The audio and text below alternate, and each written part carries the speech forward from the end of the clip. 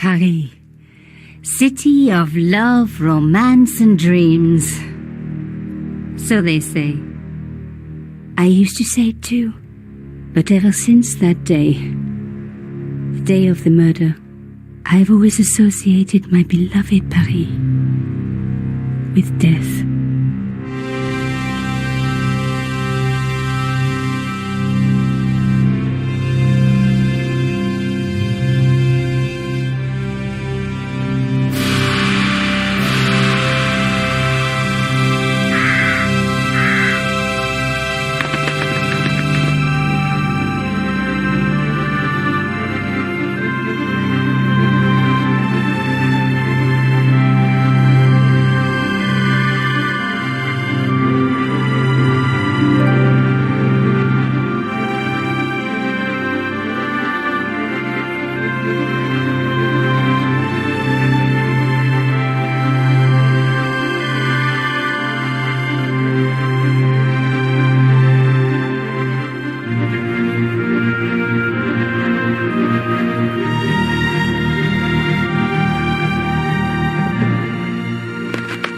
I was at home having a bath when my editor called. Collard, get your ass over to the Palais Royal now. You got an interview. With Pierre Carchon. Yes, the Pierre Carchon. No photos, so leave your gear at home. He asked for you personally. Don't ask me why. Anyhow, this could be big, so if he makes a pass, don't forget. Just smile, say yes, and keep taking notes. So charming and so very apt. Pierre Carchon was a media king, a national hero, and one of the most infamous adulterers in Europe. He and his wife Imelda were just one step down from royalty. Whoa, I hate mimes, but unless you humor them, they don't go away.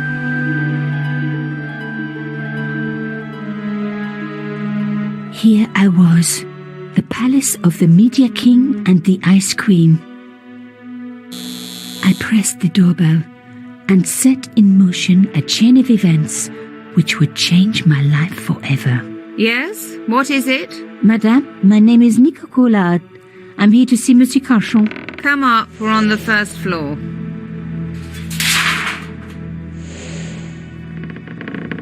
Madame Carchon, it's a pleasure to meet you. Yes, I'm sure. The Ice Queen was certainly living up to her reputation.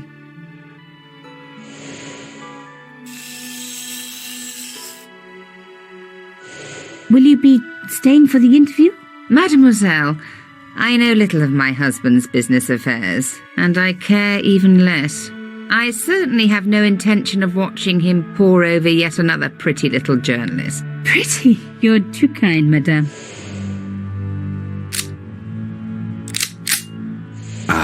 The talented and very beautiful Mademoiselle Collard. Such a pleasure to meet you at last. Monsieur Carchon, I am honored. Oh, I'm sure you are. Call me Pierre, please.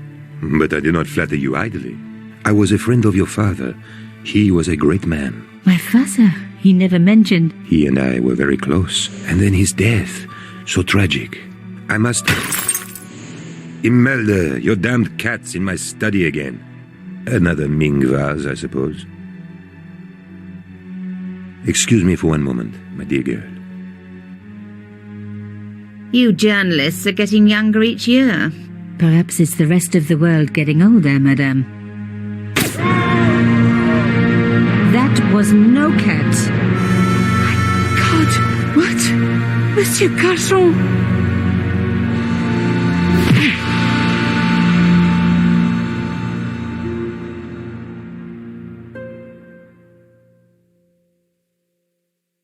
He's dead. I must call the police. You'd better stay here. There was a man. It was the mime.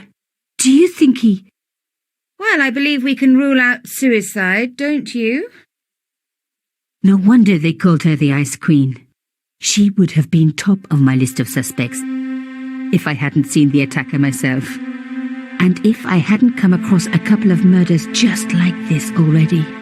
One of the most important men in Europe murdered And here was I, Nico Coulard, alone at the scene of the crime. Should I wait for the cops? Or start my own investigation? It was a no-brainer.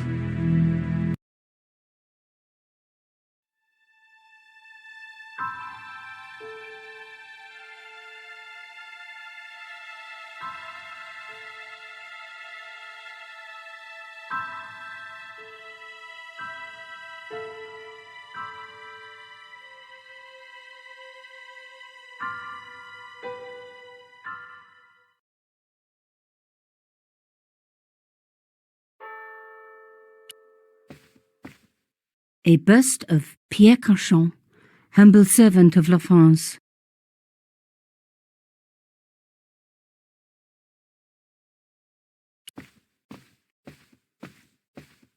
The bookcase was filled with obscure first editions.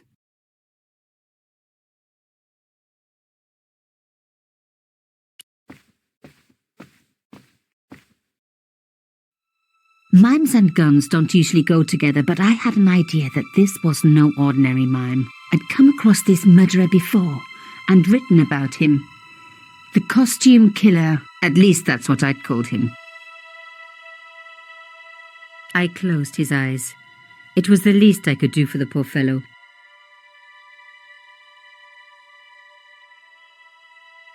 I opened his eyes. Best to leave the crime scene as I found it. Some people hate searching corpses for clues. Me, I'm okay with it. Reminds me of an old boyfriend. In his pocket, I found a ticket stamped Bateau de la Conciergerie. Taking the ticket meant I tampered with the evidence. There was no going back now. It was one of my hair clips. My favorite, in fact. It must have fallen when I was knocked down.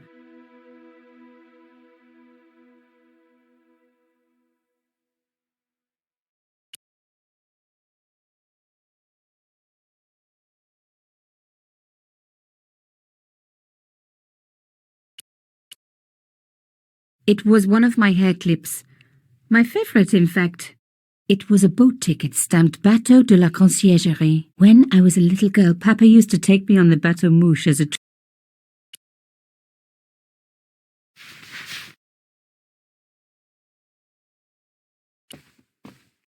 Pierre Cauchon again. His eyes seemed to follow me around the room.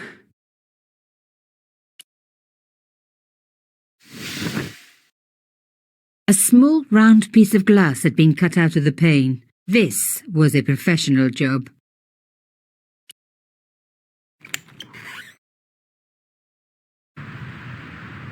The killer must have used a ladder to reach the window.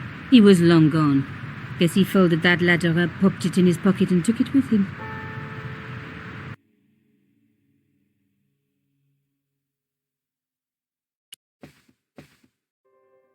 The police could turn up at any minute. Somewhere there were clues to the murder, and I needed to find them.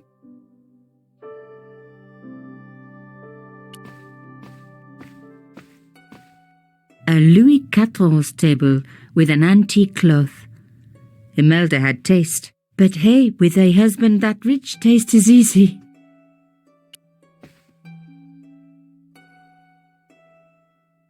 I reckoned that cloth might just turn out to be useful. Even my fingernail wouldn't fit into such a small hole.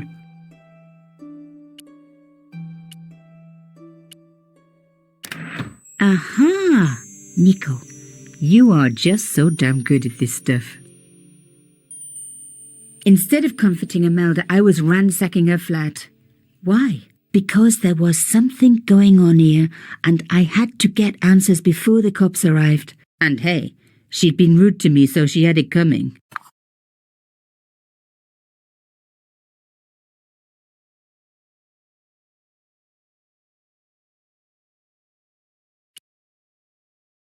A key. Maybe a safe key.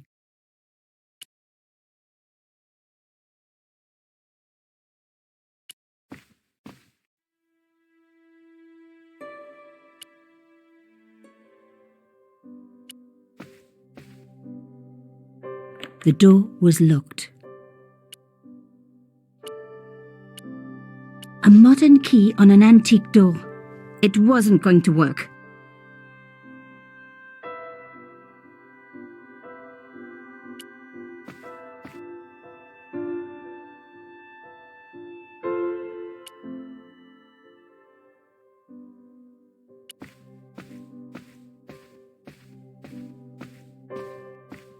It was a tube of acrylic paint, French ultramarine. Just the color I was after for my bathroom. I'm sorry, I have to go. Someone is... Young lady, what are you doing? Oh, this paint. It's my favorite color. For God's sake, keep the damn stuff.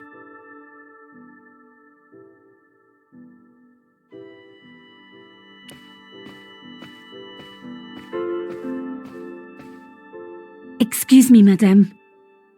Yes? So, her husband took secret boat trips. Did she really need to see the ticket?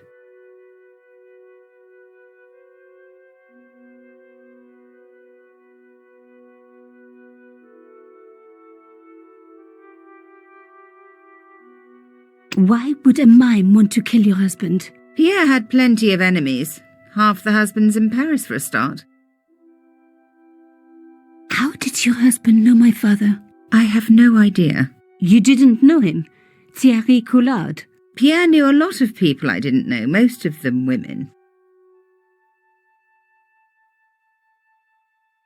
I am so sorry for your loss, madame. No, you're not.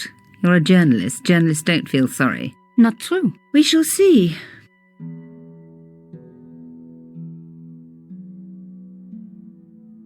Why did your husband send for me? What did he want to discuss? I have no idea. His business was his business. He never told you anything? No, and frankly I preferred it that way. This is quite a scoop for you. I suppose you're already inventing the headlines. Just because I am a journalist. Don't patronise me.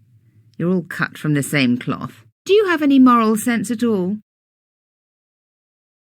Yes, that's why I do this job. You do it to see your name in print. As if. My editor gets the byline, I just do the work. Well, don't expect my sympathy. The police will be here soon, madame. Is there anybody you would like me to contact? Family, friends? No, I have no family. Pierre and I were... He was all I had, really.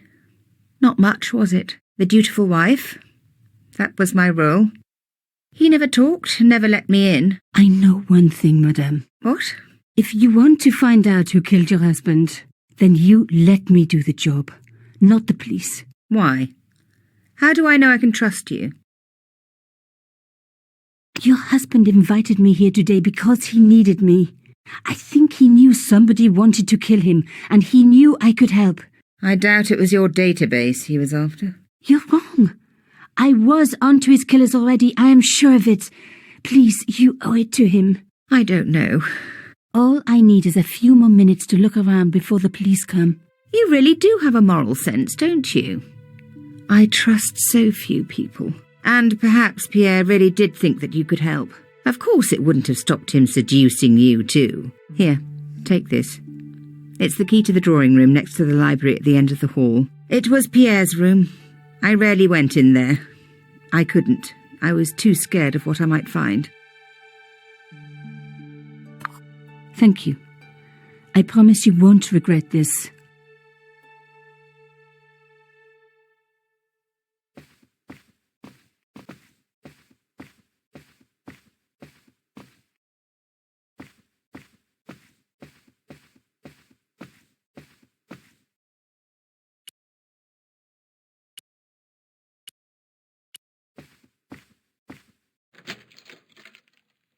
Now we were getting somewhere.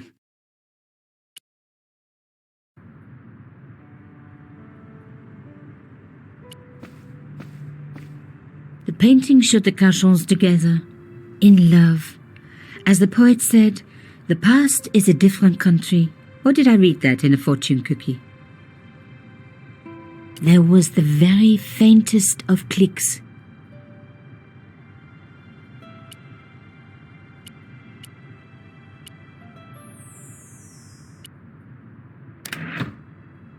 Behind the picture was a safe.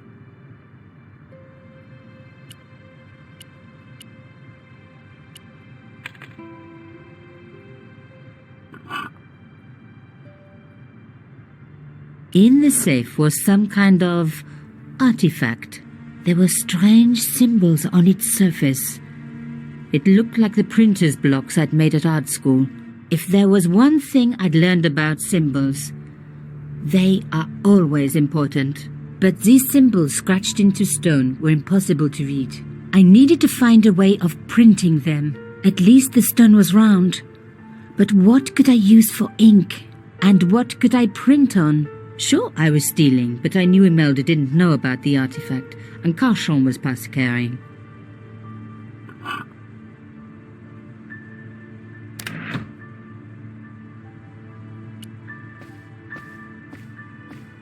This wasn't the time for me to lie on the sofa doing my Marie Antoinette impression, though it is very popular at parties, especially with gay guys. Don't ask me why.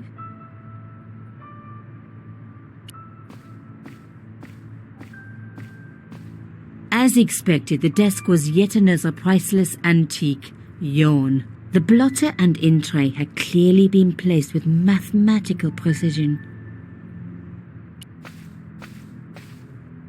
I didn't need a sheet of blotting paper. Not while it was blank.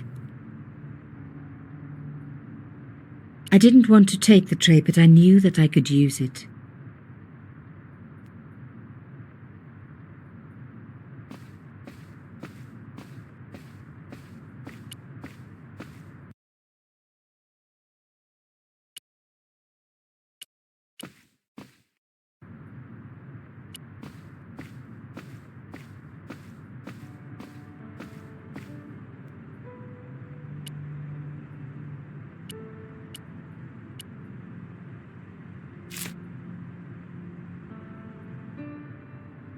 I'd spread blue paint over the bottom of the tray.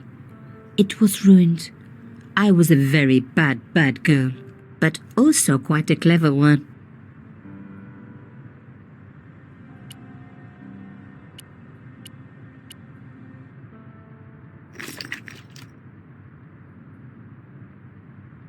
I rolled the artifact in the paint until it was completely coated. An antique tray with paint spread all over it. Not a lot I could do with that.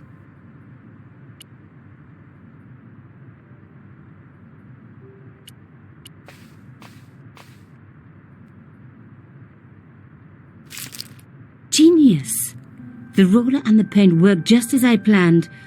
But what did it say? It was some kind of coded message. It read, "Sub judice." I may not have learned a lot as a journalist, but that was a term I knew well. It means a legal case that is before the courts.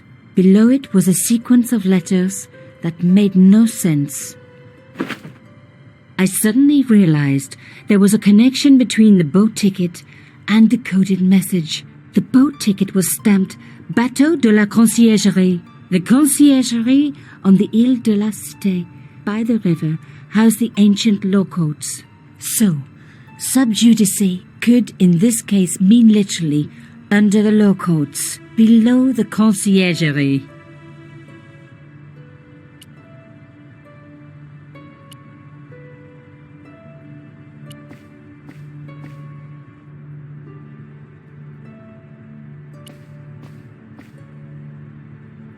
Locked, not surprising really.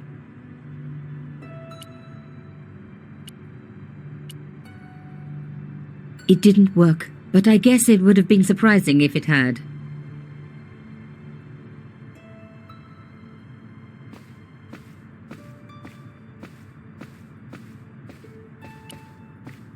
I didn't need the lights on.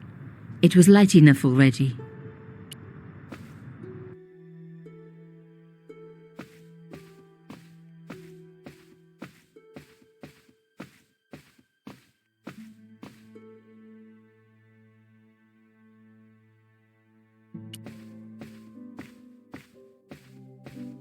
There was no one I needed to phone, not until I had solved this case. Madame Cachon, Please call me Imelda. We hardly need the formalities now, do we? Did Monsieur Cachon say nothing to you about my father? No, I'm sorry. He never mentioned him.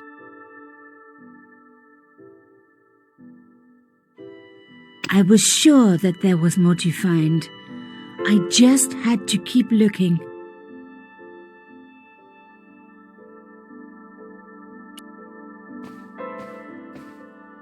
I thought of leaving, but was sure there was more to find.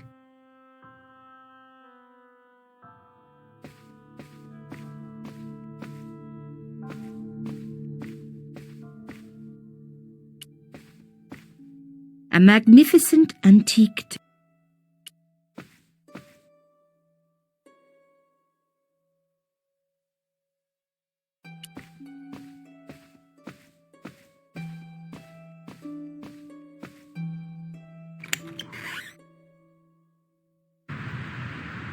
The killer must have used a ladder to reach the window.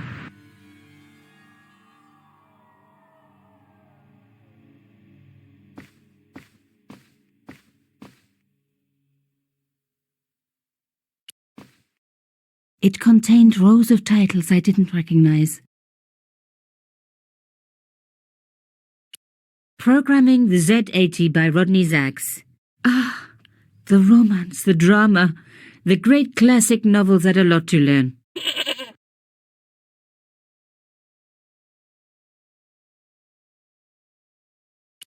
It contained rows of titles I didn't recognize.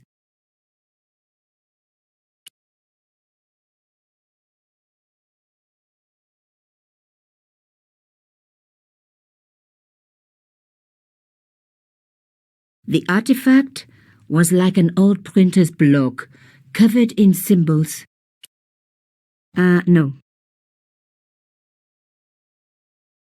The cloth was embroidered with an unusual symbol. No.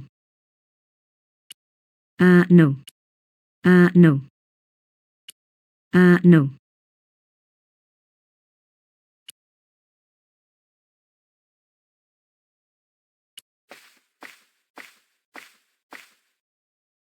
Pierre Cachon was stiff for the last time.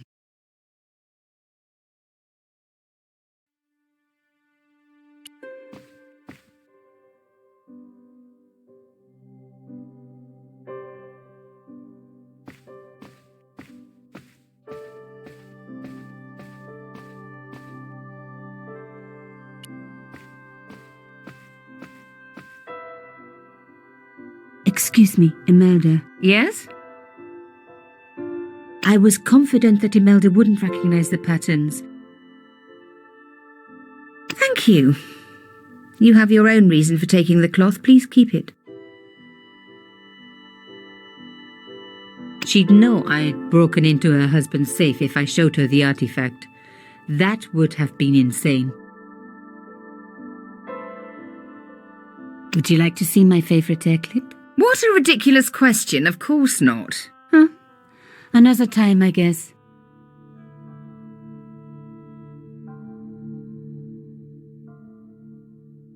Thank you. Let me give you the key back. I didn't need it anymore. The last thing she needed to talk about was... I was sure that there was more to find. I just had to keep...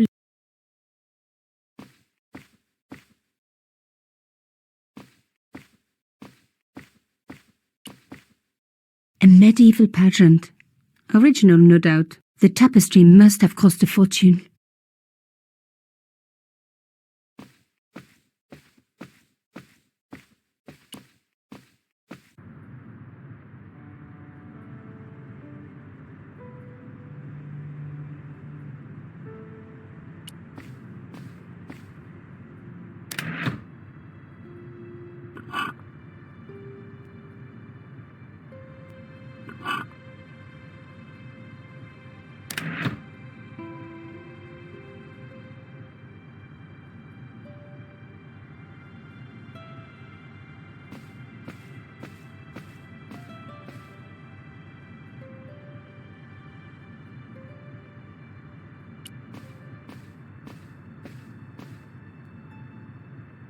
My heart skipped a beat. It was a carved elephant.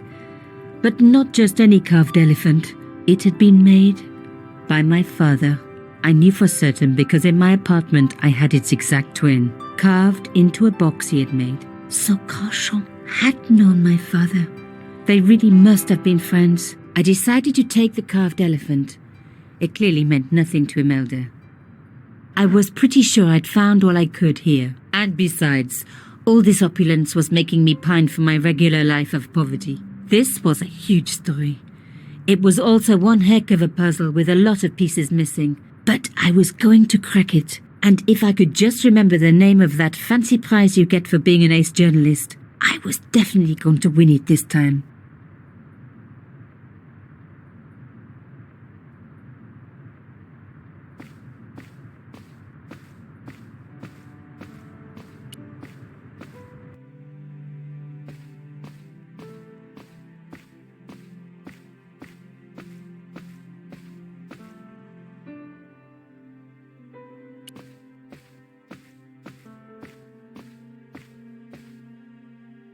Did you find anything useful?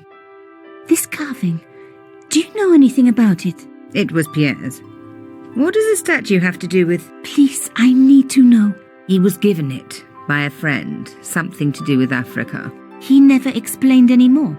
No, but I think it was important to him, always on display. Why? It was carved by my father. Oh, I see. I didn't know. Imelda, I will do everything I can to find the killer. Thank you, my dear. And if the police ask... Don't worry. You were never here. Sub judice was the key. I was going to have to find a way under the conciergerie. I decided to head straight for the quayside on the Ile de la Cité. If there was a way of getting under the conciergerie, it would have to be from there.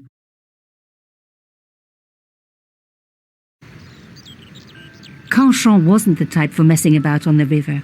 He was up to something down here. Something that got him killed.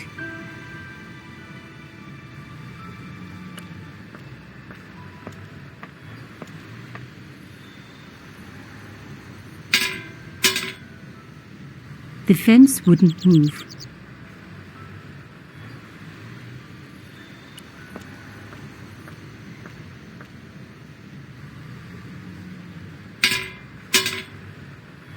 This fence wouldn't move either.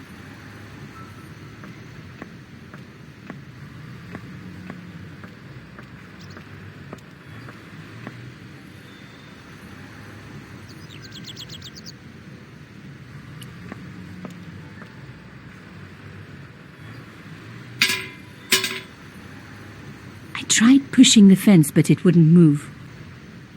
A strange pair of locks stopped the latches from releasing the gate.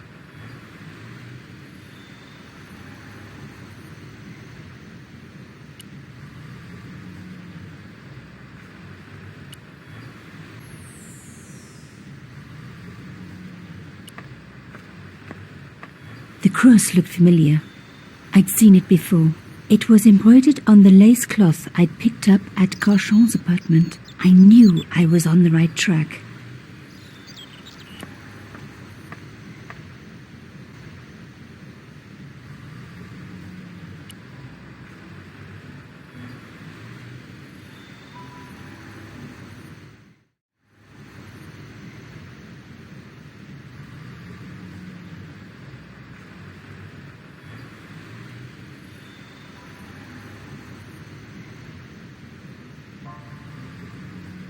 Yes! One down, one to go.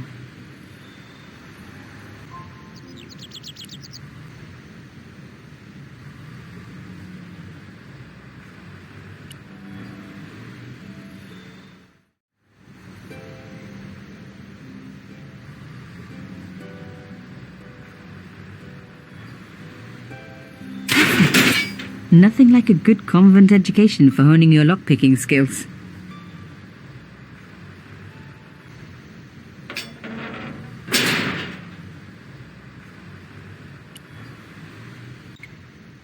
For a room full of junk, that was one very sophisticated lock system. This place was definitely fishy, in more ways than one.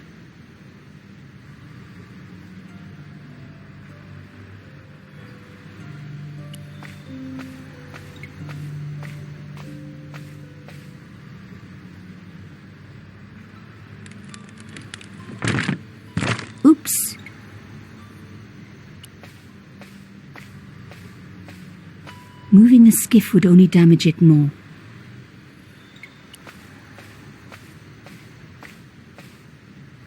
An old shell case. I wondered what that was doing there.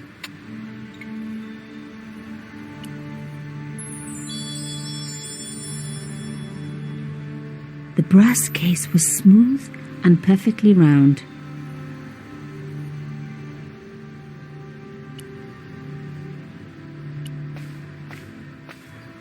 No handle, nothing obvious, but there had to be a way to open it. The words Sinister and Dexter were carved on either side. Now any good convent girl like me knows the old Roman for left, right, left, right. But what did it mean here?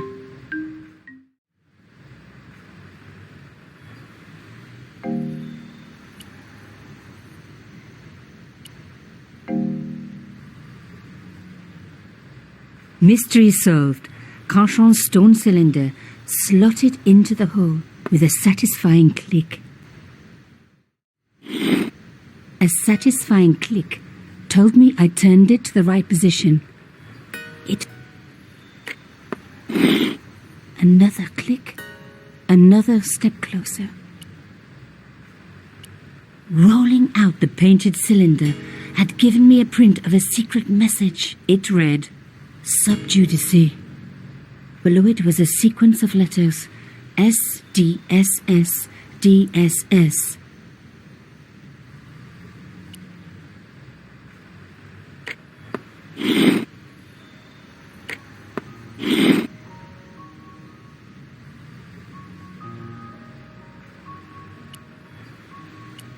Rolling out the painted cylinder had given me a print of a secret message. It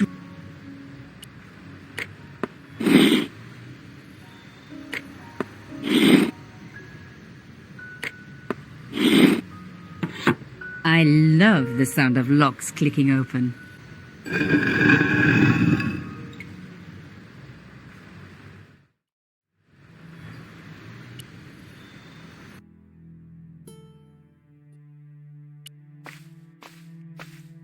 The panel wouldn't move. Ut lex vel ut next sumito.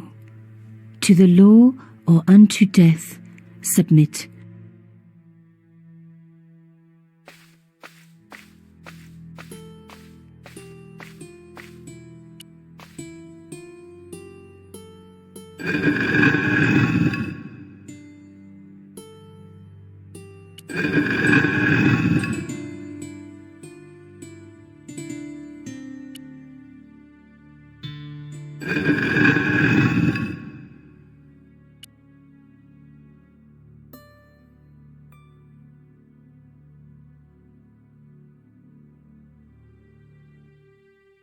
The artifact was like an old printer's block, covered in symbols. The brass case was smooth and perfectly round.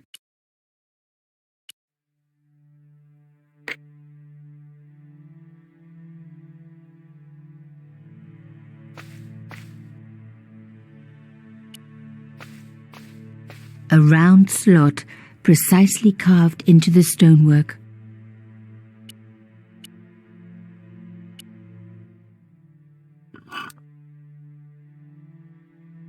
The artifact slotted into the hole perfectly.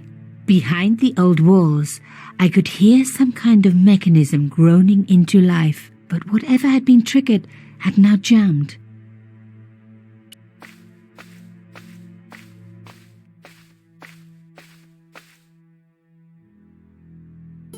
The gap was too thin for me to get a grip. I needed something thin enough to prise the door open.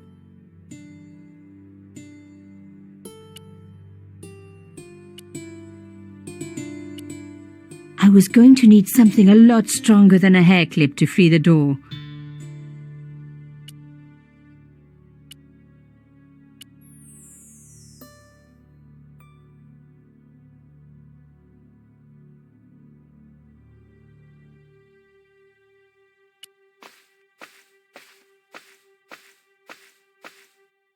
I removed the shell case. The cross didn't drop back down. Some kind of mechanism was holding it up.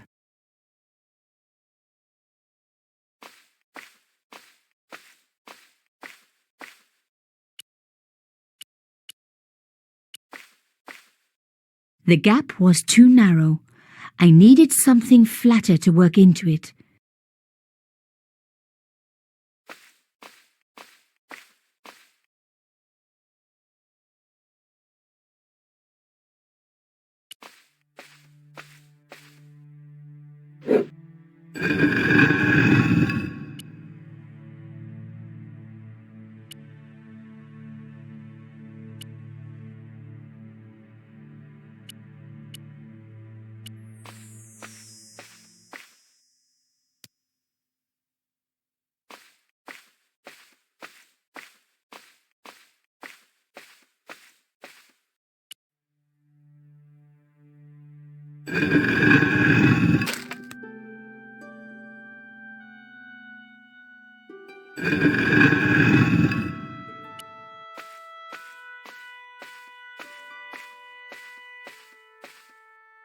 The stone slab had flattened one end of the shell case.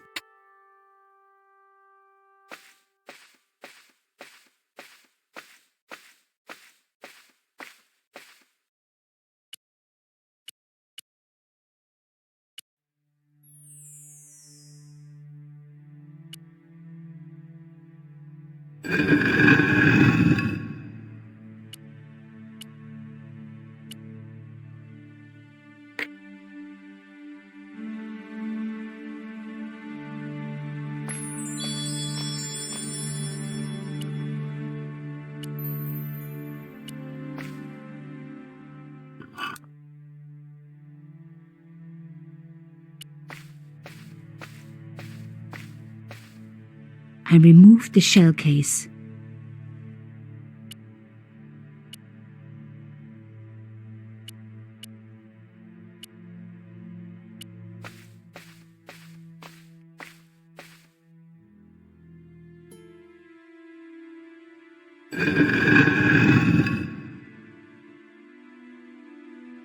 Another good use for a shell case.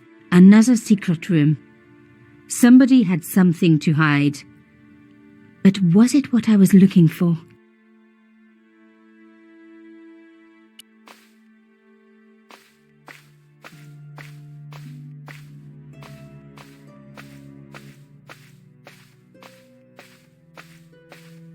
Wow! Through the darkness, I could see that this was a stateroom. But for what purpose? And how did it tie in with Carchon?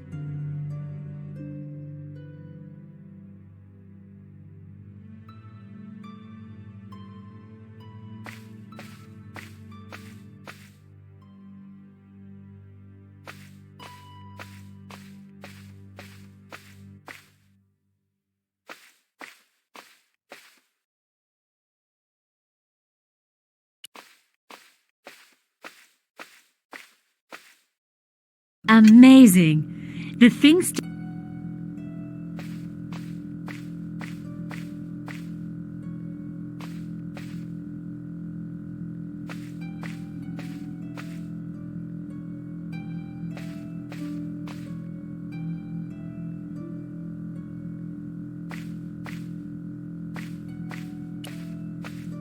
I wasn't going to find anything in this old desk. It hadn't been used for years.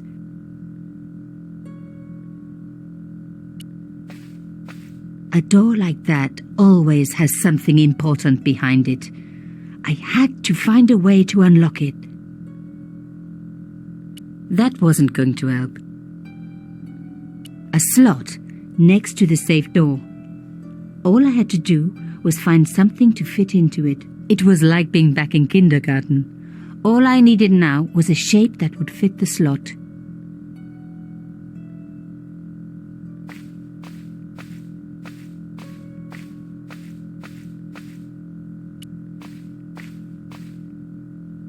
The flags had faded, but their message was still pretty clear.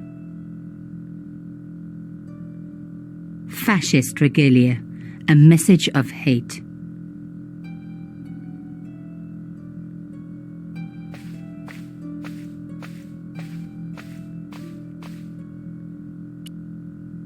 It was pretty clear from the lack of dust that someone had been working very recently at this desk.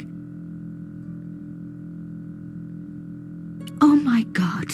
The sheet was a printout with my personal information. Everything from my favorite food to my waist size. They were right about chocolate, but come on guys, I'm a size 10. There was even a picture of me, taken with a telephoto lens. Carchon wouldn't have taken these pictures himself. This was big and organized. I was part of it, and people were getting murdered.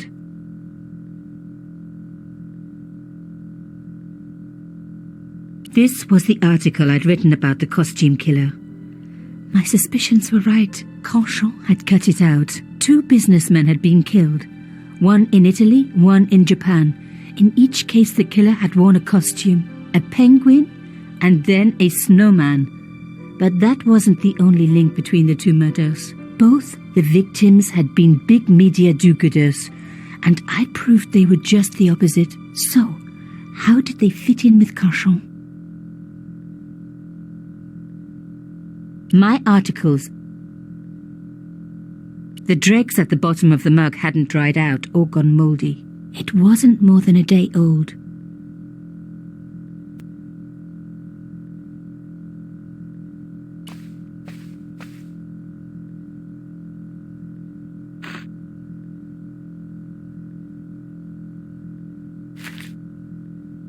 Inside the drawer, I found a note written in some kind of code.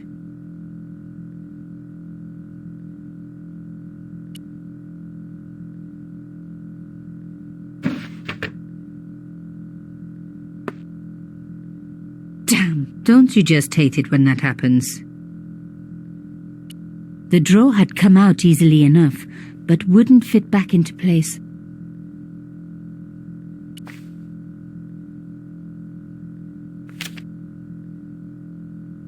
A photo, long lost, had fallen down the back of the drawer.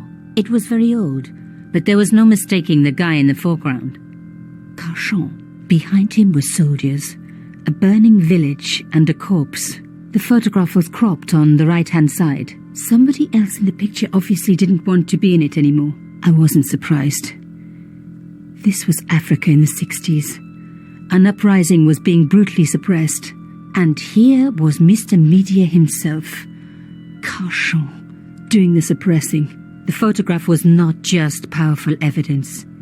It was also my ticket to one explosive story. There was nothing else in the drawer.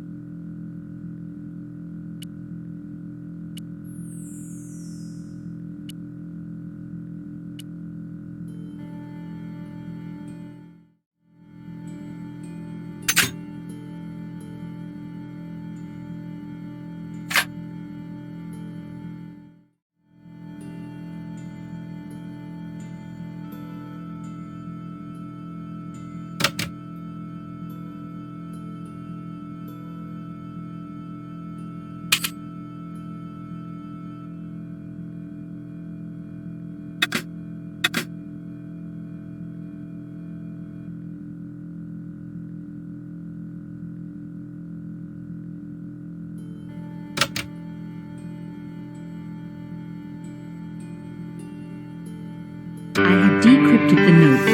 It read, Pierre, full report to follow. But this is too urgent to wait. Arno and Yamada both dead. This is not a coincidence. Indeed, it seems that all of us who came together in July are in danger. Take great care. X. I wasn't the only one to make the connection between the costume killer murders. I'd been right all along. That was why he had asked to meet me. But what did I know that he didn't? I had enough for a story, An amazing story that was going to make my reputation and blow Carchance to pieces. I needed to get home fast and start typing.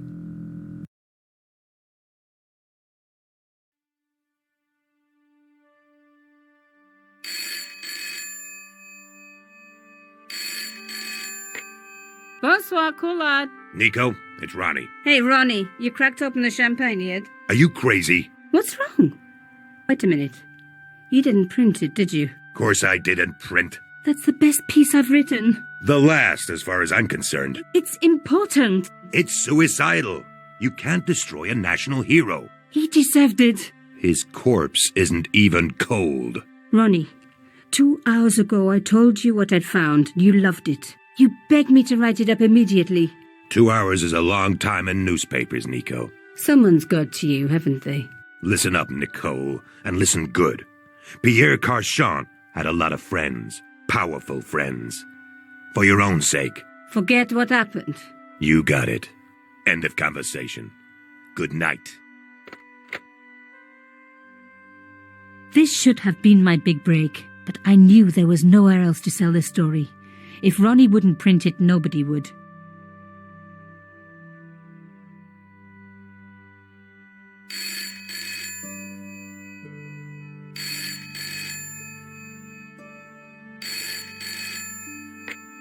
Bonsoir, Collard. Mademoiselle Collard, my name is Plantard. I need to talk to you about your story. Your Pierre Carchant story. How did you know about that? There are people out there, madame, who will be very upset by this story. Oh, really? Well, it's their lucky day. It's been spiked. Yes, I know. We must meet. We must? I have information relating to your costume killer stories. Tomorrow morning, 8 a.m., Café de la Chandelle Verte, Rue Alain Court. I shall be wearing a grey overcoat. You must talk to no one about this. You can't tell me what to... Tomorrow at 8. I'll be waiting. People complain about newspaper articles all the time, but not usually before they're printed. I was beginning to feel scared. This guy, Plantard, could I trust him? Should I meet him or forget the whole business? I didn't have an answer.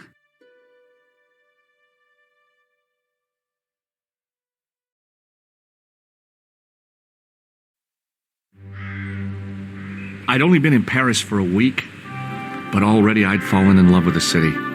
My latest discovery was a little cafe, La Chandelle Verte. I was pretty sure the waitress was taking a shine to me. That old Stobart charm, I guess. Little did I know my reverie was about to be so rudely interrupted.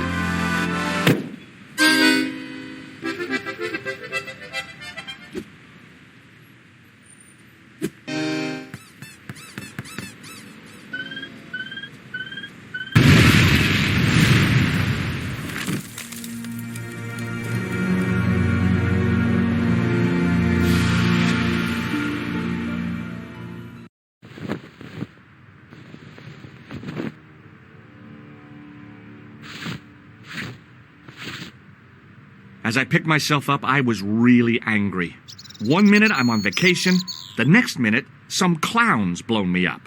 I knew right away what I was going to do. I was going to find that clown and bring him to justice. Because justice matters. Justice is up there with liberty and equality and, fraternity. After all, that's why I'd studied law, wasn't it? Well, that and the money, of course.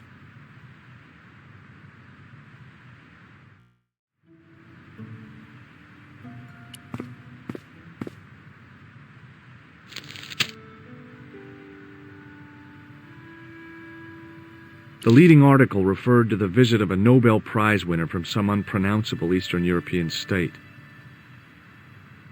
The big story was about the brutal murder of a French media magnate, shot down in cold blood. The guy oozed confidence, like a regular French statesman. The column was devoted exclusively to rumor, gossip, and sensationalism. The big story was about the brutal murder of a French media magnate, shot down in... The guy oozed confidence.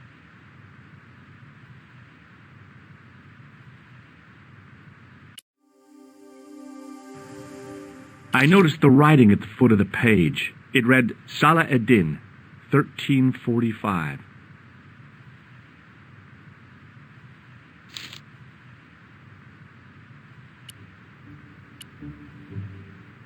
I considered straightening the table, but I figured it best not to disturb the evidence.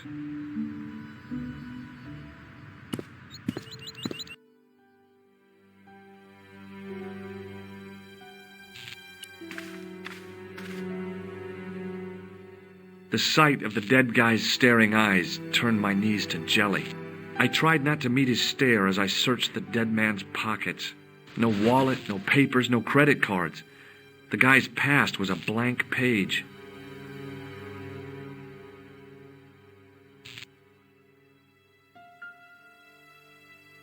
I needed a stiff drink, but I hated the taste of brandy. I needed a stiff drink. Oh, my head. Never again. How much vodka did I drink? Oh, no, don't tell me. What is your name, Sherry? George Stobart, ma'am. You look like you could use a little help. I could use a little drink. I feel sick, dizzy, and bruised. I don't even remember the party. Just relax and take it easy. You've been knocked out. You don't say. What happened? There's been an explosion. You should try not to move. Are you a doctor? Yes, I am. I studied under Dr. Benton. Who is he? Only one of the most brilliant medical minds on this planet. He taught me everything I know about medicine. Can you remember anything at all? No. I need a drink. Pour me a brandy. Is that straight or with ice? Just give me the bottle with a teat on it. I guess a little drop won't hurt.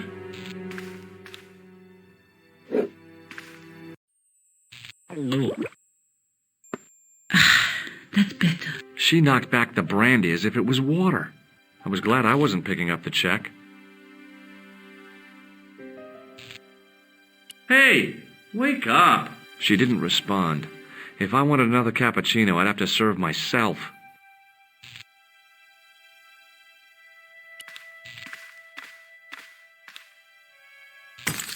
I hoped the fact that the mirror was already broken meant I'd escape the bad luck. The mirror had smashed into 1,000 pieces. Bad luck for someone. Poor guy.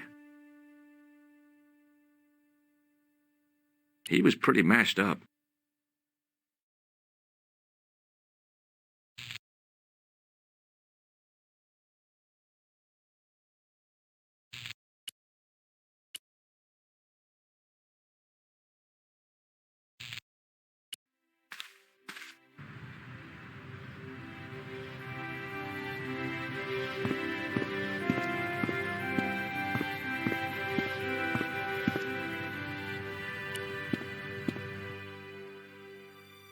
The clown had fled into this alley, but there was no sign of him now.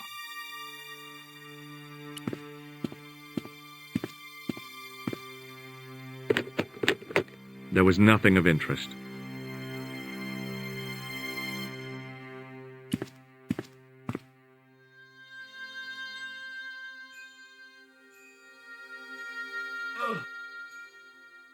The cover was too heavy and awkward to lift with my bare hands.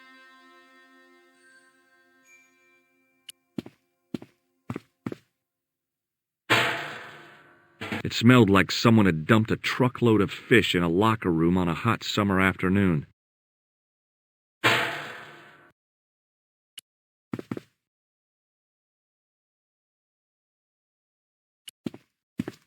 I took a deep breath and prepared to climb the drainpipe. I guess the clown had an escape over the rooftops.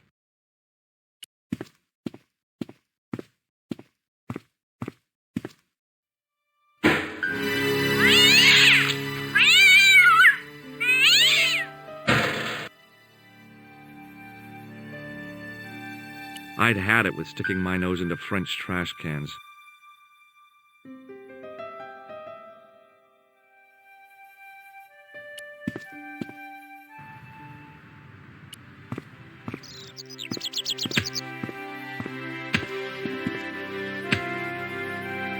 Please, hold it right there. Oh, don't shoot. I'm innocent. I'm an American. Can't make up your mind, eh? I demand to see the American consul. Drop your weapons and get down on the ground. Put that thing away, Sergeant Mou. I apologize, monsieur, but I cannot permit you to leave. Am I under arrest? Ah, no, I would simply like to ask you some questions. En avant, to the café, marche.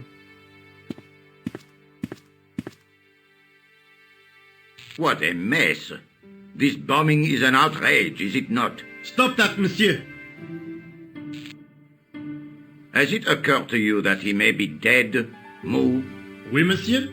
But I prefer to look on the bright side. Besides, I recall a case where the killer escaped by feigning death. However, in this case, the man is quite dead. Examine the girl and take her statement, if you can. Et maintenant, to business. Your name, please? George Stobart. I'm from California. And what brings you to Paris, Monsieur Stobart? Travel. I'm touring Europe. You chose well. The city is most beautiful at this time of year, no? Yeah, I guess so, apart from the bomb blasts. Were you in the vicinity of the cafe at the time of the explosion? Yeah, I was sitting out on the sidewalk. I was lucky I wasn't killed.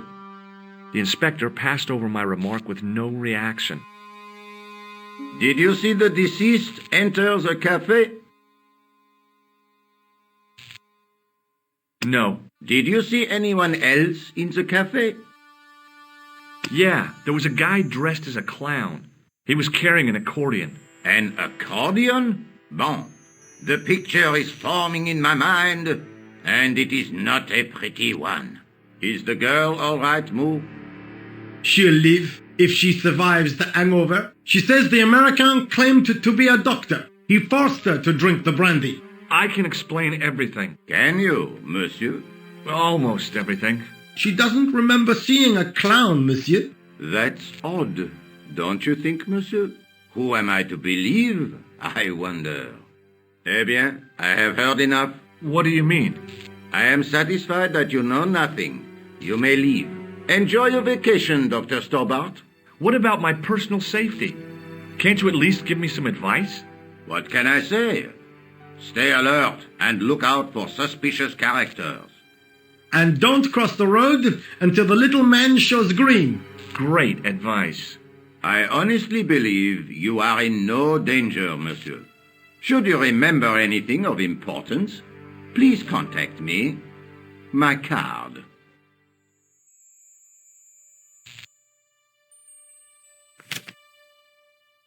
Thanks. That is all. You may go. There's not much to go on, monsieur. On the surface, no. But what lurks inside the subconscious? If the door can only be opened... Are you serious, monsieur? I thought your interest in psychic detection was purely academic.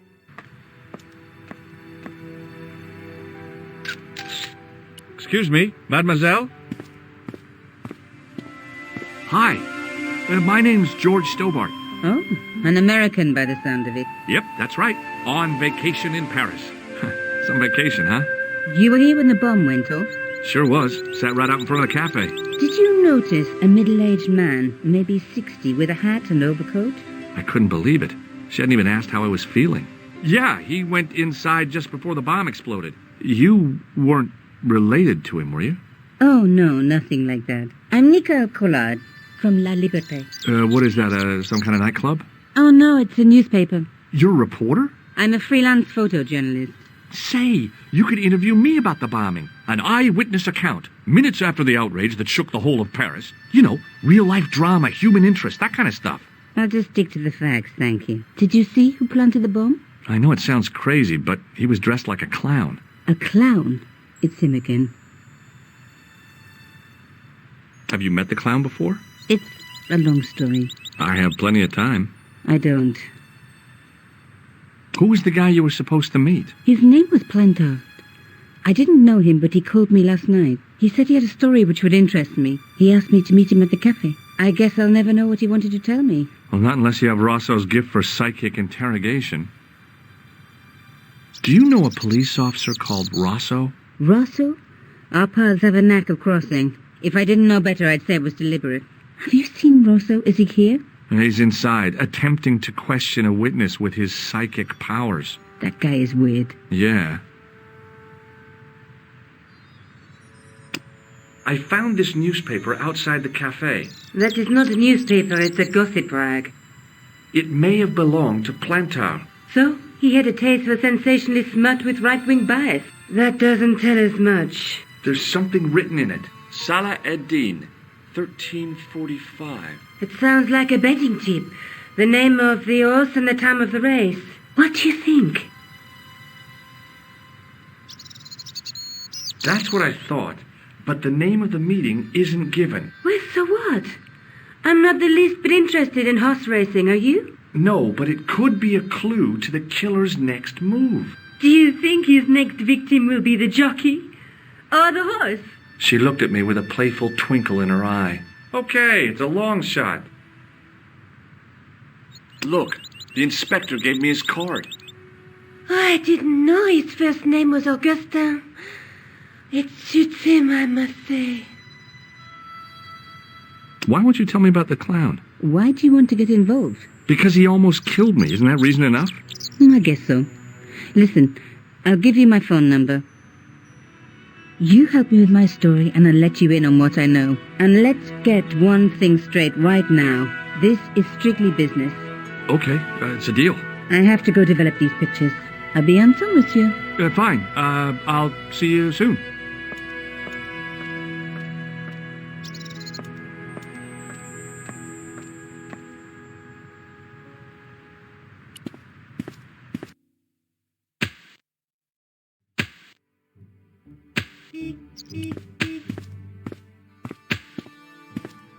Hey, you! I thought you'd been arrested. No, it was a misunderstanding. When he pulled that gun, gah! I thought that was it. Those automatics pack quite a punch, you know? He made a mistake. He thought I was a terrorist. You? A terrorist? Ha! He was only doing his duty, I guess. Did you see a clown come by this way? A clown? Like in a circus? Yeah, with makeup and a big red nose. Huh! Those guys are funny, aren't they? Not in my experience. I love the circus, especially the horses. You haven't answered my question. Have you seen a clown? You think I've got time to watch everyone who passes by? Some of us have to work for a living. Did you see an old guy with a briefcase? Wait, silly old coot. Do you know what he said to me? Work fascinates me, he says. I could watch it all day. Quelle bite. I could have knocked his block off. I gotta go. Don't let me keep you. Hey, stop that. Get away from there. What do you think you're doing? I was admiring your toolbox. Oh, wait?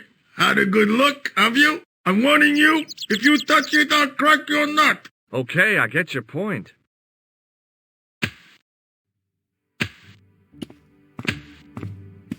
Set into the huge gate was a smaller access door. The door was securely locked.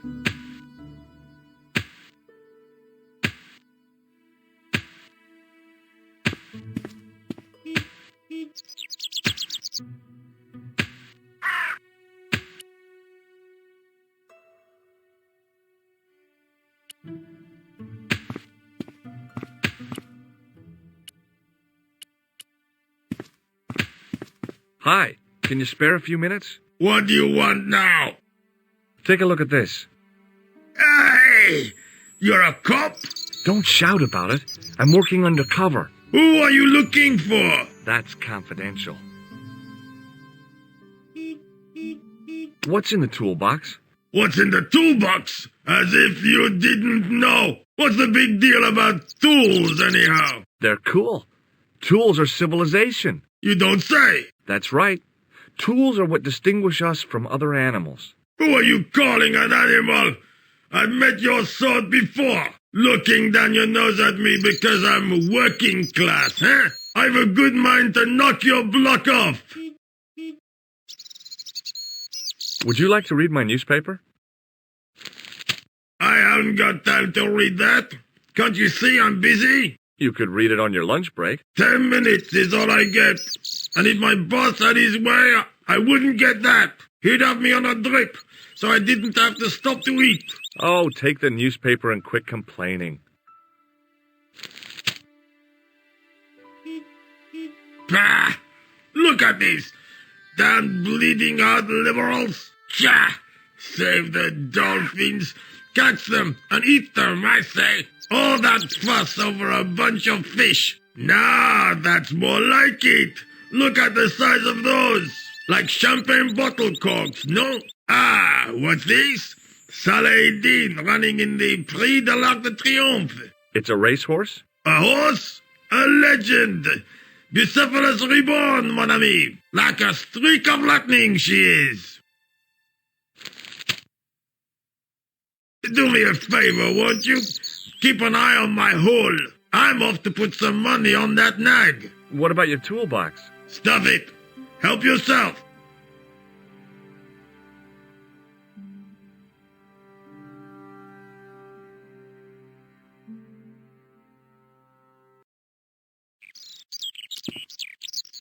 I'd found just what I wanted, a tool for lifting manhole covers.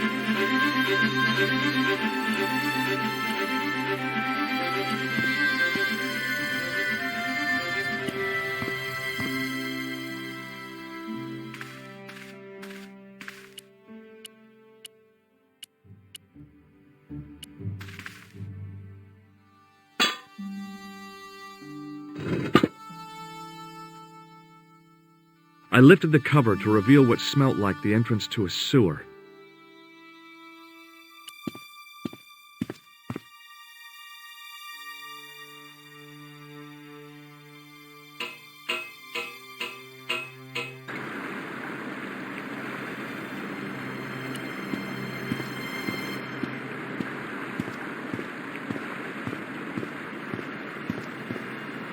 As I picked up the plastic ball, I realized it was intended to be worn. It was the clown's red nose.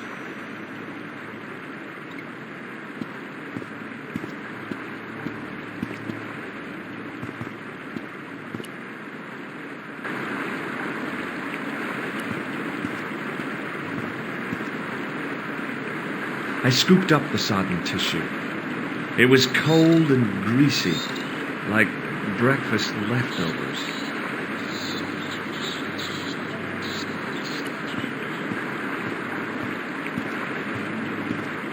I took hold of the scrap of material and unsnagged it from the spike.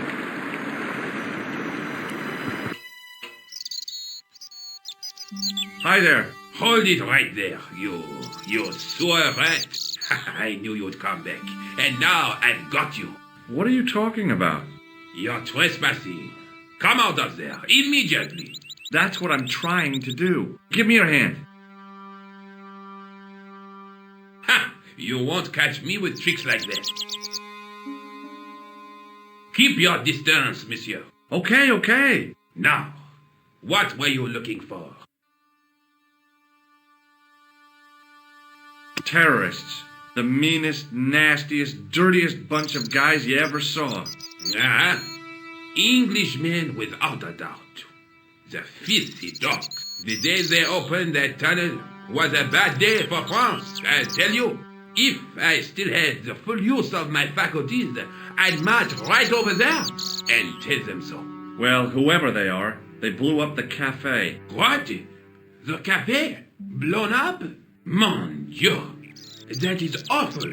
The guy who did it was a calculating, cold-blooded killer. He was disguised as a clown. I followed him into the sewer, and I think he came this way.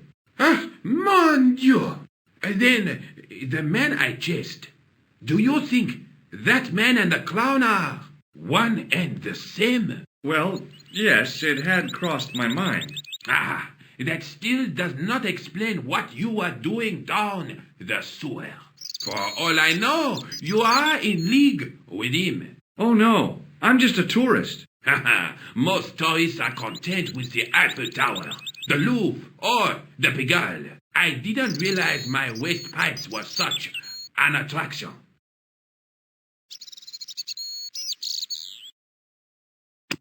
Perhaps you'd like to take a look at my card?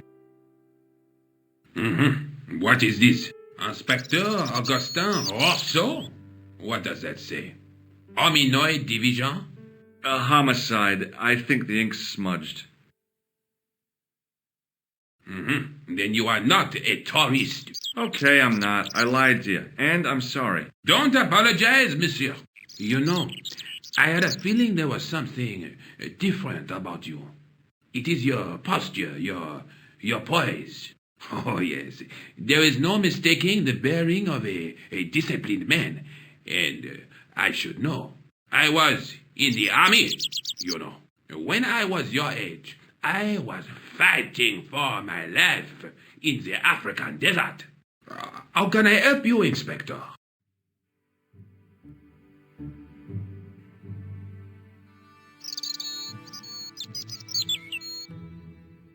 Does the name Plantar mean anything to you? No, it doesn't.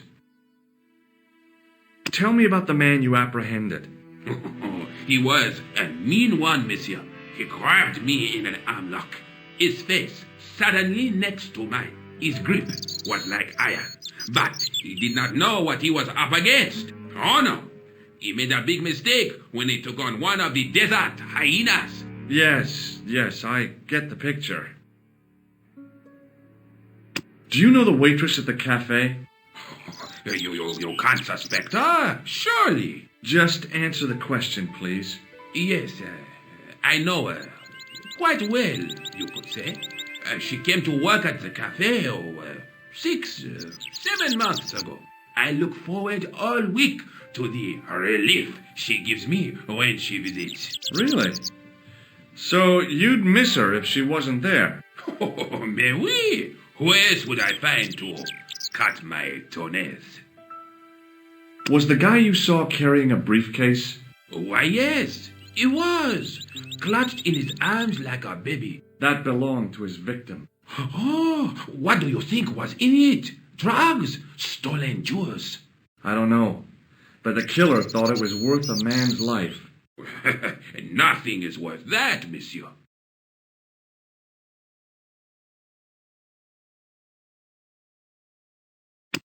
Take a look at this false nose. Aha! That looks like a clown's nose to me. Precisely. He must have dropped it in his panic. Unless he wanted you to find it. Why would he want to do that?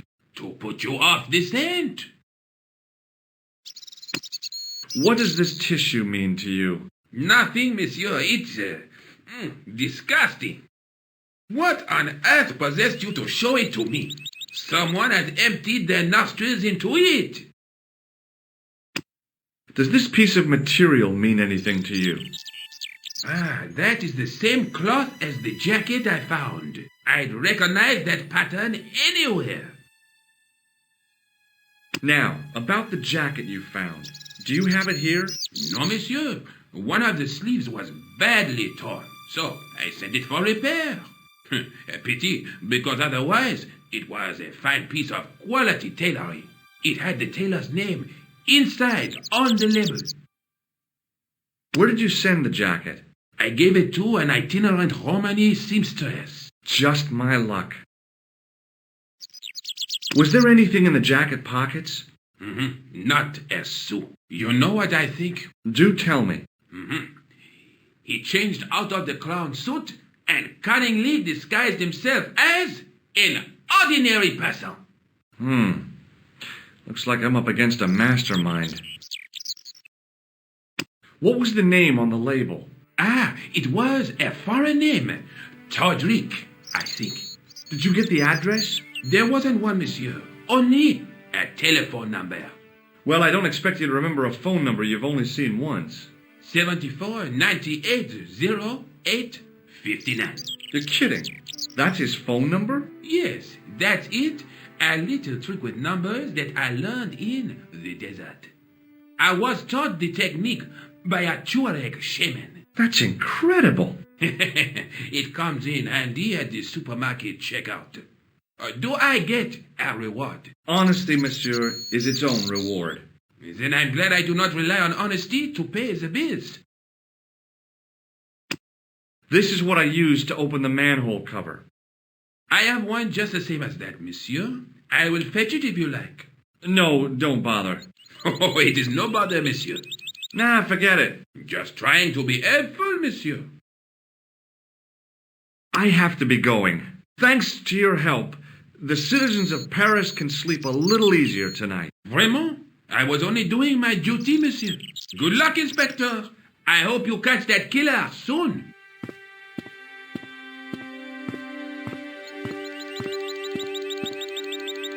So the clown had escaped into the sewer, come up into the courtyard, and then slipped back into the street here. It wasn't much, but it was more than the cops had got.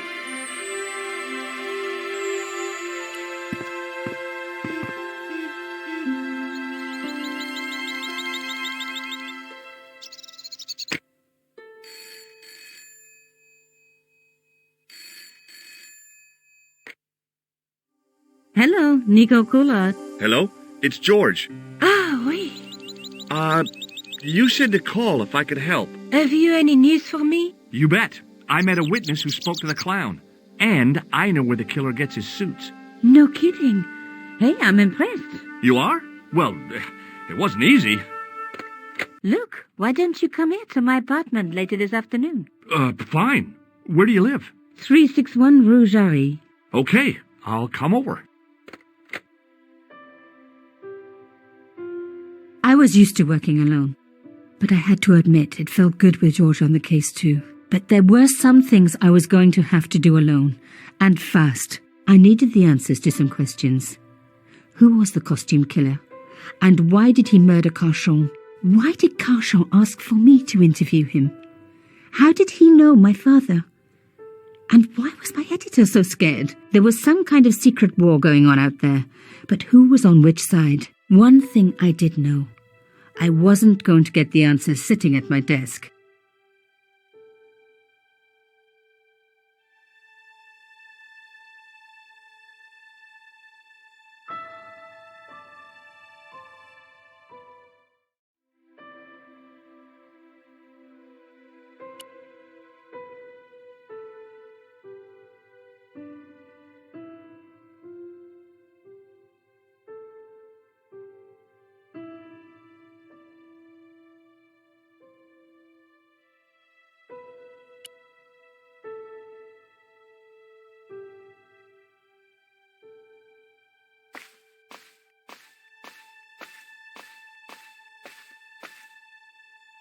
You have no messages.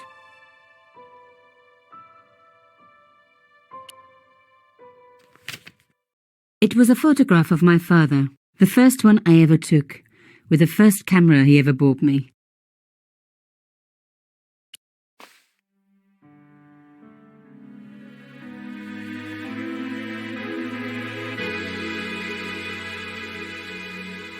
No, I'm not giving up.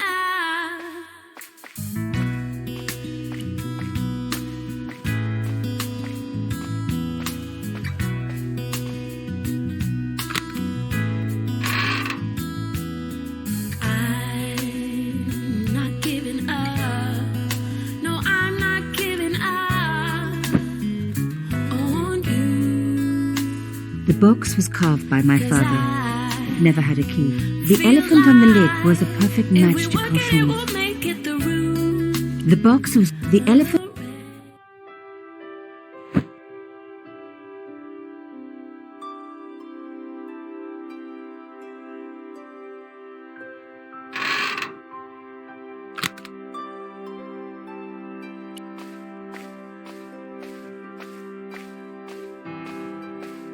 My first teddy.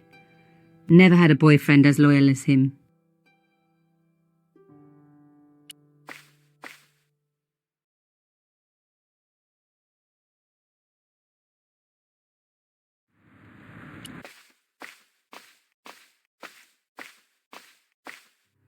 Mademoiselle Collard.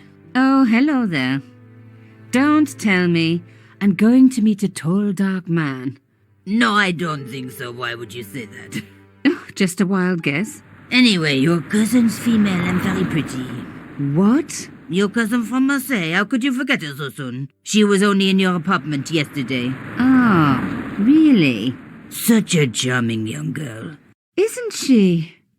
And in my apartment, you say? She let herself in, of course. She's got a key. Suddenly, everything made sense. My apartment had been bugged. That was how Plantard knew all about my article. How did I know? Because the only cousin I have is a sweet little guy called Jean-Marc, who runs a patisserie in Le Touquet. These people were determined, which meant they were also very dangerous. I suppose she'd forgotten which apartment was mine. Oh, Miss Collard, you're a mind reader. That's just what she said. Oh, I bet it was. Well, I'd better be going. See what my sweet cousin's been getting up to. Au revoir, mademoiselle.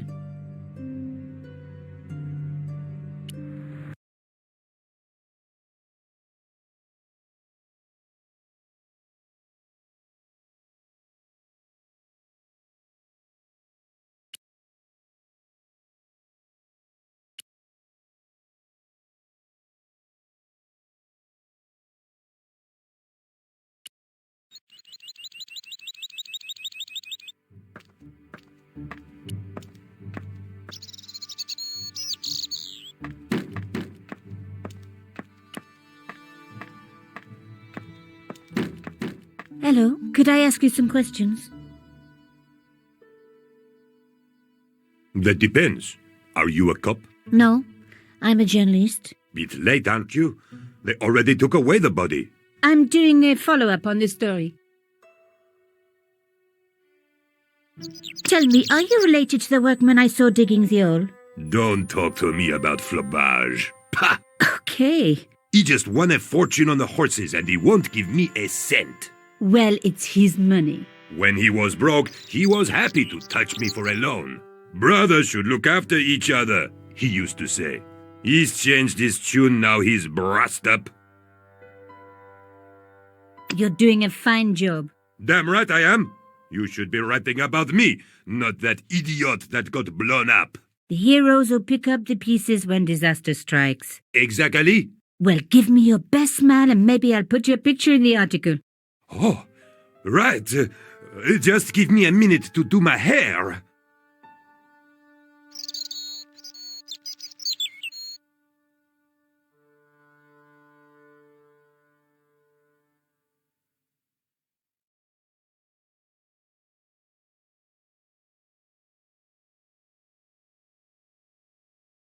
Hello? Yes? Have the police finished with the crime scene? What does it look like? I got orders to board up the windows, and that's what I'm doing. So the body's been removed? I certainly hope so, or it'll stink to high heaven when they take down these boards. Shouldn't you check? Are you kidding? They don't pay me enough to put up boards, let alone check for dead bodies. Au revoir. The police had removed the body, but nothing else looked disturbed.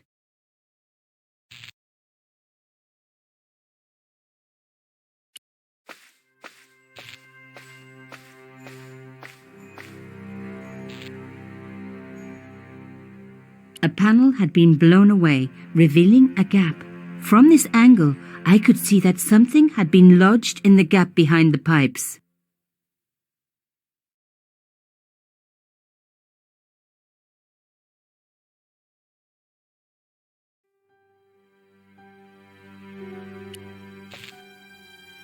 Behind the table were some damaged pipes.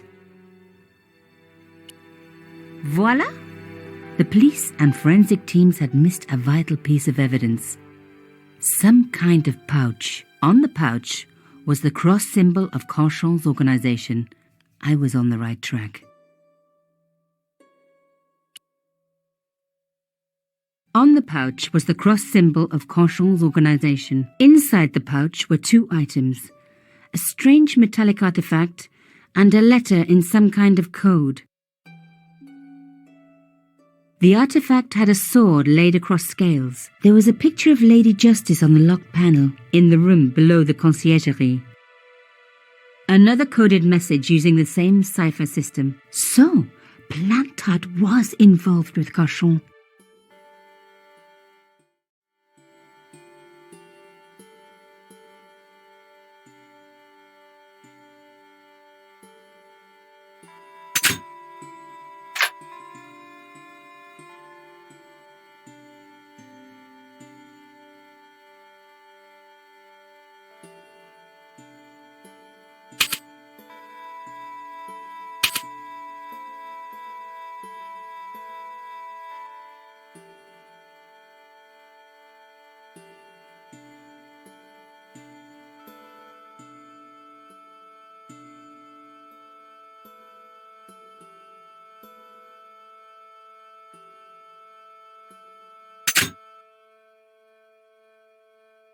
Plantard. Pierre Kill. Murderer must have followed trail from Arnaud and Yamada. He will come for us now. We must be vigilant. Thierry's girl broke into Pierre's safe. She worries me. Imelda. So much for Imelda's innocence. Plantard was working for her, and for Cochon. But why did Plantard want to meet? Was it a trap? Or maybe he was in too deep and needed me to tell a story, whatever the story was. One thing was clear. It was a story worth killing for.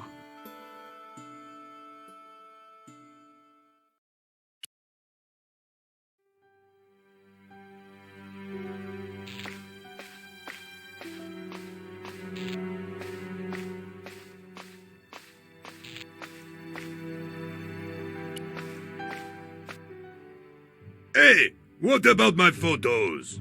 Oh, of course. How could I forget? Well, I'm waiting. Get your camera out. Camera. Oh, I forgot. It broke. Alors, they should never send a woman to do a man's job. Well, this woman had fooled him easily enough, and found the evidence the police had missed.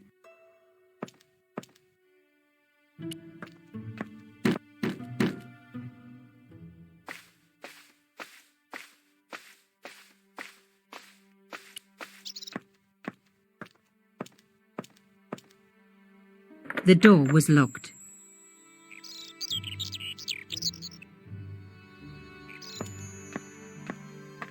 The strange metal artifact I found in Plantard's pouch had pointed back to the quayside.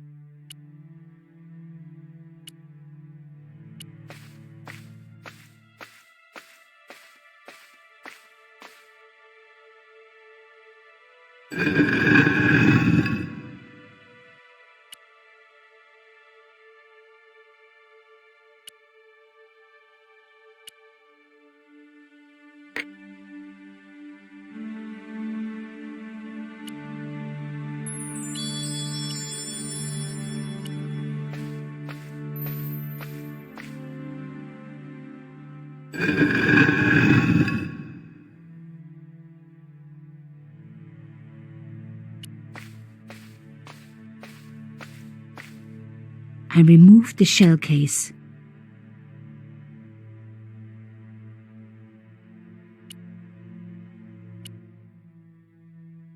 The cross didn't need to be propped up.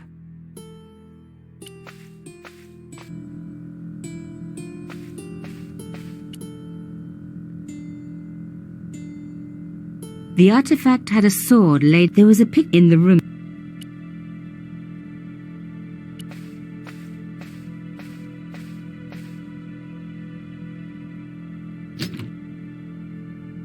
Plantard's key fitted the lock, so he must have used this place too.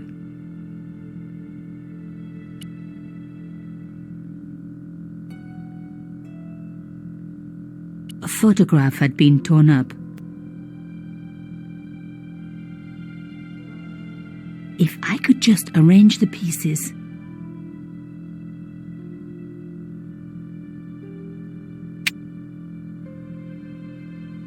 Oh my God, it can't be.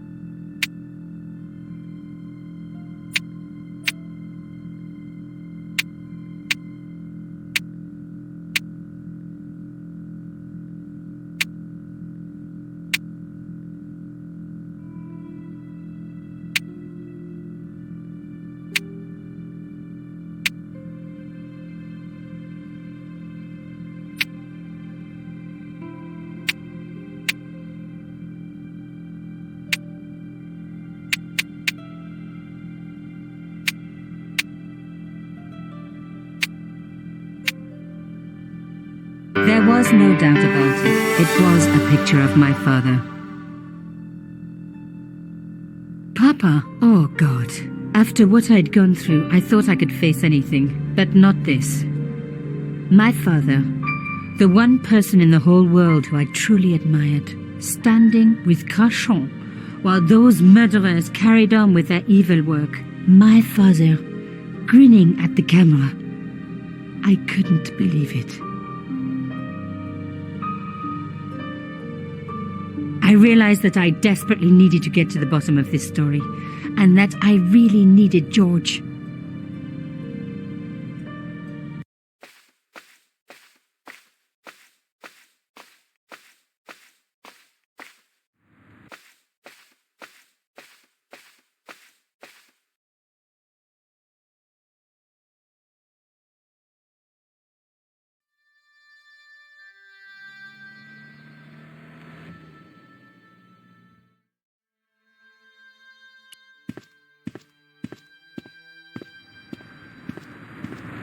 Oh, hi.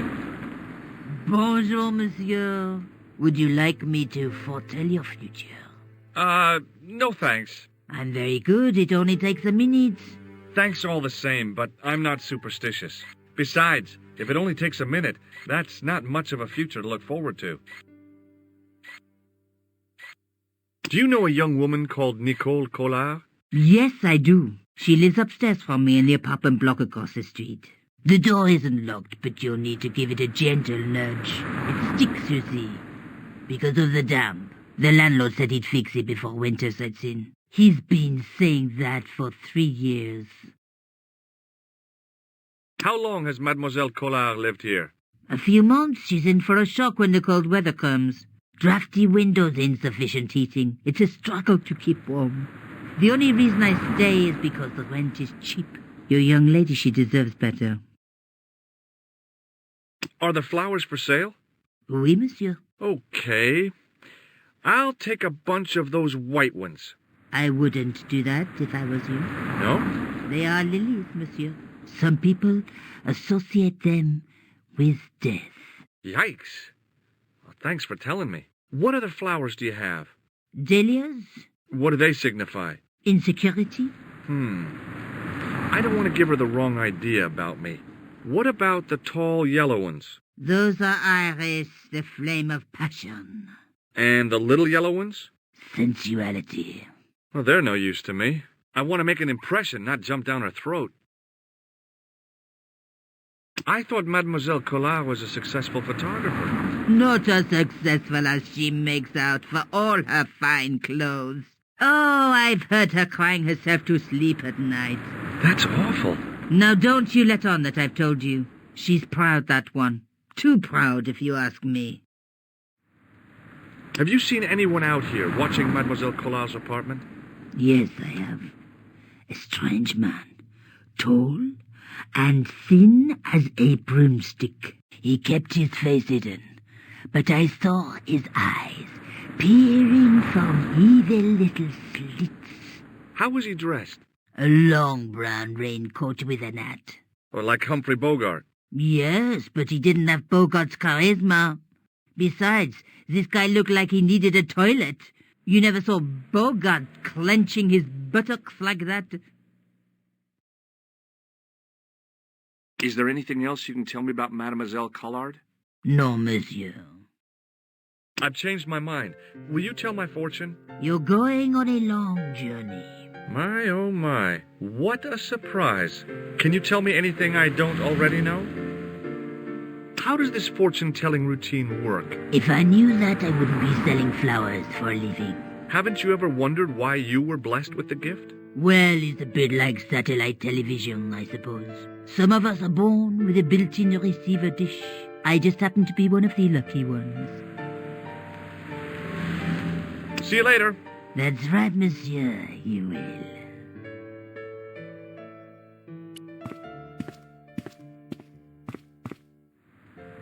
Remembering the flower seller's advice, I pushed the door gently just above the lock. Hi. Bonjour. I'm glad you could make it, monsieur. Please, call me George. Fine. I'm Nicole. Take a seat, George.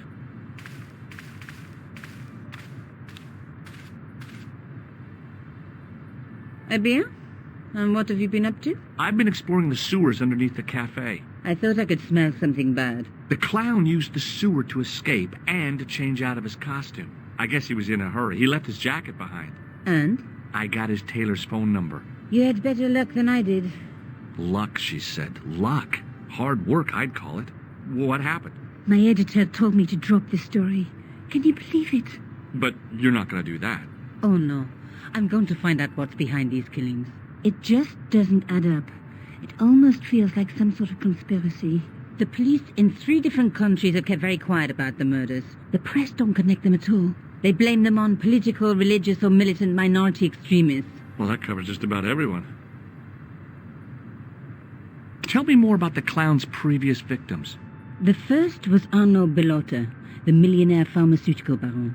He made his money from amphetamines in the post-war slimming and diet boom. Imagine it, millions of housewives literally speeding their butts off. The only witness in the case was his Filipino au pair. She swears he was lured to his death by a snowman. What about the clown's second victim? Yamada, the controversial Japanese politician. He inherited his fortune from his father's electrochemical consortium. How did he die? At the hands, or should I say flippers, of a giant emperor penguin. A snowman, a penguin, and now a clown. I had been about to add mime to the list, but stopped myself. I really didn't want to have to explain to George about my father's involvement with Cachon. You know, I hate to admit it, but this is scary. And I'll tell you this, I will not be accepting any invitations to costume parties. I don't blame you for being scared. I am too. But this story could be my only chance for a big break. Or an early death. Tell me more about yourself. There's nothing much to tell. Well, how'd you get into photography? I guess I owe that to my father. He bought me my first camera. I was 8, and my parents had just split up. Did you live with your father? Yes. My mother went off with her new boyfriend. I didn't mind. Papa was all I needed. 4 years later, he died in a plane crash. Oh, I'm sorry. It's all right. I don't mind talking about him. He was more like an older brother, really. Always joking and laughing. Papa always wanted me to study art. That's why I went to college. Did you learn about photography at college? God, no. I couldn't afford the materials. We were billed for everything we used. Paint, canvas, paper. Most of my year turned to minimalism. It was cheaper. I used to go poaching in the park for squirrel hair. The only time I wasn't hungry was the term I did printing. I used to eat the potatoes. You're making fun of me, aren't you? Oh, no. I found this false nose in the sewer. Hey, what's this inside it? The contents of someone's nose? Don't be cross, George. It says Larisse du Monde. Masks and costumes. It's a costume shop near the Gare Saint-Lazare. I'll check it out. Maybe the owner remembers who hired the clown costume.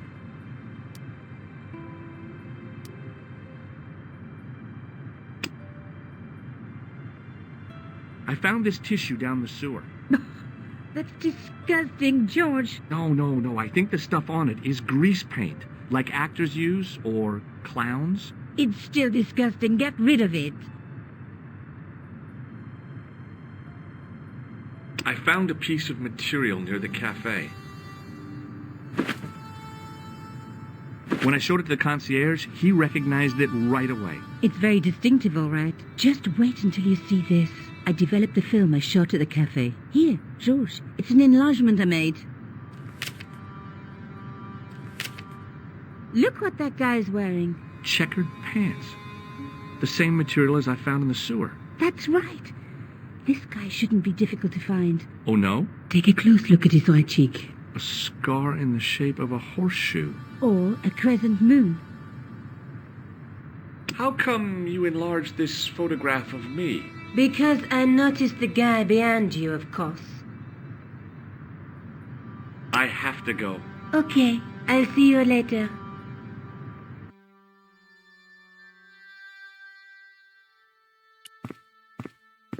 Oh, hi. Bonjour, monsieur. How's your girlfriend? She's not my girlfriend. Maybe not yet, but I see your paths entwined in the future. I doubt it. Do you recognize the man in this photograph? Oh, what a hunk. He's a killer. I can see that.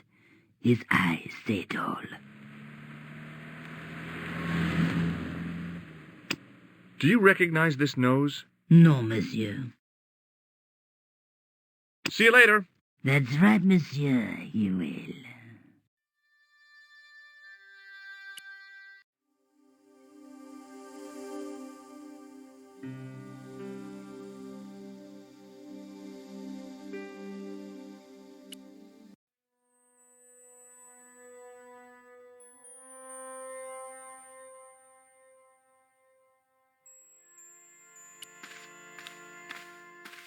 Excuse me. Bonjour, monsieur. Please, come in. Welcome. Leave the mundane world behind, for in these four walls, fantasy is king. I don't want a costume. Didn't you ever dress up when you were a child? Not that I remember. Incredible! You'll be telling me next that you never shared your elder sister's lingerie. I don't have a sister, and I think I'd look pretty silly in a brassiere. I just need some information. Of course. How can I help you? Do you want this red nose back? Not after it's been worn, thank you. I'm looking for a man who hired a clown costume from you. Oui, monsieur. I do not see how I can help. Don't you keep a record of costumes that you've rented out? Of course, monsieur, but... Well, then, I'd like to check your records. Give me the names of everyone who's rented a clown suit. Impossible. There are too many. Have you heard of a man named Plantile? I do not recall anyone of that name. Do you recognize this man? Oui, monsieur. I sold him some grease paint. Does this dirty tissue mean anything to you? Let me smell that.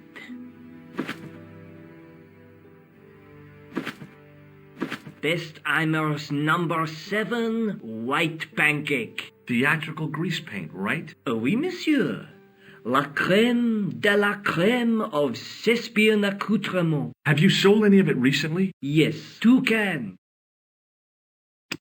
Do you recognize this man? Ah oui, he was here this morning. That is the man to whom I sold the grease paint. I remember the scar on his face. He chose 2 costumes, Bozo the clown and Seamus the pixie. A pixie? Very smart. Green silk with a taffeta lining. He gave me his name as Monsieur Khan. Thanks for your help, buddy. My pleasure, monsieur. Allow me to shake you by the hand. Huh? Well, okay.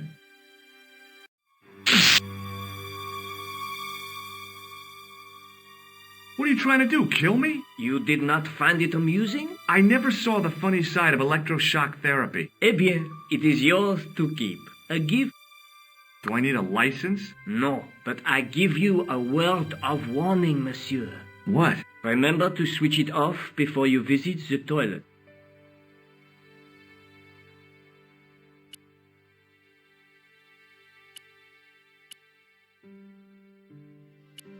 It was the shake and shock buzzer I'd been given by the man in the costume shop.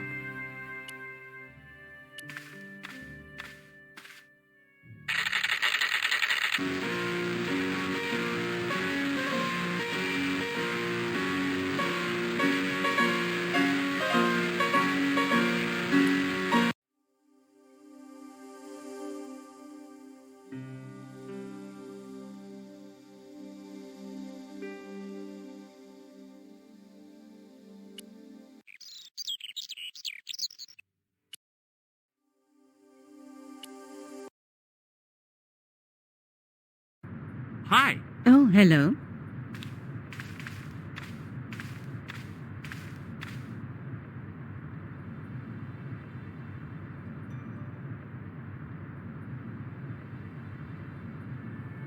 I have to go. Okay, I'll see you later.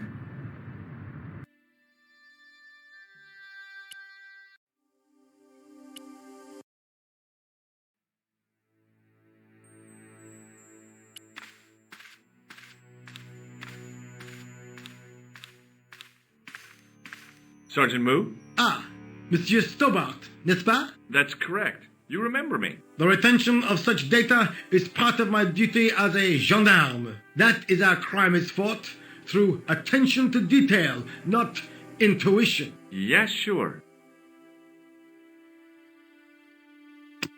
Do you recognize the man in this photograph? No, monsieur.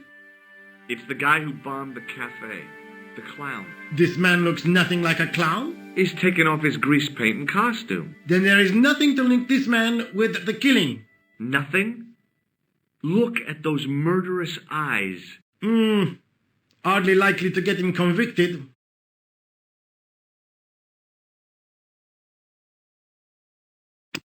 I found this red nose in the sewer. What were you doing down there? Fishing for clues. That's where the clown went. You still insist you saw a clown, monsieur? Of course. And this novelty nose proves it. It will take more than a plastic proboscis to convince Inspector Rousseau. You don't want this as evidence, then? Certainly not, monsieur. Is Rousseau here? Yes, he is. You wish to speak to him? Yes, I do. One moment, monsieur. It's Stobart, monsieur. He insists on talking to you again. Did he say what it was about? No, monsieur. Very well.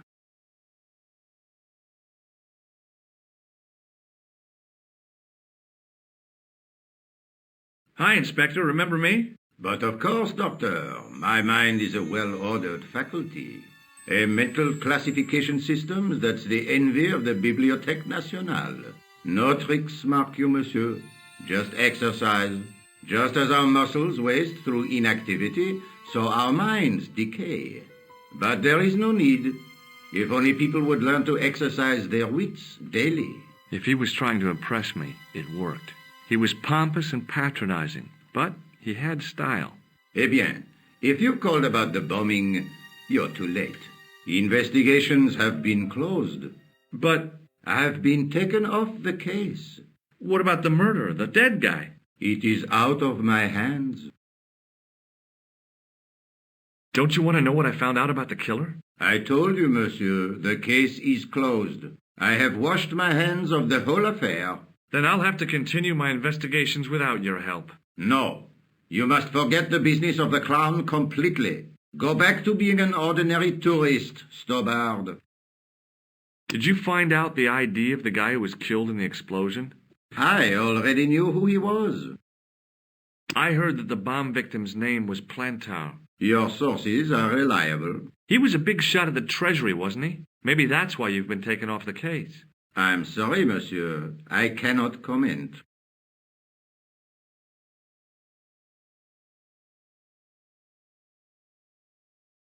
So long, Inspector.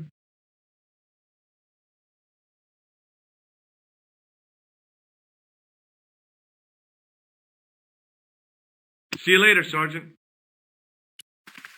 It was just some police paperwork, a search warrant.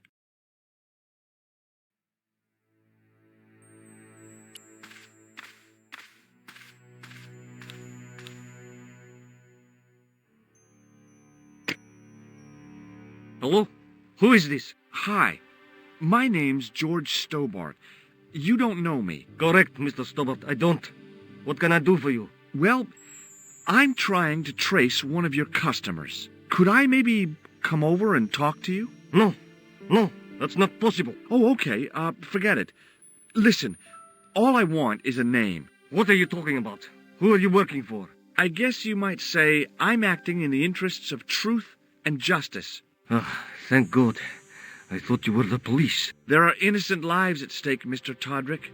Lives that you could save. You're collecting for charity, yes? No, I'm not.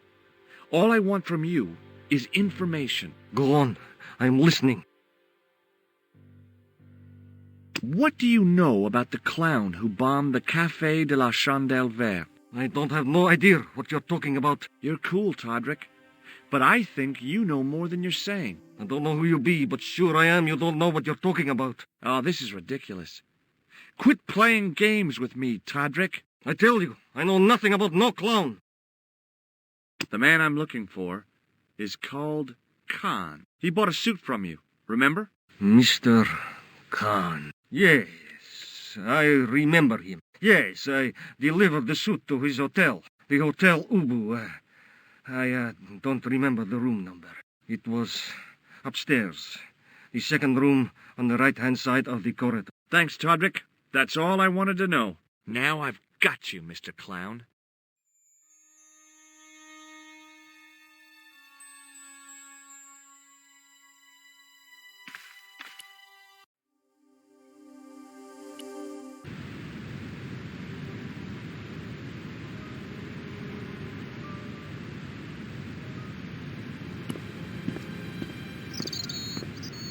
Excuse me. Yeah?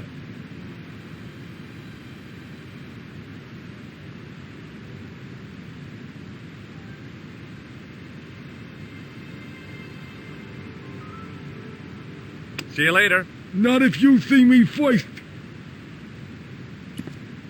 Excuse me. Yes?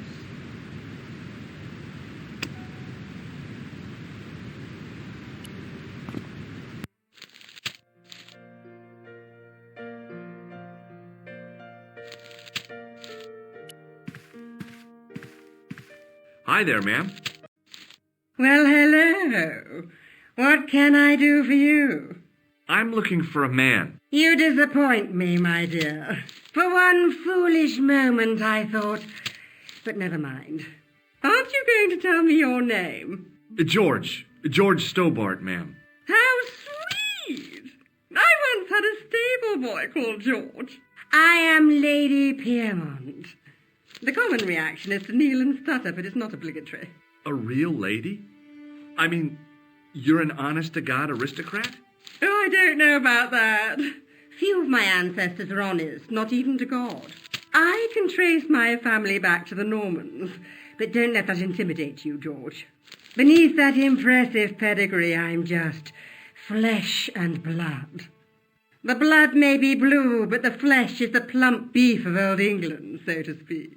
You appear distracted, George. Is there any way I can help you? Did you know there's a gangster out front? What makes you think he's a gangster? The Italian suit and the bulge in his pocket? I know plenty of men with Italian suits and bulges in their pockets. That doesn't necessarily make them gangsters. I'm looking for a murderer. Good heavens! You're a private detective. That's correct, ma'am. What's the term you Americans use? It's on the tip of my tongue. I believe what you're thinking of is Dick. Precisely. Have you come across a man who calls himself Khan? I am familiar with only one person named Khan. Genghis Khan, the legendary Mongol barbarian chieftain? No, darling. Kevin. Kevin Khan? I never heard of him. I'd be most surprised if you had, darling. He's a pharmacist in Hemel Hempstead. Organises fundraising for the Rotarians. Lovely man. Does he have a scar on his cheek? I really wouldn't know, sweetie. Do you recognize the man in this photograph? My God, it's him! That's Merlin. She represented everything I loved about the English. The lady was totally deranged. Merlin? You mean King Arthur's wizard? Good heavens, no! Monsieur Merlin is a fellow guest. The man you know as Merlin is a fake. What do you mean, sweetie? He's a murderer. He also uses the name Khan. I am shocked, Mr. Stobart. Shaken. I took him to be a gentleman, a man of honour. Do you know, I'd rather like to assist you in stitching him up.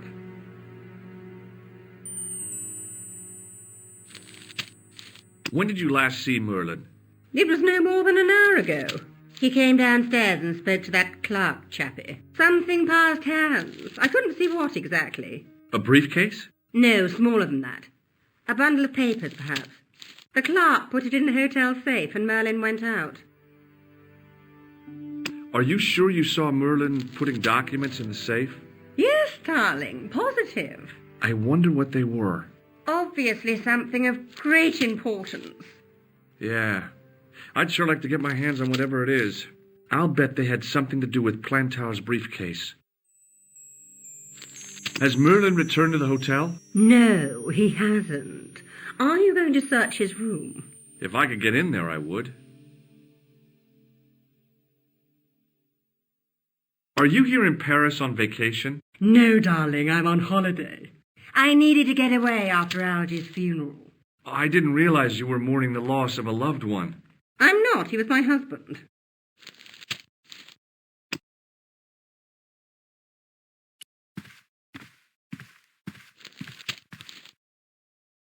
Excuse me, didn't I see your picture in the news?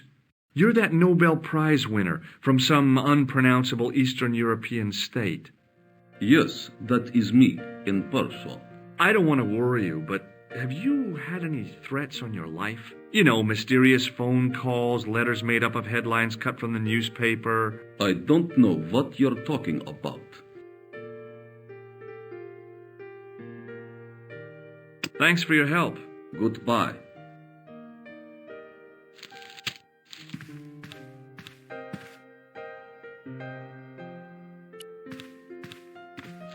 There was no one registered under the name of Khan, but the name in the book for room 22 was Merlin.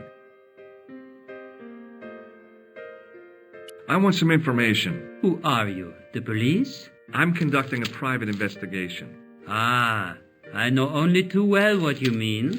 That is one of the drawbacks of the catering business. When people book into an hotel, they leave their morals at home, no? Do you have a guest by the name of Khan? No, monsieur. Perhaps you would care to check the register. I already did. Alors, you know I am telling the truth. May Saint Armand strike me down if I lie.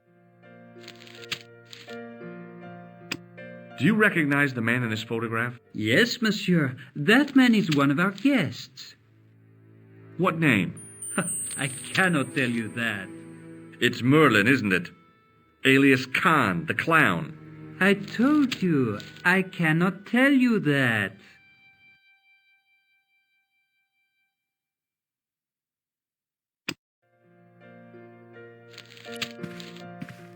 Excusez-moi, monsieur. What? You are trying to steal that key, no? No way.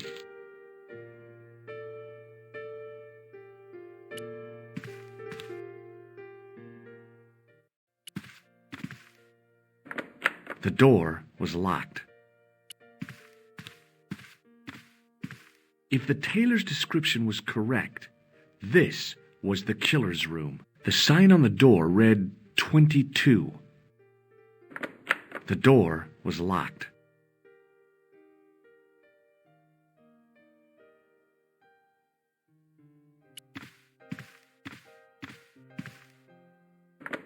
The door was locked.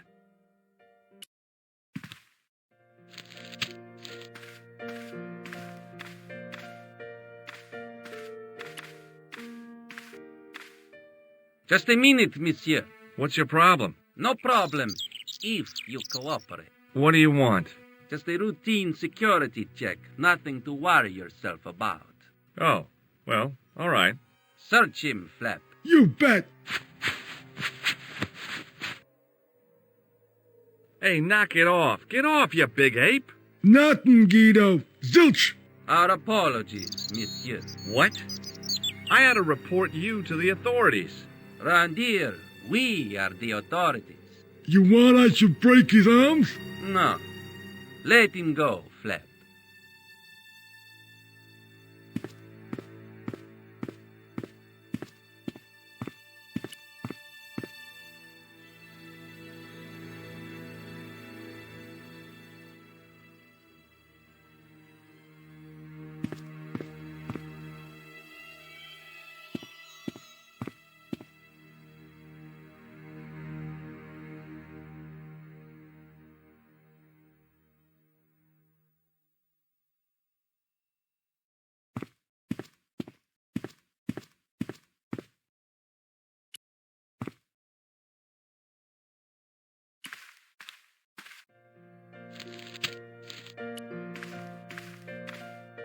Hi, ma'am.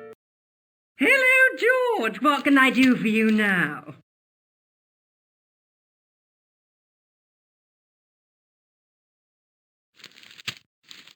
That gangster I told you about? He went through my pockets just now. Good heavens! One never knows what to expect in foreign parts. Thank you for the warning, young man. I shall hide my credit cards in my underwear. Did I show you this photo? Yes, darling.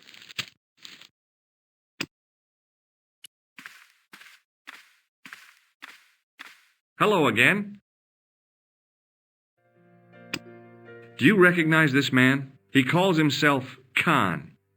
Yes, I know this man. Why do you carry his photograph? I'm a private detective. What's your interest in Khan? He is an enemy of my people. You know he's a killer. Of course, amongst other things. Would you help me investigate Khan? That is not possible. My instructions are to observe. I cannot jeopardize my position as an honored guest of this country's government. Have you seen a clown?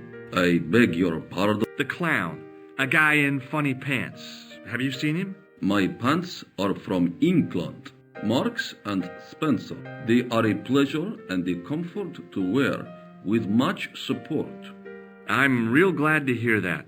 You know, it's good to know you Nobel Prize winners are human too. In my country, the people make do with string and egg cartoons. For pants? For everything. Oppression is the mother of ingenuity. Do you know a guy called Plantow? I don't know anybody in Paris. Oh, well, this guy's dead anyhow. Why do you ask me about dead men? I have seen enough of death to last me a lifetime. I'm, sure you have. Thanks for your help. Goodbye.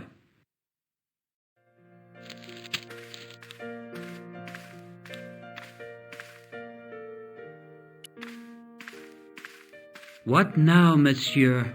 I've just been manhandled by a gorilla. Yes? I do not see any signs of a gorilla. No, not a real gorilla. It was a guy who looked like a gorilla. It happened right out front of this building. Let me get this quite clear. Are you complaining or bragging? I want to know what you're going to do about it. The scrawny one has a gun. I suggest you contact the police. Can't you do anything about them? What goes on in the streets of Paris is hardly my responsibility.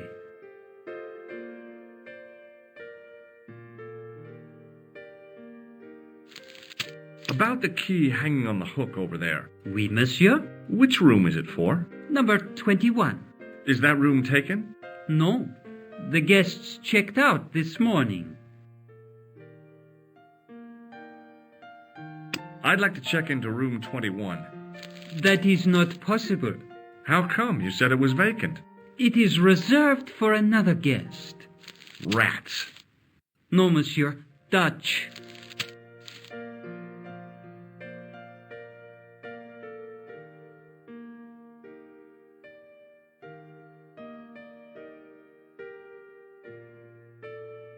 I'd like to retrieve something from your safe.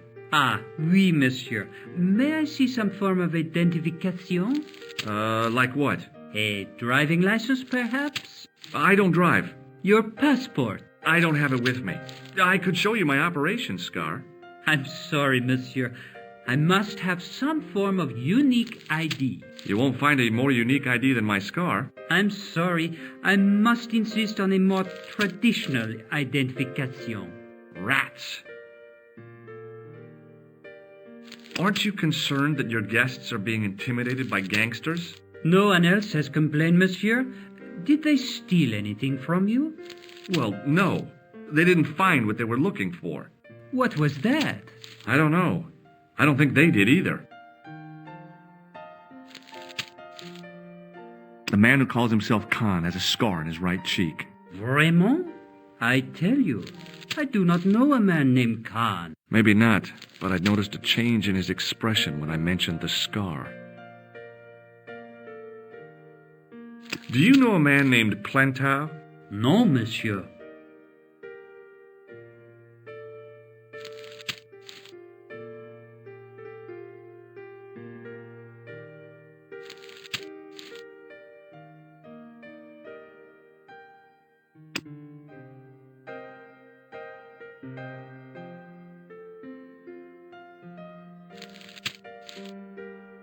There was no one registered, but the name in the book for room 20.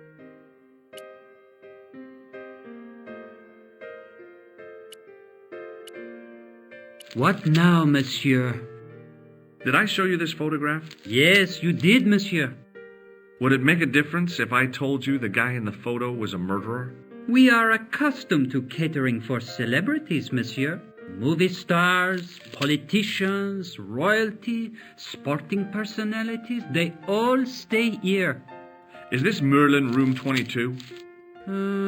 I couldn't say. It's a bad likeness.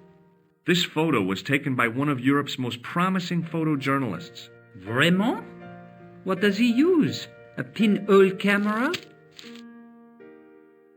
Hey, shake my hand. I'd rather not, monsieur. I'm still sore from the shock administered by one of the guests. He was secretly concealing an electrical device in the palm of his hand. Practical jokes are so puerile, don't you think? Oh, yeah, sure.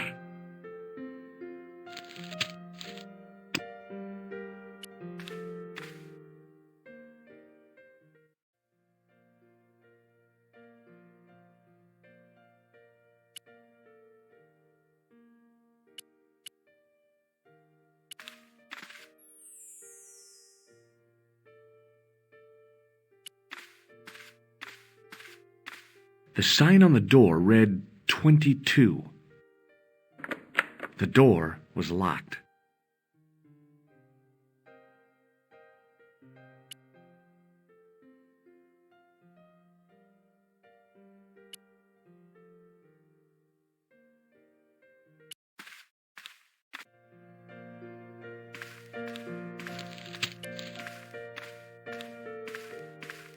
Hi, ma'am.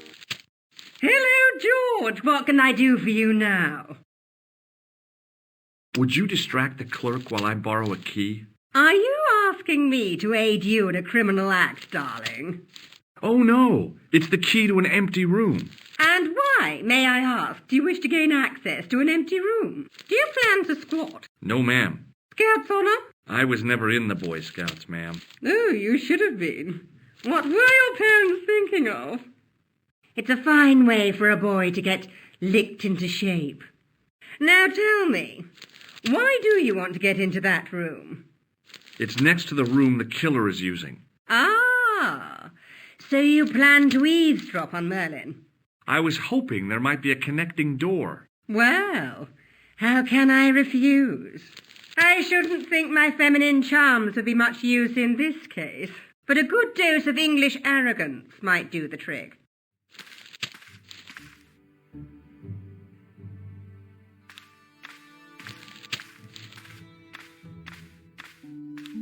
I say! You there? Flunky! Oui, madame. Listen carefully. You do understand English, don't you? But of course, madame. Good. I wish to deposit some jewellery for safekeeping. I understand. Are you quite certain? Oh, bien sûr, madame.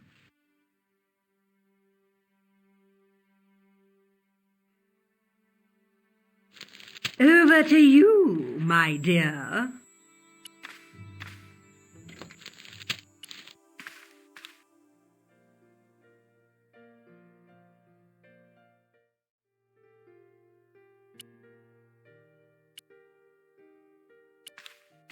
Maybe it wasn't the right room, but this was the right key.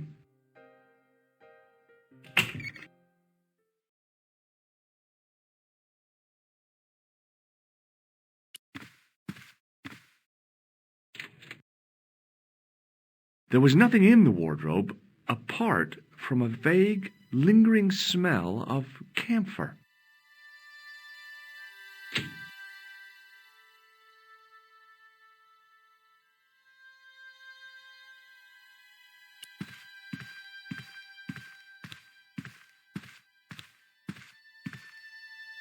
The cabinet was empty, but it smelt of onions. No kidding, it really did.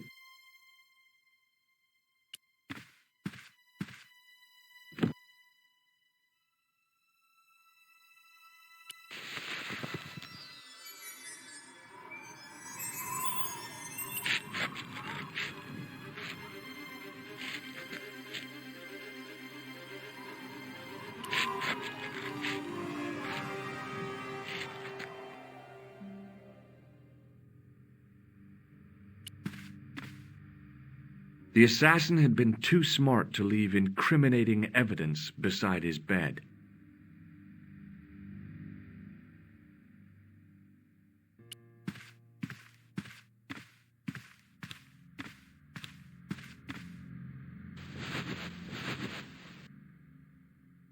The bed was freshly made, and the crisp white sheets told me nothing about the killer's habits.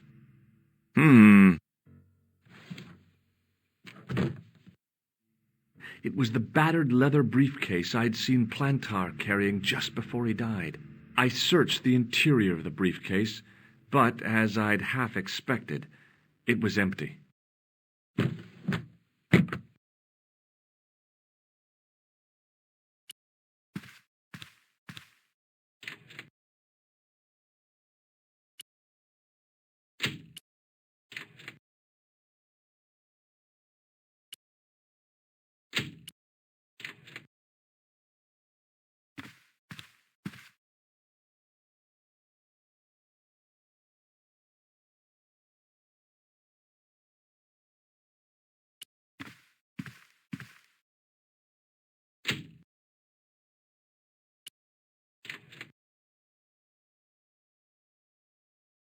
The closet was a solid, impressive piece of antique furniture.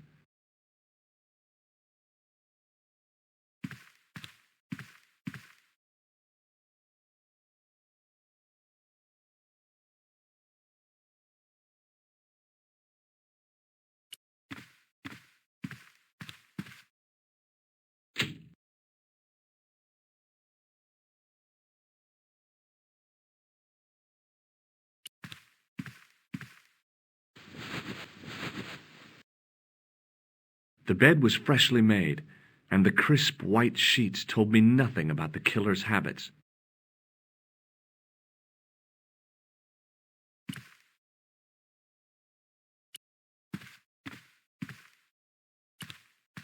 It was Khan. I had the kind of feeling in my stomach that would usually send me running to the bathroom.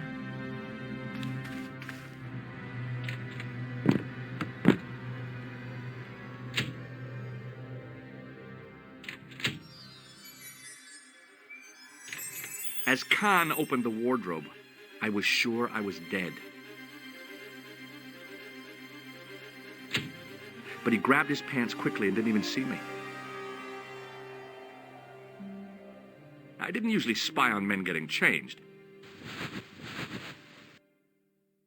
But this guy was a killer, and I didn't want any surprises. He left his checkered pants on the bed.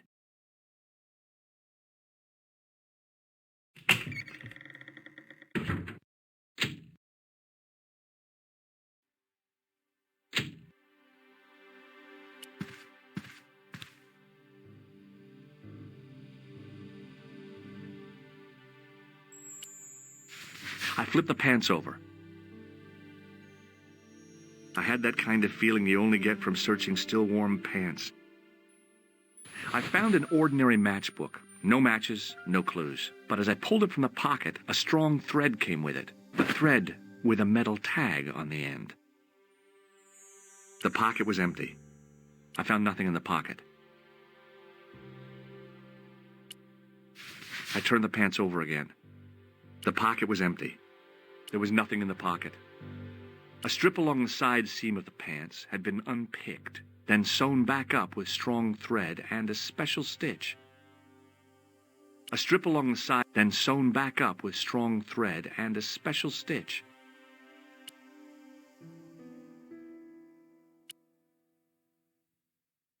There was nothing in the pocket.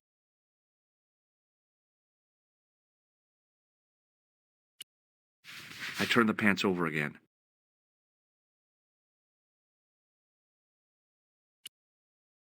I pulled on the metal tag and the thread came out of the pants. It was like pulling out a ripcord. The pocket. I turned the pants over again. I searched the pocket gingerly and found a pass card. It read, Thomas Merlin, Gruber Electronics Corporation.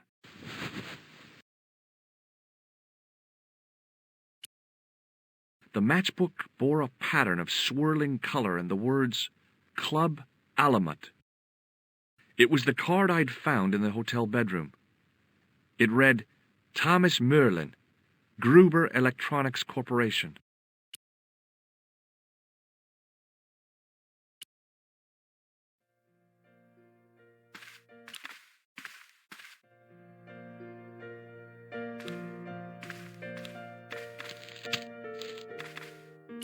What now, monsieur?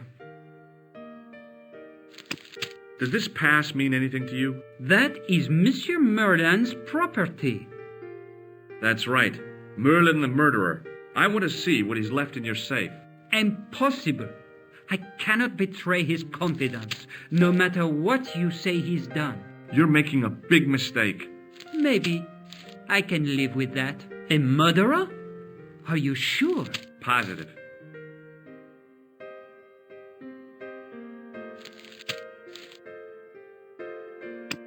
Does this matchbook mean anything to you? No, monsieur.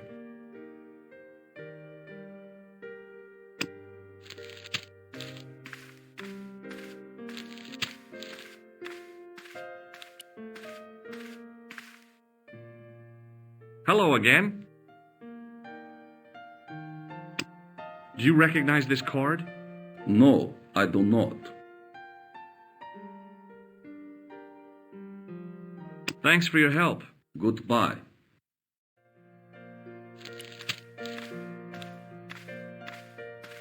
Hi, ma'am. Hello, George. What can I do for you now? I found this pass in Merlin's room.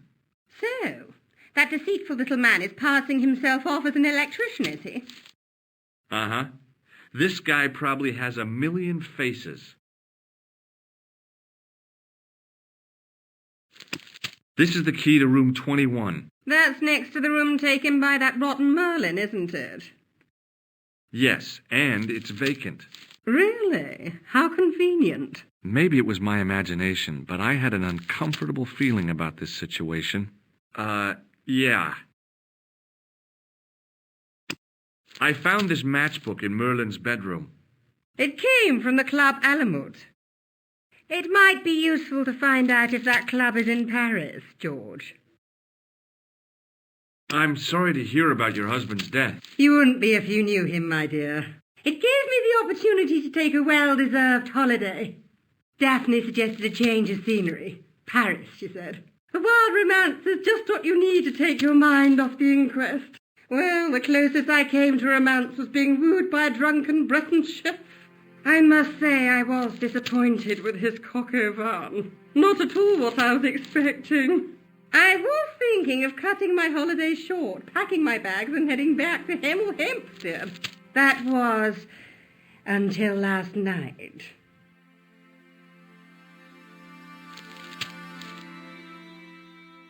I showed the pass to the clerk, hoping he'd give me Merlin's papers, but he wouldn't buy it. He's too scared. I'll give him something to be scared of. Follow me, George!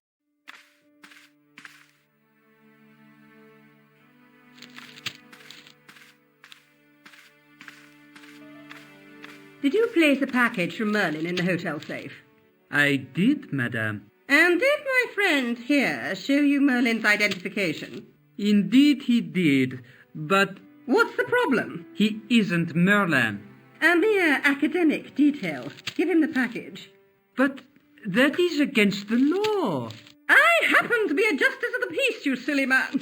I am the law. If he tries anything, shoot him, George. My pleasure, Lady Piermont.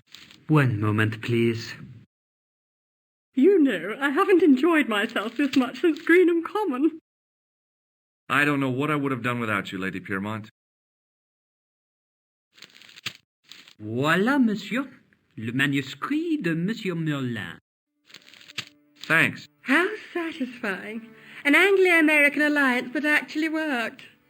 The clerk had given me a tightly rolled sheet of parchment. I decided not to unroll it until I was safely back in Nico's apartment.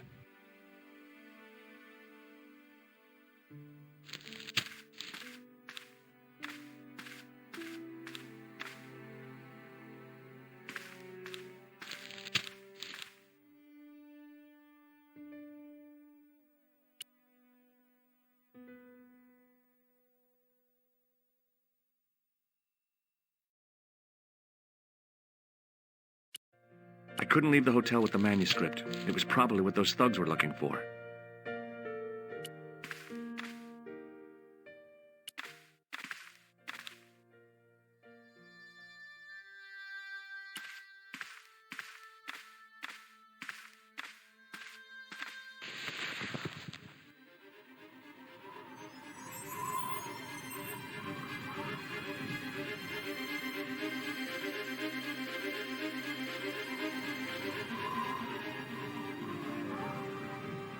The cobbles of the alleyway looked very distant and very hard.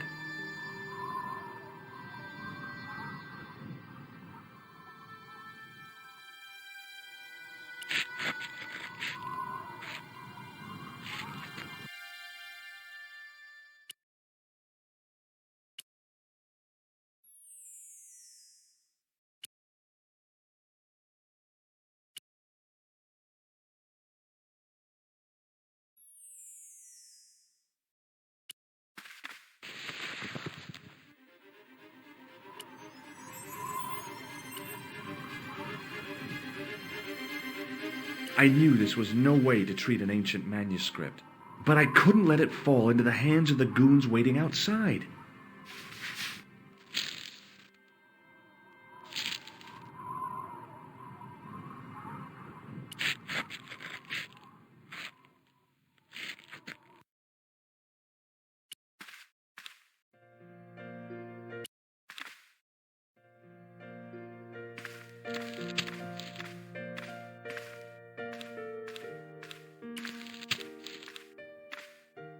Hold it right there.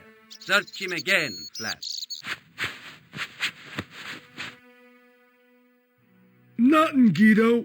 Okay, let him go.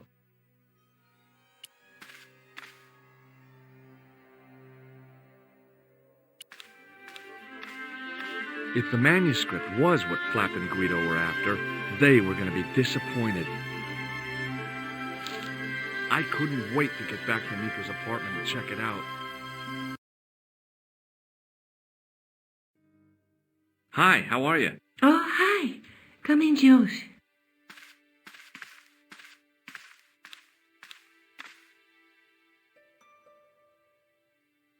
You're just not going to believe what I've found. It's not another part of the clown's costume, is it?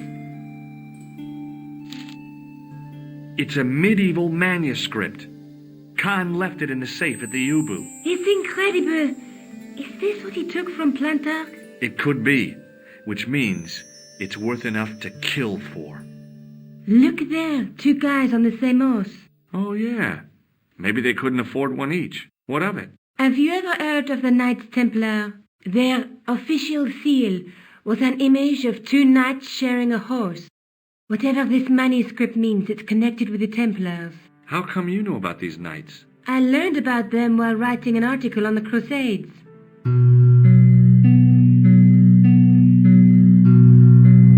This guy, named Hughes de Payen, arrived one day at the court of King of Jerusalem. He offered to protect the Christian pilgrims from the displaced Muslim armies. The king would be able to guarantee safe transit to Christians in the Holy Land. Safer journeys meant more pilgrims, and pilgrims meant trade and wealth. The Templars proved invaluable to the king as a mercenary army. It was said that they never asked how many the enemy numbered, just where they were. And as the years went by, the Templars grew in wealth and numbers. They were so rich, even kings came to them for loans. But at the height of their power, they fell foul of the King of France. He rounded them up and turned them over to the Inquisition. Thousands of Templars were subject to torture and confessed to heresy. Of course, at the hands of the Inquisition, there wasn't much they wouldn't confess to.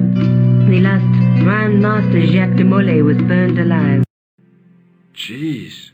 So the treasure is hidden, waiting to be discovered? If there ever was a treasure, it's been lost for 600 years. Anyway, we're supposed to be investigating a serial killer, not a medieval treasure trove. But maybe that's what the clown and his accomplices are after.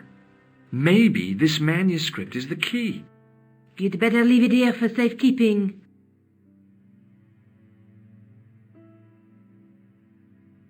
Let's take another look at the manuscript. A knight with a crystal ball. Now, there's something written on the scroll beside the knight. Yes, but it's written in Latin. Per disciplinam mea lux videbis. By my teachings, you will see the light. You speak Latin? Where did you learn a trick like that? A trick? I studied law, okay? I can read Latin. My, you're touchy. Tell me that again. There's a guy with a sword and a bull. The only mythological bull I know of is the Minotaur, but he was only half bull. I don't think I'd like to be half a bull, even if it was the bottom half. What's that object between them? It looks like a gem on top of a tripod. There's a guy working on a loom. He's weaving a carpet or a tapestry. Or a duvet cover. It's a clue to a place, I reckon. Somewhere famed for weaving and ships. Where folk live in barrels? It beats copper boxes. There's a woman looking at her reflection in a mirror, but the reflection has 3 hideous faces. She reminds me of the wicked queen in Snow White. She was the one who said, "Mirror, mirror on the wall," wasn't she? She made me cry so much when I was a kid. Mom carried me out of the movie theater. She didn't frighten me in the least. Like I said, I was only a kid. I didn't like the crocodile in Peter Pan either. Look there, 2 guys. Let's face it, we need help, George. Someone who knows about these things. Who do you suggest? Indiana Jones? I know a guy who specializes in medieval studies. His name is Lobineau. Huh. Some stuffy old fossil who gets horny over ancient relics, I suppose. Far from it. André isn't the stereotypical professor you have in mind. Where can I find this Lobineau guy? At the Krone Museum. I'll give you the address. I found this in the killer's room. What is it, a credit card? ID, Thomas Merlin, of the Gruber Electronics Corporation. Never heard of him, or the company. I found this matchbook in the killer's hotel room. It's from the Club Alamut. Never heard of it. Is there anything written inside it? No, what were you expecting? If this was a movie, there'd be a clue, a name or an address. That's no use. There aren't even any matches in it. Oh well, I'll keep it as a souvenir. I have to go. Okay. Don't forget to look for Lobineau at the Krone Museum.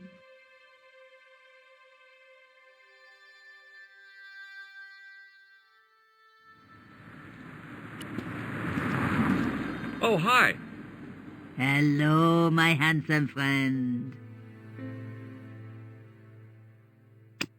Does this matchbook mean anything to you? No, but I can tell you one thing. There's no such place as the Club Alamut in Paris. See you later. That's right, monsieur, you will.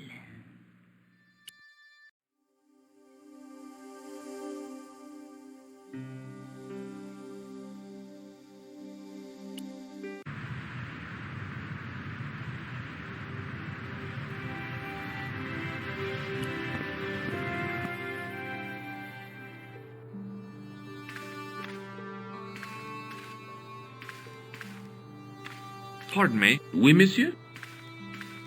Are you Lobineau? Oh, no. Fancy you mistaking me for him. No. I am the deputy custodian. But Lobineau does work here. Work? I wouldn't go so far as to call it that. He studies here most days, but as you can see for yourself, not today.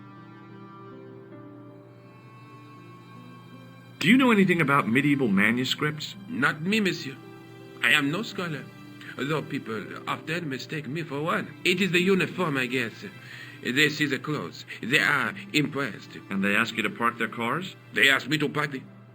No. They assume I am an authority on the exhibits in my care. Whereas you know next to nothing about history. Of course not. All I am saying is, I am no scholar, not like Monsieur Lobineau.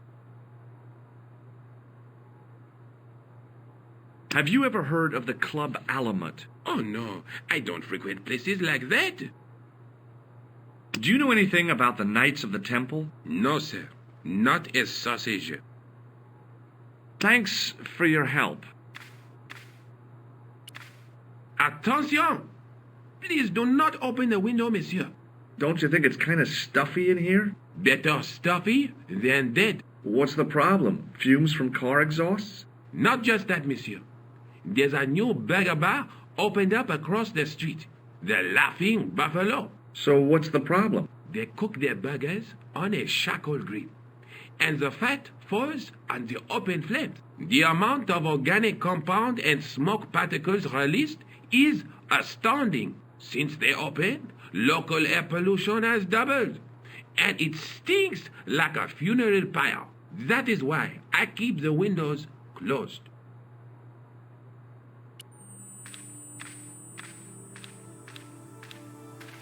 In the case was a spindly tripod, blackened with age and pitted with rust.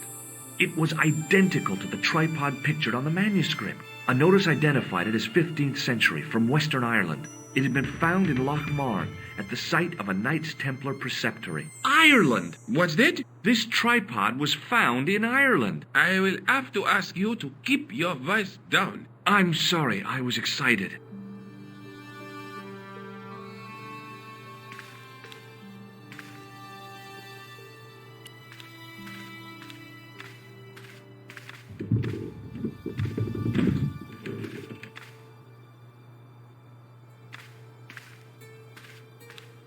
The totem pole looked distinctly out of place in the setting of the museum.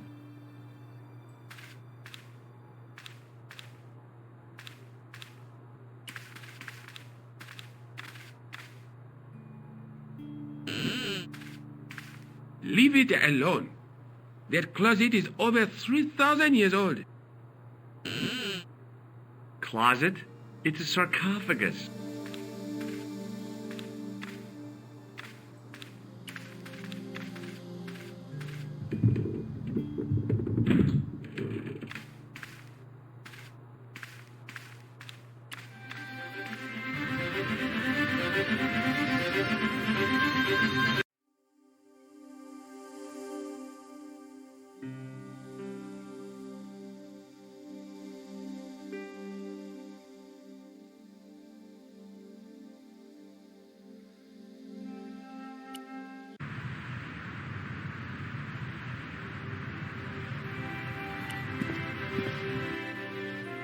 Pardon me. Oui, monsieur?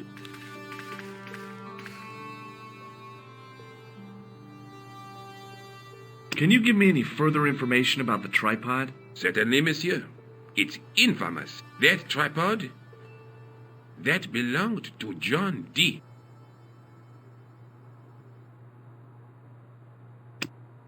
Do you recognize this ID pass? No. Do you recognize the man in this photograph? No, monsieur. Is there any reason why I should? I guess not. Thanks for your help.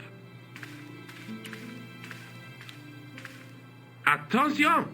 Don't you think it's kind of better? What's the problem? No. So they cook their since they open. That is why.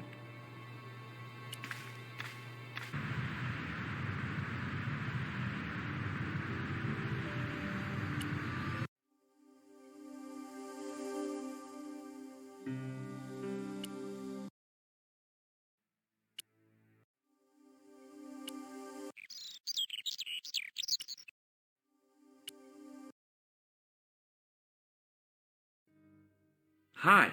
I've been to the Kroon Museum. Did you speak to Labinot? No, he wasn't there.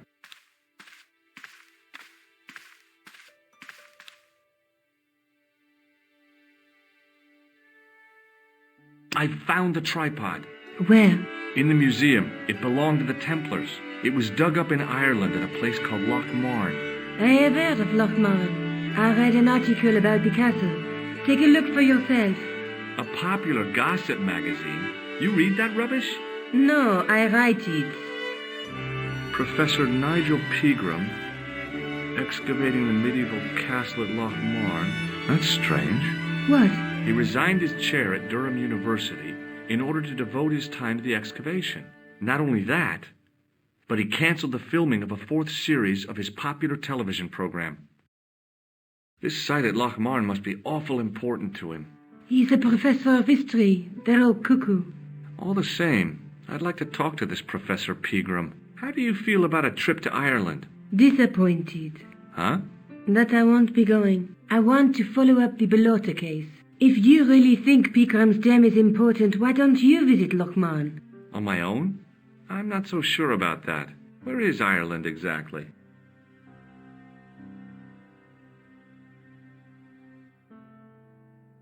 Let's take another look at the map.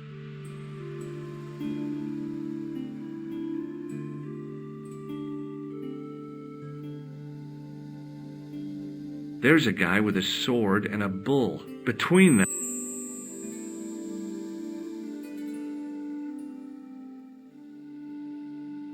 Look there, 2 guys. There's a guy working on a loom. There's a woman looking at her reflection in a mirror, but the a knight with a crystal ball. The knight scroll bears a phrase in Latin. Through my... Do you have a boyfriend? Not anymore. There was someone. A guy in my final year, but it didn't work out. Neither did my degree. I'm sorry. I'm not. Have you found out any more about the murders? Well, it may be nothing, but both the clan's victims visited Paris earlier this year. When? The 2nd week of July. They were both here at the same time. Did they meet? I don't know, but I can't imagine it was coincidence. Tell me more about your family. When I was a little girl, I used to spend the winter with my grandfather and grandma. They were the best times, warm and safe in their tiny cottage. My grandfather rolled cigarettes while Grandma made hot chocolate and cakes. One day, he stopped his scrolling. He put the lid back on his tobacco jar and took me in his arms. I laughed and wriggled, but he hushed me to be silent. With his unshaven chin all scratchy in my ear, he told me his secret. What did he say? He said, I don't smoke, but she likes to think I do. What a weird old man. Don't call my grandfather weird. He was the nicest guy ever. I wish I was back in that cottage instead of this crummy apartment in this noisy city. How come you enlarged this photograph? Because I noticed... I have to go. Okay, I'll see you later.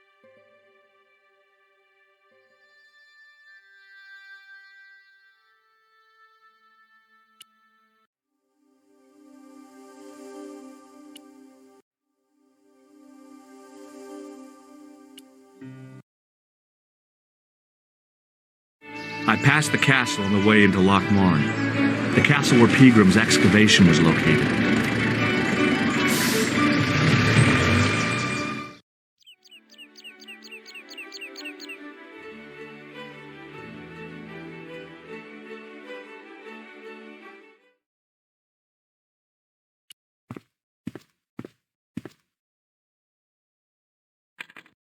I tugged at the trapdoor, but it was locked from the inside.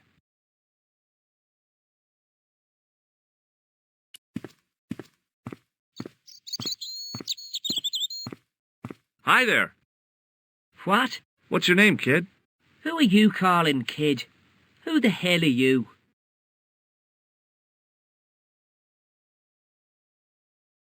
I'm George Stobart, and I'm with the good guys.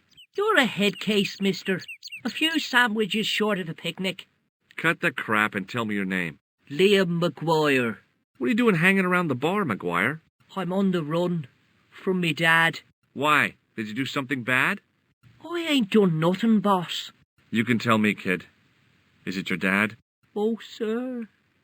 He drinks every last penny down his evil throat. And there's me poor old mother, bedridden and dying of presumption. I tried to buy her medicine. Chopped firewood for Father Mahoney till me fingers bled. The old skinflint cheated me too. But I took the pennies he gave me back home. Look, Ma, says I, see what your darling son has earned with his own sweat and blood. When suddenly, me dad appears and grabs the loot. I'm off to Dublin, heavy drinking, says he. Watch out till I get back. That's why I runned away. Something in the grin on his face told me he wasn't being strictly truthful. Compared to him, Huckleberry Finn was a candidate for Altar Boy of the Year. What can you tell me about the castle, McGuire? What do you want to know? Well, can I get inside? No, it's locked up. Does anyone live there? No. Only, what do you want to know? Oh, nothing. You know something about the castle you're not telling me, don't you? No. What is it you're covering up? Is it something you're scared of? I ain't scared of nothing. Have you ever seen this man before? What a slimy character. No, I never seed him. Do you know a man called Pegram? Can you describe him like on the telly in the cop shows? He's an English archaeologist. I know the man you mean if he's the one. Can you tell me where I'd find Pegram? No, I can't, 'cause he's not here now, but if I sees him, I'll ask him. I'll give you one last chance to tell me about the castle. Oh, yeah? And what if I don't? Then I'm taking you back to school. Oh, there's a ghost. It's called the Phantom o' Loch Man. You're not telling me you believe in ghosts, are you? Mister, I seen it with me very own eyes. Last Tuesday night, I went up to see what that dig was about. I just reached the top of the wall when I hears this awful noise. What sort of noise? A horrible snuffling and snorting, like O'Brien's pig, only worst.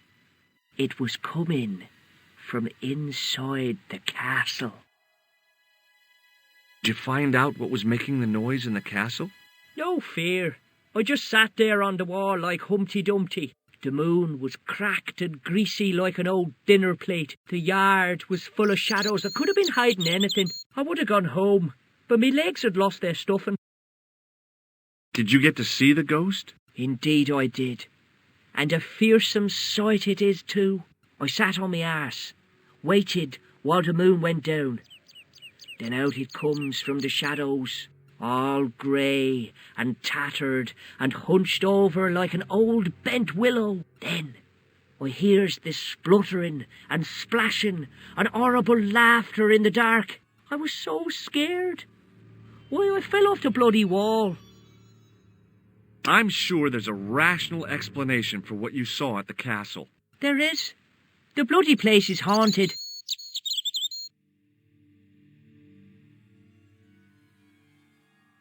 See you later, kid. Okay, mister.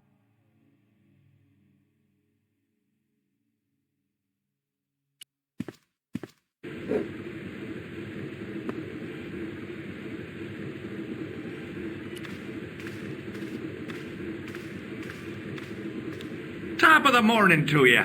I beg your pardon. Well, that's what you Irish say, isn't it? Do you want something? Or are you just flaunting your xenophobia? Well, I was trying to be sociable. Is it a room you're after?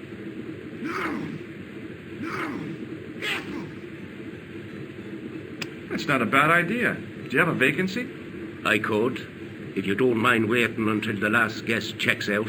No problem. When will that be? When the undertaker comes to collect him. I'll try a glass of beer, please. Is this your first pint of real ale? Well, I guess so. What's real ale, anyhow? Beer that's brewed from natural ingredients to traditional methods. It shouldn't be kept under pressure or refrigerated. And finally, it should have a good body and distinctive character. In other words, it's flat and worn with bits in, and it makes you fall over.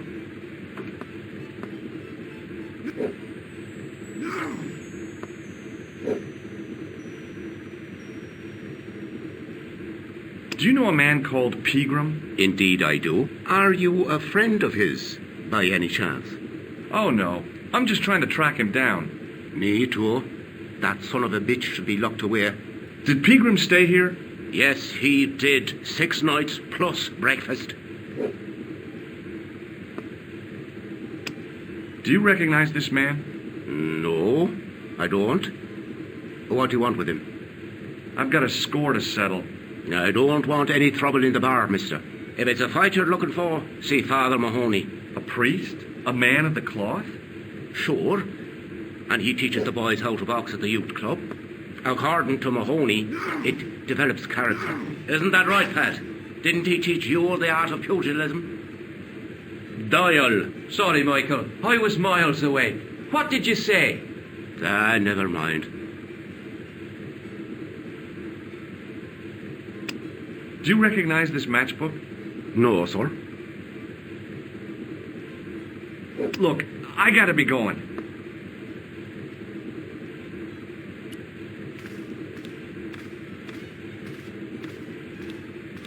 My name's George. Pleased to meet you, mister. My name's Fitzgerald. Can I get you another drink? Oh, no, thank you. I shouldn't be drinking at all. I'm on tablets for my nerves. More than a pint and I'll pass out. What can you tell me about the castle? There's nothing there. Just an old ruin. How old? I really couldn't tell you. Have you ever explored the castle yourself? I used to play there sometimes, when I was a kid. Then one of the little ones fell off the wall, broke his head and died. We didn't go there anymore. You haven't been up there recently? No. Do you know Professor Pegram? He's the archaeologist, isn't he? That's right. Did you work at Professor Pegram's dig? What gave you that idea?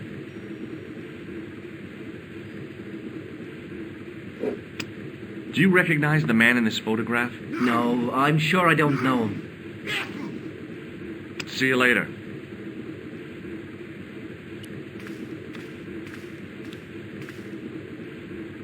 It was a beer-stained piece of toweling.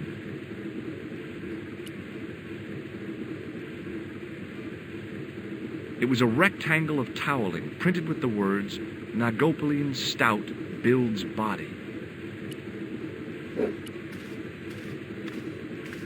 Hi there, old-timer. What?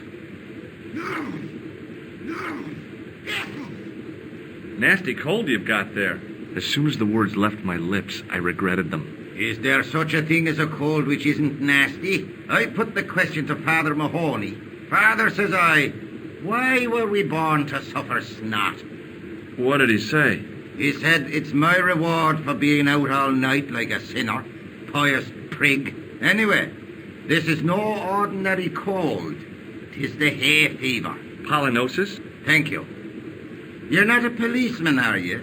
Excuse me? Police? No. I'd know it if you were. Can I buy you a beer? Very kind, I'm sure. But I don't drink the stuff Leary sells. What's wrong with it? I've seen what it can do. Can you tell me how to get into the castle? Don't even think about it, me bucko. Lochmarn Castle is haunted. That's what the kid outside told me, but I don't believe it. Then you're a fool. Ghosts don't bother me. I still want to visit that castle. You can't. It's not open to the public. There's no one around to stop me, is there? That's right. Nothing human, anyhow. Have you ever seen the ghost? To be sure. With me very own eyes. Can you describe the ghost? It was horrible. A wee stunted beast, long beak, straggly, flappy wings. Are you sure it wasn't a wild animal?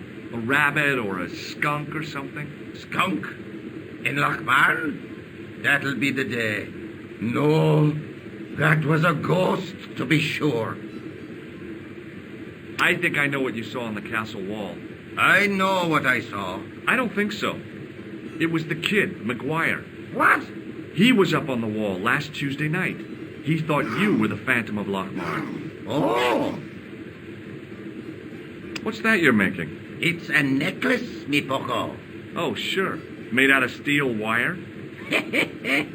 That's right. A necklace for my pretty one. When my little lover feels it round her slender neck, she'll be mine. All mine. Do you know Pegram, the archaeologist?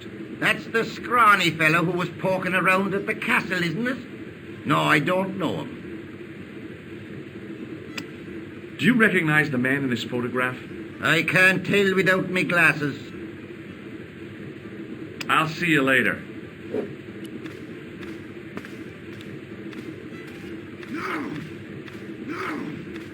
Hi, my name's Stobart, George Stobart. Hello there, mister. What can I do for you? Can you tell me anything about the castle on the hill? Oh, I don't know much about anything. You should ask Mr. O'Brien here. He does joined up writing. Would you be one of them history fellas yourself? That's right, Professor Stobart, Miskatonic University. You're an archaeologist, and you're asking us about the castle. Excuse me, Mr. O'Brien. The gentleman was talking to me. How come you didn't leave with the others? I didn't know they'd gone. Oh, yes. Packed their spades and shovels and away they went. Seems I missed all the excitement. What excitement? Do you know Professor Pegram? Do I know him? Do I know the good professor himself? No, I don't. I mean, I know who he is, but I don't know him to talk to. Do you know anything about Pegram's excavation? Only that he didn't have the right tools for the job. What he needed was shovels and a JCB. Pegram was digging for historical remains, not coal. Is that a fact? What the hell for? It's the science of archaeology, Pat. Understanding how people used to live by what they've left behind. One day archaeologists might be digging up our remains. Imagine that, Mr. O'Brien. I wonder what they'll find. Well, it won't be arrowheads and beakers. Fast food cartons and flavoured condoms, more likely.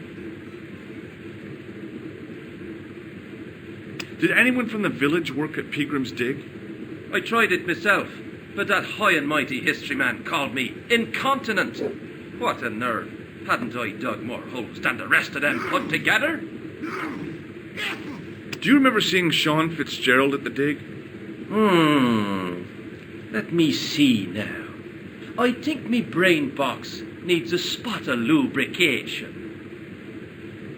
Can I buy you a drink? You most certainly can. Give me a drink for my friend here. Who, Doyle? Has he conned you into buying for him? Shame on you, Patrick. Same again. Just a point this time, Michael. 1 point of brown coming up. Do you remember Sean Fitzgerald now? I can picture the scene as if it was only last week. Come to think of it, it was only last week. Fitzgerald was there all right. Him and a bunch of students. He was speaking with the boss man. Do you recognize the man in this photograph? It's a handsome mug on that fella, to be sure. Is he a film star? Bye for now. Hello there. My name's George Stobart. Pleased to meet you, I'm sure. I'm O'Brien. Can I help you? What can you tell me about the castle, Mr. O'Brien? It's a fine site now, isn't it? Dates back to the 10th century, you know. Most of the existing building was added much later, of course. Are the ruins open to the public? Oh, no, it's much too dangerous. Anyway, there's nothing of interest remaining. How can I get into the castle? Well, those walls were built specifically to stop people getting in, Mr. Stobart. But I dare say you'll find a way, if you've the will. Do you know Sean Fitzgerald? Yes, I do. What do you want with him? I want to talk to him about working at the dig. I can't imagine anyone employing Sean Fitzgerald on a dig. He wouldn't know a post hole from his elbow. Have you heard of the Phantom? More than that. I've seen it. And let me tell you, it's a dreadful spectacle. So it's not just a local legend. There really is a Phantom of Lochmorn. Oh, no. I was talking about the Phantom of the Opera. Have you ever heard of the Knights Templar? I most certainly have. A remarkable institution. Did you know? They were the originators of our system of credit. Their financial empire stretched from the Atlantic to the Caspian Sea. With bases in so many countries, they had to establish new methods of fiscal transfer. So, the Knights Templar were nothing but a bunch of bankers. I don't get it. Are you saying these Templar guys invented bank charges? In a manner of speaking, I suppose they did. What a dirty trick. Didn't anyone try to stop them? Oh, yes. They were arrested, and many were burnt at the stake. Good. They bloody well deserved it if they were anything like my bank manager. Can you tell me about the tripod which was found at the castle? Now, there's a bone of contention and controversy. It was dug up by an Englishman of the archaeological persuasion. Who was this Englishman? Professor Pegram. The same man who dug up the gem. Do you know where I can find Pegram? You're too late to meet that fella. Is he dead? Not that. But he's gone from the village. A sore point with our esteemed host, I might add. Do you know where Pegram has gone? I'm sorry, but I don't. He upped anchor in the dark and shipped out before the dawn. Why did he do that? Who knows? A guilty conscience or a secret assignation. Whatever the reason, he'll not be missed in Lochmar. Maybe now the fuss about the gem has died down. We can get back to normal. What can you tell me about the gem which Pegram found? Now there's a gem which should never have been taken. A man would have to be full of greed to covet that stone. What's your interest in the jewel? You're not a reporter, are you? Oh, no. Thank the Lord for that. Why has Pegram's departure upset the landlord? He's lost a paying guest. That's why. More than that, there's the question of an unsettled bill. Poor Michael's seen red over the business, and I don't blame him. Can you tell me more about the landlord? Mick Leary? He's what you call a would-be sophisticate. The trouble is, his idea of sophistication extends as far as putting paper in the lavatory. I never worked out why he did that. It's much too dark in there to read. That's true. Have you ever run your hand over the back of the door? The graffiti is written in Braille. Do you recognize the man in this photograph? Nope. I've never seen him before. Goodbye for now. He wasn't listening. He wasn't listening.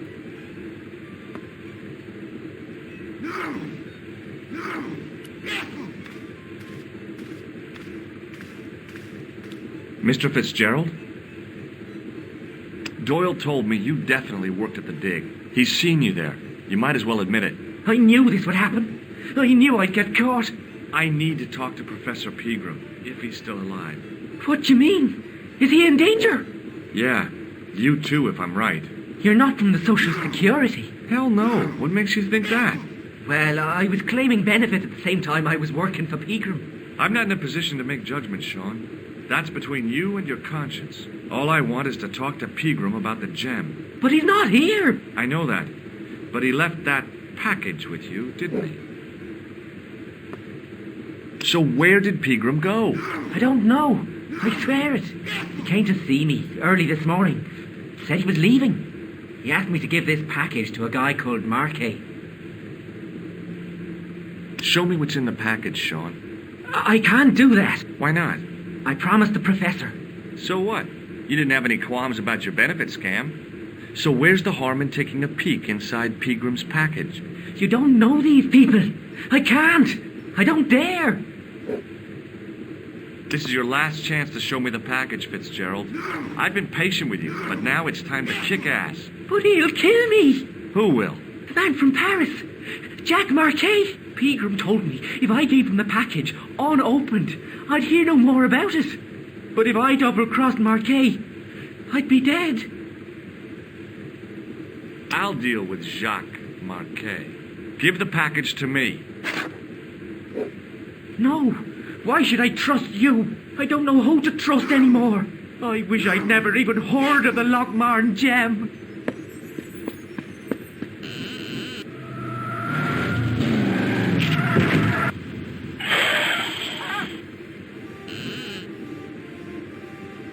Hey, I just seen a big red... Get out of here, Maguire. Come back when you're old enough. What's the lad howling about? A big red sports car. Sean Fitzgerald's been runned over. Get out! Noisy little tyke. Maybe you should send out some medicinal brandy, Michael. Oh, yes. And who's going to pay for it? Not me. Me too, neither.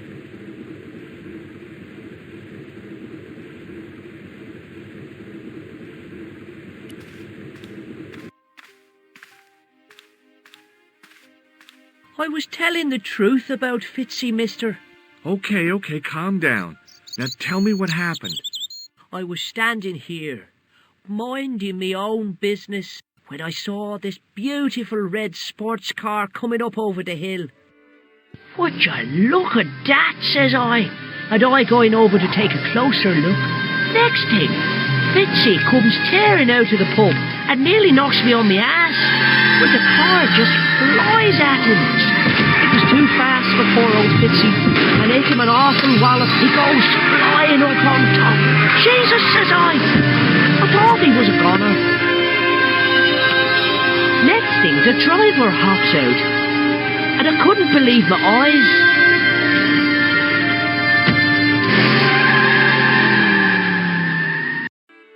He was dressed like a bloody pixie.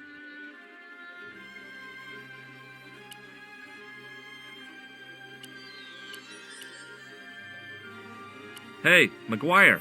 What? Have you ever seen this man before? What a slimy character.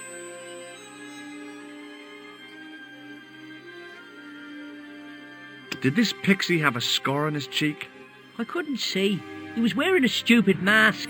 Are you a special agent? Sorry to disappoint you, kid, but I'm not. Did Fitzgerald drop anything when he was hit? I didn't see. It all happened so fast. Maybe the package fell somewhere out of sight. See you later, kid. Okay, mister.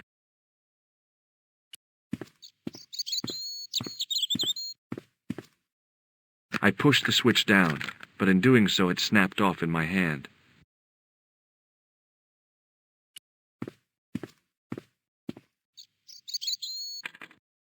I tugged at the trapdoor, but it was locked from the inside.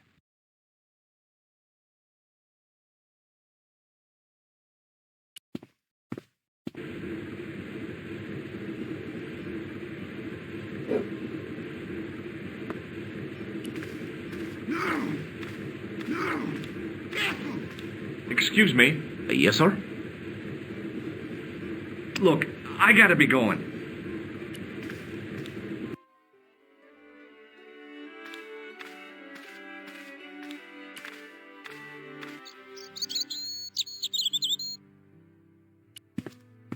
Hi, do you speak English? Well, no.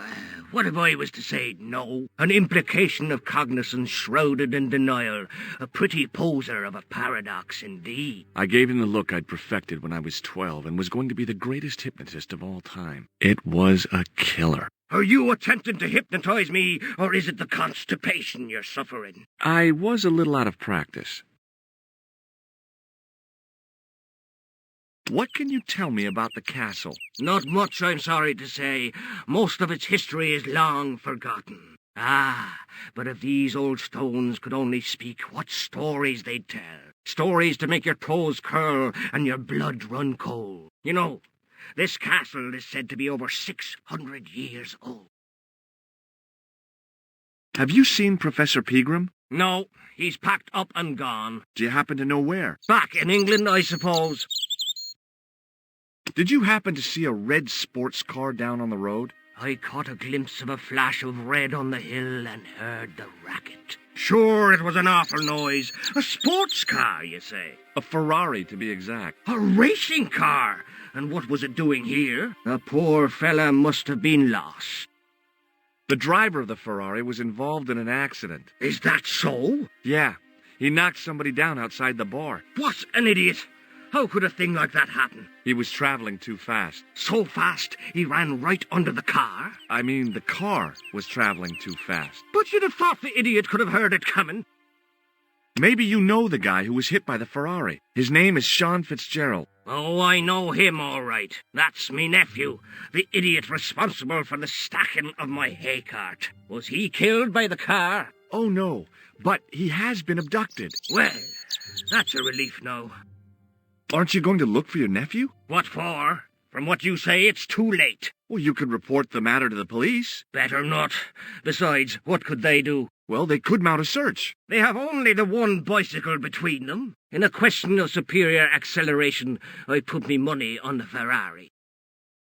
I think you ought to know exactly what Sean has gotten himself into. I'm not sure I want to know. But you're his uncle, his own flesh and blood. You're right, but what can I do? If I'm not here to guard it, some idiot might try to climb the haystack. What a moral dilemma.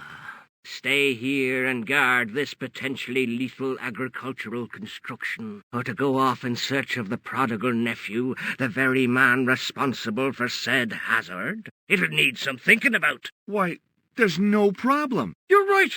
Why didn't I think of it before? We'll demolish the haystack. You don't have to demolish the haystack to go look for Sean. I'll stay here in your place and warn anyone who's silly enough to climb it. Marvellous! I think I should start me inquiries in the bar. He strode off in the direction of McDevitt's bar, leaving me to contemplate the stack of hay.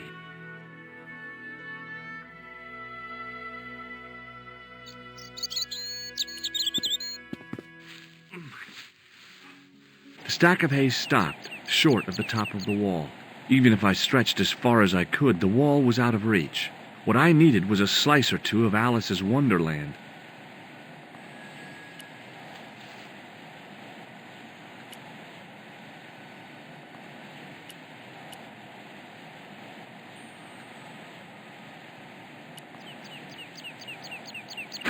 I inserted the end of the lifting key in the mortarless crack and gave it a firm shove.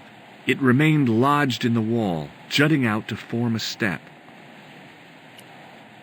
I tugged at the lifting key and found it was held quite securely.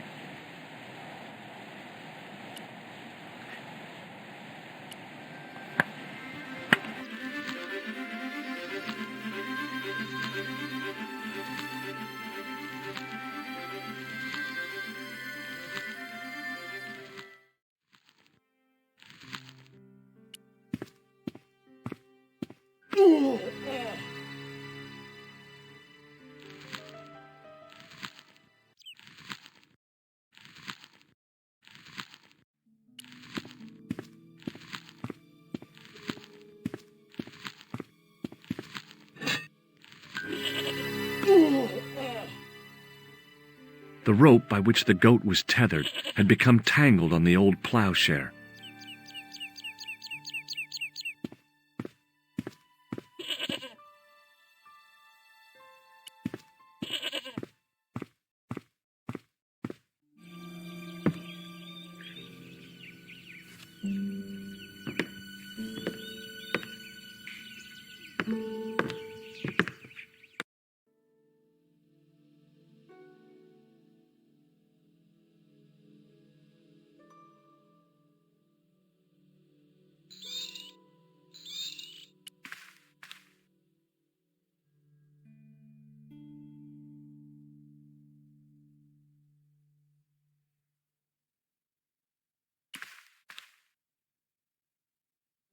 The statue was too heavy to lift. It overbalanced into the sand.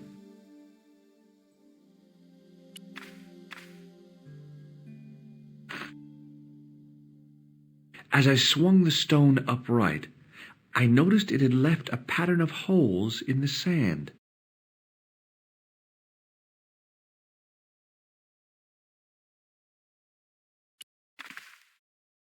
I placed my fingers in the 5 impressions left by the fallen stone. It was weird. They fit perfectly.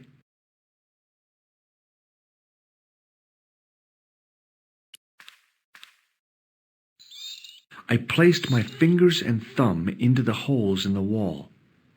Nothing happened.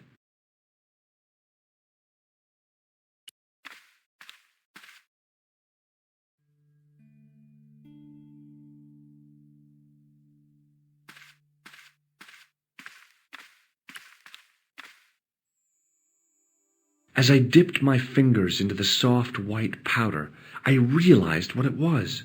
Plaster of Paris. I'd used it in kindergarten to make casts of animal paw prints.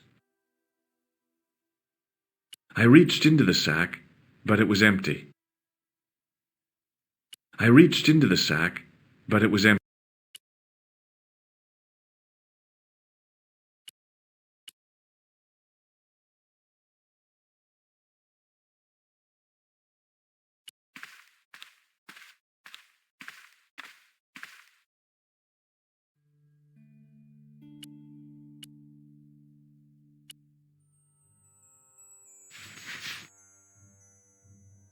I sprinkled the plaster on the sand until the holes were filled. I smoothed the plaster level with the sand. It was my first experience of home improvement.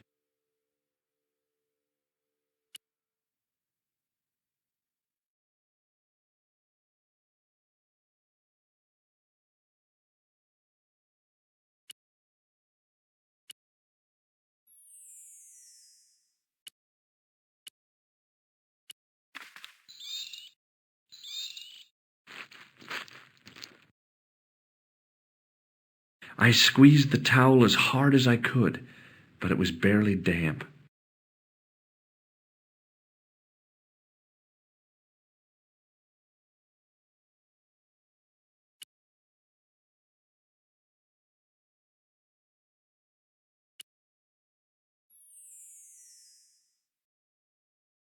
The patch of sand where the statue had fallen was covered with a dense sprinkling of plaster.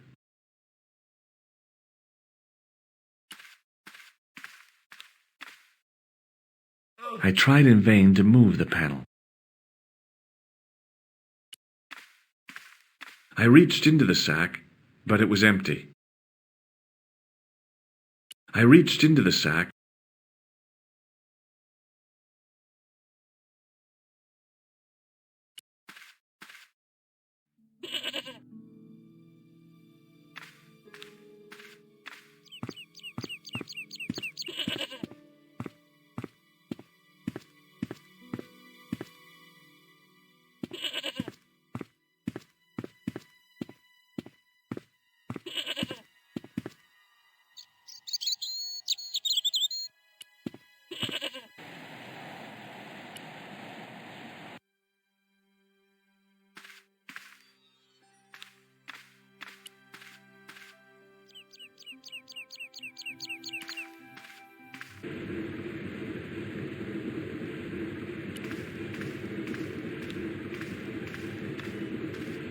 Excuse me. Yes, sir?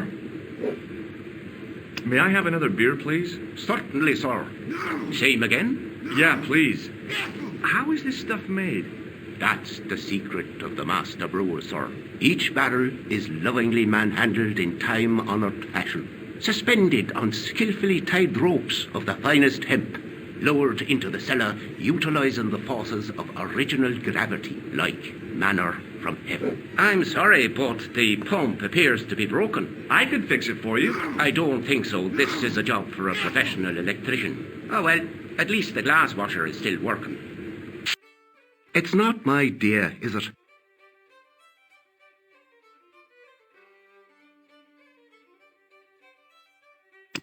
Does this... I'm not interested. May I borrow this towel?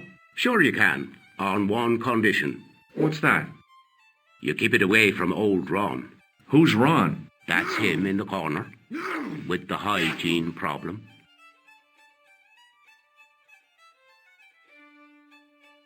Look, I gotta be going.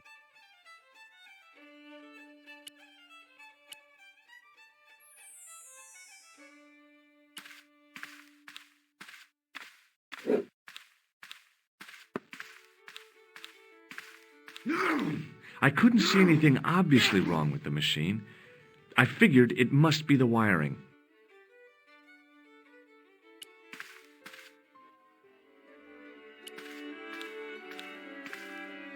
It was impossible to return the switch to its original position.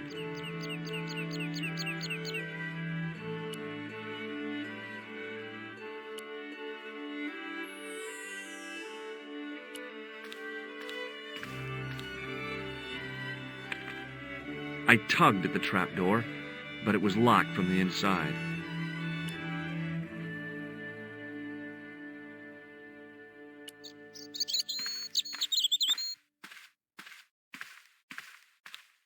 Hey, McGuire. What? See you later, kid. Okay, mister.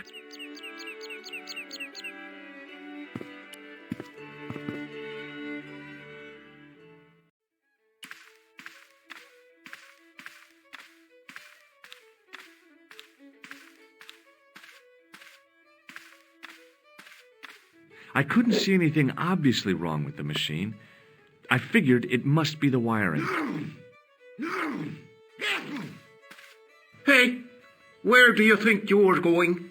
Excuse me? No customers behind the bar. Ever. I could try to fix your glass washer. Oh, no. Not unless you're a qualified electrician.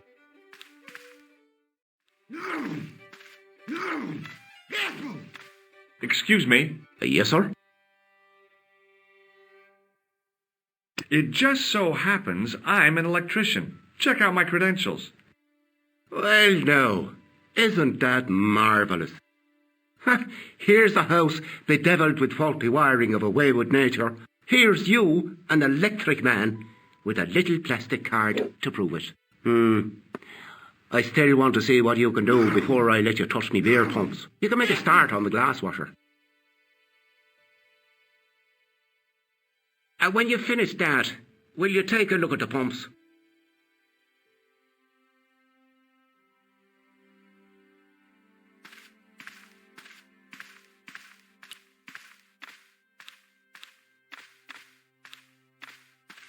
I couldn't see anything obviously wrong with the machine.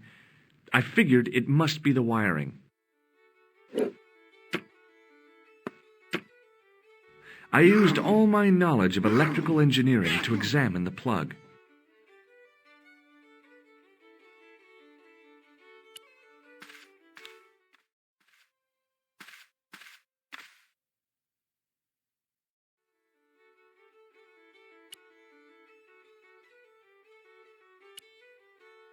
Hello again. What? Do you recognize the man in this photograph? I can't tell without me glasses.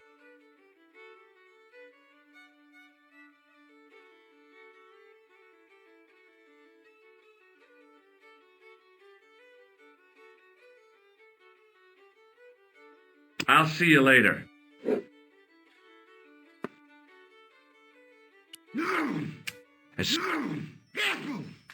Excuse me? Yes, sir? Look.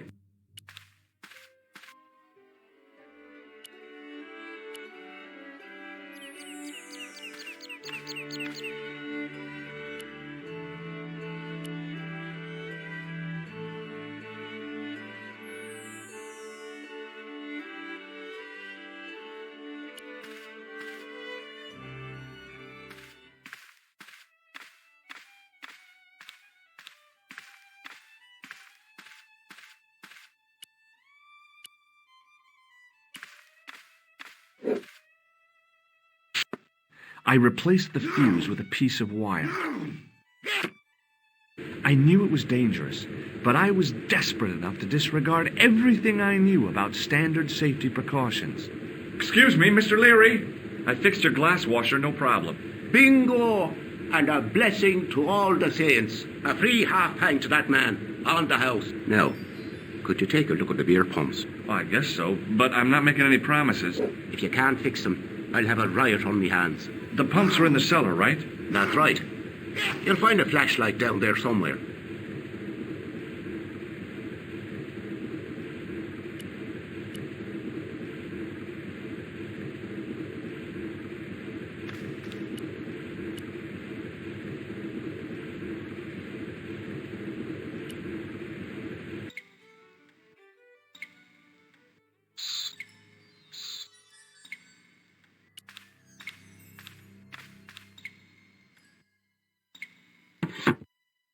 I pushed the lever and heard the grating of metal, but nothing appeared to happen.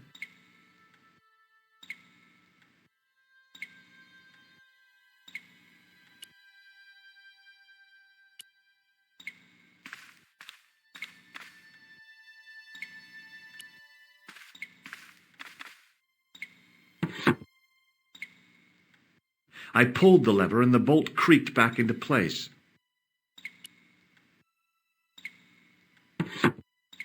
I pushed the lever and heard the grating of metal, but nothing appeared to happen.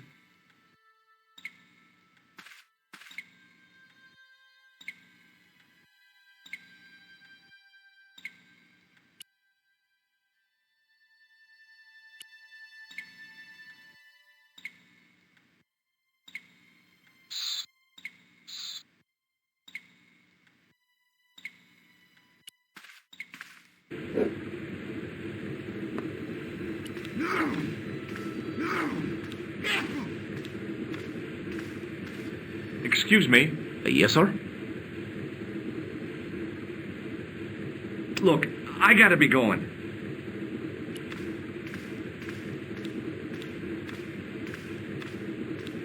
Hello again. What?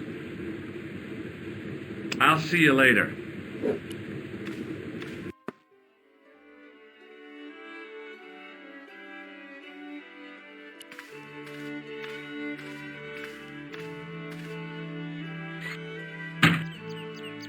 I lifted the trap door, and an overpowering smell of stale beer rose from the cellar below.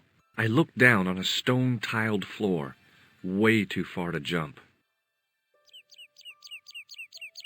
Excuse me. There was a nasty feeling in my guts I usually associated with light opera. It was Khan. What's the problem? Did you see what happened here a few minutes ago? What was that? A man was involved in an unfortunate accident. I didn't see anything. What about the boy? He doesn't know anything either. The kid, well, you know how it is in these rural communities. Not enough genes to go round. I prayed McGuire had the sense to keep his mouth shut. Was the guy hurt bad? He's been taken care of, but he thinks he dropped a small parcel. You didn't happen to find it, did you? If I had, I would have taken it to the police. Of course. Thank you.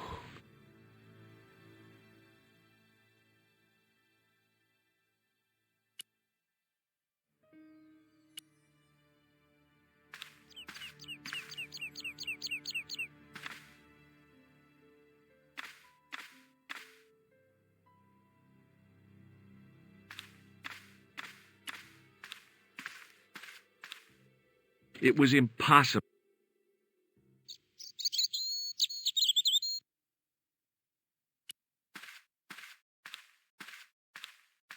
Hey, McGuire. What?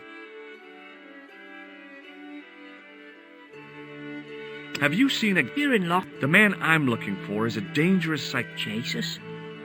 It's just like that film I saw. There's this clown scene. And he's after this kid who saw him kill a guy. He tries to warn the sheriff, only no one believes him. Then, while he's in the tub, the clown cuts him up with a chainsaw.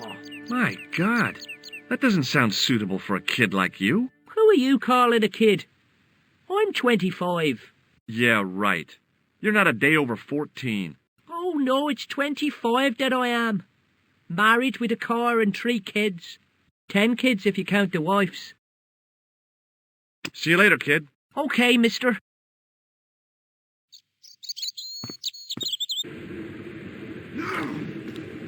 Now I could see. I spotted Mr. Leary's flashlight easily. Then I noticed a flash of light. Something sparkling beneath the open trap door.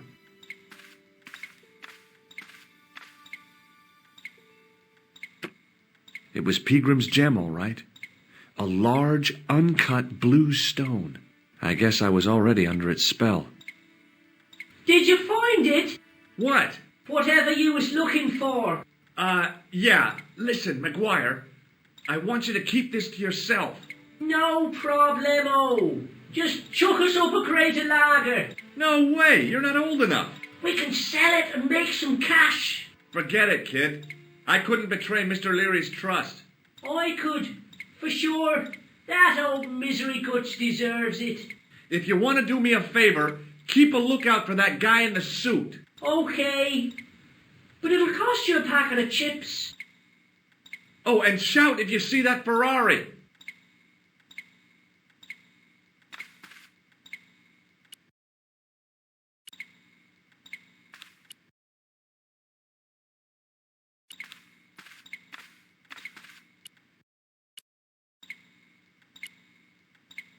The slow drip of water barely dampened the towel.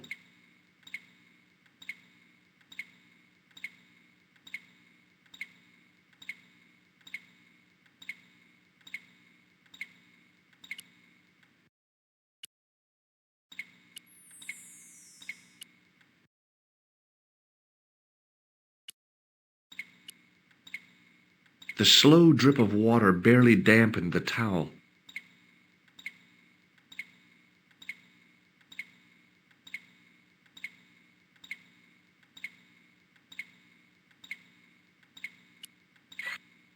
The faucet creaked, coughed, and spewed out a stream of rusty-colored water.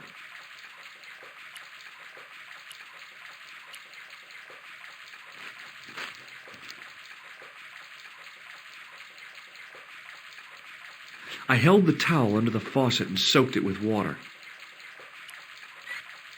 I shut off the faucet as tight as I could, but it kept on dripping.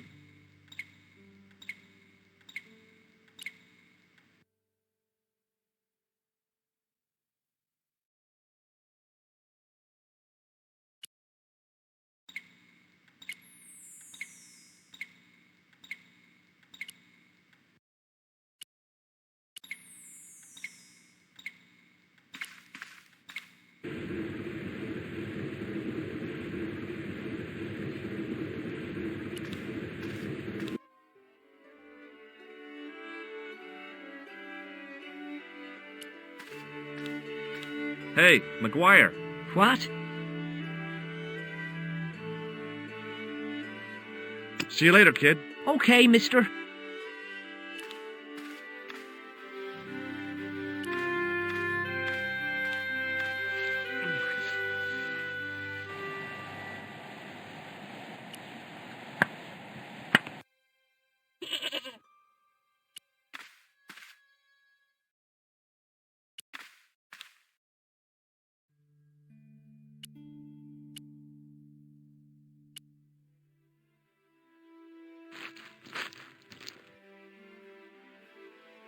The trickle of water was quickly absorbed by the plaster. I eased the solid piece of plaster from the sand. Underneath, it had formed a perfect copy of the statue.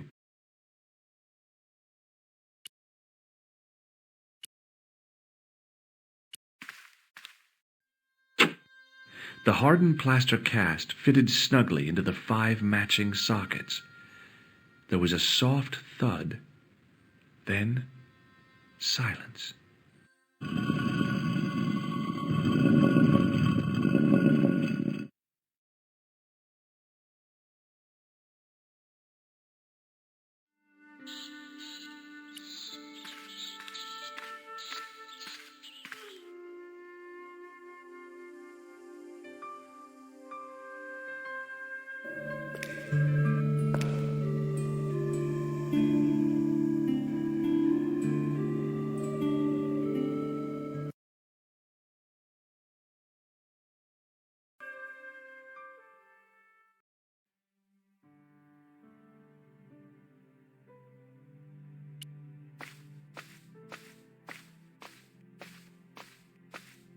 I had messages waiting to be played.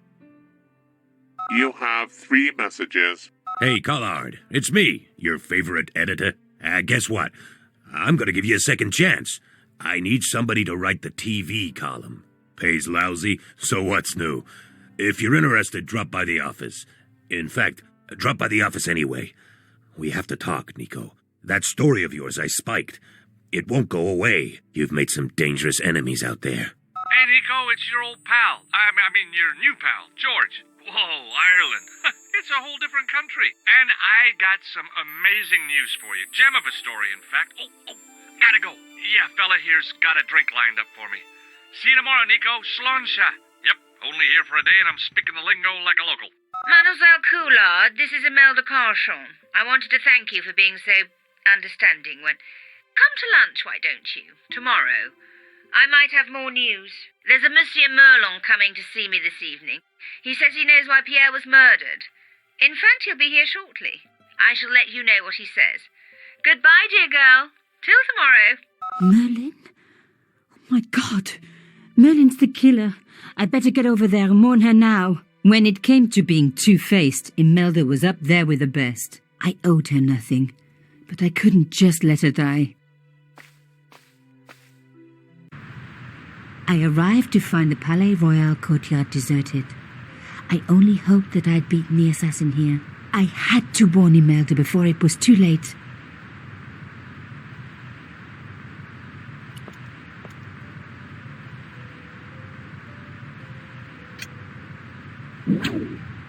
I unhooked the first wire.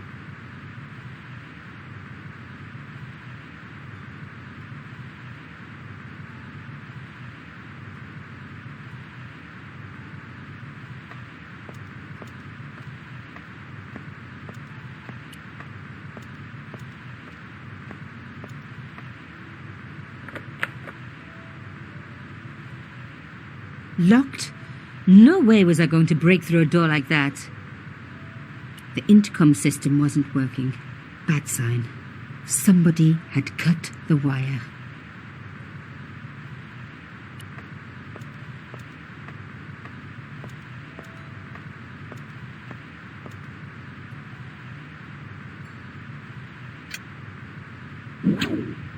I released the second wire. Even with both wires removed, the statue remained upright.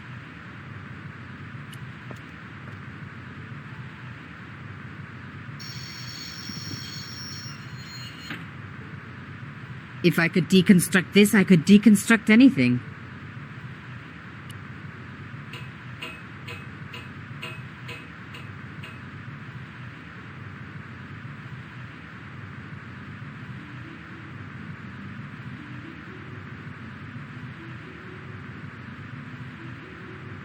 The plastic sheet was thick and strong.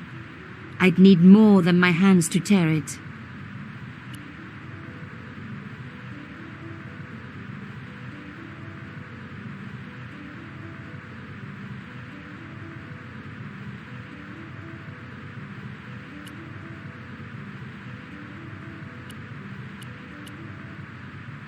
No.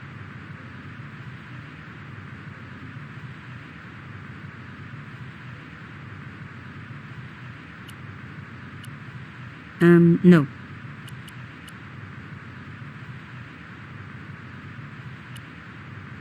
No.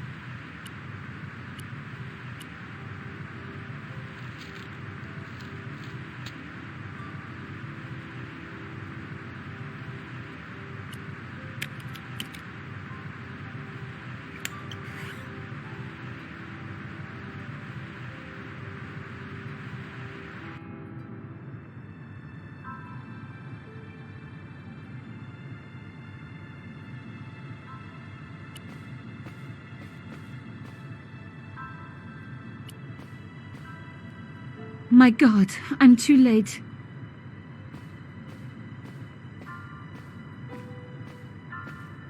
Imelda. Oh no. Nico? Don't worry, you're going to be all right. You know that isn't true. It was Merlin, wasn't it? Dressed as a cavalier. How absurd. You came to warn me, didn't you? I must be crazy. Let me see you, Nico. All this time you were just using me. Which one is the real Imelda? You are an extraordinary girl. Thierry would have been so proud of you. You didn't know my father. So like him. Something about the eyes. I wish we'd had time to get to know each other. She was gone. She cheated me, lied to me, used me. But why? Even in death, Imelda looked the same. Beautiful, inscrutable. The Ice Queen alone in her ice palace. I opened it. Inside was a tiny gold key. I took the key. I had to leave. I knew I could never return.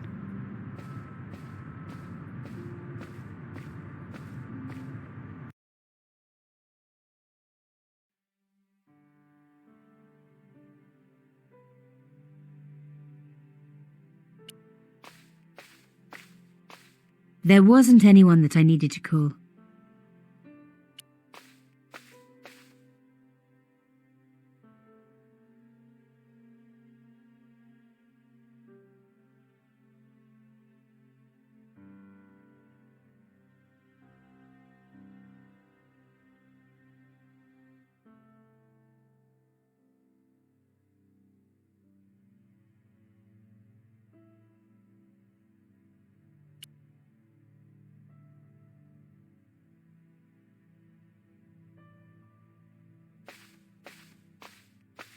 My first Teddy.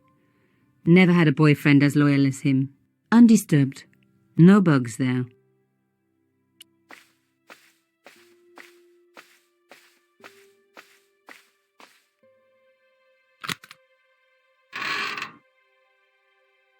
In the dim light, I caught the reflection of something metallic. A small, sinister-looking metal disc had been tucked under my father's box. It was a bug. Oh, chère cousine, you left me a little present. You shouldn't have.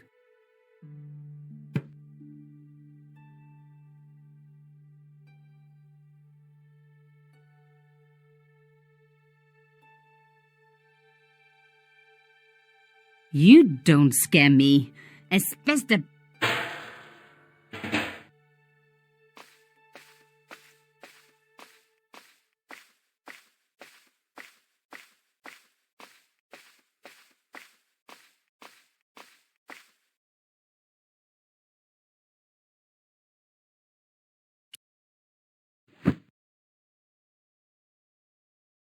The box was carved by my father.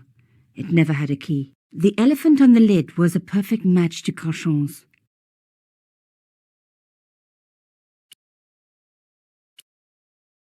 I took out the key. I couldn't believe it. Imelda's key opened my father's box. I dreaded what I was going to find inside.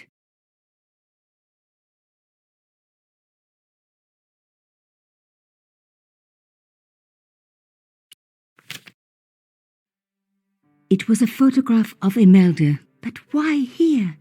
In my father's box? I felt as if a black hole had swallowed me up.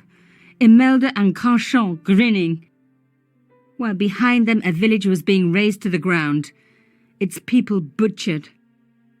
And there, next to them, staring out at me across the years, my own father. There was a letter. I feared there was even worse to come.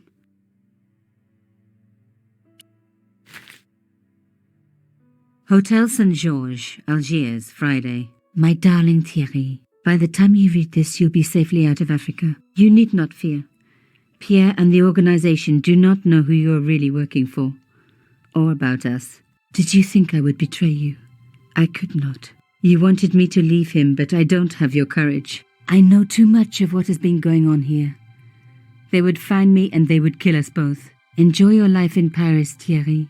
Your life of honor, of patriotic duty. Do they give medals to spies? No, they'll just give you a phony job in an embassy somewhere. I could never share that with you.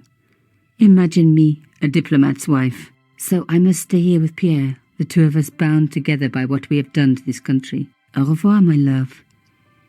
You will be in my heart until I die. Imelda. Suddenly everything made sense.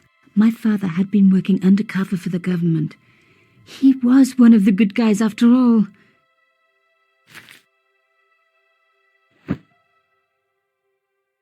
He and Imelda must have fallen in love. She'd found out who he really was, so he had to leave. It had broken her heart, but she had never revealed it to anyone. I knew I couldn't either. Whatever he was doing, he'd had good reason to keep it secret. I decided I would respect that and tell nobody.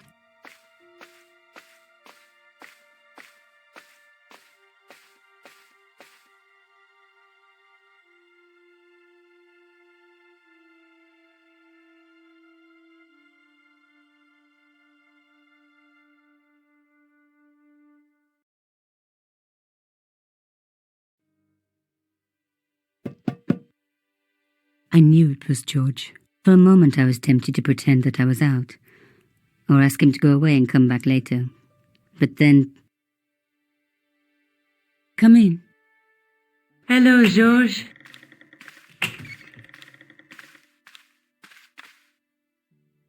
So, where did you stay last night? At McDevitt's. I got to drinking with Doyle and a couple of the guys. That explains why you look so ill today. Did you get any sleep at all? Not much. I had to share the room with another guy. Did he snore? Hardly. He was dead. And you say Pigram has disappeared? Without a trace. But my visit wasn't a complete waste of time. Pigram's gem? The Templars' gem. Whoever Jacques Marquet is, he's in for a disappointment. Jacques Marquet? He's the guy who should have collected the gem from Fitzgerald. What are your plans? I want to find out who, what, or where Montfaucon was. All I've got to go by is the name and a picture of a hanged man. Let's take another look at the manuscript.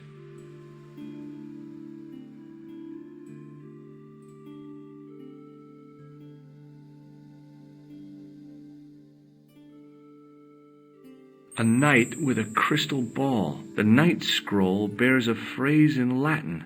Through my teachings, you will be enlightened. There's a guy with a sword and a bull. Between them is a gem supported by a tripod.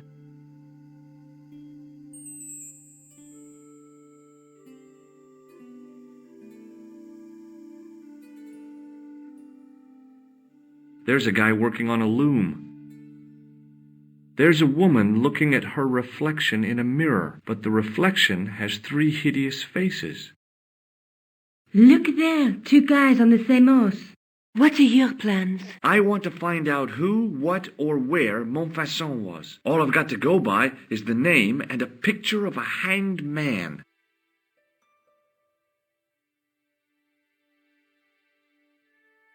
Let's take another look. The night scroll through. There's a guy between.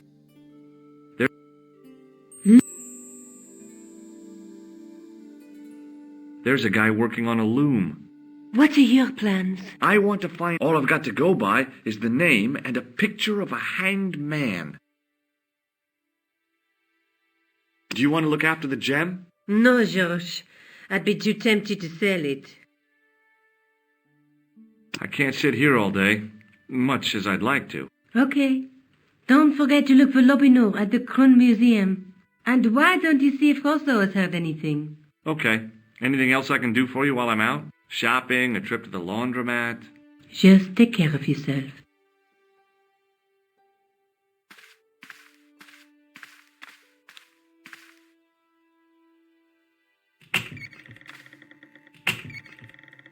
I so much wanted to talk to George about everything that had happened, but I knew I never could. My father's connection to Africa would have to remain a secret forever. His bravery would be known only to the government and to me. Revealing it would just damage his memory. People would take the story and twist it. Before long, he would be the villain and Carchon would be the hero. I know how they do that. I'm a journalist.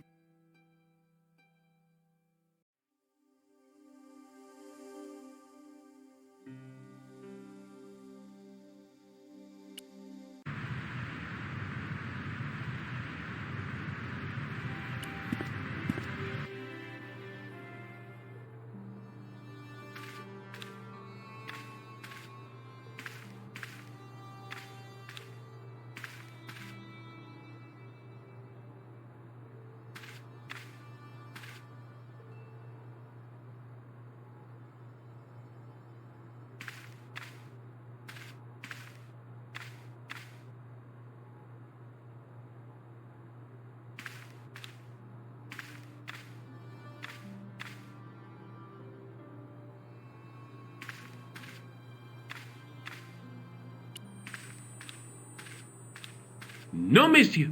No et no. Okay.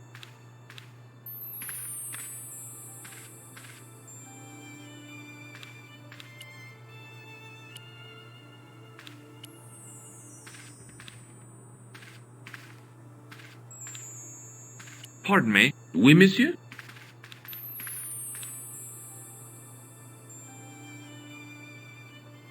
Can you give me any further information about the tripod? Certainly, monsieur. It's infamous. That tripod, that Thanks for your help.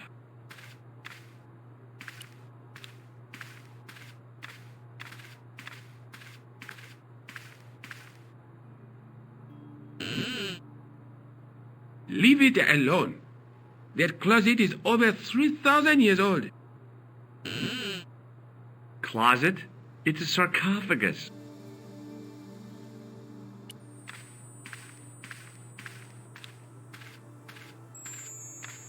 The case contained the tripod shown on the manuscript.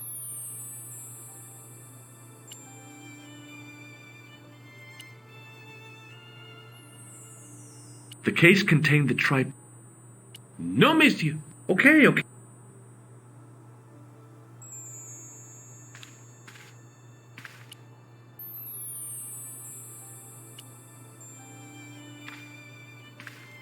Pardon me. Oui, monsieur?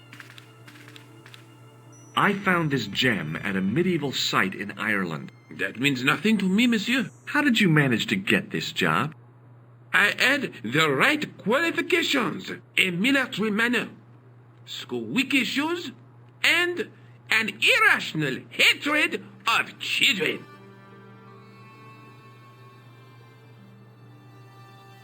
Thanks for your help.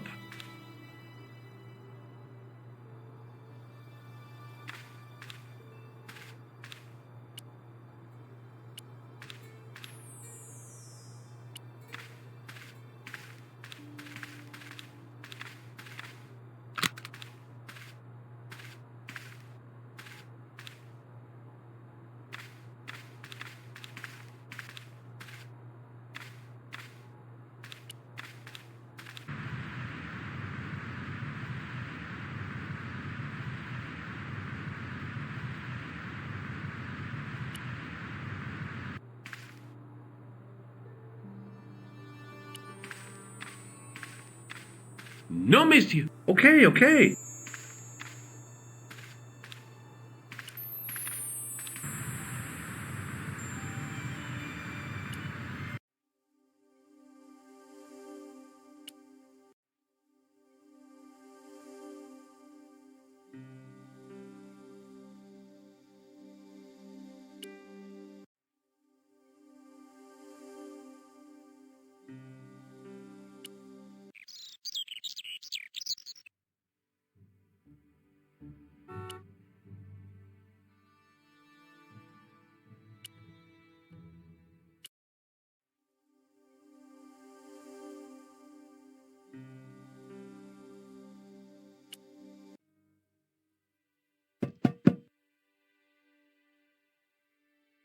Come in. Hello, George.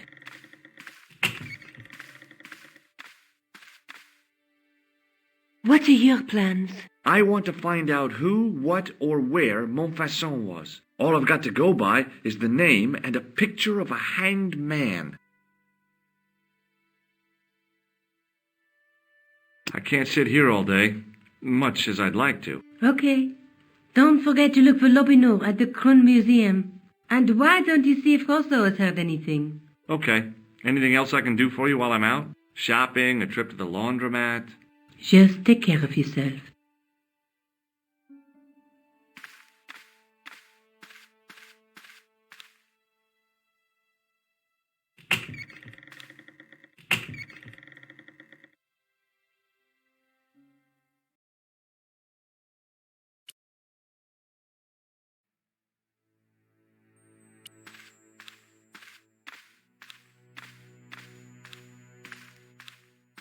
Sergeant Moo? Yes.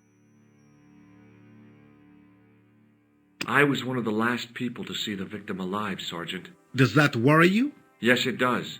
I feel I owe it to him to find his killer. That is best left to the authorities, monsieur. Did he speak to you? Tell you anything? No, he just grinned and nodded. Don't let it trouble you, monsieur. Go home and try to forget.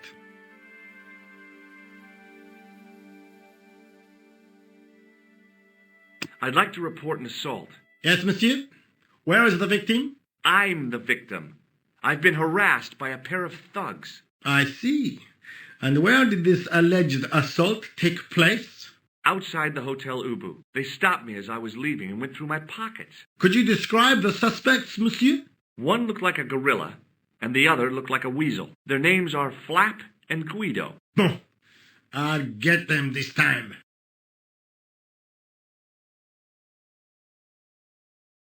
I know the identity of the dead guy. His name was Plantou. Is that so? You knew him, did you?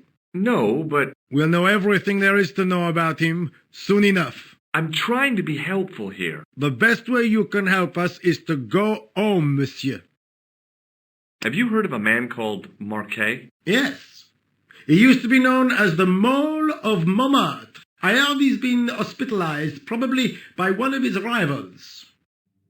Which hospital was Marquet taken to? The Hagenmeyer Clinic. In the Avenue des Hérissons. Why was Marquet known as the Mole of Montmartre? Because he lived in Montmartre, I suppose. Yeah, but why the mole? I don't know. Maybe he ruined people's lawns. Do you know a man named Khan? He's a shifty-looking guy with a scar on his left cheek. No, monsieur. He also calls himself Thomas Merlin. I'm sorry, Monsieur Stobart. I don't know him. Has this man any connection with the bombing of the cafe? Yes. I believe Khan was the name he used when he hired the clown costume.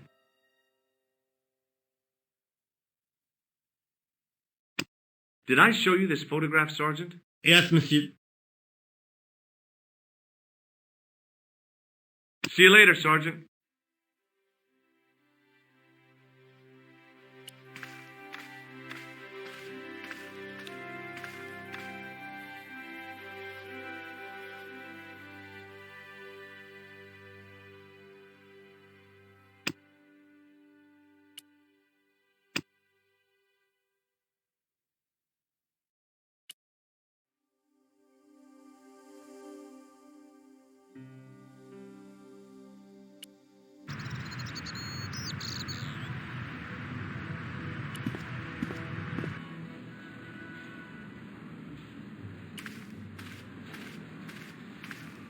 Hi, my name's George Stobart. Really? If you wish to make an appointment, see the receptionist. I'm looking for a guy named Jacques Marquet. In which department does he work? He doesn't. He's a patient. I see. You do realize there are strict policies regarding visiting hours, don't you? This is important. I have to talk to Marquet urgently. We make no exceptions to the rules. It's a matter of life and death. The well-oiled running of this hospital is a matter of life and death. That's why we have rules. I think I ought to warn you that Marquet is not what he seems. Explain yourself. He's in league with a bunch of guys who want to take over the world. Nonsense. Besides, Marquet's employers have paid in advance for one of our most exclusive private rooms. Could you tell me who Marquet's employers are? Certainly not. Do you recognize the man in this photograph? No, sir, I do not.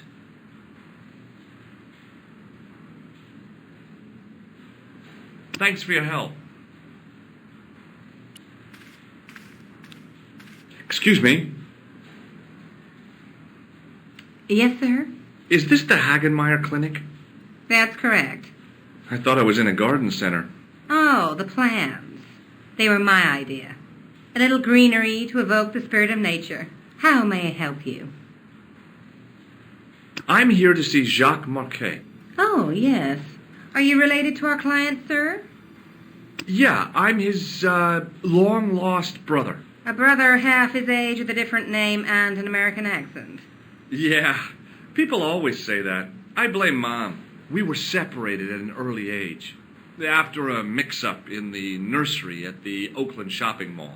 I've never heard anything so ridiculous in all my life. I guess not. So, do I get to see Marquet before the funeral? That attitude will get you nowhere. My instructions were quite clear. No one gets to see Marquet. So unless you can prove you're a relative or a close acquaintance, you're wasting your time here. Have you seen this man here at the clinic? No, sir. And I never forget a face. Look at this ID pass. So you're Merlin. Marquet's been asking for you. For me? Yes. He was shouting your name when they brought him in here. Now, let me see. He was on Ward B12, as I recall. No, he's being transferred to... Oh dear. He's on Ward J2. That's Nurse Grendel's ward. What's so bad about Nurse Grendel? She runs that ward like a South American prison. Keeping a well-disciplined ward isn't a crime, is it? Well disciplined. In the discipline and punishment stakes, she'd whip the butt off the Marquis de Sade. Everything, I mean everything, is done to a strict routine. 6 o'clock alarm call, 6:10 bowel movements, and woe betide anyone who doesn't have a result. Those patients of hers are like Pavlova's dogs. She sounds like a real nightmare. And then some. If Nurse Grendel is that bad, how come the authorities tolerate her? She's like part of the furniture. I was beginning to get the picture. This woman was jealous, with a big green capital J. How do I find Nurse Grendel's ward? Down the corridor on the left, turn right at the senior consultant's washroom. Right again at the executive coffee lounge. Bear left past the administrator's sauna. And turn left at the end. That's J2. And good luck.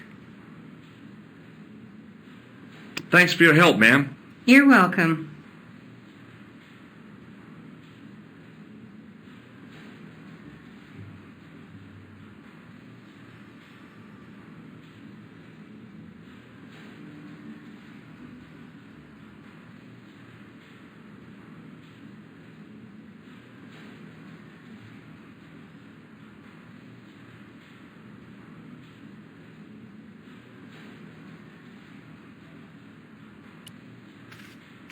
As I turned the corner, I saw the source of the hellish noise which echoed through the corridors.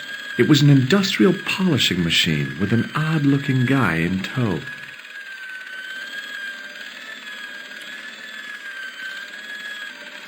Hello. What's that? I said hello. Oh, hiya. I'd like to talk to you for a minute. That's what I thought you said. Don't look so down in the mouth. No matter how bad things seem, I never let life get on top of me. Oh, yeah? What's your secret? Why, it's easy. All you have to do is smile and whistle this little tune. You know what? If you start whistling, I'll bust you in the teeth. It's a deal. Do you know where I'd find a patient called Marquet? No, I'm not allowed on the wards with Mr. Shiny. See you later. Yeah, take care now. Hey now, you can't go in there. How come? I'm responsible for the contents of that cupboard.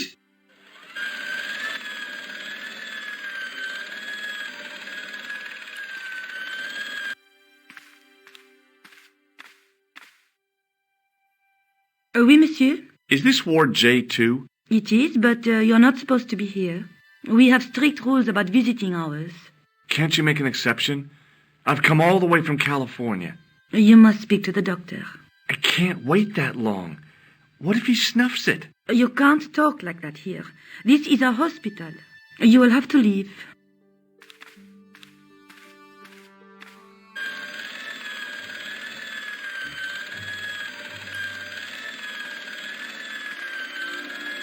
As I tugged the plug out of the socket, the polishing machine coughed, spluttered, and died.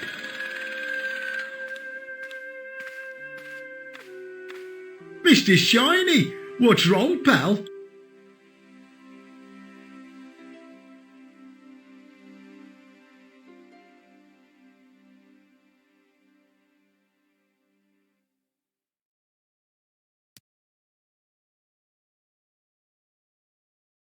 It was a classic example of... I almost expected to see a dog or a...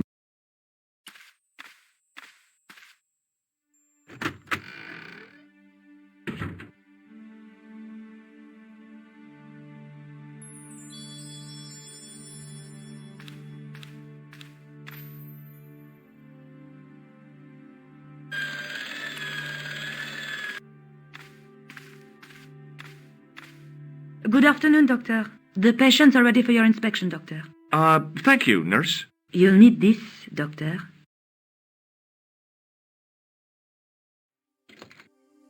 She gave me a long, narrow metal box and a stunning smile. Thanks. Could you take a look at the client in bed number 3 now? His name is Eric Sopmarsh. Do you have a patient named Marquet on this ward? Oui, monsieur. He is in the private room at the end of the ward. He has been placed in strict isolation. Thank you, nurse. Au revoir, monsieur.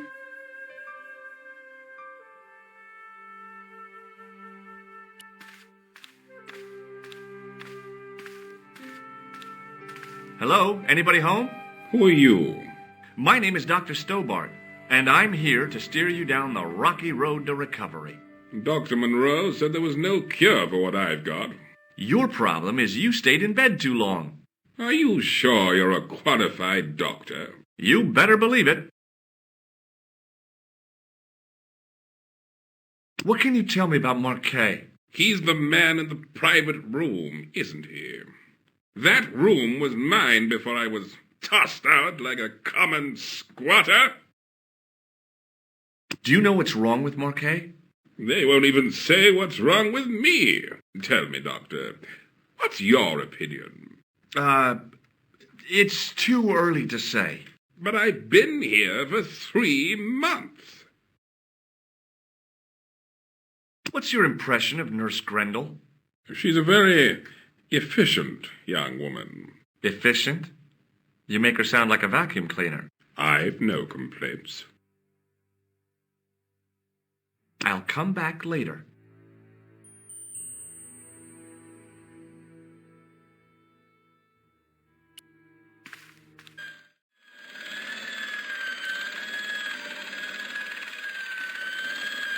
Hello. Oh, hi! No whistling, right? Right.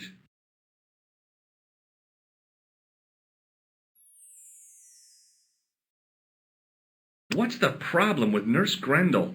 She's uptight and twisted on account of a broken heart. Oh, that's too bad.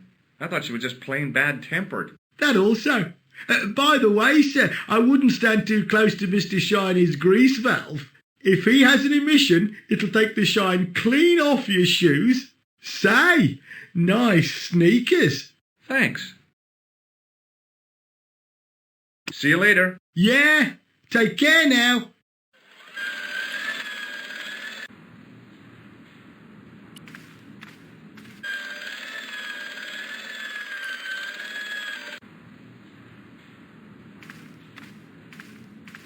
Hi, my name's George Stobart. Yes, sir? Pleased to meet you, sir. Call me George if you like. Are you sure? Yeah, that's my name. My name's Benoit, but everyone calls me Bunny. Bunny? That's right. I used to have this cute habit when I was a kid. Keep it to yourself, Benoit. Do you know anything about a patient named Marquet? No, sir, I don't know much about any of the patients. I've never met a doctor who admits that he's only human. I'm only a trainee, sir. I'm sure I'll get the hang of things. Here, take this pressure gauge. Thank you, sir. What do you want me to do with it? Well, keep it safe until I think of something. Do you know the nurse on Ward J2? No, monsieur. This is my first day here. I can't wait to get my hands dirty. I was talking about treating my first patient, of course. I didn't mean I'd get my hands dirty with a nurse. Shut up, Benoit. Okay, sir. See you later. Right.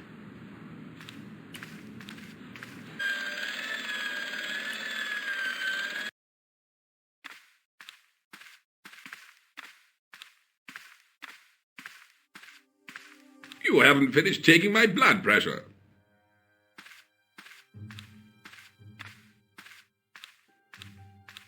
Will you keep quiet? You're disturbing the other patients. I'll keep quiet when you've taken my blood pressure properly. I have to see Jacques Marquet first. How come he gets preferential treatment? It's because he's got money, isn't it? I'll come back when you've dealt with that chip on your shoulder.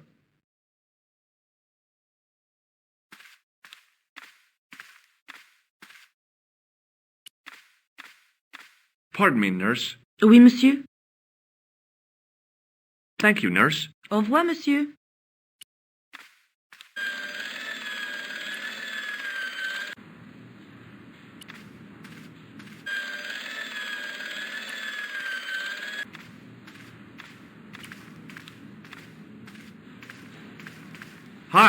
I'm Dr. Stobart.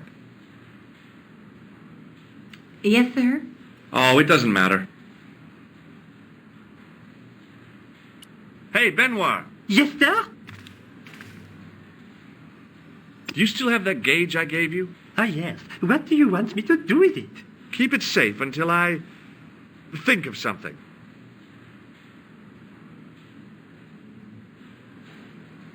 See you later. Right. Excuse me, sir. Aha! Just the man. You must be the new boy. Yeah, I must be. Well, stop wandering about and make yourself useful. Bernie, come here, boy. This is Benoit, my nephew. Can I trust you to look after him? He is fresh out of medical school. It will open his eyes to see a real doctor on the job. I'll bet. Show him around. Let him see some real suffering.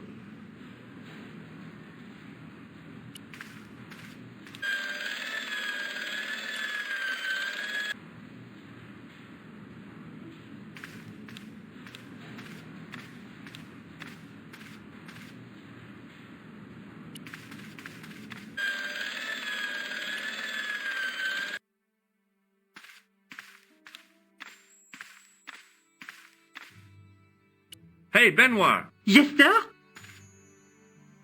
Do you still have that gauge I gave you? Ah, yes. What do you want me to do with it? Use it on Eric Sopmarsh. Okay.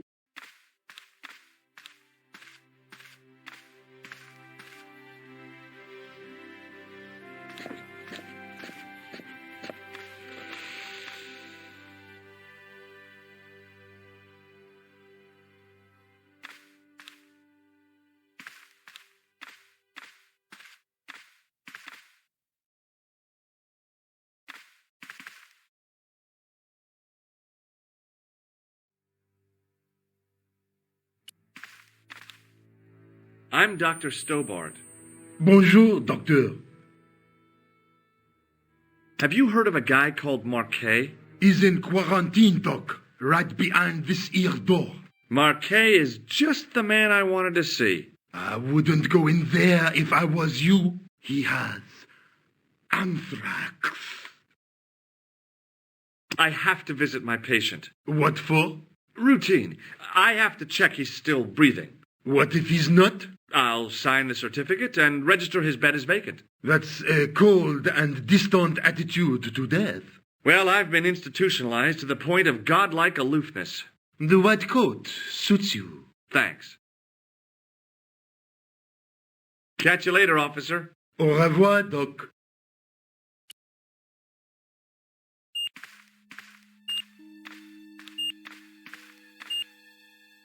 Marquet? Yes, I am Marquet. I've been expecting you. You have? Well, what are you waiting for? Get it over with. I just want to know what I should do with the gem. The Lahmar gem. Yeah, right here in my pocket. I thought you were one of the assassin. Not me. I never inhaled. So, you were sent in my place? Yeah. You could hardly make the trip to Ireland in your condition. What should I do with the gem? Deliver it to the Grand Master. Quickly tell him that I have found the tripod. Right here in Paris. What, you have it? Not yet, but it's being taken care of. I hired a couple of stooges with a flair for petty crime. Would that be Flap and Guido by any chance? You know them as for Klausner. He has gone off to Syria on a wild goose chase. They have geese in Syria? He has a theory about the location of the...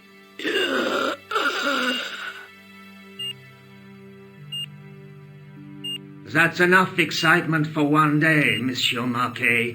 What are you doing here? Talking to this patient, of course. Monsieur Marquet is my patient. If Herr Hagenmeyer was to hear that... Okay, I'm going. I'd learned all I could from Marquet anyhow. Ah, there you are, sir.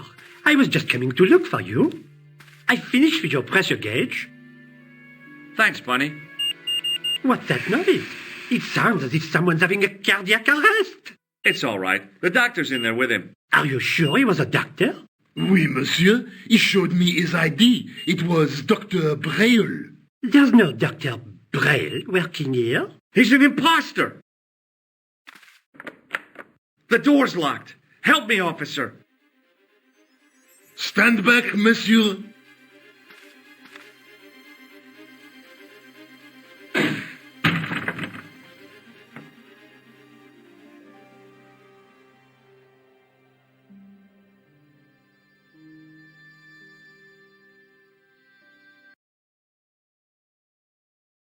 Hello, Georges. I found Jacques Marquet. Did he talk? Yeah, he talked. For the very last time. He's dead. Yeah, killed in cold blood by a bogus doctor. That's despicable. What kind of guy would pass himself off as a doctor and take advantage of a dying man? Was it Khan? No, I don't know who he was, but it certainly wasn't Khan. He got away, out the window. Have you ever heard of the Hashi-Ashin? No. Marquet said that they were his biggest enemy. His biggest enemy was the bogus doctor. Don't remind me. That guy was evil. He had wild, staring eyes like a dead fish. I'll never trust a doctor again. Do you think the assassin was responsible for killing Marquet? I don't think so. He could have finished him off the first time. Besides, Marquet would have recognized him. He was pumped to the gills with sedatives. He wouldn't have recognized the 4 horsemen of the apocalypse unless they'd introduced themselves.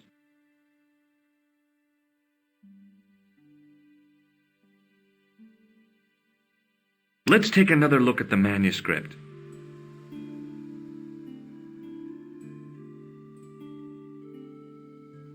There's a woman, but the reflection... Look. There's a guy working on a loom. There's a guy between... A knight with a knight through my... I guess I'd better go back and talk to that weirdo. Which one, Rousseau or Sergeant Mou? Oh, but you're referring to André. I'll let you work it out.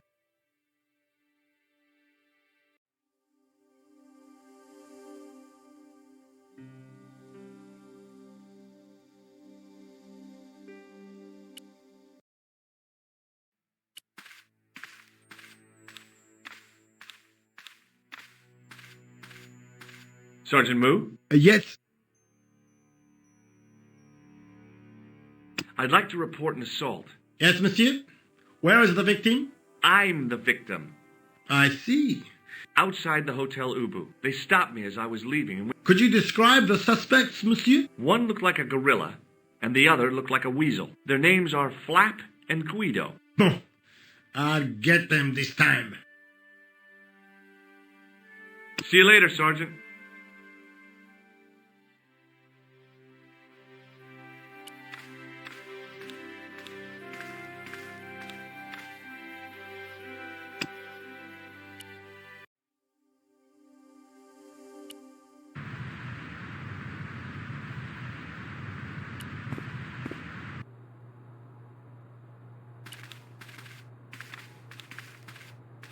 I beg your pardon. Are you André Lobineau? That's me. You want my autograph? No. I was told you may be able to help me. Help? My name is George Stobart. I'd like your professional opinion. Well, okay. Shoot.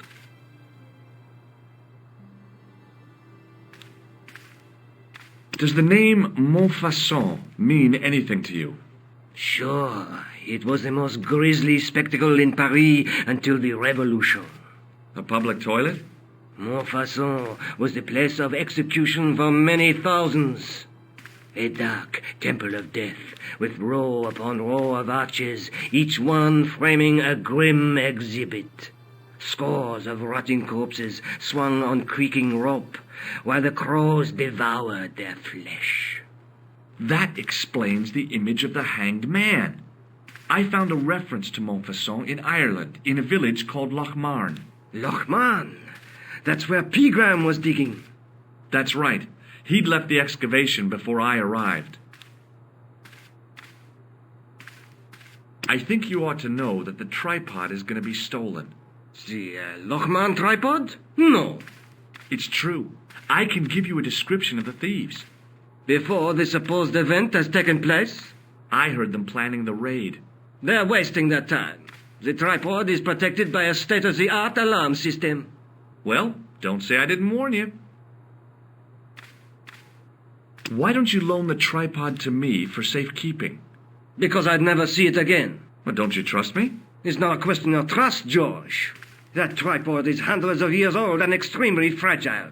I get your point. Do you know Pegram well? Not really. I met him at a conference. I would have liked to talk to him in depth, but I didn't have time. When was this? Oh, back in the summer, July, I think. I'd like your opinion on a medieval manuscript. Vraiment? Do you have it with you? No, it's too fragile. And besides, there are certain people who'd stop at nothing to get their hands on it. Intriguing. Do you have a copy of the text? There isn't much. Only a few Latin phrases. I was kind of hoping you'd help decipher the pictures. Without seeing the manuscript, that's a tall order. Just tell me one thing. What does the image of two men riding on the same horse suggest to you? The Knights Templar. Does the Templar seal appear on this manuscript? I'd love to see that for myself. The manuscript is being looked after by a friend. In Paris? Yeah. Not far from here, in fact. Well, just give me the address and I'll come round and take a look. I'm not so sure about that. Maybe I should check with her first. A female friend? Yeah, she's a woman. This friend who has the manuscript? Oui, the anonymous girlfriend. She lives at 361 Rue Jarry. Ah, I know it well. I'll drop by. Just as soon as I can. Can you tell me anything about the Knights Templar? I sure can, Georgie. Soldiers, diplomats, mercenaries, monks, bankers, you name it, the Templars fit the bill. The greatest fighting force in Christendom, the militia of Christ. Jeez.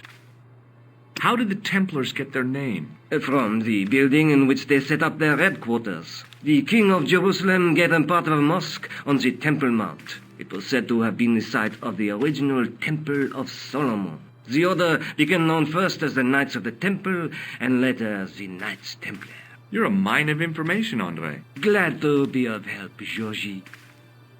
How come the Templars became so wealthy? There was a constant stream of new recruits to their ranks, many from noble families.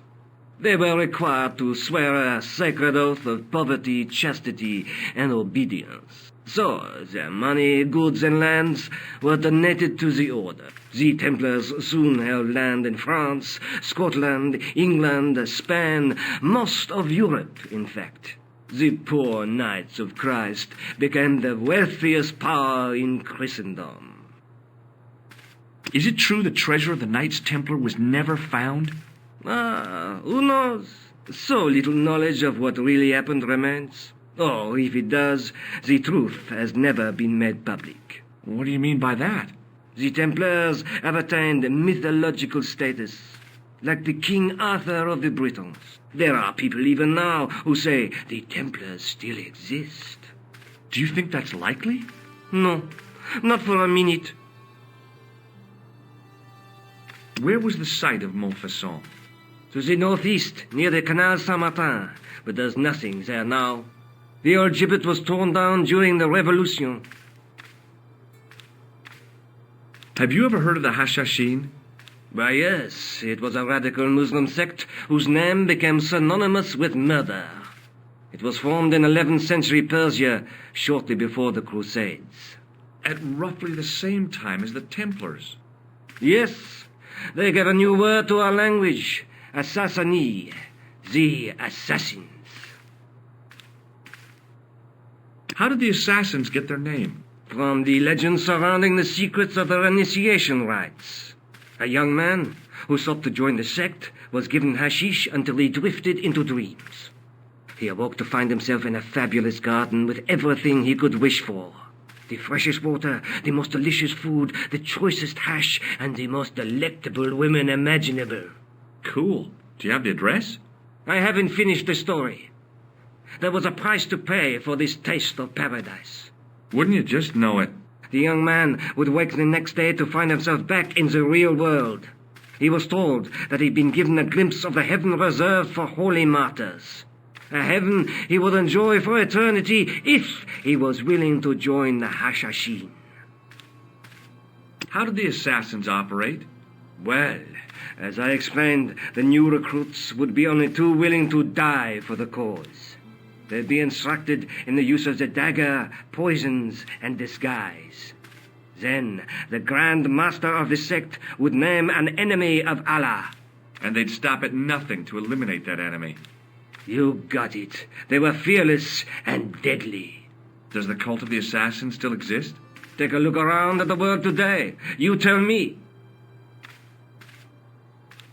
Thanks for your help, Andre. You're welcome.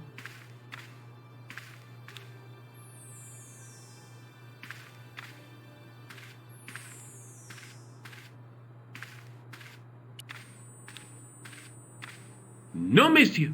No et no. Okay.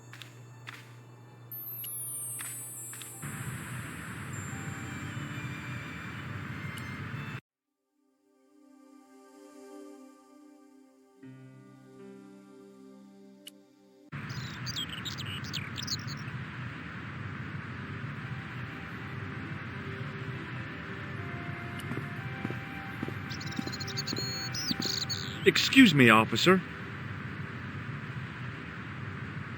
Shouldn't you be off directing traffic or something? You have seen the Parisian traffic, no? Yeah, so? I could direct the traffic. The most dangerous, the east side of Rome. Or I can sit here and enjoy the sun, the architecture, and the Sauvignon. Which would you choose? Yeah, but I'm not a policeman. What happened to duty? An excellent question, monsieur. What do you know about the Knights Templar? Les Templiers. Only that they were excommunicated in 1312 and hanged in their dozens within this very square. Boy, what they teach in the police academy these days. No, monsieur. I read it on that board over there. I'll see you around. Oui, monsieur. I'll be there.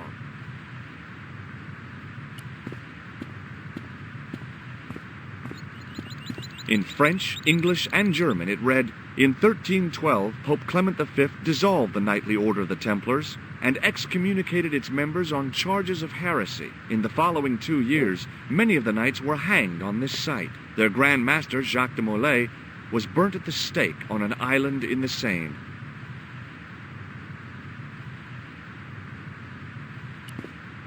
In the middle of the square was a manhole. I wondered if there might be something relevant beneath street level.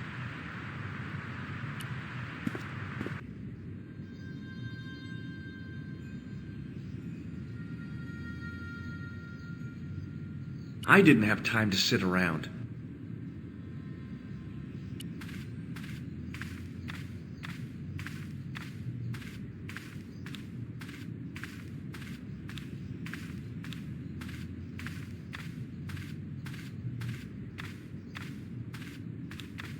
A knight, there in the company of his fellows. Biblical references engraved into the tomb edge to guide his way to the next world. I guess.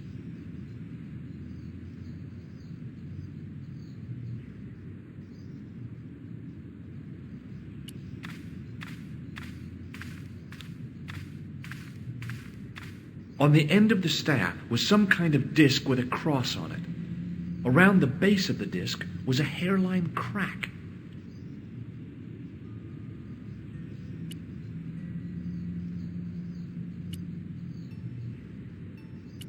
A scroll was a symbol of scholarship. I knew that much. A scholarly knight. That rang a bell. A very Spanish bell.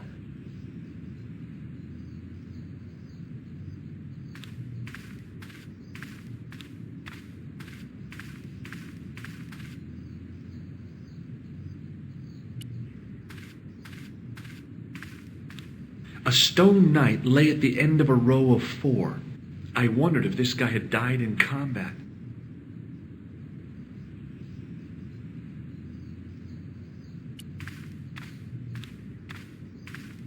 Well, I could have just taken the end off the staff, but I wanted to be sure what I'd be getting out of vandalizing a church, other than deported.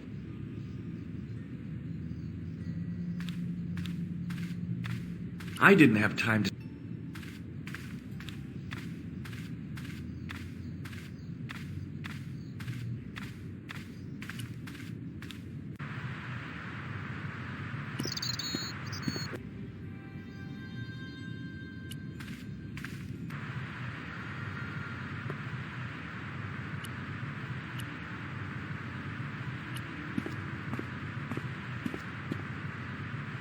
Hey, you!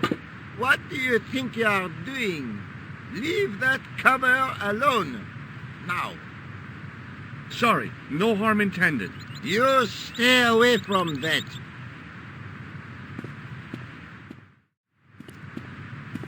Hello again. Hello again, monsieur.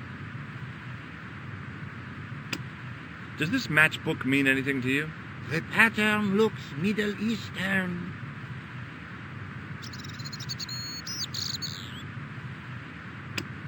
Does this red nose mean anything to you? Aha! A prosthetic nose. Very significant. It is? No. I am just having a little joke. Would you like to shake... I stopped myself barely in time. Electrocuting a cop would not have been smart.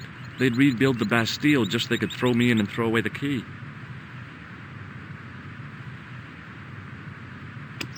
Look at this gem. What do you think? Cut glass. No, it's not. It's for real. What kind of madman would go around waving a priceless gem under people's noses? So either it's glass or I'm mad?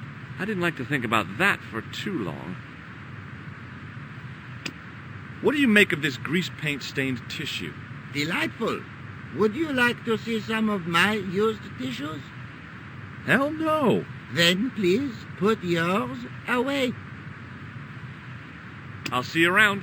Oui, monsieur. I'll be there.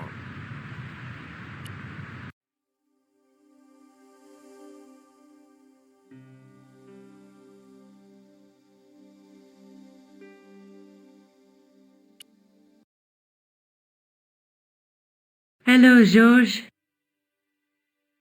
Oh, by the way, I had a visit from André Lobineau. Oh, yeah. I hope you didn't mind me giving him your address. Not at all. It was lovely to see him again. He was over the moon when I showed him the manuscript. It's not often he gets that excited. He made a sketch of the knight's crest to take back to the museum. I believe he's identified the family who bear that crest. I sure hope so. Do you think the assassin was responsible for killing Marquet? I don't think so. He could have finished him off the first time. Besides, Marquet would have recognized him. He was pumped to the gills with sedatives. He wouldn't have recognized the 4 horsemen of the apocalypse unless they'd introduced themselves. I'd better get back to the quest.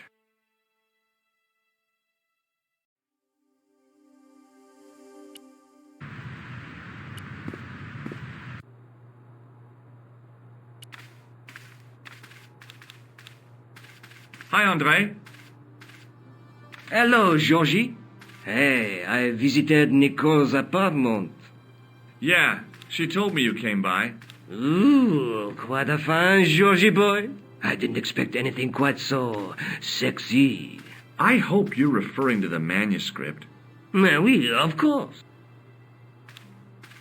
What did you make of the manuscript? It dates from the time of the Crusades. We guessed that from the Templar seal. It's a story and pictures like a modern-day comic book. What story does the manuscript tell? I don't know.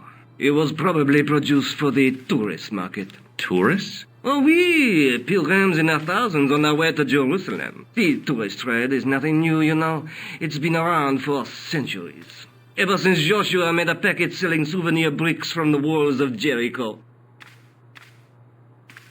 Have you deciphered any of the images on the manuscript? There's very little I can be sure about. The slang of the bull could be a reference to Mithras. Who's he? A Persian god, almost as popular as Christ at one time. The only thing I can be sure of is the knight. He's Spanish. How can you tell that? The writing on the shield, the reference to Ave Maria. No self-respecting knight from Northern Europe would have borne a coat of arms like that. Can you identify the knight's coat of arms? I already did, Georgie. He's a member of the De Vasconcelos family from the Costa Calida. Were they famous? No. They're not mentioned after the 15th century. Oh. The spotlight of history moved on. They're probably long dead.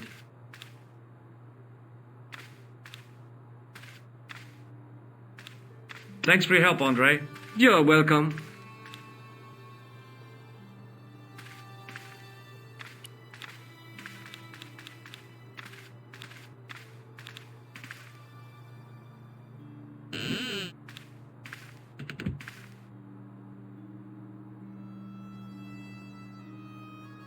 It is closing time, Monsieur Lobineau. Already, there just aren't enough hours in the day. More than enough for me. I can't wait to get home and put my feet up. Eh bien, see you tomorrow. Good night, Monsieur.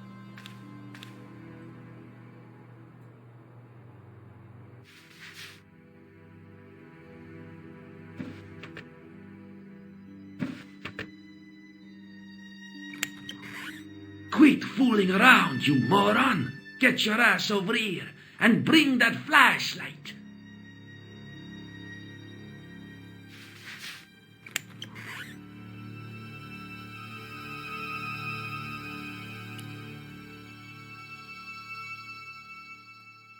What the? Who's there? Let's get out of here!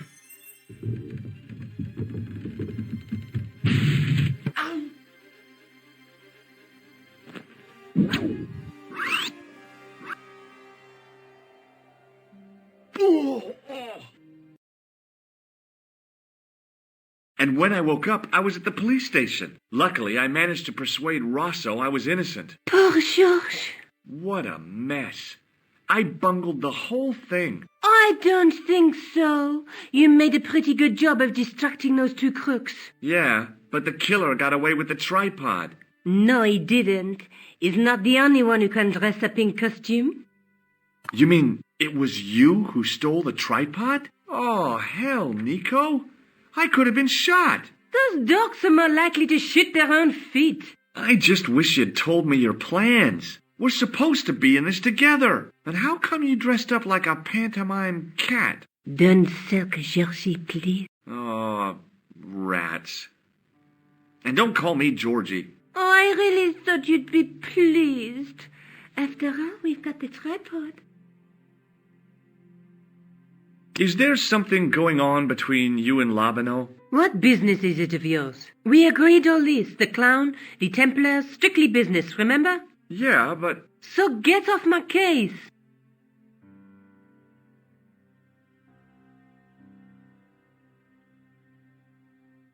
Let's take another look at the manuscript.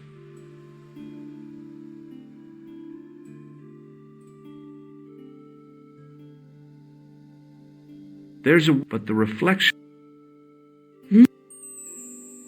And the night through... There's a guy...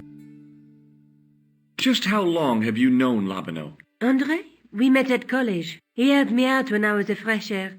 Showed me around, that sort of thing. You never told me that before. I thought he was just,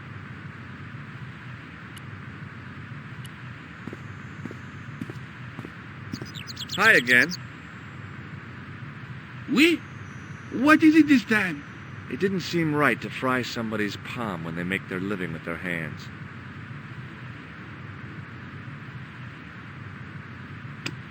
Does this lab pass mean anything to you? You work in a lab. No, try again. You steal lab passes? No. Well, not as a habit. This was a special case.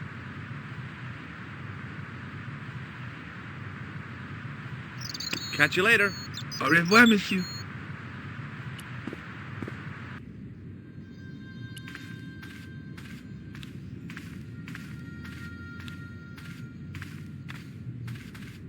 Excuse me, Father.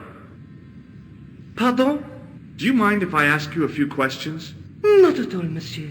It will be my pleasure to help you. How long have you worked here? Hardly work, monsieur. This is a calling. I have been helping Father Flambert for nearly 6 months now. I guess you don't know much about the history of this church, then. Just a little. You've got quite a shine on that candlestick. Ah, oui. Anything less than best would be an insult to the Almighty. I guess so. I never thought of it like that. What do you know about the Knights Templar? You have come to the right place, if that is your interest. Many of them were executed in the square outside. It was a disgrace to France. Well, the Pope was right behind it, though. Clement V was a man of mammon, not of God. That's kind of forthright for a priest, isn't it? You think so? It is hard to be sure what happened. It is so long ago. I noticed that the stained glass window on the left looks more modern than the middle one. You have a keen eye, monsieur. The original window was destroyed in the last war. It was as old as the church, early 14th century. Oh, man, that's awful. Oui, a terrible loss. Still, the church and the other windows survived. I've got a medieval tripod. Monsieur, you are a walking treasure house.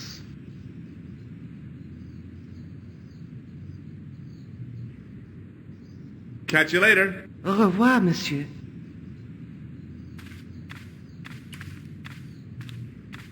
On the end of the staff was some kind of disc with a cross on it. Around the base of the disc was a hairline crack.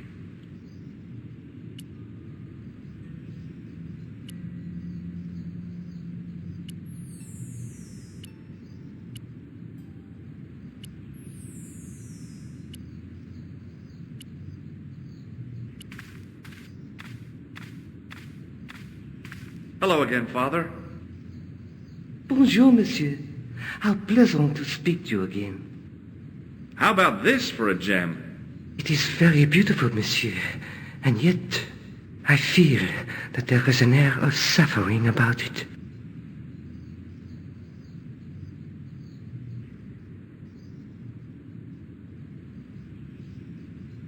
Is the right-hand window original?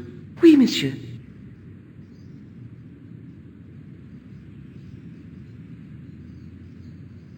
Catch you later. Au revoir, monsieur.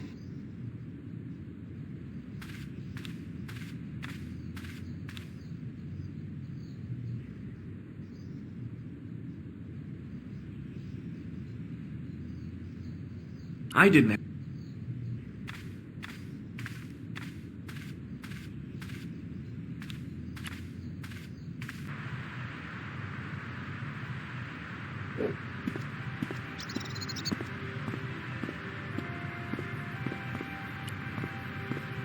Hello again. Hello again, monsieur. What do you know about medieval ironmongery? Have a look at this little baby. A tripod. What is it for? You mean you don't know? No, monsieur. Nor do you, I think.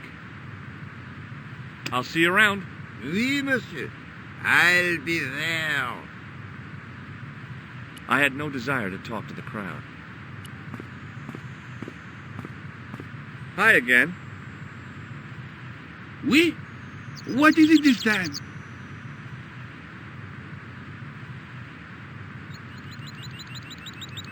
Catch you later. Au revoir, monsieur.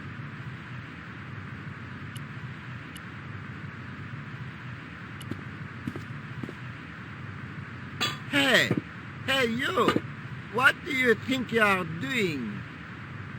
You stay away from that.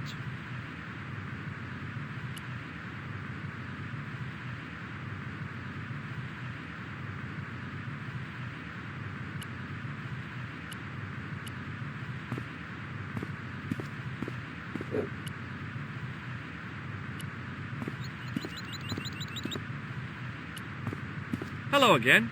Hello again, monsieur. What do you think of this? A blood pressure sleeve. Do you know what this is? Aha! You Americans with your notorious nose candy. I read Hollywood Wives. I know all about it. If you tried to sniff this stuff, you'd wall up your nostrils. It's plaster of Paris. It is. Thank heaven. For one awful moment, I thought I might actually have to arrest somebody. Alors, the paperwork. You have no idea. I'll see you around. Oui, monsieur. I'll be there.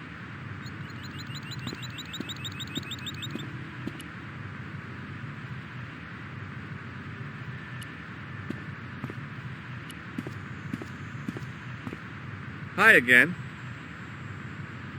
Oui? What is it this time? Feast your eyes on this. Incroyable! Is it real? I think so. Some people believe that great gems always have curses upon them. Oh, that's garbage. Although, now that I think about it, both of the people who had this before me disappeared in mysterious circumstances. And the guy who was supposed to get this was shot and then murdered in his hospital bed. Do you want it? No, thank you.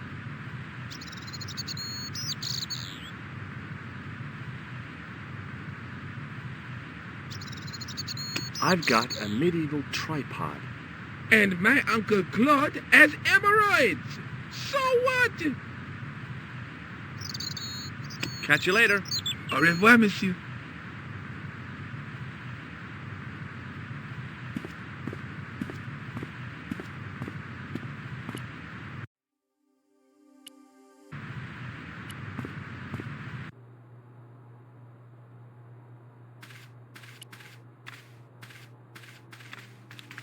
Hi, Andre.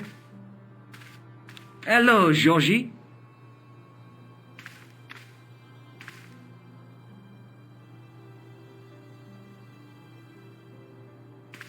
Thanks for your help, Andre. You're welcome.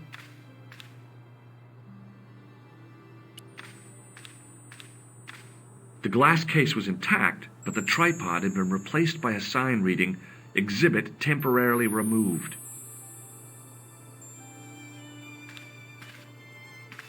The glass case was intact. Pardon me. Oui, monsieur? Thanks for your help.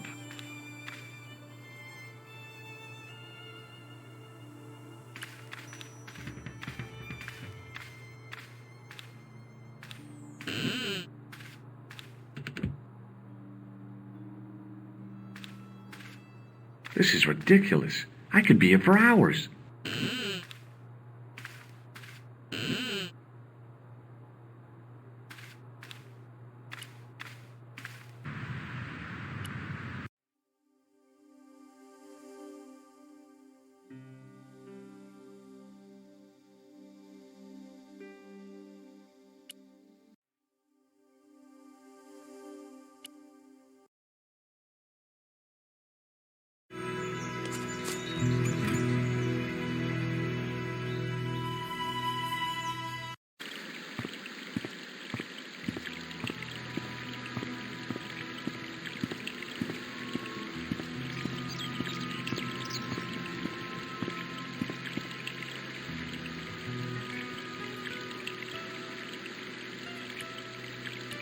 I'm no student of architecture, but the little building looked old. I wondered if it was some sort of summer house.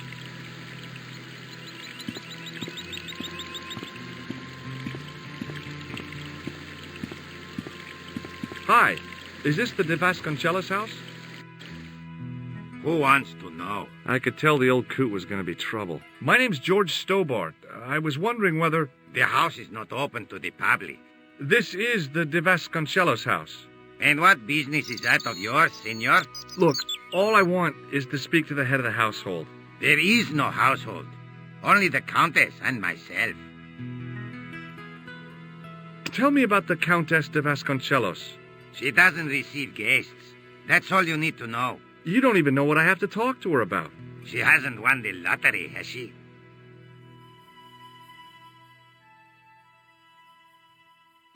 Yeah.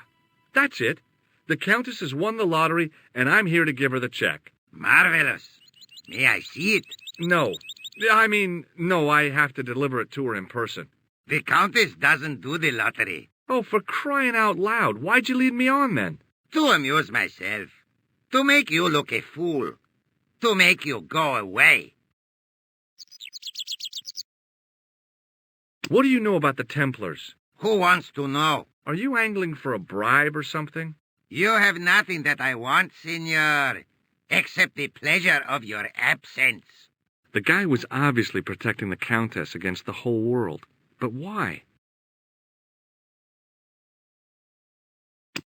This lab pass mean anything to you? Nothing.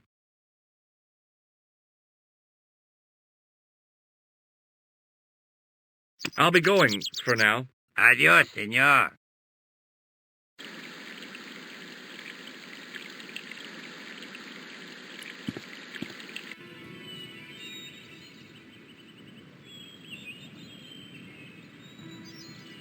Down below the estate, I could see the sea stretching away. It was a beautiful sight, and looked a lot like the scene from the manuscript.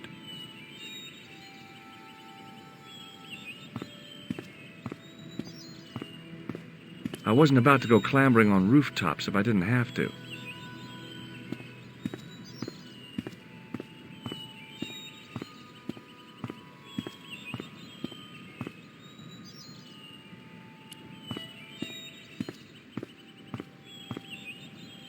Rats. It's locked. I wasn't about to go... There was a statue of a guy on top of the building. He looked like a knight with a spear and some sort of staff.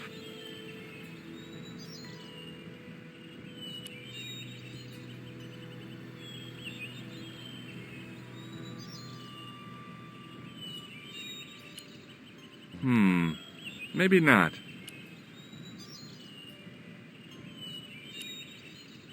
Rats.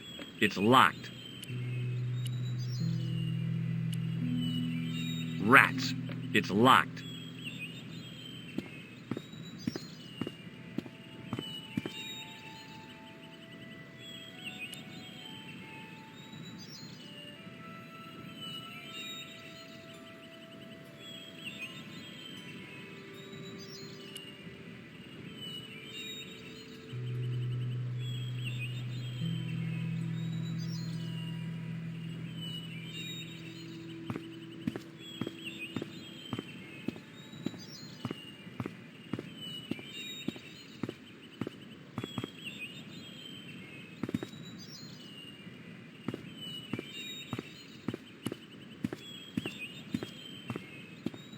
The door was a handsome piece of work, in keeping with the ornateness of the rest of the building. There was a statue of a guy on top of the... He looked like a knight with a spear and some sort of staff.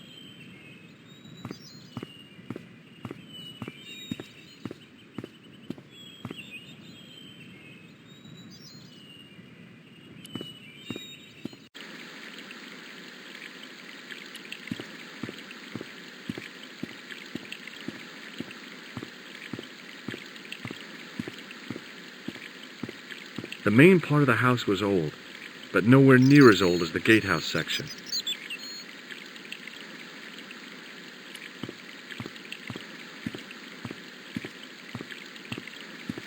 Hey, you. Yeah? What is it? You would not like it if people just wandered into your home, would you? Well, no, I guess not. Then show a little consideration. Okay. Sorry.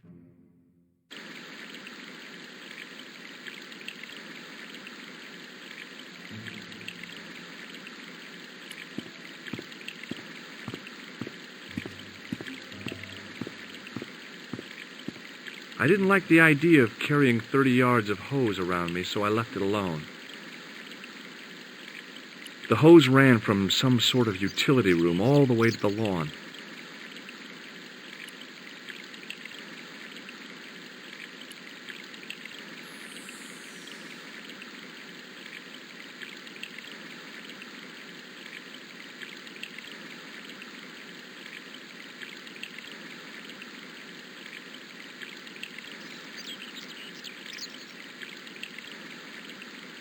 The hose ran from some sort of utility room all the way to the lawn. I didn't like the idea of carrying 30 yards of hose around me, so I left it alone.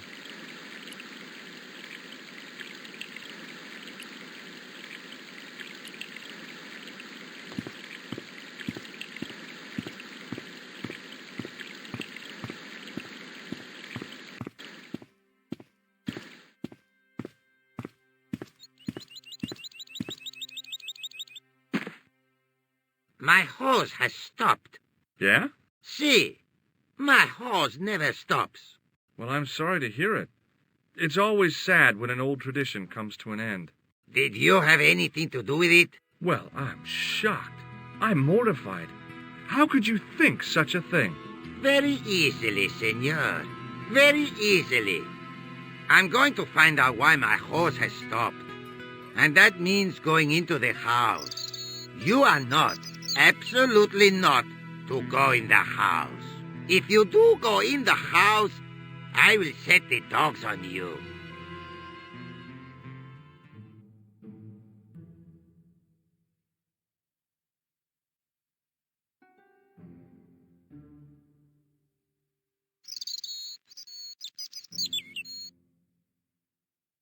The main part of the house was old, but nowhere near as old as the gatehouse section.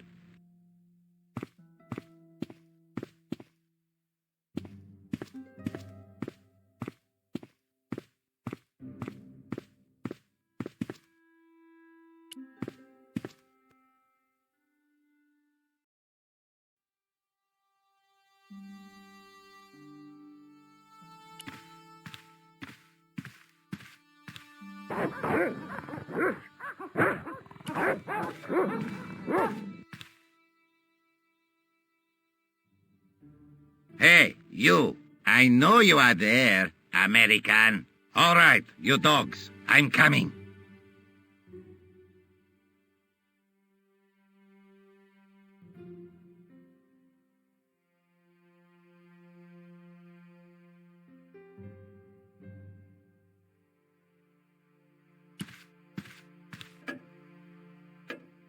Madre Dios, who are you? My name's George Stobart.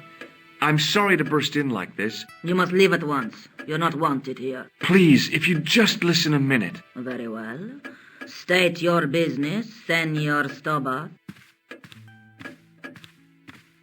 There's been a series of murders, part of some conspiracy. Anyway, the trail led me here. Here?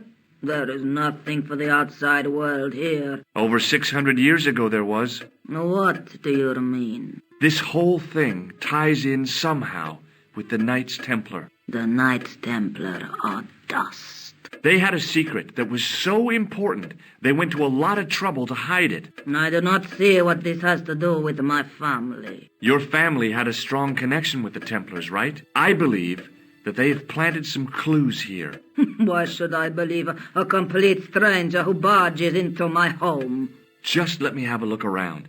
If I find nothing... You'll be spending the night at the police station. Very well. Please, sit down. I know your family is involved with the Templars, but I don't know how. You should be asking how my family were involved, Senor Stobart.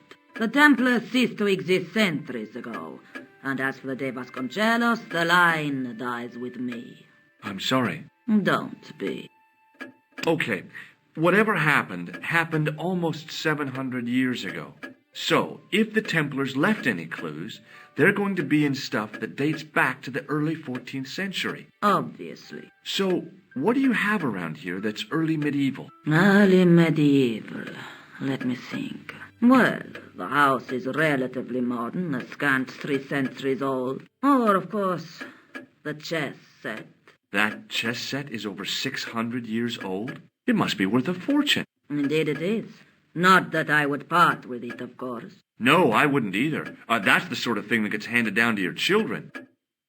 Sorry. Its value is less than you might think. The set is not complete. One of the pieces is a modern replacement. As to the original, it was lost a long time ago. Nobody has any idea where it is? No. The children had it when they were taken. Children? What children? All in good time, Senor Stobart. May I examine the chess set? Certainly. But do not move any of the pieces. Okay, thanks. Close up, the modern piece stood out like a sore thumb. There was something else odd about the set. All of the original pieces had irregular bases. My lady, I have to warn you, there's a... You! Why, I'll feed you to the dogs. Lopez, what have I told you about feeding intruders to the dogs? But, my lady... Never without my permission. Senor Stobart, if I find that you're wasting my time, you will be fed to the dogs. Now, I want to show you something interesting. Follow me.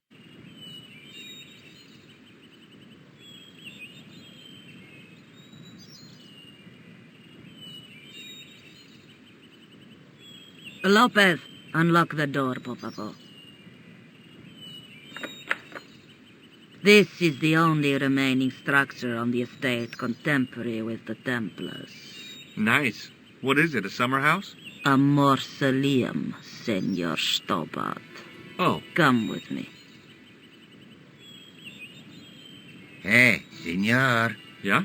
I do not know what you have told my lady to be shown these favors, but I do not trust you. You've got nothing to worry about. Aren't you coming in? No, the dead do not interest me. My garden is a living thing. I will be there.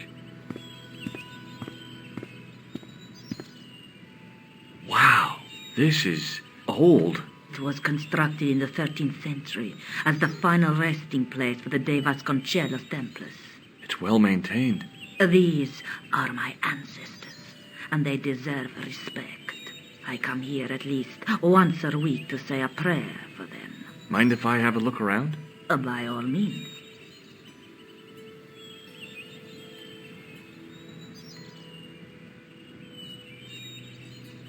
The mausoleum contained 5 tombs for 5 of the Knights Templar, man-size in marble.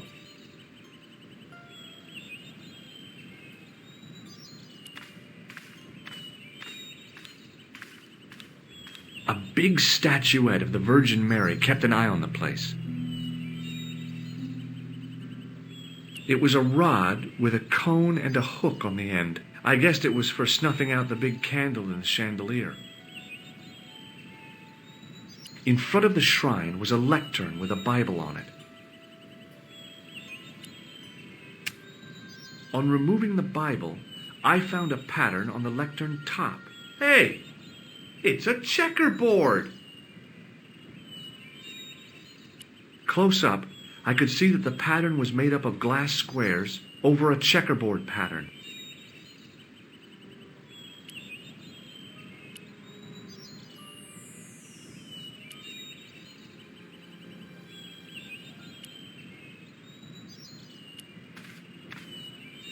Now what? There was nothing to snuff. Feeling like an idiot, I put it down again.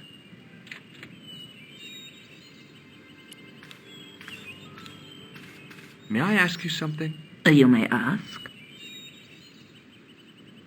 Who exactly are these people? My ancestors. These 5 men were all members of the Templars. 5 ancestors in the order. You must be very proud. Not 5. 6. Where's the 6th knight? He was lost to us. You lost an ancestor? It is a family matter. It can have no relevance. Well, it's connected with the curse of the Vasconcelos, isn't it? Yes, it is. I hope you will honor my desire not to talk about it. Okay, well, I'll leave it for now. Is the Virgin Mary really the right person to be sharing a mausoleum with 5 knights? You are showing your ignorance, Senor Stobart. The Templars were dedicated to the Virgin Mary. What's the story with the glass chessboard? Glass chessboard? Oh, the pattern on the lectern. Purely decorative, I'm sure. There are pieces of glass missing from it. Oh, it has been like that since I was a girl. The gaps in the glass chessboard look awfully deliberate. No, it is ridiculous. What possible significance can it have? It's part of a chessboard, and the gaps are for... Senor Stobart, you cannot mean... This place was built for the Templars. Your chess set is as old as the Templars. It's kind of suggestive, isn't it? I think this must be it. This is what the manuscript is pointing to. This is extraordinary.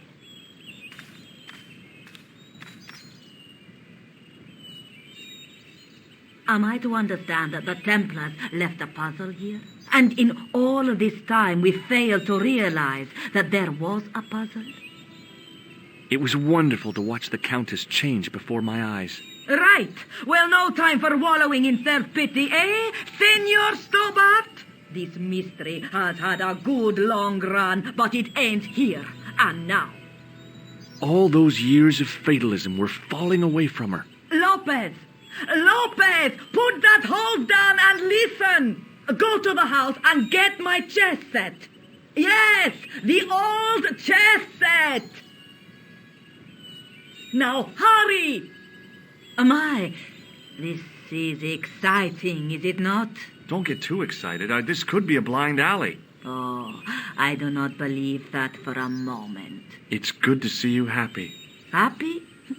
You know, I think I am. While we're waiting, I'd really like to know what happened here. I mean, the curse and everything. It all began at the time of the dissolution of the Templars.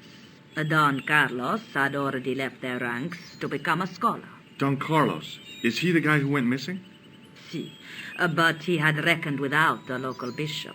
The bishop envied us our lands and determined to use the papal edict as an excuse to destroy us. Don Carlos was on one of his scholarly journeys when the Inquisition arrived. When Don Carlos returned, it was to find his loyal manservant slain and his children gone. They took the kids? But why? Oh, we will never know. The bishop denied all knowledge of the children's disappearance. But witnesses had seen his men kill the servant who had been charged to protect them. What happened to Don Carlos? He swore he'd find his children if he had to go to the edge of the world. He put on his armor and took up his sword and shield and rode out alone. He was never seen again. Lopez, you have the pieces. Si, my lady, as you asked. Por favor, Senor Stobart, would you be so kind? My lady. Calm yourself, Lopez. I believe Senor Stobart's motives are pure. Very well, my lady.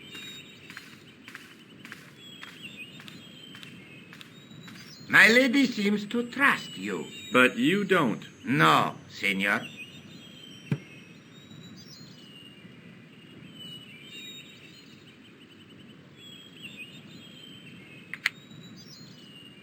It fits, Senor Stobart. It fits.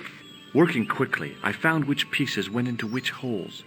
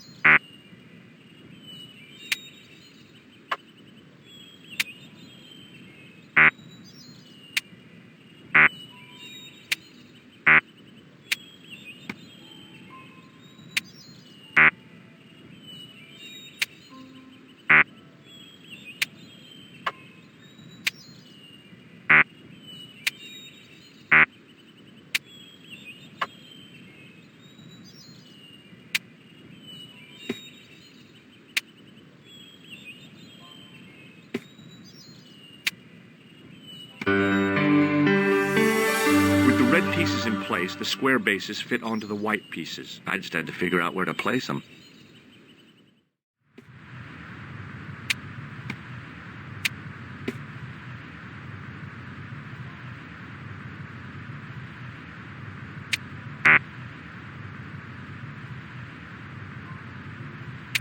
Bingo! I mean, checkmate.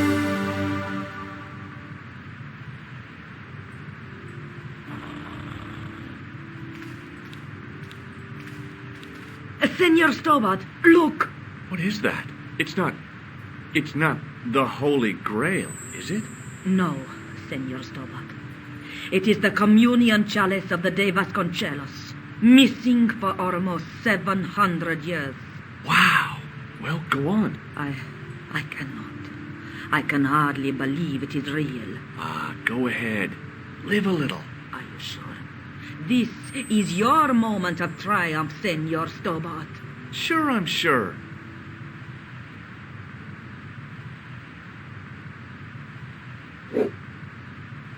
The possibility of death traps only occurred to me a few days later.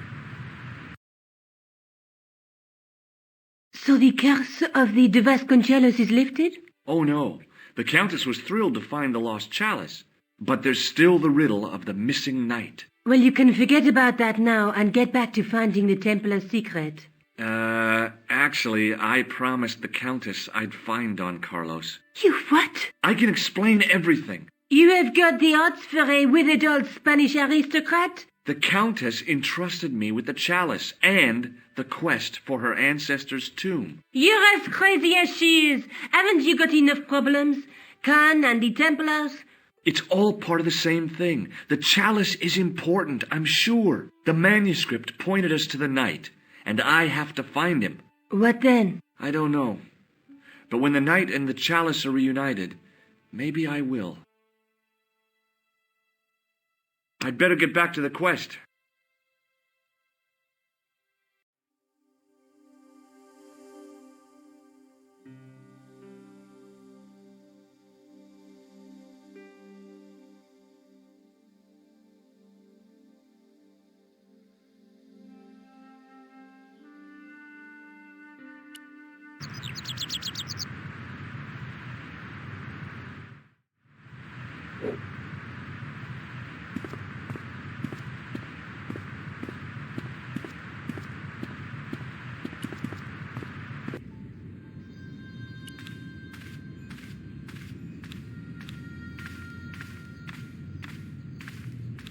Hello again, Father. Bonjour, monsieur. How pleasant to speak to you again. What do you make of this chalice? It certainly looks very old. About as old as this church, I think. There seems to be an engraving on it. Yeah? What does it say? I do not know. It is very tarnished. With your permission, I could try polishing it. I promise I will be very careful. That'd be very good of you. This shouldn't take very long. Feel free to look around. Okay, thanks.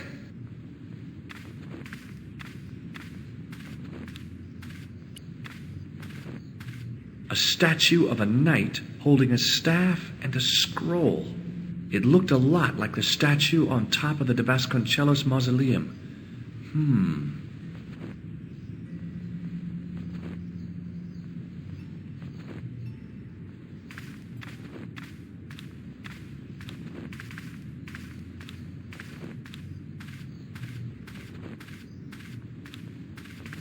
The priest was still busy with the chalice, so I decided to have another look around the church.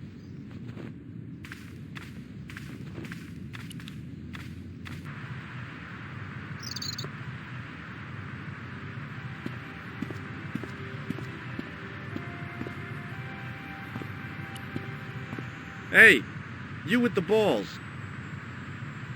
Oui?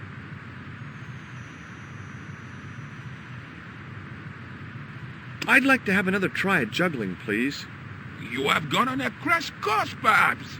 No, I just had an insight into presentation. Huh? Allow me to demonstrate. The balls, please. If you insist on completing your humiliation, monsieur. Okay, now for my secret weapon.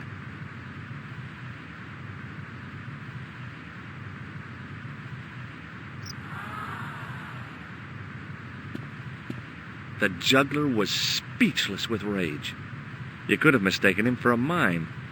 And without a word, he collected his balls and left in a fury. Hey! You forgot one of your balls! Hey! But he didn't hear. Better still, deprived of his entertainment, the gendarme decided maybe he ought to do some policing for a change.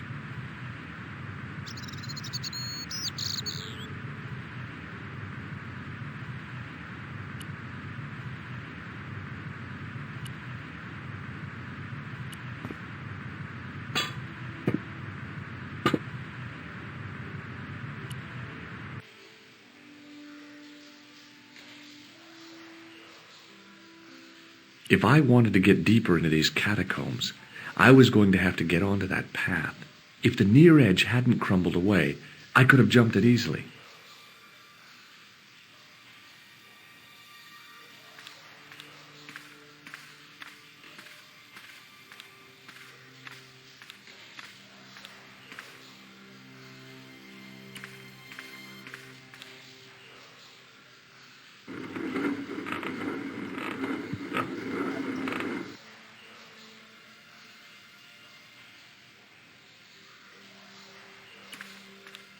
There were 3 arches, each with an inscription.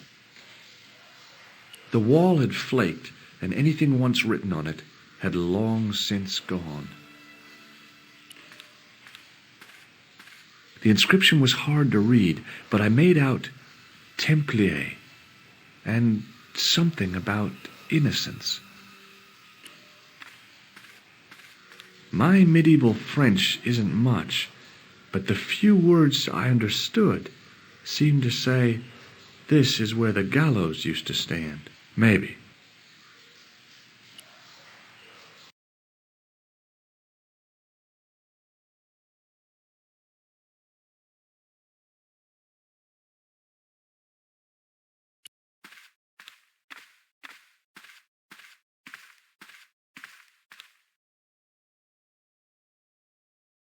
I pushed against the door, but it seemed to be locked.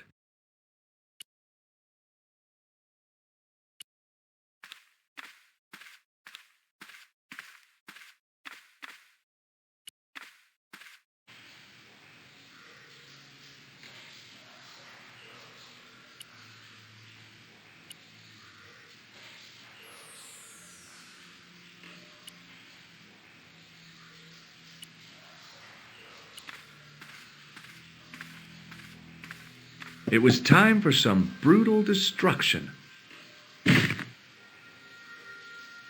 Hey, that's hollow! I'd poked a hole in an historical site. If any archaeologists came by, they'd lynch me for this.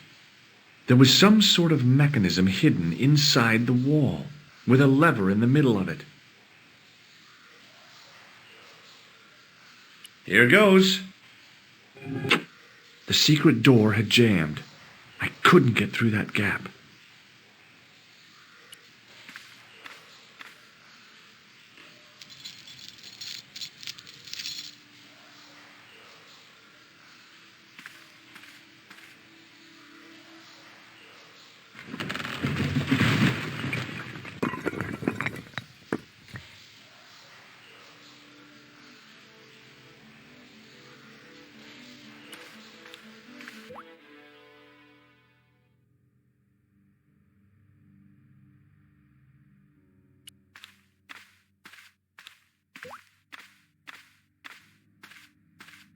In the beginning was the end.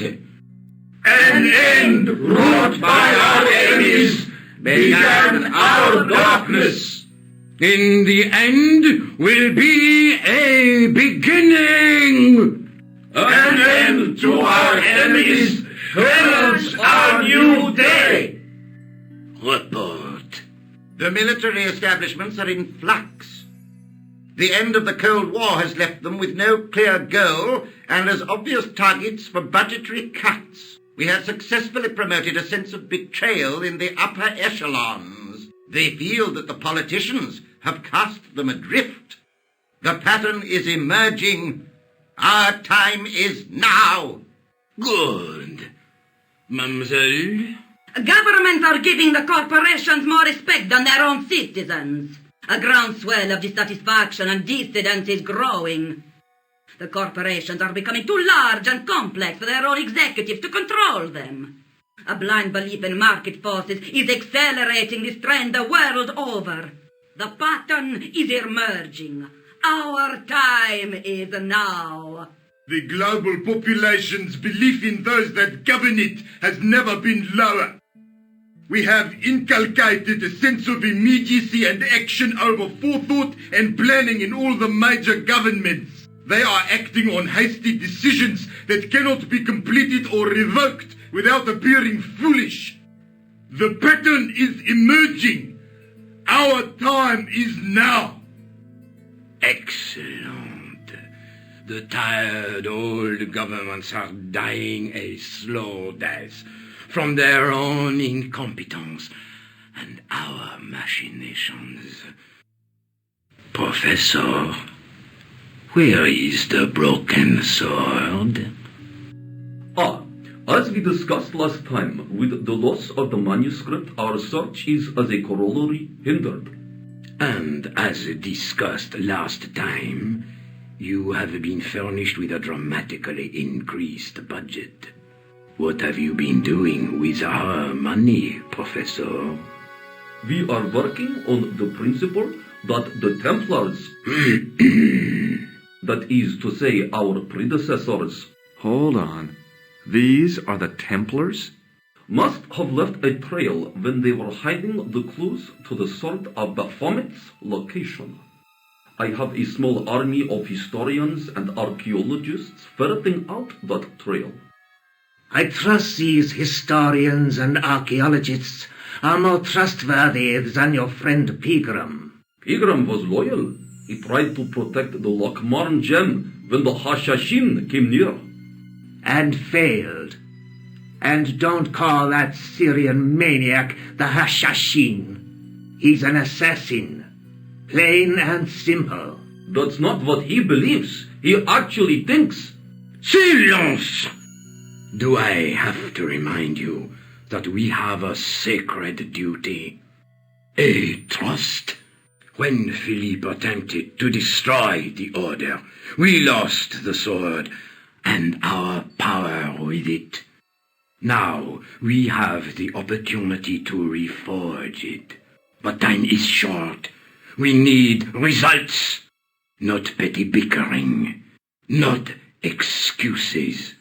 Now, Professor Baphomet. Yes, of course, my apologies. We will find Baphomet and the sword, manuscript or no. We have already found another element actually within Paris.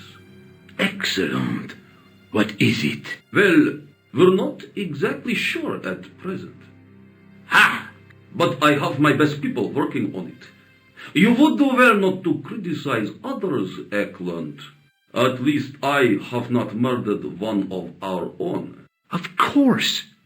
That guy was the bogus doctor in the hospital. Marquet was a liability. Eklund dealt with him on my orders. I beg your pardon, Grandmaster. I did not mean to. Have you any good news for us, Professor? We already know 3 of the elements. We know that Klausner had obtained the lens before he vanished. Where was he? Syria. We know that he arrived, but after that, nothing. The assassin. I fear so. It's a shame.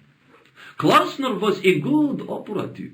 This will be our last meeting in person until we locate the sword of Baphomet. I hope that I don't need to emphasize the importance of finding it. Without it, our endeavors come to nothing. With the sword reforged, we will have the power to sweep the stage of all opposition. The next time that we meet, it will be to become the princess of this world! Wow!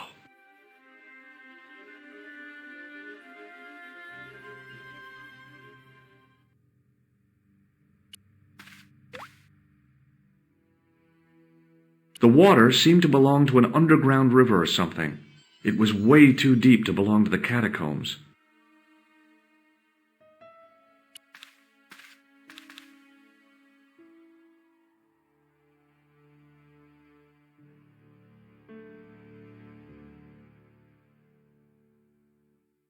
There was a large circle marked out on the floor with a stump in the middle. Around the circle I could see words inlaid into the stone. On the circle's circumference were the Templar seal and 2 Latin phrases, Non omnes moriar and Clarior e tenebris. I shall not die completely, the brighter from the darkness. In the middle of the circle was a stump of stone, a shaft of daylight from the world above lancing down to touch it.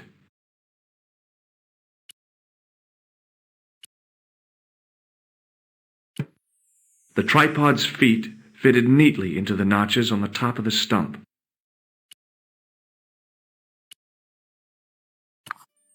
The light falling from above struck the gem and scattered in 5 neat rays, and each ray picked out a letter. Starting from the left, I could read M-A-R-I-B, Marib. Now all I had to do was figure out what the heck that meant. Nico, I've seen them. Who? The Templars. I spied on their meeting in the catacombs. And you saw the Knights Templar? I saw a bunch of guys masquerading as Templars. They're after something called the Sword of Baphomet. The bogus doctor was there, the guy who killed Marquet. The manuscript is the key, just as we thought. It shows the way to the broken sword, whatever that is. And how does the assassin fit into all this? He's out to stop them. These Neo-Templars, they're men and women in influential positions. Don't you see? Plantar was one of them. The assassin killed him for the manuscript, to stop them finding the sword. But now we have got the manuscript. Yes. So, how do they hope to find the sword? I don't know. They said something about a lens and a guy called Klausner who's gone to Syria, but they didn't seem to realize the significance of the very site of their meeting. You see, after they'd gone, I discovered a stone pedestal and a carved inscription. I set up the gem on the tripod, directly below a beam of light. The gem split the beam and lit the letters M-A-R-I-B. Marib is a village in Syria. Then the Neo-Templars are ahead of us. Klausner beat me to it. You're not thinking of going there yourself, are you? Why not? These guys are crazy and dangerous. That reminds me, you should leave the gem here. Okay. What about the tripod? I'll send it back to André, anonymously. Do you think I should go to Marib? Syria is a long way, Georges.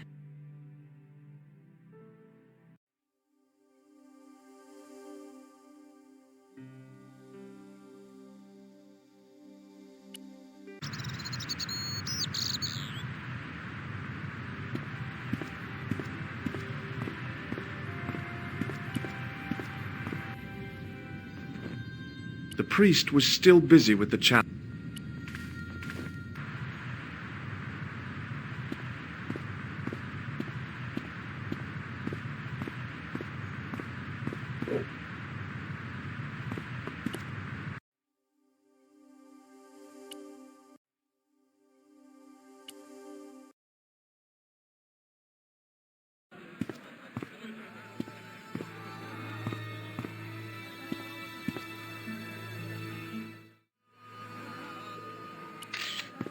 Hey there, young fella.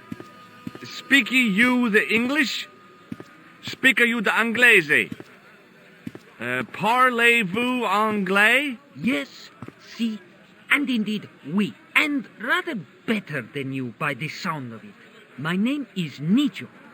Welcome to my grand emporium of quality merchandise. So, this is your stand? Oh, yes, sir. Though stand does not begin to do it justice. The finest in this bustling metropolis. This is a bustling metropolis? Well, not per se, no. How much are those books there on the shelf? Have you any Syrian pounds? I think I might have a couple of Irish pund. Then they're too expensive for you, sir. You speak very good English. Thank you, sir. I learned from tapes that my uncle procured. Oh, a language course. No, sir. Jeeves and Wooster. Gussie, Fink, Noto, Aunt Agatha. What ho? Does the word Templar mean anything to you? Templar. Templar. Templar. Why, yes, of course. It does? Yes. A splendid series of books by Mr. Leslie Chatteris, featuring the roguish Mr. Simon Templar. Great. That's a real help, Nijo. Anything else? The Saint television program, featuring Mr. Roger Moore of the quizzical eyebrow, and a stick man with a halo. Bing! So all Templar means to you is Roger Moore. I only watched it for the stick man with the halo. Bing! He was better animated. So long, Nijo. Toodle pip, sir.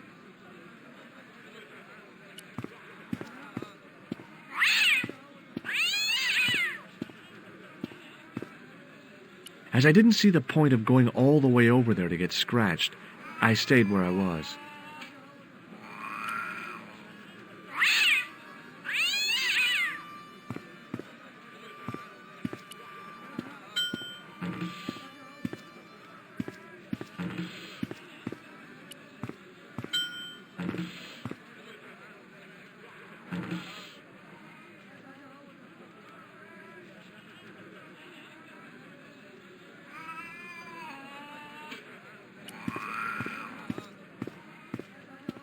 Hi, I was wondering whether you could help me. Why, sure, son. Always got time for a fellow American. The name's Henderson. Dwayne Henderson. Pleased to meet you, Mr. Henderson. Hell, boy, I'm not in the office. Call me Dwayne. Oh, okay. Dwayne. My name's George Stobart.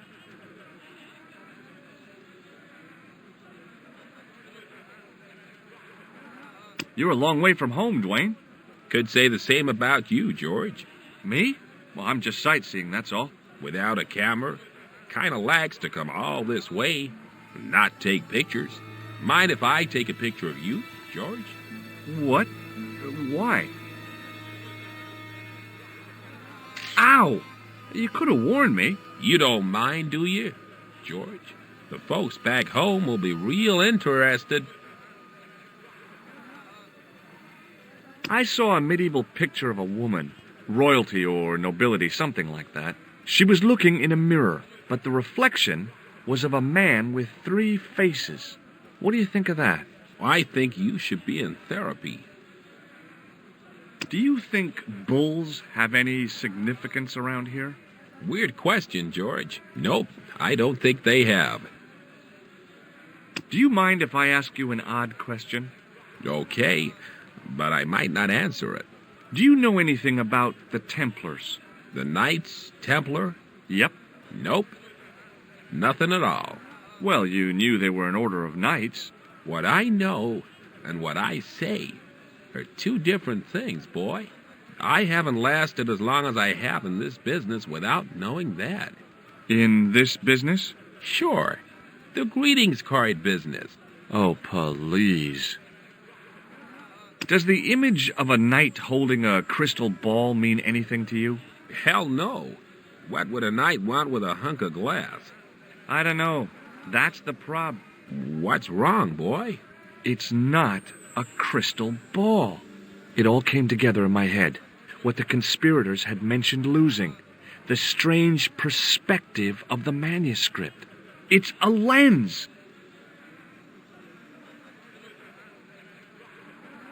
Have you talked to Nijo? Nijo? He's the youngster on that junk stand, right? Yeah, we've met him. He's a smart kid. Speaks 4 languages, and he's never had a day's formal education. He should go far. Kept trying to peddle garbage on us, though. You're not going to find much worthwhile around here. I know that, and you know that. But try telling Pearl. She reckons there's antiquities in them there stands. Where is your wife, Dwayne? Pearl? Oh, she's around, looking for bargains. How long have you been married, Dwayne? Hell, must be 30 years now.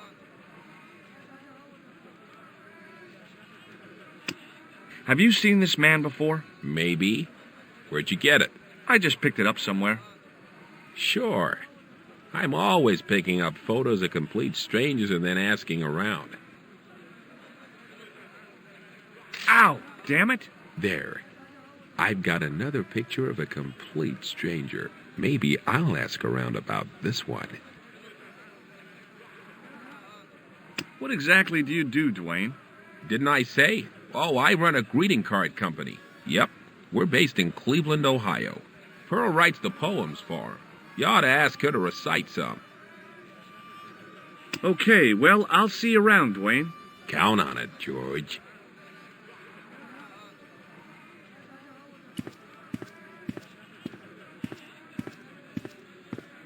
Hello. I was wondering whether you could help me. Why, hi there, handsome. What can I do for you? Hi, my name's George.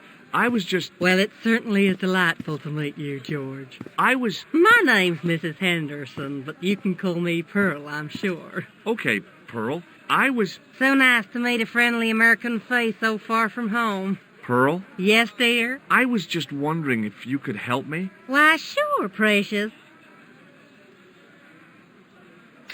Have you ever heard of a group of knights called the Templars? Sounds familiar. I remember. Dwayne had a book. The Holy Something and the Holy Something Else, I can't quite recall. I read a little of it. And? Seemed like a lot of hooey to me.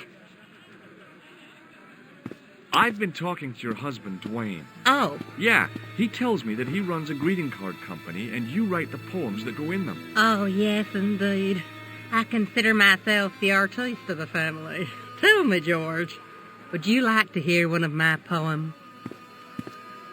Yes, go on then. Okay then, darling, here we go. Our sympathy upon this time, when your heart doth break. I like the doth. Classy, isn't it? We know the grief that must entail when your schnauzer gets bitten by a snake. Ah, it still touches me. What do you think, George? It's very specific, isn't it? You think so? We sell a lot of those, dear. So, tell me a little about yourself, Pearl. Me? Oh, a gentleman's interest is always so flattering. Well, my husband and I run a greetings card company in a cute little place called Akron in Ohio. Akron? Cute? Little? You said that your company is based in Akron. And Dwayne said it's in Cleveland, no doubt. Well, yes, he did. Dwayne was in the Marines in Vietnam, you know. Anyway, he got a medical discharge. Thing is, he gets confused. We moved away from Cleveland 5 years ago. Oh, I'm sorry. I didn't mean... He also gets a little paranoid. Thinks he's a spy or something. I'm so sorry, Pearl. Don't worry yourself, George. We live with it. Have you talked to the boy on the bric-a-brac stand? Oh, you've met him? His name's Nijo, you know. Oh, he's just so cute, I could die. I'd love to bundle him up and take him back to Ohio. He might not thank you. I'm looking for something ancient, you know. Something to impress the folks back home. The poor boy was trying to do his best, but we still haven't found anything. Do you know anything about medieval weaving? I do a little needlework, but gosh. It's okay. It was a long shot. I've got to go now, Pearl. It's been a pleasure, George. Don't be a stranger. The stand was hawking ancient machine parts.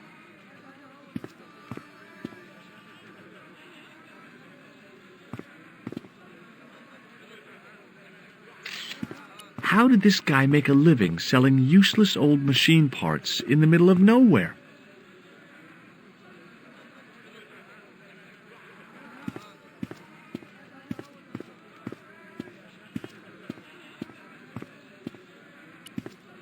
Hi, what's your name, sir? Hello, you buy kebab. Most good.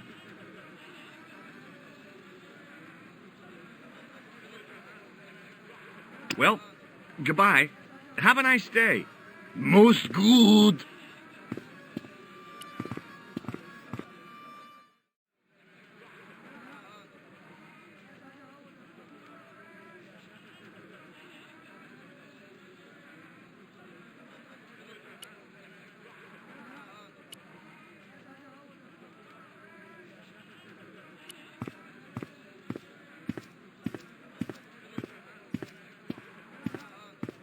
It was the pattern.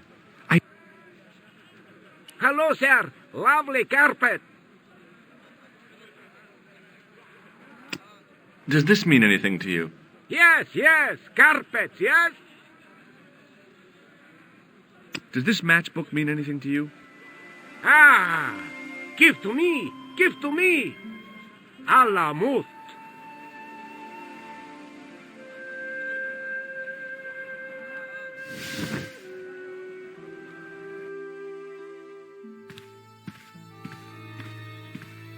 Many beneficent greetings, my most fortunate possible friend. Huh? Do I know you, mister? No. And again I say, no. But, my friend, do you not see our mutual good fortune in this meeting? How frank do you want me to be? You are a traveler, yes? Boy, you must be the world's greatest detective. No. I am told that is Sherlock Holmes of the big forehead and slipper full of shag. I, as contrast, am world's greatest luxury taxi driver. I can see where this is going. I am Ultar, taxi driver and luxury guide per excellent, yes. This I had to hear. Where does your heart desire to go? Simply mention the name to your obedient servant, and we shall fly there, swift as the eagle. Oh, well, I don't really want to leave Marib yet, but I'm sure that if I do, you'll be the first to know. Is good. You know where you want to go, you come to Ultar. Thanks. See you around, Ultar. Be having a pleasant day, full of shining experiences and happiness, my friend.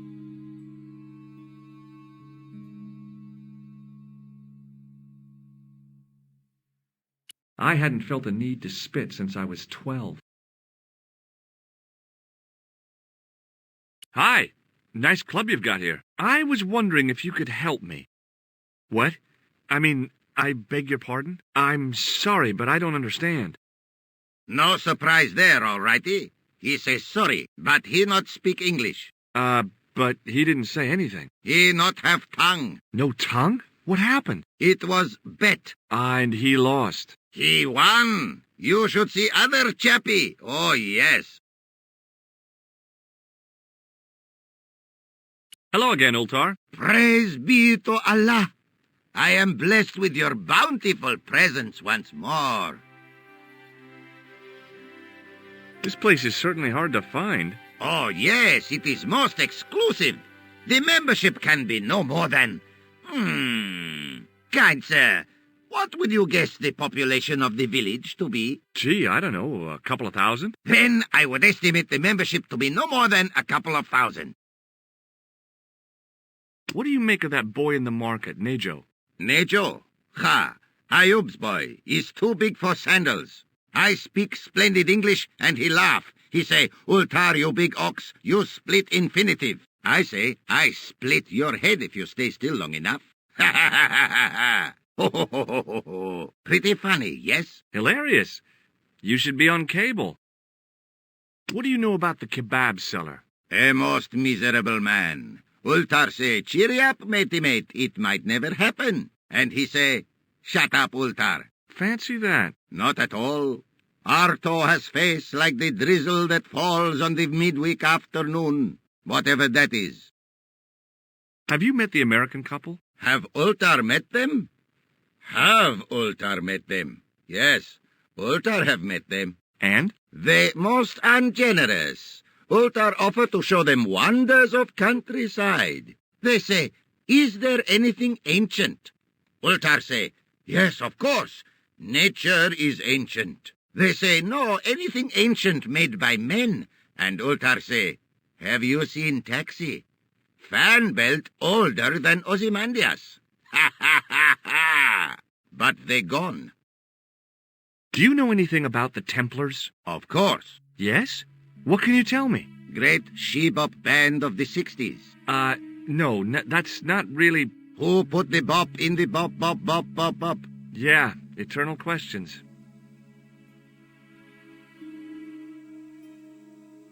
See you around, Ultar. May good fortune follow you, mister.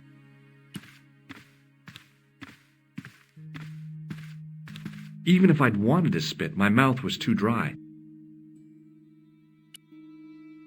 Damn, the door's locked. I'm sorry? Did you say something? He say you not to go in toilet. Read sign, matey. Matey? It lose something in translation.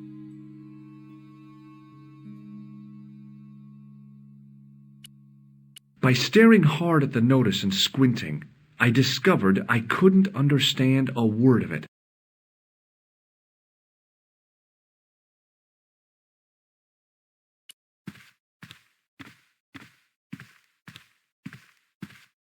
Hello again, Ultar. Praise be to Allah. I am blessed with your bountiful presence once more. Could you tell me what that sign means? It's a door stay shut until brush come back. Signed, the management. Oh, well, what does that mean? Manager buy lovely new toilet brush, leaves it by wash basin for 10 minutes. Come back, it been stolen. Not even out of wrapper. He damn cross. Lock up toilet and say, nobody use fine pristine toilet until brush given back. We say, what we do till then, eh? He say, cross legs and use superior willpower. And that's what you've been doing? No. Ultar use bucket.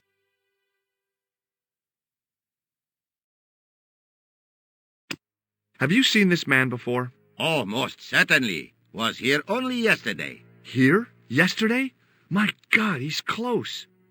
Yes, he was asking lot of questions, just like you. What did he ask about? He asked about American called Stoby. Stobart? Yes, Stobart. You know him? The killer knew my name. What else did he ask about? He asked about German man called Klobner. I tried to remember the name of the man the conspiracy had lost in Syria. Was his name Klausner? Sure, that is what Ultar said. Klausner. I told this man in the picture, Klausner wanted to go up to Bull's Head. Hold on, he wanted to go where? Bull's Head. Big hill, 10 mile out of town. Maybe 60. When was that? Oh, maybe a week ago. What can you tell me about this Bull's Head Hill? It's most magnificent. Lovely views. Worth visiting. Yes, by indeedity. How do I get there? No. Let me guess. You need fine luxury guide to take you there in air-conditioned taxi. Woe is me. Where can I find such a guide? And Ultar is most luxurious guide for most literally some way, in any direction. Gee willikers, lucky old me. Are you desirous of my pleasant and luxuriant service? All right, let's go. First, I regret the formalities. A trip to the Bull's Head, 50 Yankee dollars, please. $50? I don't have $50. Oh, most unhappy event. Ultar then sorry, but he cannot take you on ride of lifetime. Hold on, Ultar. Is there nothing I could barter with you? Word that it was so, beloved friend. But my taxi needs gas, and its muffler needs the muffler doctor. Trading for these things is not possible. My heart weeps for the injustice, but it's bucks or zip, or unfortunate American. Well, I still don't have any cash on me, American or otherwise. Oh, unfortunate, most extreme. The delights of the Bull's Head Hill then must wait, I fear. Well, I still don't have any cash on me, American or otherwise. Oh, the delights of the Bull's Head Hill then must wait, I fear.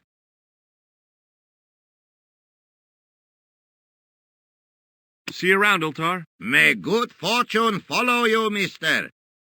There wasn't much point in trying to launch an in-depth conversation when I couldn't speak Arabic and he couldn't speak. Period.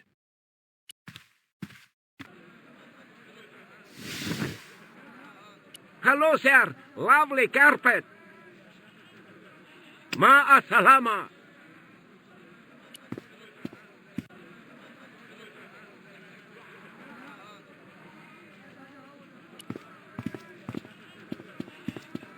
In the still air, the smell hung around like bad smells do. Suddenly, I realized the horrific truth. The guy was basting the kebabs with a toilet brush.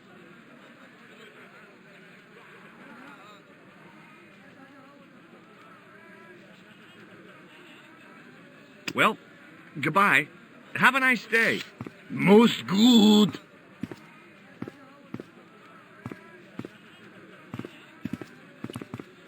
Hello again, sir. Hello. Kebab? Yes. Well, goodbye. Have a nice day. Most good.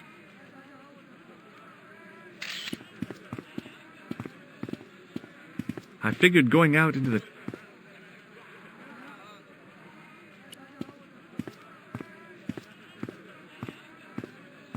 Hi there, Dwayne. Hi there, George. How can I help you, young fella? Have you met Ultar?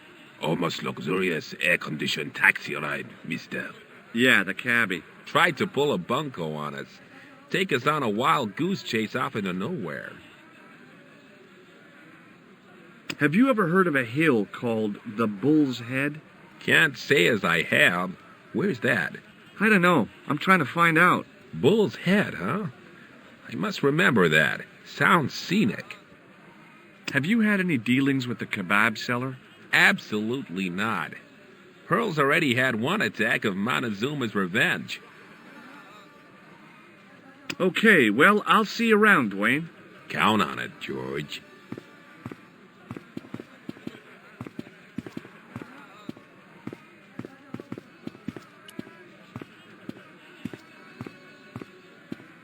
Hi, Nijo. Hello again, sir. And how may I help you this time? Look, this is going to sound a bit strange, but I need Arto's brush. What?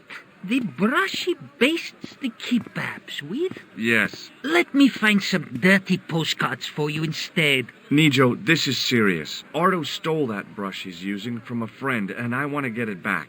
Perhaps I could help you, old chap. Maybe? Perhaps? Maybe what? Perhaps what? I do not wish to seem mercenary, sir, but I am a merchant, and merchants trade. Merchant? This isn't Sears and Roebuck here. Well, if you're going to be disagreeable... No, you're right. What would you like? What have you got? What do you think of this, eh? Oh, sir, what a splendid plaything. One day, when I am rich, I am going to build a world-renowned collection of brightly colored balls. Are you serious? In deadly earnest. People will come from far and wide to see my... Yes? ...collection. The Rockefellers and the Gettys can keep their hoards of so-called fine art. But answer me this. What good is a Picasso, I ask you, if you cannot bounce it off a wall? You may have a point. Sir, for such a marvelous thing, I would gladly help you. I thought merchants were supposed to be wily and never reveal what they really want. Bah! I say to mercantile greed, I have the soul of the aesthete, and I desire that red bouncy thing beyond reason. Do you understand? Not really. If I give you the... I've already told you. I'll help you if you give me the ball. What's it to be? All right, here you go. Thank you, sir. People say bad things about Americans, but you're okay in my book. What people? What bad things? Never mind that now. Remember the brush? Right, yes, the brush. All you have to do with Arto is be polite. It lightens his day, makes it all worthwhile for him again. How can I be polite to the guy when I can't speak a word of Syrian? Arabic. That's what I meant. Simply memorize this phrase. Il ach il kalb. Il akal kalb. Close enough. Now, go over to Arto and deliver those honeyed words even unto his delicate ear. He won't be able to do enough for you. Really? Really. I met an interesting guy earlier, a cab driver. Ah, that would have to be Ultar, a barbaric sort of chap. Oh, he's not that bad. You know how he speaks in Pidgin English? That's how he speaks in Arabic too.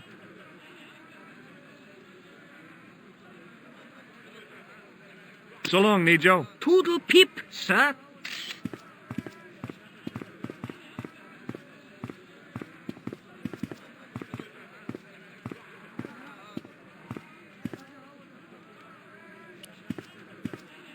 Hello again, sir. Hello. Kebab? Yes? Il akul kalb? Filthy. Bad. I'll kill you. Whoa. Calm down. Feet, do your thing.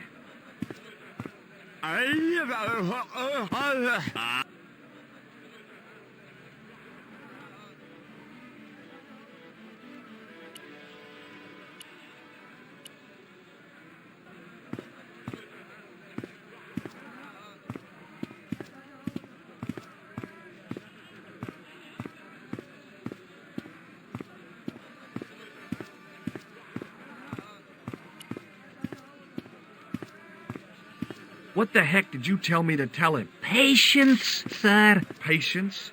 Patience? I've been chased by a homicidal kebab seller, and you expect me to be patient?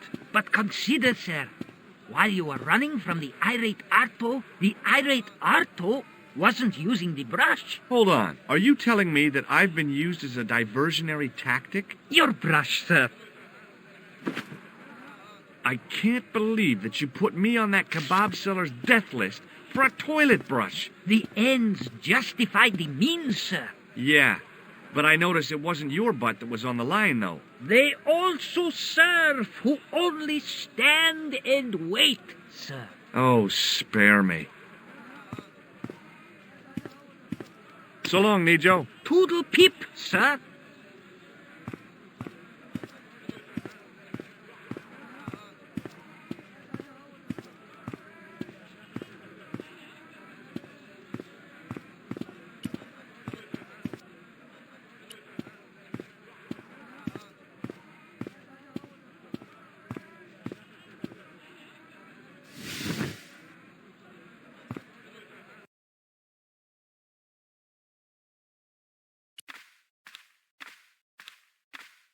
There wasn't much point when I couldn't speak Arabic, and he couldn't. Hello again, Ultar. Praise be to Allah. I am blessed with your bountiful presence once more. Look, I've got the toilet brush back. You man of action, all righty. Don't just wave at me. Give to manager. See you around, Ultar. May good fortune follow you, mister. Here's your brush, sir. It wasn't easy getting it back.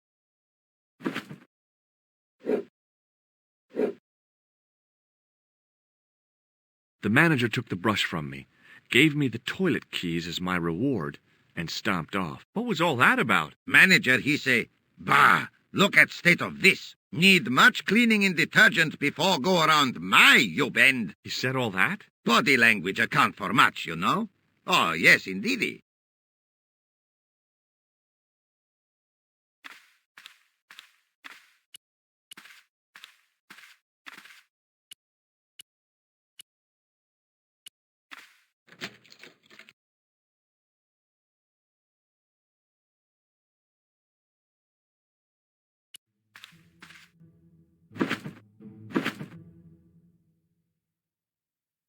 It was a roller towel dispenser.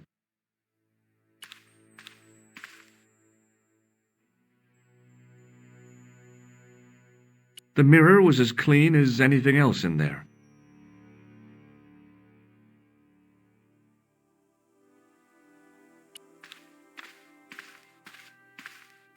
I hadn't drunk anything since the morning, and I didn't need to use it.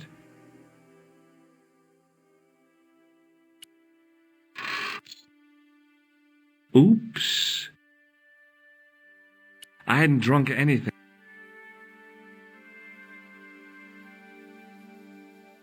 And I thought the French had strange toilets.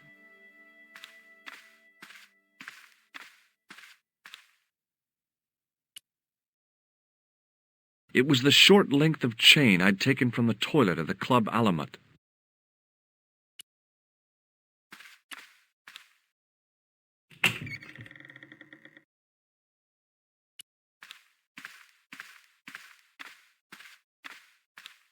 Hello again, Ultar. Praise be to Allah. I am blessed with your bountiful presence once more. Well, I still don't have any cash on me, American or otherwise. Oh, the delights of the Bull's Head Hill then. What does this toilet chain mean to you? You got brushback so you could steal chain? You sure strange cookie, mister, yes?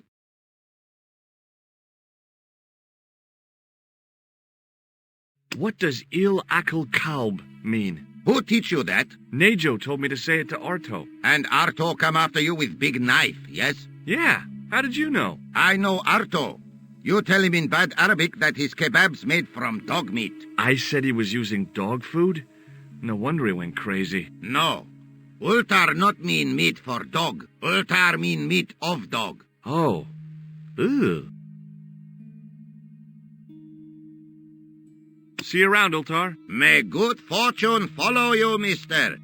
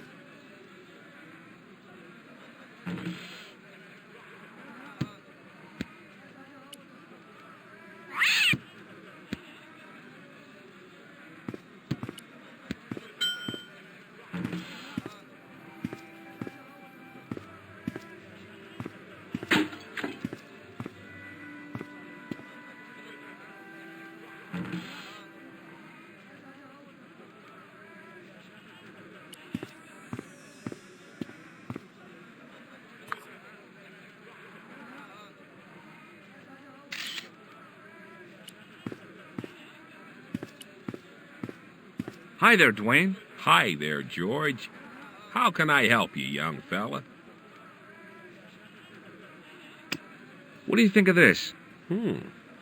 Looks like the kind of thing Pearl might be interested in. Not old enough, though. Okay, well, I'll see you around, Dwayne. Count on it, George.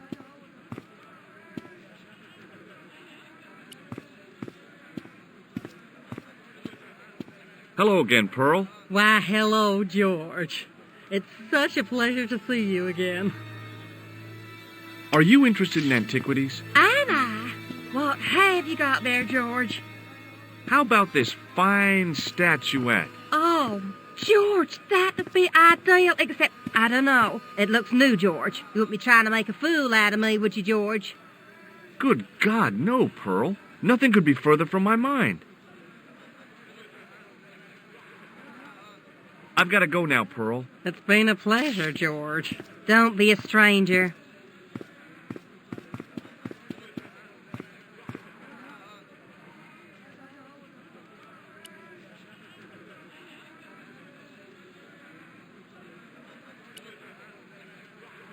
Maybe not. The grease paint had worked magic. Now it looked like aged marble instead of cheap plaster.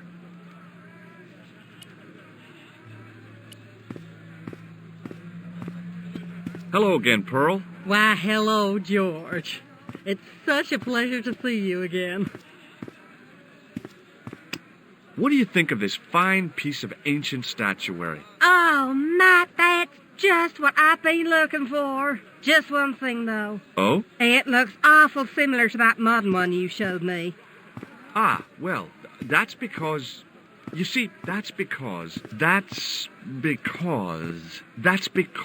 first one I showed you was a modern copy of this one. And I sought out the artist who'd done the copy and bought the original. Yeah, that's it. Yeah. Oh, George, how can you ever forgive me? There's nothing to forgive, believe me. Would you like it? Would I ever? I'm not carrying the money, though. If you go and find Dwayne, he'll pay you for it. If he gives you any trouble, just tell him that I want it. I've got to go now, Pearl. It's been a pleasure, George. Don't be a stranger.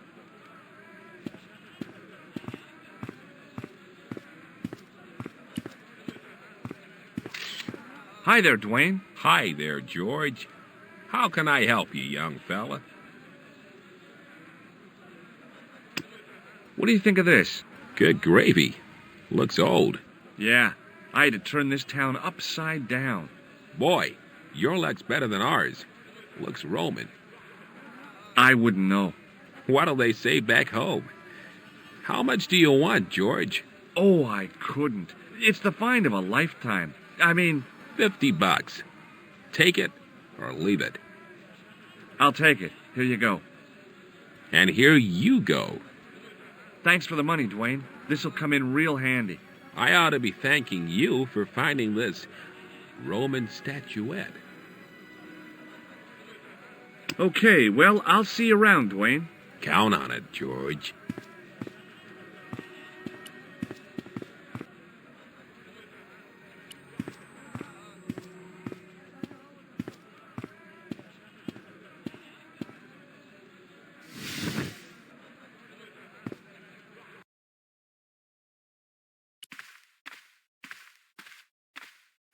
Hello again, Ultar. Praise be to Allah. I am blessed with your bountiful presence once more. About Bull's Head Hill. Are you desirous of seeing this most splendid place? Well, maybe. A terrific bargain. Only 50 of your Yankee bucks. 50, huh? Okay, it's a deal. Here's the cash. Ah, most splendid. As you say, the cash price moolah is correct. Mister, we make with haste. Where exactly is your taxi? 'Cause the only vehicle I can see around here is an aging Army surplus truck. Yes? Ah, okay. I'll be along in a minute.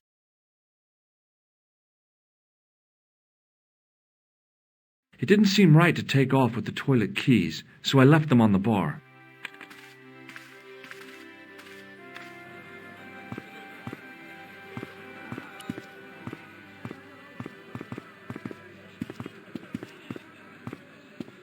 Hello again, Ultar.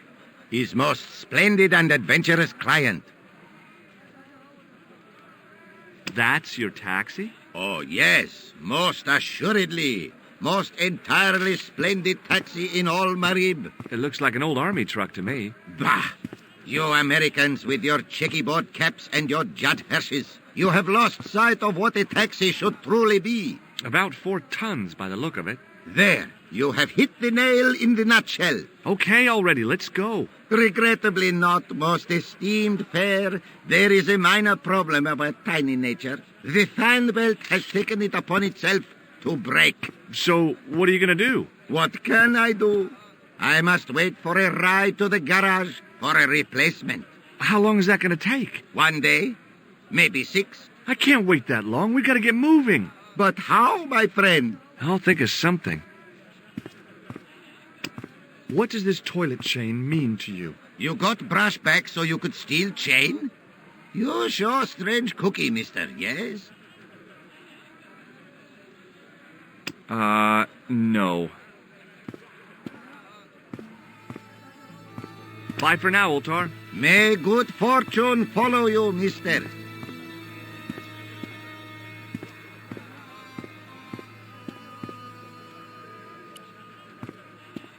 Close up, I could see flies love kebabs.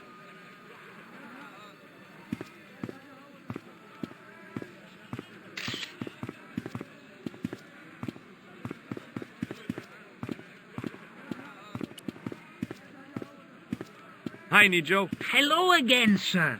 And how may I help you this time?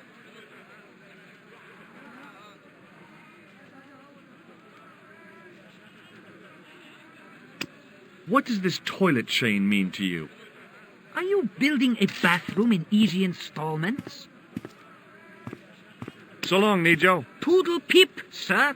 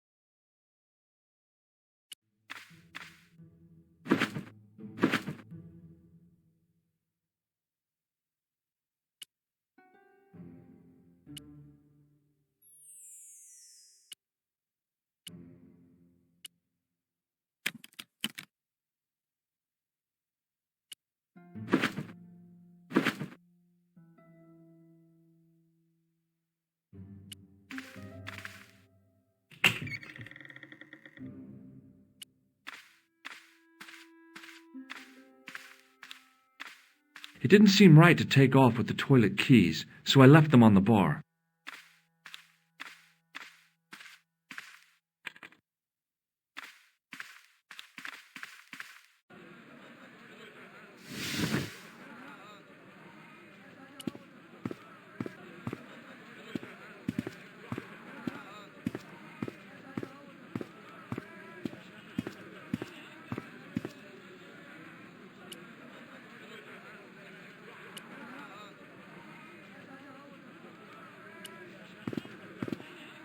Hello again, Ultar. His most splendid and adventurous client. Is this any use to you? My friend, the very thing, yes.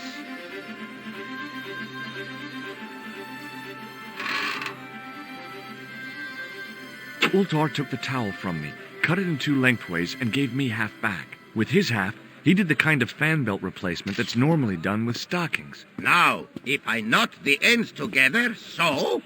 Serviceable, yes? Very serviceable indeed. Stockings might work on a Bentley, but on a truck, the coarse toweling did the job nicely. Come along, my friend. You want to see the bull's head? Yes?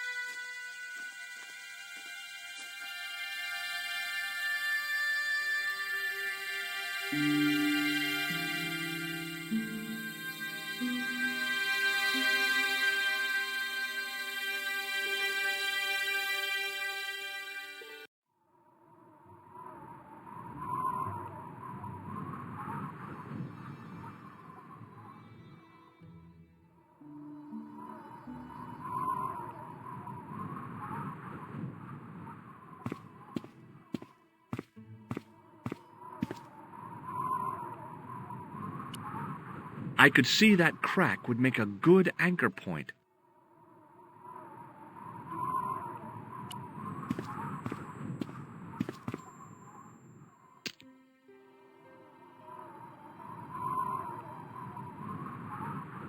I'd damaged that tree enough for one day.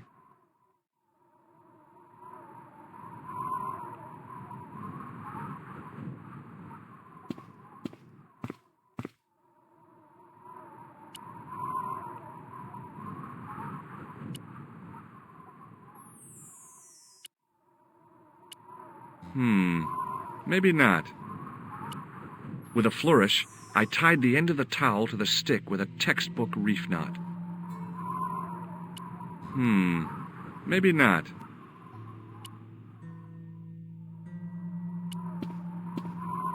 I could see that crack would make a good anchor point.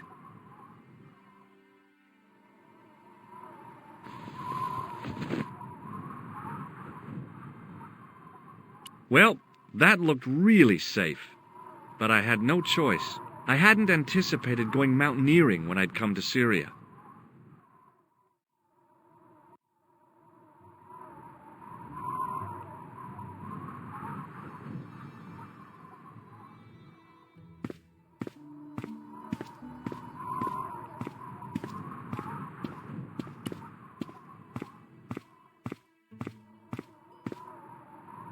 I didn't like the idea of putting my hand in there. But hey, what the heck? I was only risking mutilation. No blade took my hand off at the wrist, and no scorpion stung me, for which I was very grateful. But there was something in there, a metal ring, as wide as my hand.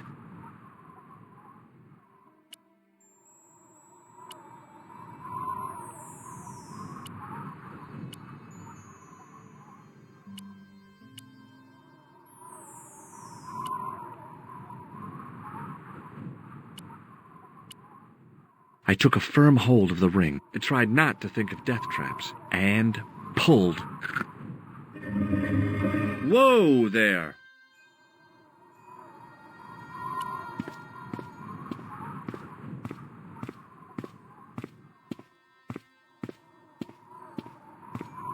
This country sure was beautiful. I'd have to visit again sometime when I wasn't in such a hurry. Down below, I could see the top of Ultar's soft-top truck. It seemed a hell of a long way down.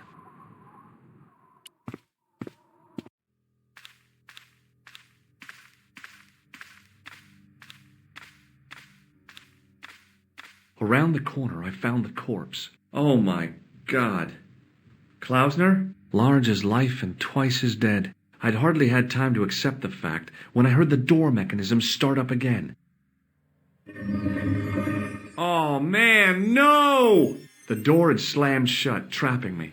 I had a bad feeling about how Klausner had died.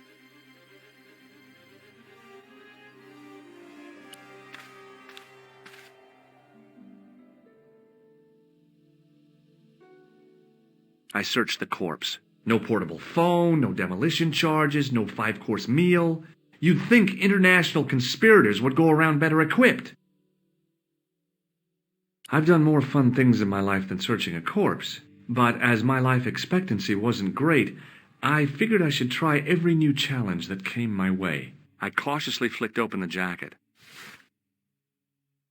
Hey, what's this? I'd found some kind of lens, a very old lens made from a very hard glass. That settled it. The knight on the manuscript had been holding a lens the whole time, not a crystal ball.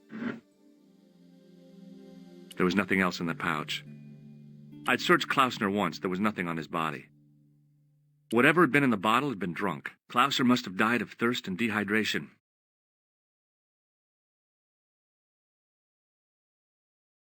I couldn't think of anything to do with the statue, apart from scaring small children with it.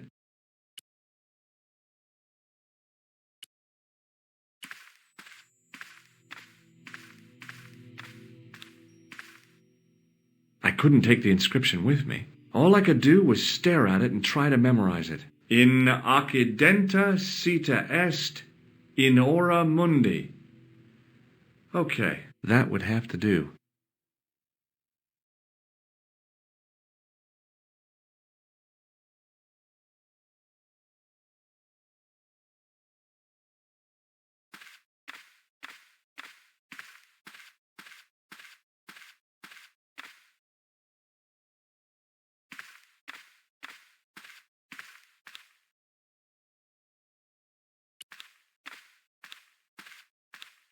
I couldn't help but notice faint, bloody finger marks on the rock, as if somebody had tried to claw their way out.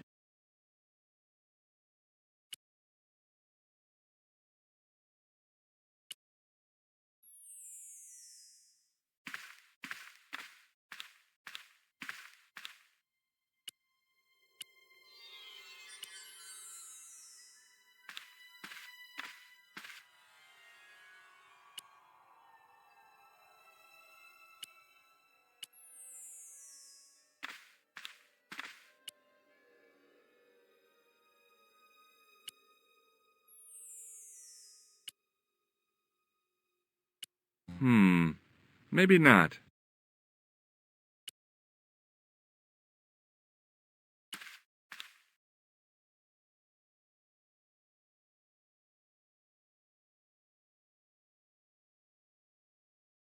Bullwhips might be handy for exploring ancient ruins, but they're no use when you're trapped in a cave. Klausner clearly fancied himself as a latter-day Indiana Jones.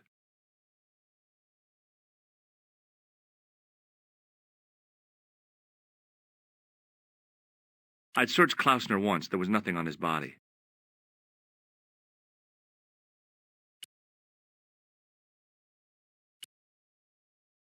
The bottle was empty. It was the lens that I'd found on Klausner's body.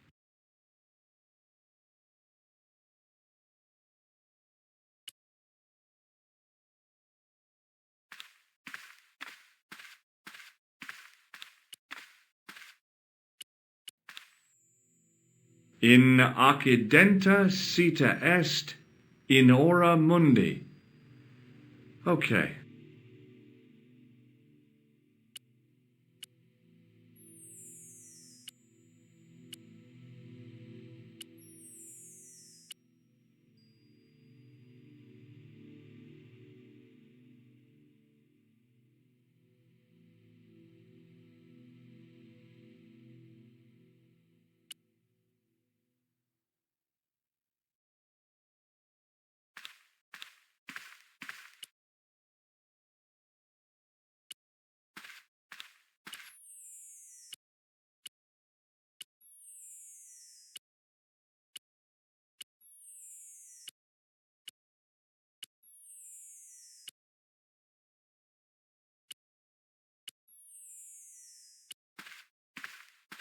A stone head bearing 3 bearded faces. It was a strange image, but a powerful one, redolent with antiquity and ancient mysteries. The mouth's opening. It must be Ultar. My God, if he comes in, we'll both be trapped. Ultar! Don't come in! It's a trap! Stay where you are! You! Hello, Mr. Stobart. We meet in the most unusual places. Please, do not make any sudden moves. I have no desire to maim you. Did you say maim? I did. Dead men tell no tales, as you say. And I want to hear everything that you have to tell me. And what if I don't want to talk? Then I shall, most regrettably, have to kill you. Rest assured, however, that I am an excellent shot you would not suffer. Oh, that's good. Believe me, I'm really assured. It is rather dark in here. I think we should conduct our business outside. Why should I make myself an easier target? If I fire at you, Mr. Stobart, I shall hit you even in here. But unfortunately, my marksmanship will suffer. It could be the difference between hitting you in the leg or the groin. Boy, it sure is hot in here. No sudden moves, Mr. Stobart.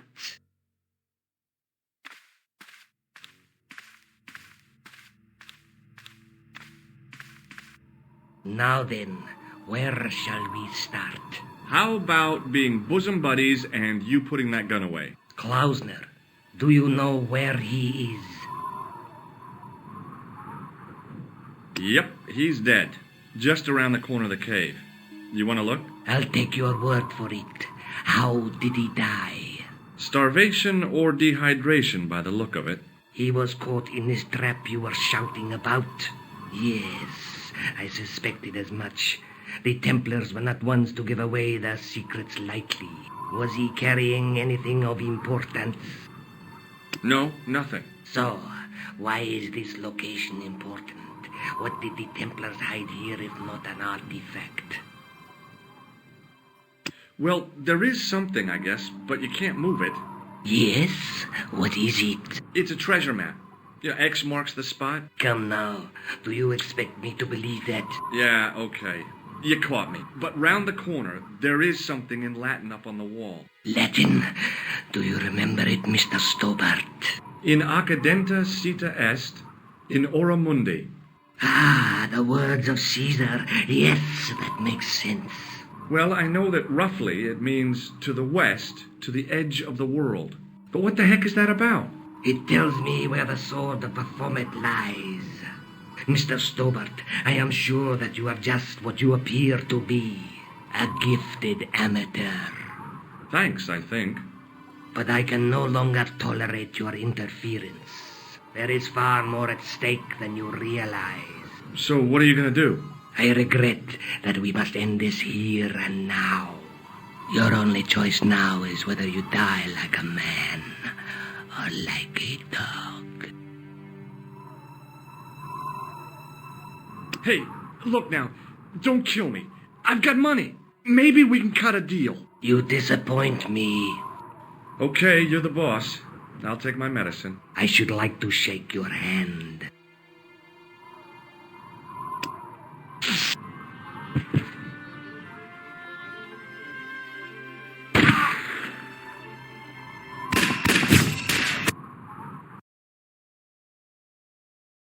Luckily, the canopy on Ultar's truck broke my fall.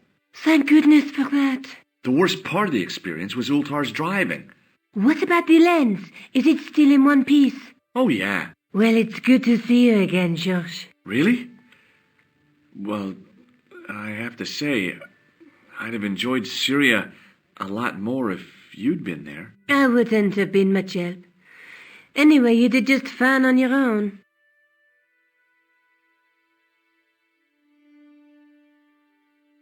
Have you any idea what this lens might be used for? As a magnifying glass, obviously. I'd better get back to the quest.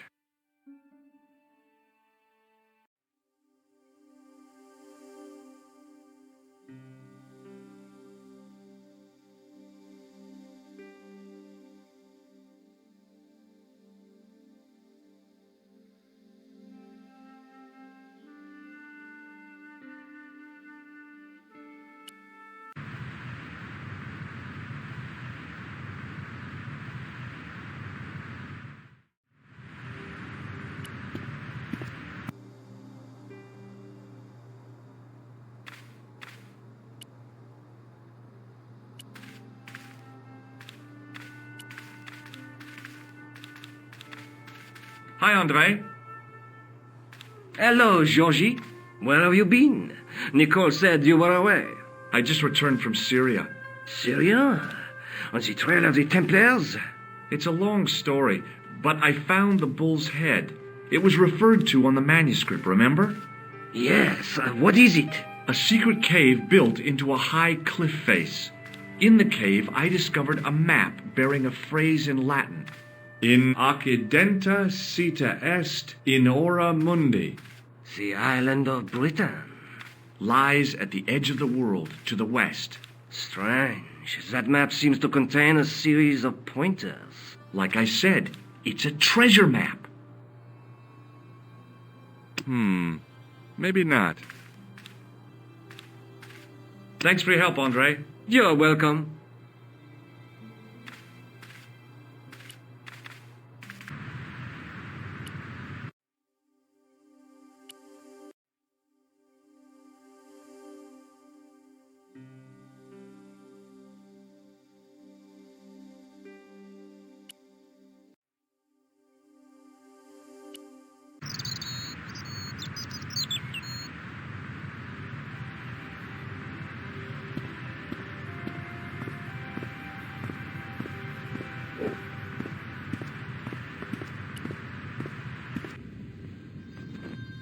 priest was still busy with the chalice, so I decided to have another look around the church.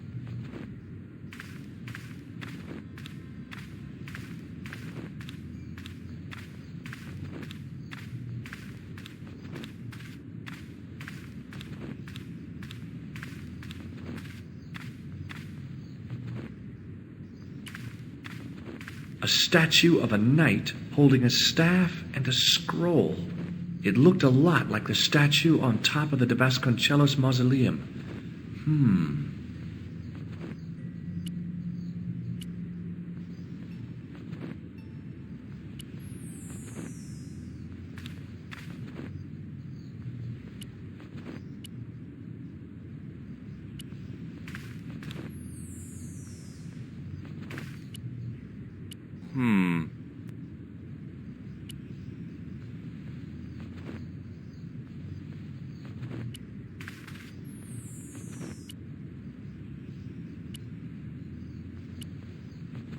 The lens fitted into the end of the scroll like a hand into a glove.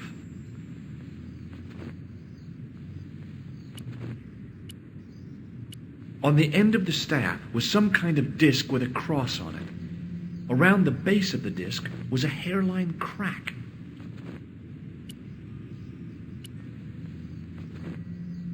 Per disciplinum meum lux videbus.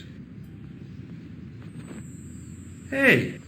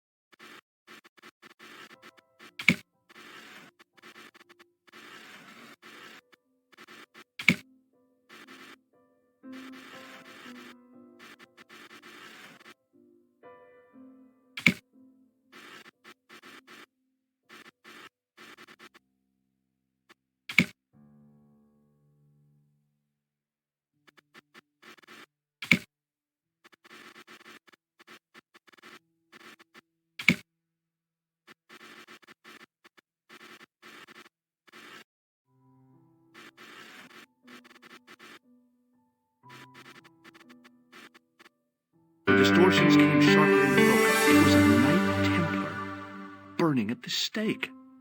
And below him a date in Roman numerals. A Knight Templar burning at the stake. And a date. Let me see. MCCC-XIV. That's 1314.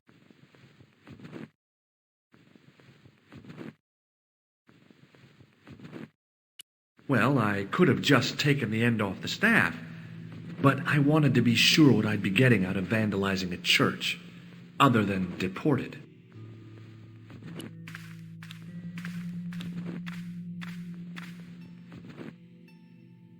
Hey, thanks. It is my pleasure, monsieur. What was the writing on the chalice? It was not writing, my mistake. It was a coat of arms. The remarkable thing is that it seems very familiar. Yeah? Oui, I think I have seen it on that wall tomb in the far corner. That winged horse is quite distinctive.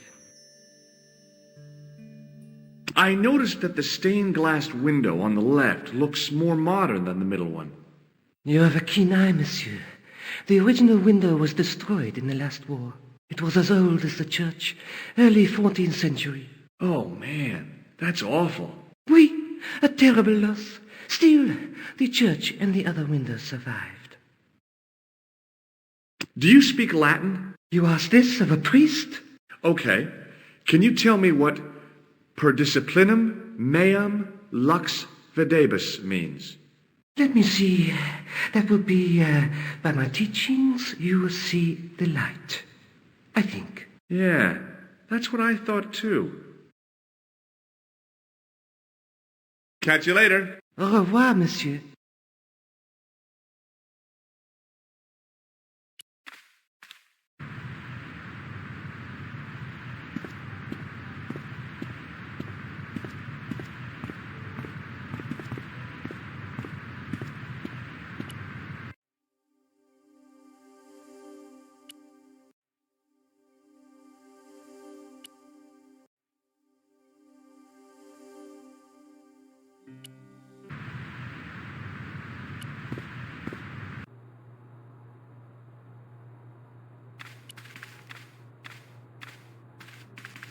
Hi, Andre. Hello, Georgie. That is not a good idea. Thanks for your help, Andre. You're welcome.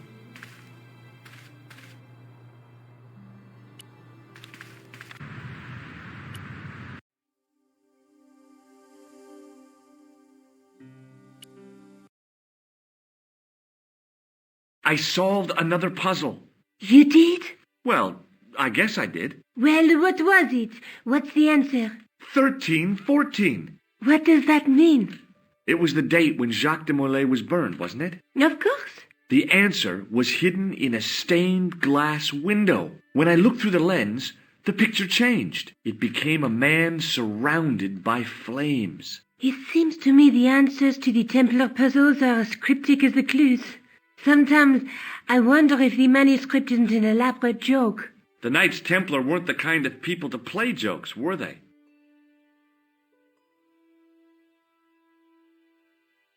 Let's take another look at the manuscript.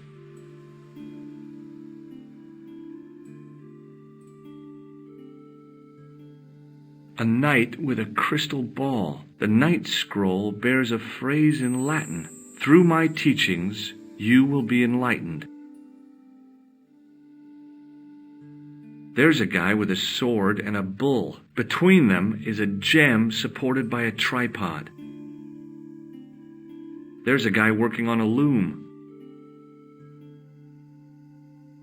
There's a woman looking at her reflection in a mirror, but the reflection has 3 hideous faces. Look there, 2 guys on the same horse. Look at the chalice now, Nico. What happened? It's shiny. The priest at Montfaucon buffed it up for me. That's incredible. Yeah, looks as good as new. No, you found a use for a priest. That's incredible.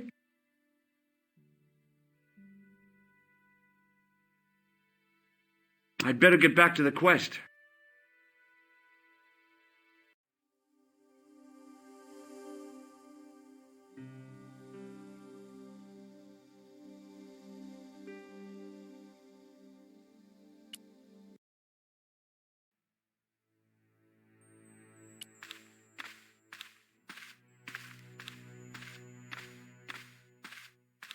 Sergeant Moo? Yes. See you later, Sergeant. It was just some police paperwork, a search warrant.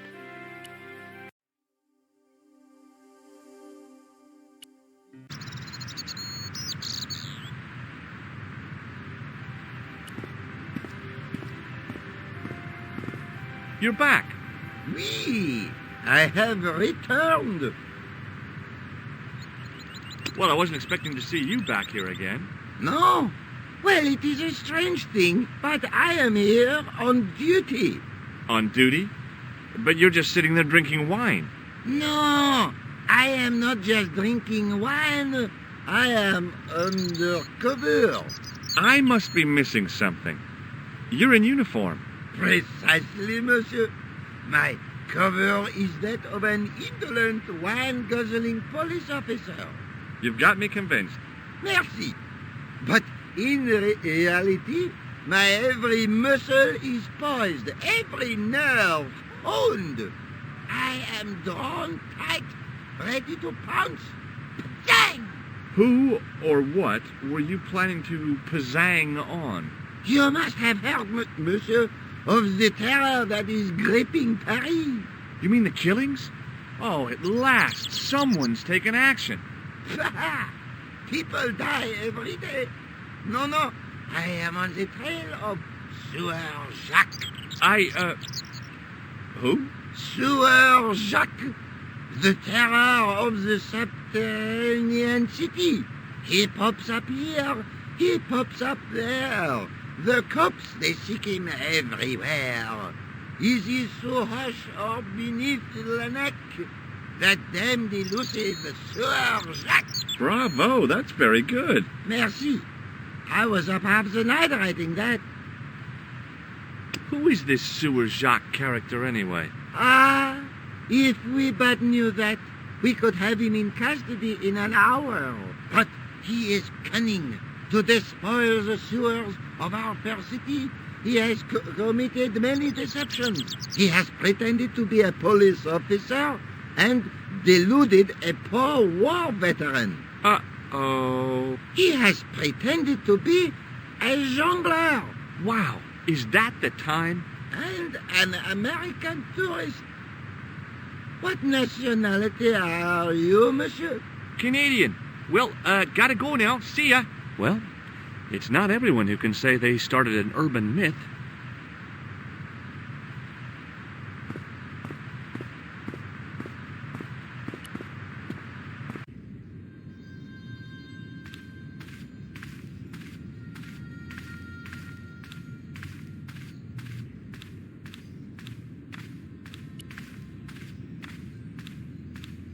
Now that my attention had been drawn to it, there was no mistake. There was no name on it, but the coat of arms was undeniably the Pegasus of the De Vasconcelos family. I'd found the last resting place of Don Carlos. My eye was drawn to the biblical references carved into the edge of the tomb. Hey, maybe these biblical references mean something.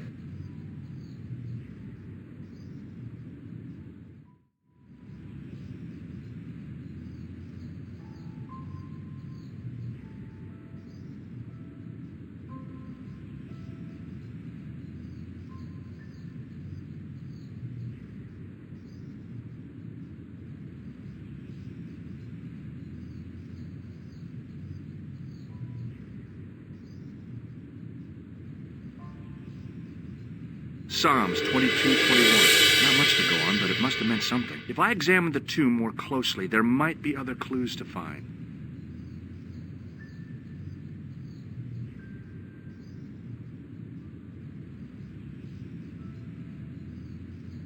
Psalms 32:7. The numbers referred to a chapter and a verse in the Bible.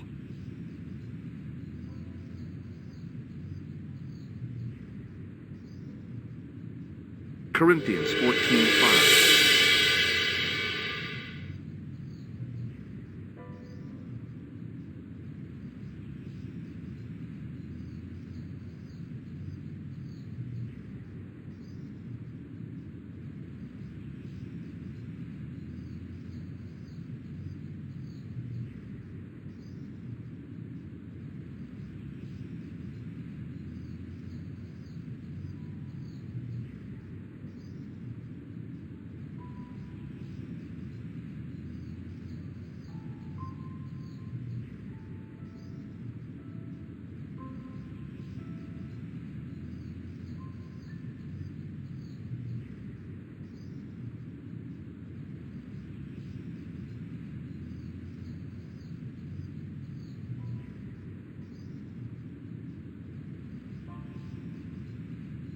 John 4:11. There were no more references to find, but a series of Roman numerals ran around the plaque. I made a note in case they meant something.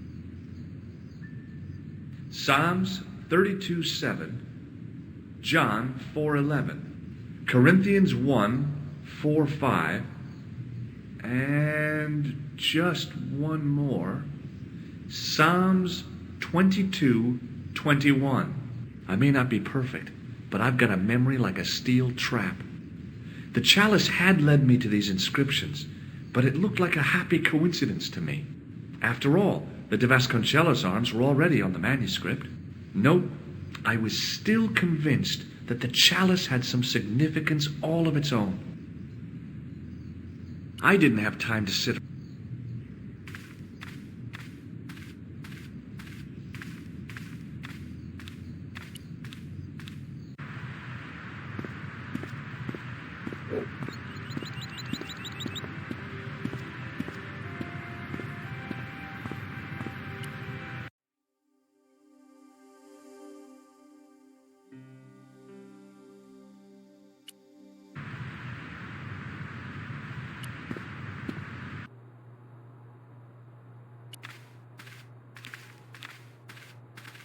Hi, André. Hello, Georgie. While I was in Syria, I discovered a strange pagan statue. It was like a head with 3 bearded faces. Horrible. That sounds as if it could be Baphomet, the idol described by the Templars. The poor Knights of Christ had an idol that looked like that? Allegedly. The description of the idol came from the evidence extracted by the Inquisition. Mind you, not one statue or idol was ever found on Templar property. Until now, that is. Just last month, a statue of Baphomet was unearthed right here in Paris. Where? At the Institut Hermétique de Nerval. The statue is beneath the foundations. It was discovered by some workmen while renovating the building. Can you tell me any more about the statue of Baphomet? It's a fearful image, even now, a bearded head. The base of the statue is carved with Templar symbols. One of the workmen noticed a curious stain at the base. He claimed it looked like blood.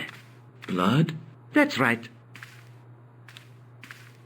Thanks for your help, André. You're welcome.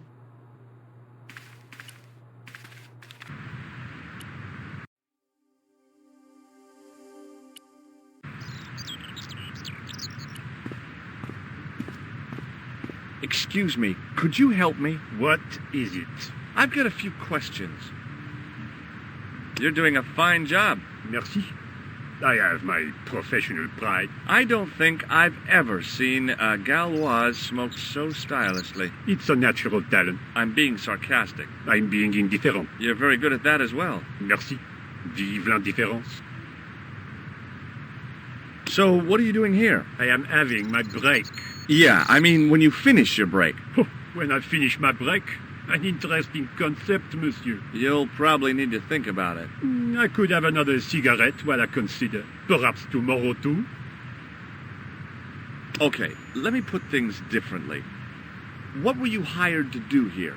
I was hired to keep the archaeological dig in the basement of this building clear of debris and to touch up damage to the door frames with my little pot of paint. It's a very responsible job. Unfortunately, I'm not a very responsible person. So what do you know about the excavation? I know they won't let me in to do my job. I would complain to my union, but You couldn't be bothered to join. Right. Tell you what, though, I'm surprised at the sort of people interested in this excavation. What's unusual about the visitors to the excavation? None of them look like archaeologists to me. Do you know what an archaeologist looks like? Three-piece suits, crocodile-eyed attaché cases, Rolex oyster. But no archaeologist dresses like that. Quite right, monsieur, quite right. So, who are they? Who cares as long as they pay me? What does the word Templar suggest to you? Templar? Nothing. Nothing. Be seeing you. Au revoir, monsieur.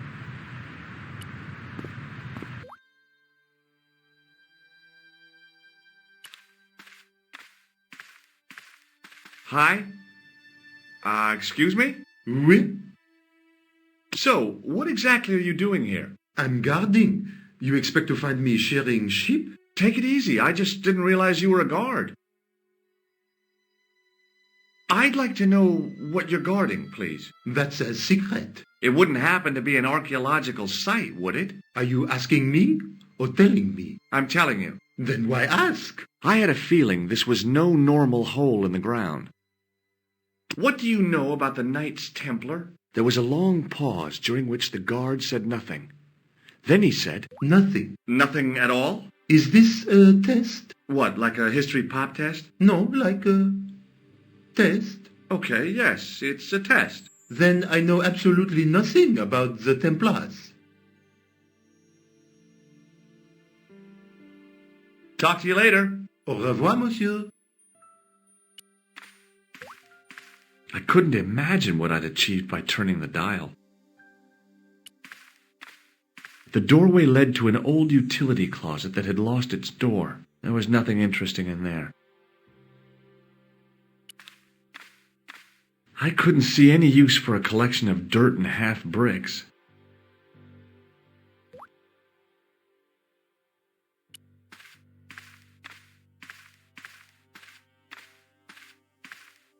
Do you mind if I use the phone? Be my guest. I'm paid to guard this door. The phone can look after itself. Hi, Nico? George, what have you discovered? Nothing yet. Nothing. Is something wrong? No. George, why are you calling me? Oh, no reason. I just wanted to hear your voice. You did? Well, this is my voice saying, don't bother me, I'm busy. Oh.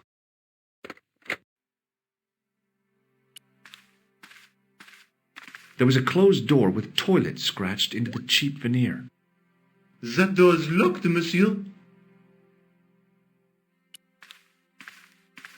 Hi again. What is it?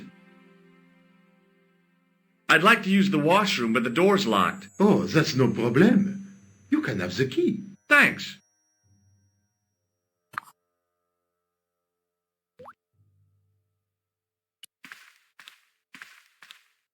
The door was locked.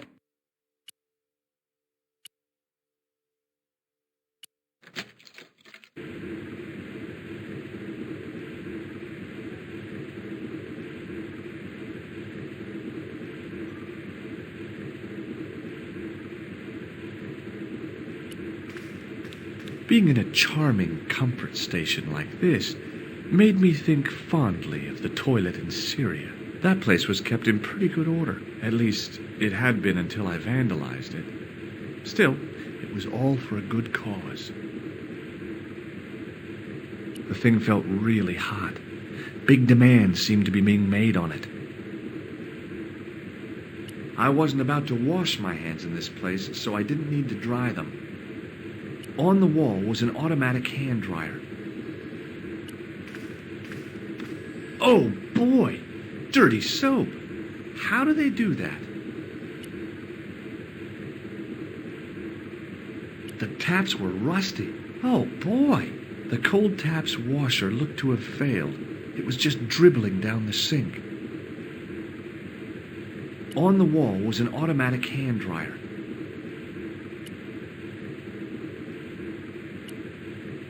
I couldn't do that. I couldn't do that.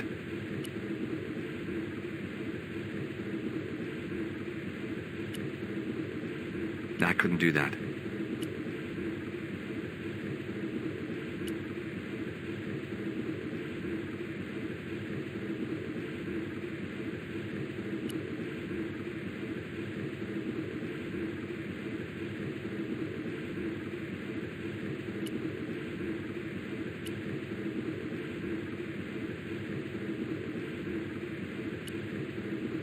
Perhaps I could make a copy of the key.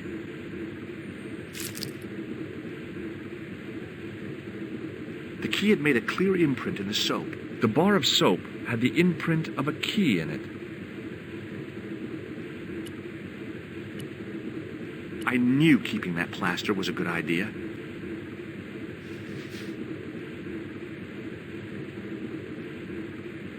With the plaster and the imprint, I was on the right lines. I had filled the key's imprint in the soap with dry plaster. You can't make a cast without wetting the plaster.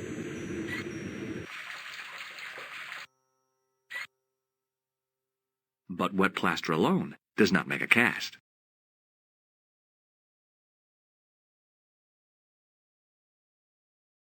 The key's imprint was now filled with wet plaster. I couldn't do that. The key's imprint was now filled with wet plaster.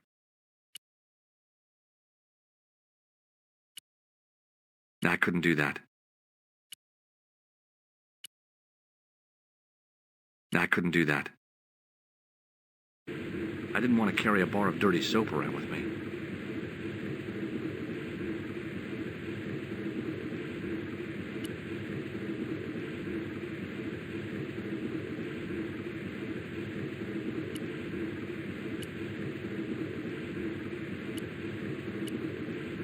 I used the dryer to speed up the process.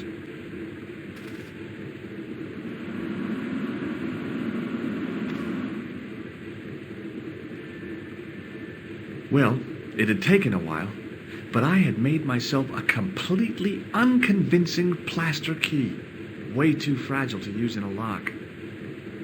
I'd have to substitute it for the real one. Trouble was, it looked like plaster and not metal. Then again, that plaster statue in Syria hadn't looked like stone until I'd been a bit artful with it. Maybe I could improve the key as well.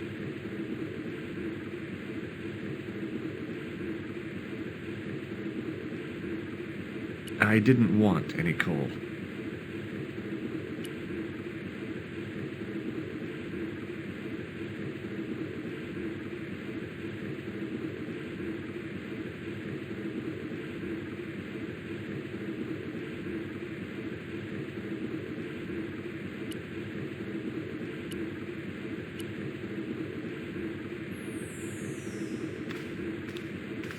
I didn't need to use the soap again.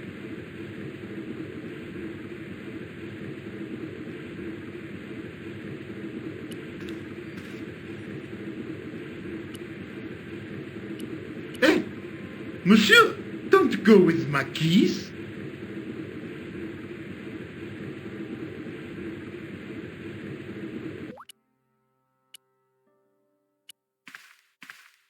Hi again. What is it? Here's the keys. Thanks. Merci, monsieur.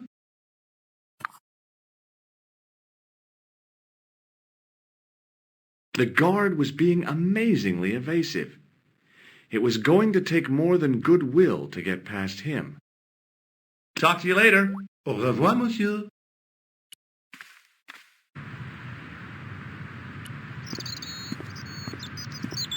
Hi, it's me again. What now? I made this key out of plaster. How thrilling! How clever! How pointless.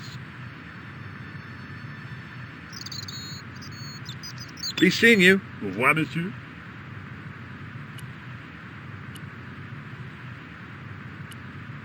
Hey, monsieur! Get away from my paint pot!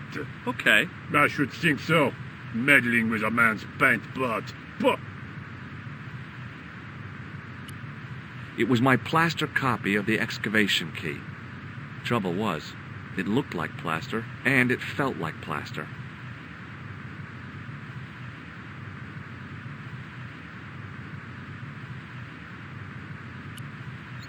Hi, it's me again. What now?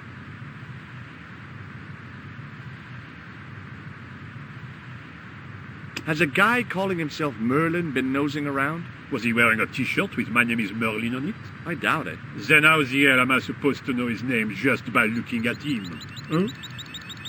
Be seeing you. Au revoir, monsieur. Oh, darn. I'd left my grappling hook at home. No way could I get up there.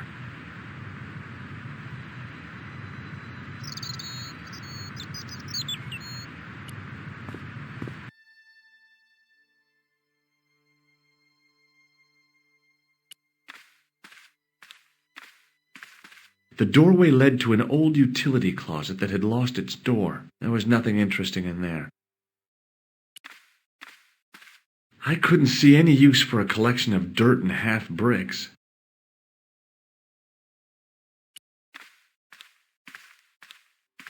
I couldn't imagine what I'd achieved by turning the dial.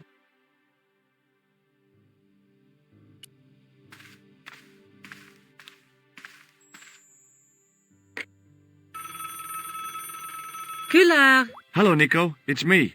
Hi, Georges. What's happening? I'm at the excavation, but they won't let me in. Damn! We need to know what's in there. Don't worry. I've got a scheme. I'm going to need your help, though. Okay, what do you want me to do? I want you to keep somebody on the phone for a while. Who? A painter. I need to get at his pot. Oh, okay. Stay on the line. I'll go and get him.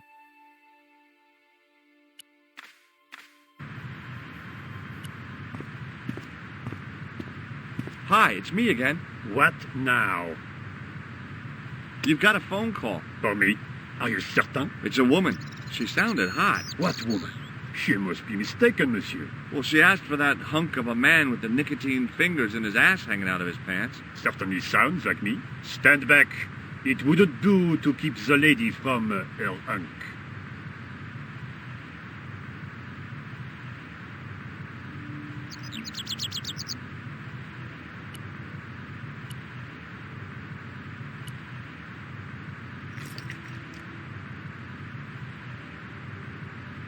What would I need a whole pot of paint for?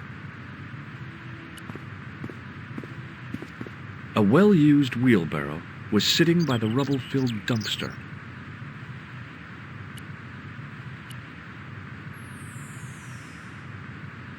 A well-used wheelbarrow was sitting by the rubble-filled dumpster.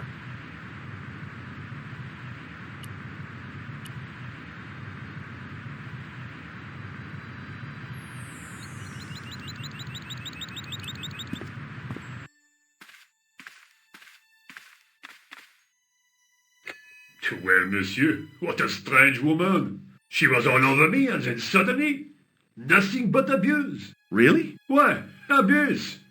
Ah, well, I had a cigarette to finish. And, monsieur, if she calls again, I am not available.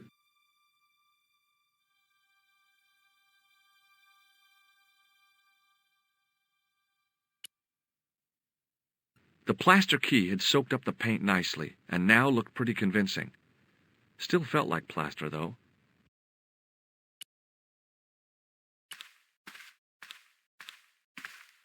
Hi again. What is it?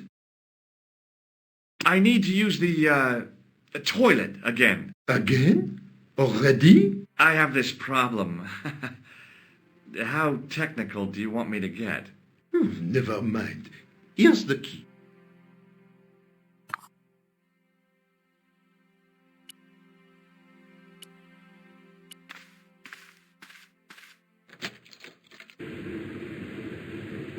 I didn't want any coal.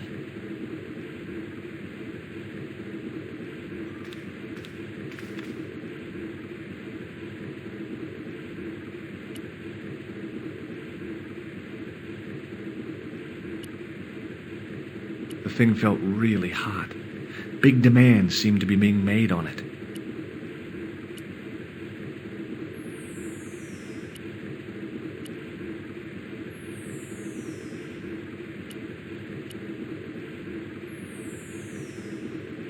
I didn't need to use the soap again.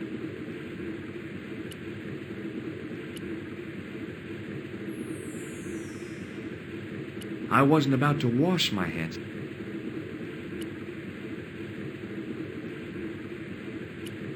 Now, I'd substituted the fake key for the excavation key.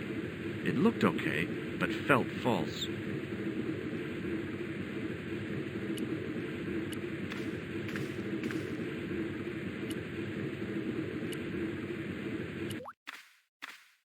Hi again. What is it? I couldn't give him the keys. The false key looked pretty convincing, but it felt exactly like what it was. Painted plaster. He was bound to detect it.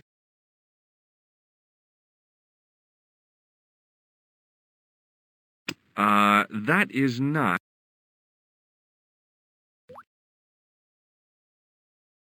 Talk to you later. Au revoir, monsieur. I figured I'd best not bother Nico again until I'd got a good reason.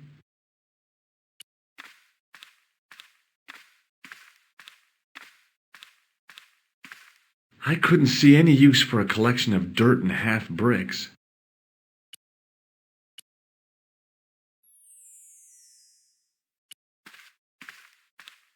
The doorway led to an old utility closet that had lost its door. There was nothing interesting in there. Monsieur, don't...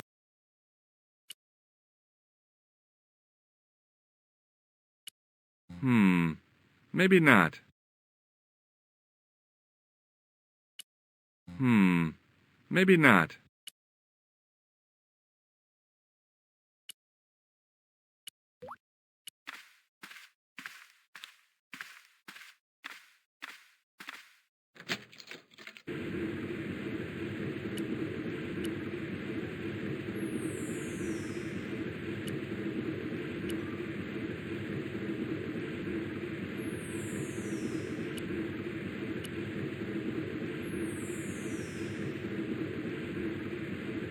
I didn't need to use the... I wasn't about to wash my hands in this place, so I didn't need to dry them.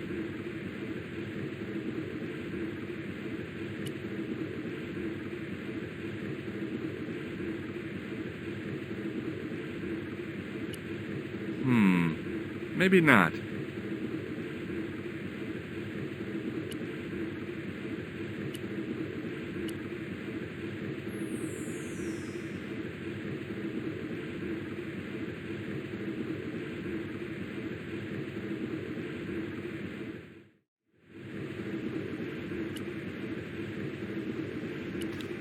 Oh! On the wall was an automatic hand dryer.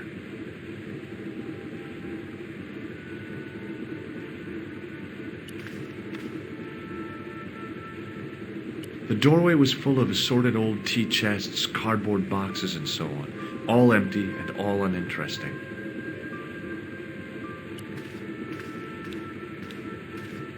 A thermostat was mounted over a radiator. The radiator was pumping out heat as the thermostat was cranked right over to full. No wonder it was warm in here, even with the door open to the chill of fall.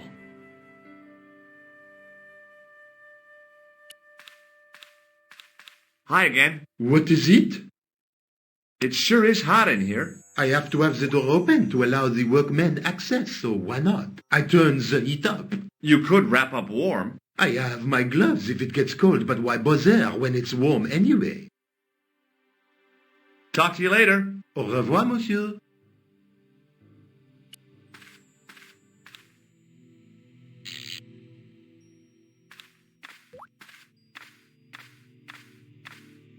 I turned the heating off.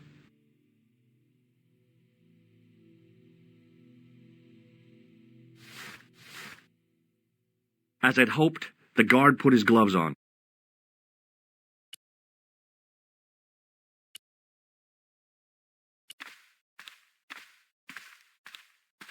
Hi again. What is it? I held my breath and hoped that he wouldn't notice the substitution. Here's the keys. Thanks. Merci, monsieur.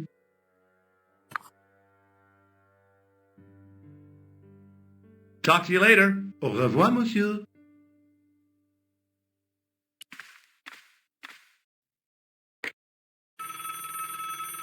Hi, Nico. It's me again. I'd guessed.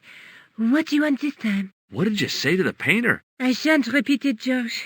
Look, I need to get the guard out of the way. Could you call back and ask him to get the painter again? Okay, I'll call back soon.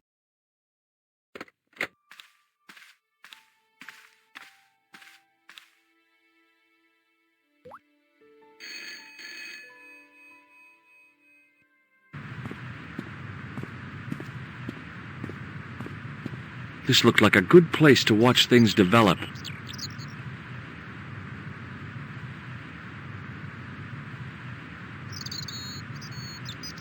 Hey, you! It's the fun. Yeah, who is it? How should I know? What am I, your social secretary? It's not a chick, is it? Yes, it's a woman. Are you going to answer it? Does she have a warm, sensual voice like molten chocolate?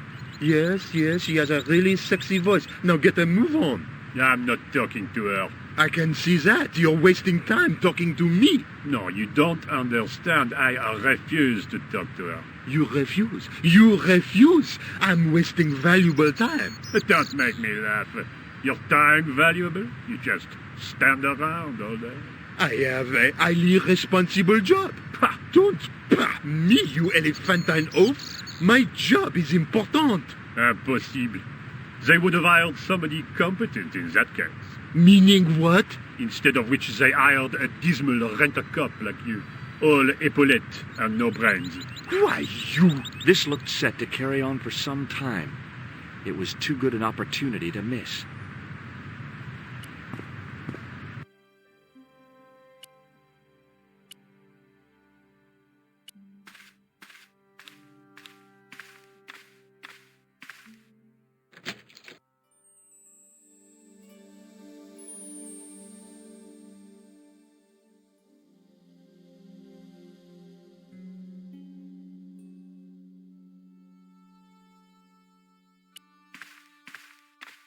I couldn't see anything useful to do with the planks.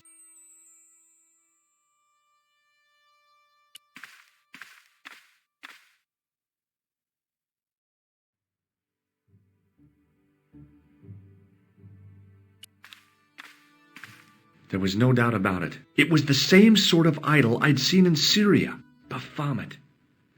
The Templars had certainly been through here.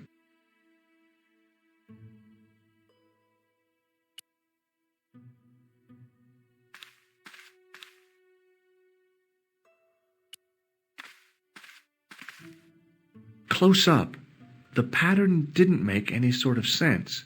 It fanned out around an axis point, a kind of focus to one side.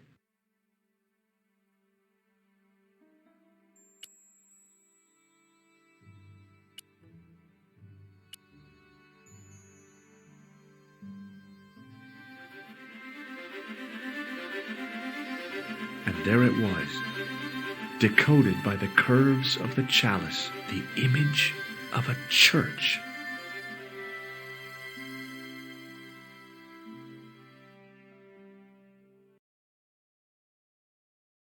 I found out what the chalice was for. You've solved the puzzle? Yeah, there was a distorted picture at the Baphomet site. When I viewed it in the polished surface of the chalice, it changed. What did it show? A picture of a church with a square tower.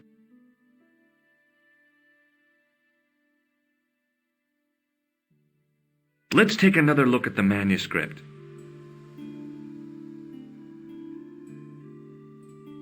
A knight with a crystal ball. The knight's scroll bears a phrase in Latin. Through my teachings, you will be enlightened.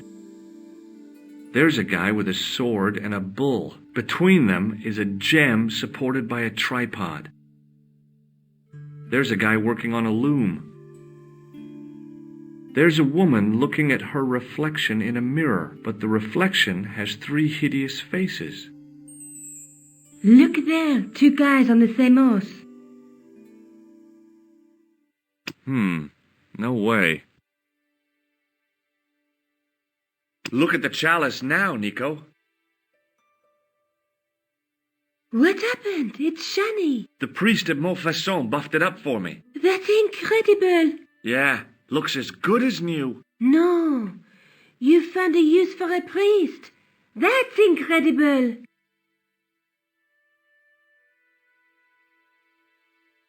I guess I'd better return the chalice to the Countess. Hurry back, Georges.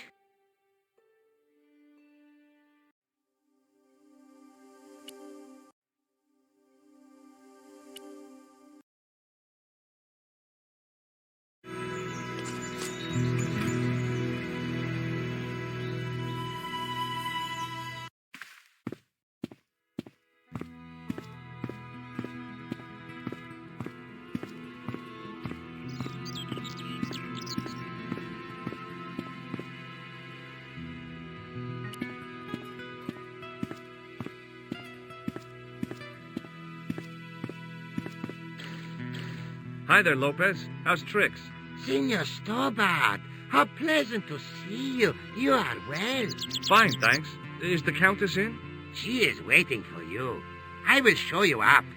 It's okay, I know the way. Senor Stobart, I feel I owe you an apology. No, you don't. I was impolite on our first meeting. Look, Lopez, just forget about it.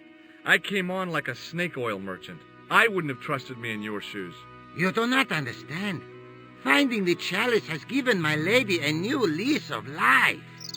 It's a marvel. She smiles, she laughs. The tradesmen are saying that she is on Prozac. So the Countess feels that the curse is lifted. I would not put it so strongly. Your discovery of the chalice was proof that the Templars never abandoned the de Vasconcelos. It counts for a great deal with my lady. Catch you later, Lopez. Adios, Senor Stobart.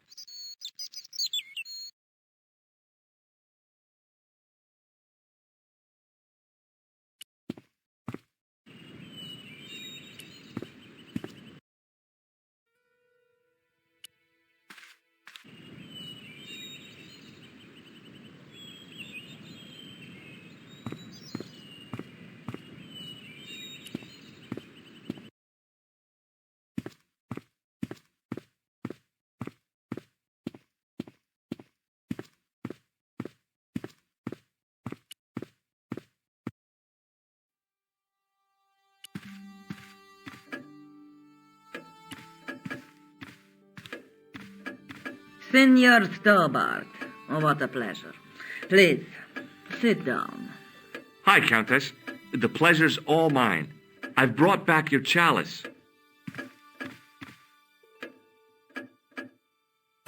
Why?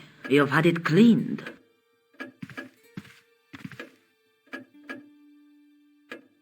Yeah, I met an obliging priest with a soft cloth. Have you resolved the Templar mystery?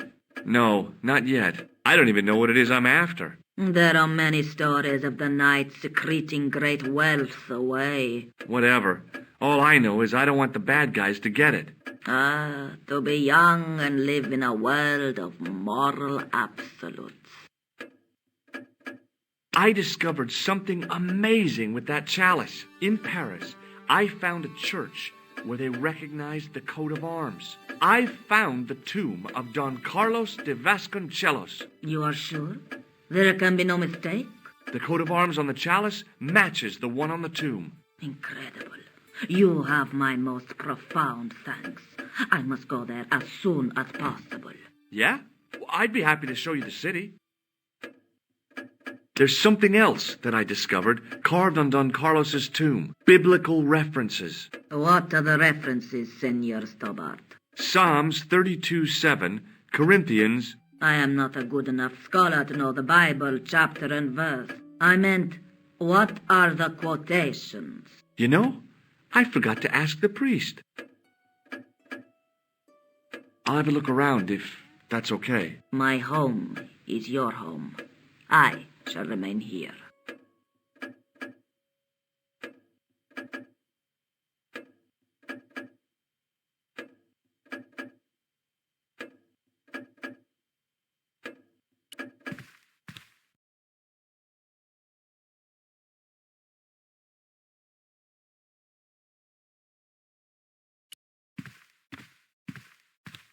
I wasn't going to put on the armor, and I couldn't see anything else to do with it.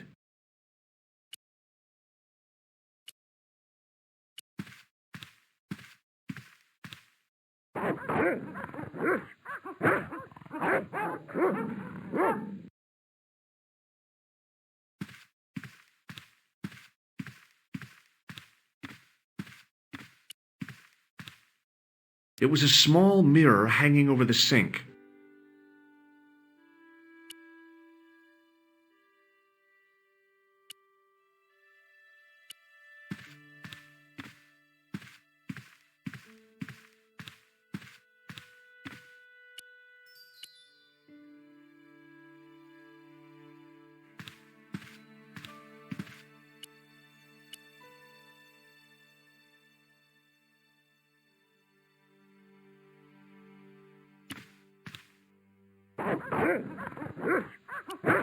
The mirror from Lopez's utility room.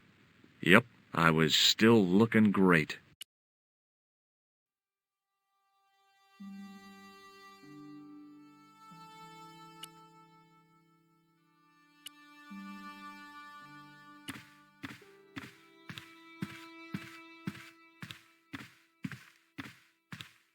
It was just a little utility room with no exit, unless you counted the window, and I didn't.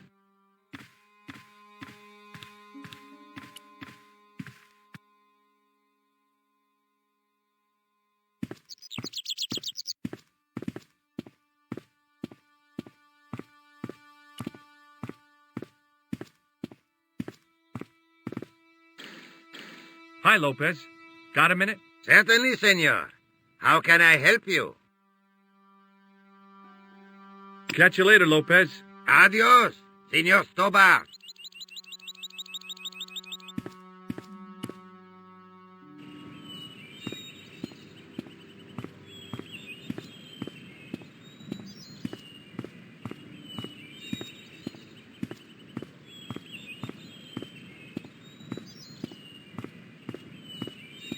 I wasn't about to go clambering on rooftops if I didn't have to.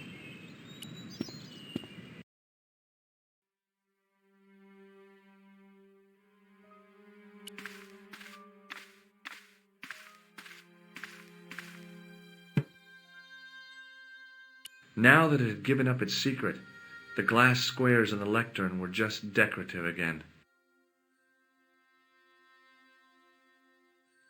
It was too delicate to move. George Stobart, grave robber. No, I don't think so.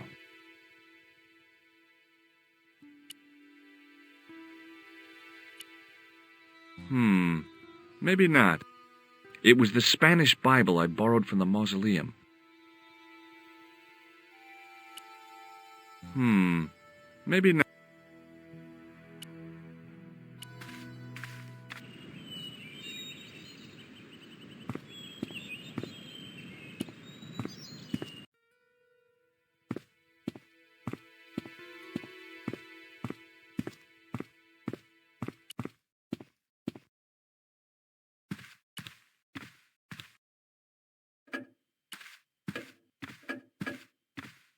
Hello again. Mind if I sit? Please, be my guest.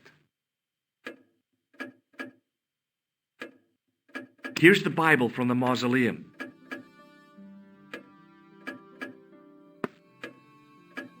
Very well. Let us begin. The first reference. Psalms 32:7. Thou art my hiding place. Thou shalt preserve me from trouble. Thou shalt compass me about with songs of deliverance. My hiding place. Don't get your hopes up too high. This might just be leading us to where we found the chalice. You are right, of course. The next. Okay, John 4:11. John 4:11. Here.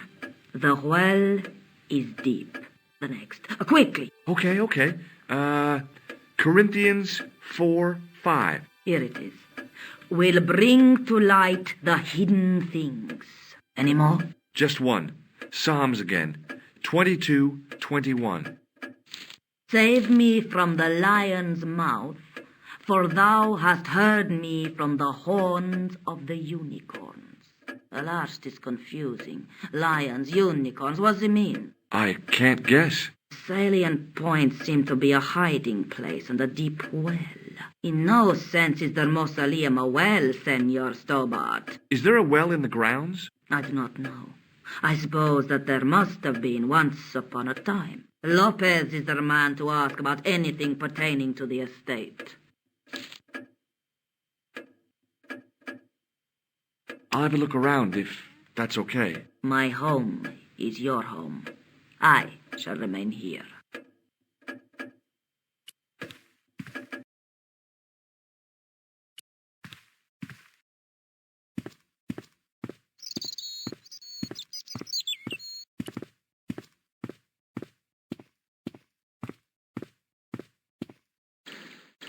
Hi, Lopez. Got a minute? Certainly, senor. How can I help you? You must know just about everything that there is to know about this place. See, I have lived my whole life here in the service of the Di Vasconcelos. Do you know of a well anywhere around here? A well? Si, senor. This used to be a fortified villa. How can you last a siege without water? Great. So where is it? How should I know? The well was covered over in the last century. It was dangerous, you see. And you have no idea where it was? None. It was hidden even before my grandfather's time. You must have a vague idea of where the well is. It must have been in the old house's courtyard, so that would put it around here. Here? Okay. Now, how do we find it? There might be a way. Let me think about it. Any ideas yet? Not as yet, Senor Stobart. I shall give it more thought. Any ideas yet? Not as yet, Senor Stobart. I shall give it more thought. Catch you later, Lopez. Adios, Senor Stobart.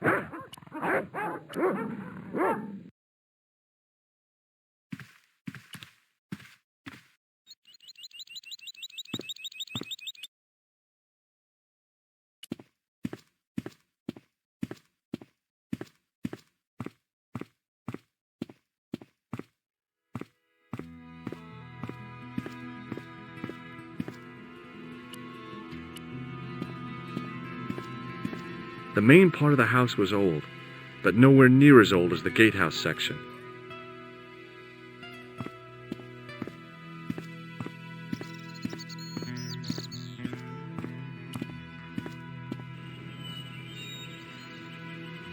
Down below the estate, I could see the sea stretching away. It was a beautiful sight, and looked a lot like the scene from the manuscript.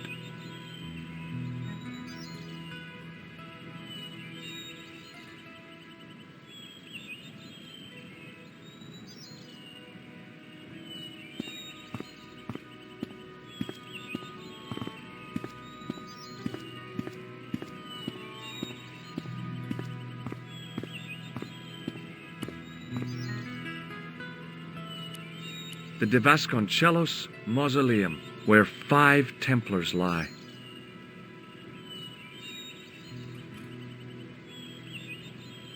I wasn't about to go clambering on rooftops if I didn't have to.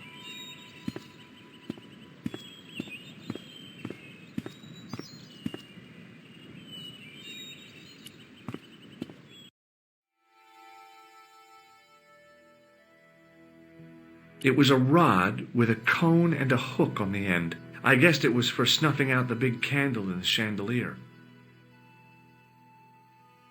Hanging from the ceiling was a huge yellowed candle. It looked really old and had never been lit.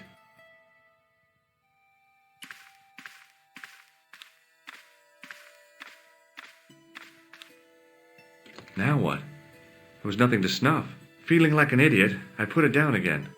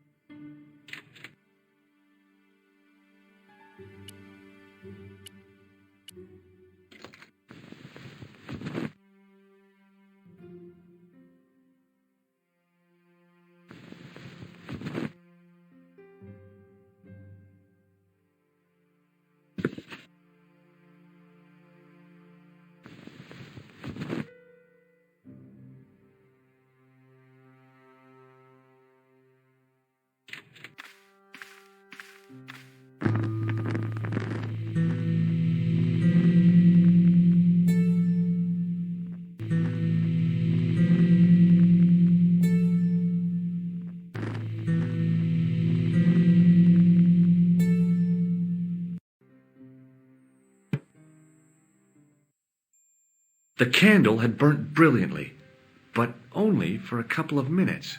Some kind of special formulation, I guess. And had yielded up this, a complex shape expertly cut in stone. I figured it was some kind of key.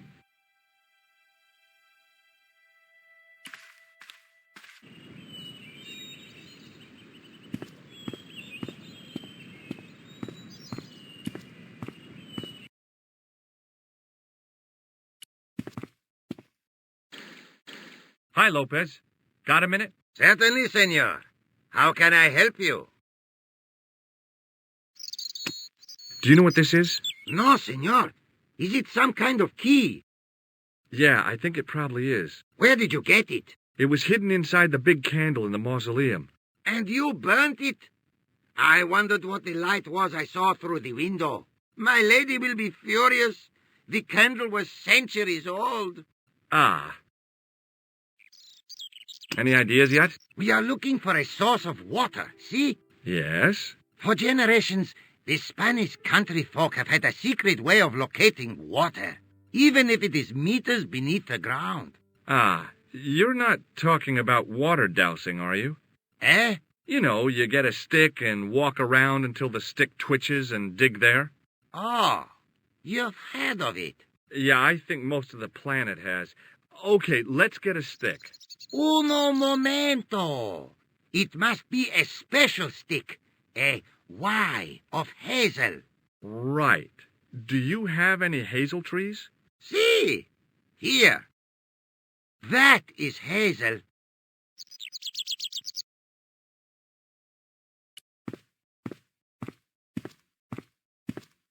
I went over to find a suitable stick. I don't believe it. There wasn't a single usable Y-shaped branch on the whole damn thing.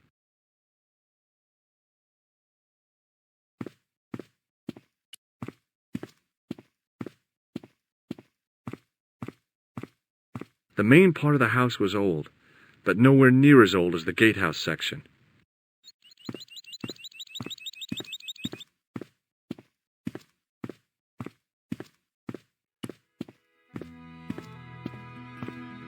I went over to find a suitable stick. Aha!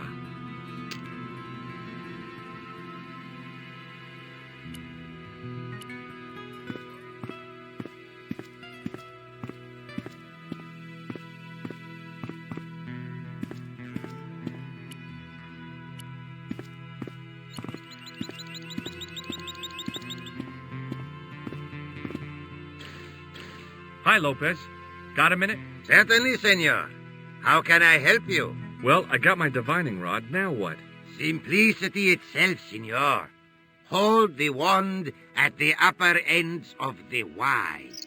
Apply a little tension with your wrists so that the slightest movement of the wand tip is clear, and walk slowly and steadily over the area. Sounds easy enough. We'll find this well in no time.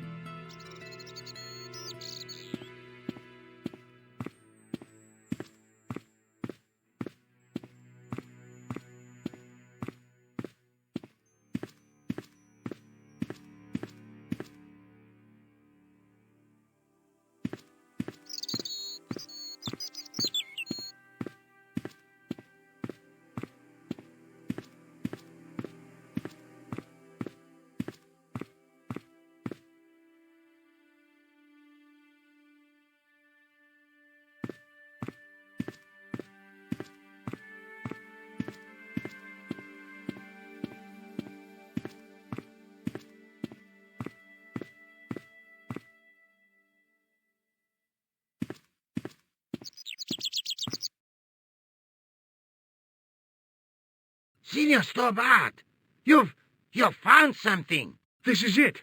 This is where we find the secret of the Templars, hidden here for hundreds of years, lost from the sight of man until now.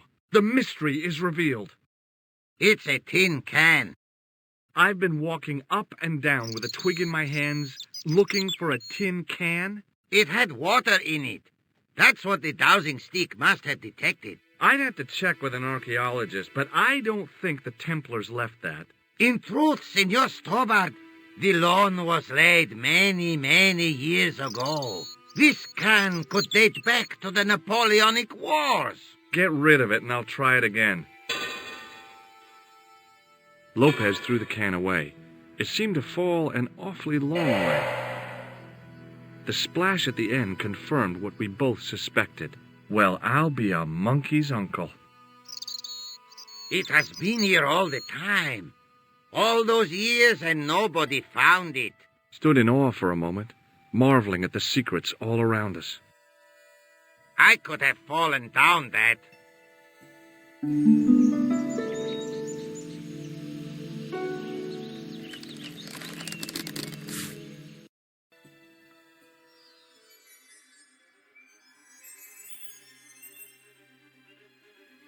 The well had been lost for decades at least. The air was cool after the noon sun, but that's not what gave me goosebumps.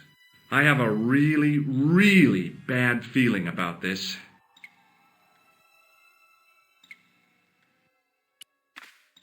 It was a long way down. The brilliant midday sun shone almost directly down the shaft, and I still couldn't see the water.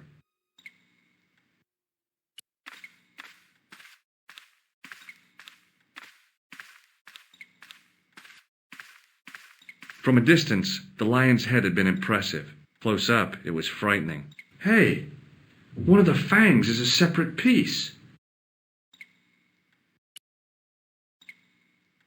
I could hear the sound of a lot of stone moving, and I knew I was in danger.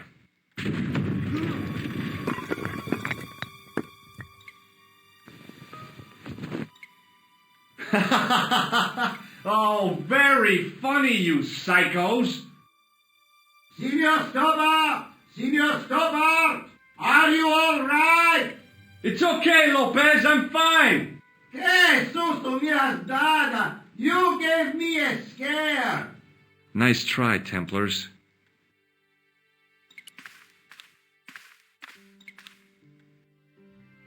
I wished that I had Leary's flashlight now. It was too dark to see, and I had to rely on touch. It just felt like a pitted stone wall. I'd almost been killed for the sake of a red herring.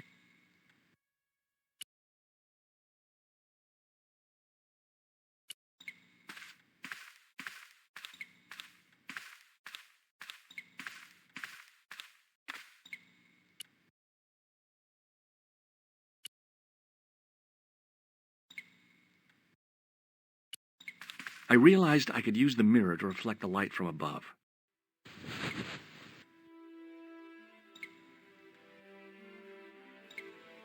There, in the middle of the door, I could see some kind of socket. It looked like this wasn't quite the dead end it had seemed.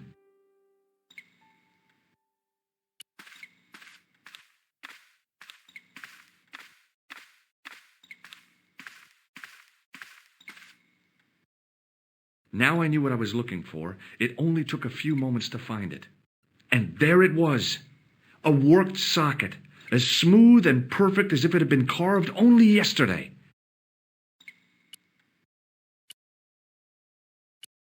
I slid the stone key into the lock. There were buttons that turned the dials.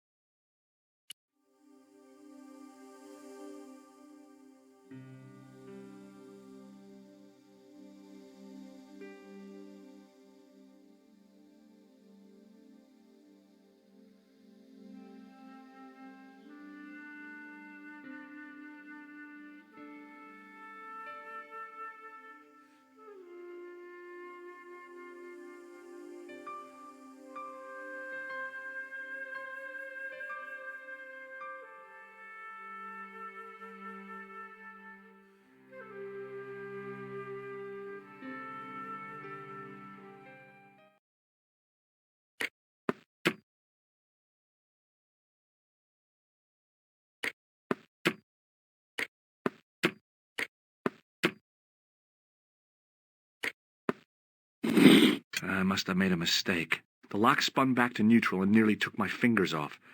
I was going to have to start from scratch again.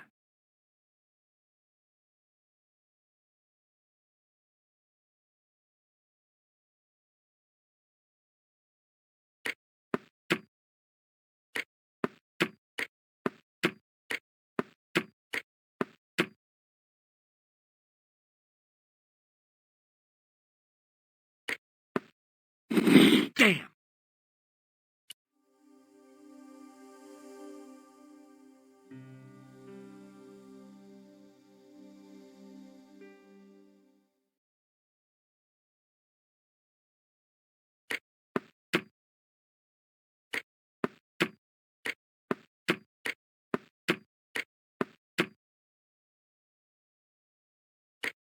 I heard the sounds of the lock moving. Either that or the wall was going to come down on my head.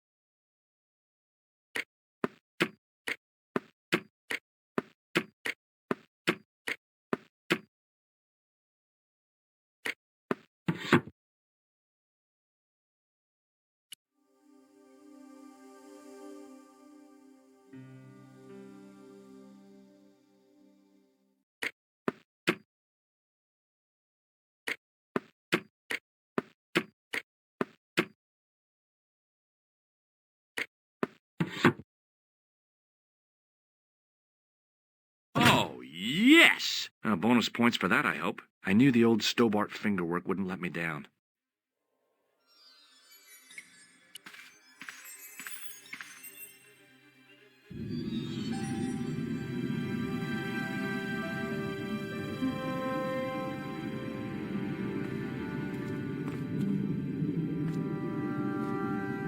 Before I left, though, there was one last thing to do. You won't be needing that replacement piece anymore, Countess. I found it with the children. You'll probably want to be alone for a while. I'll be out in the garden with Lopez.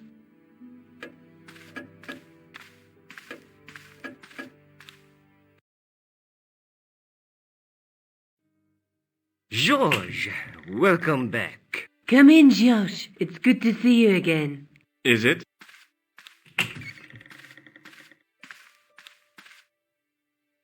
Sure.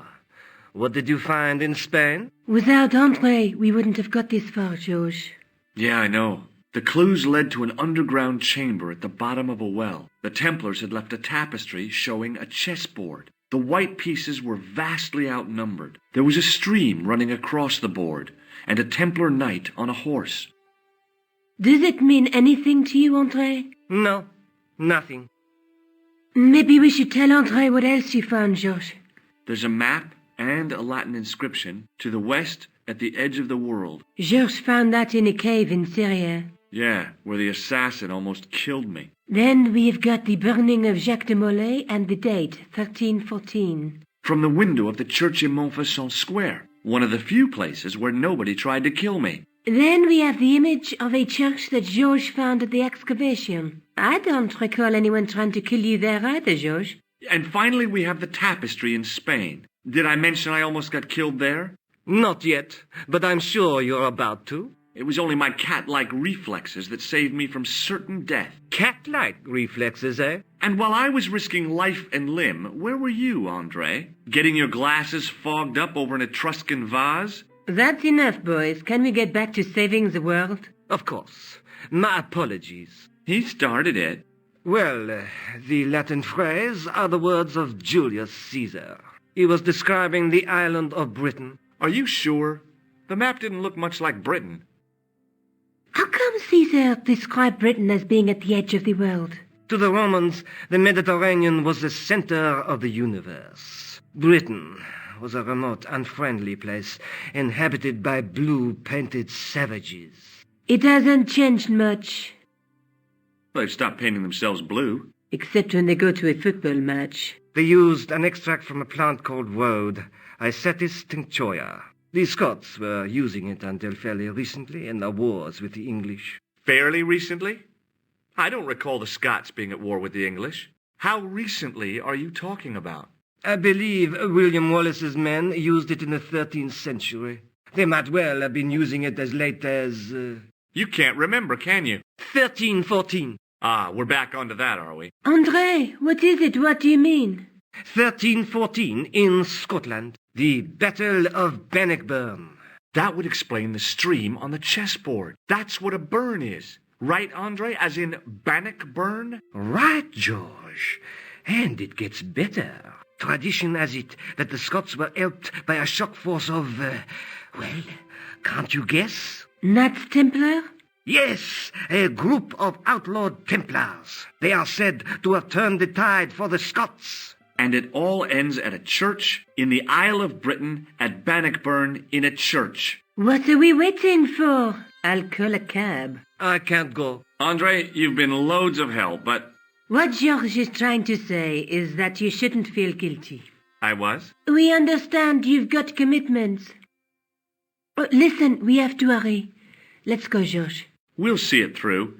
Oh, and, don't worry about us.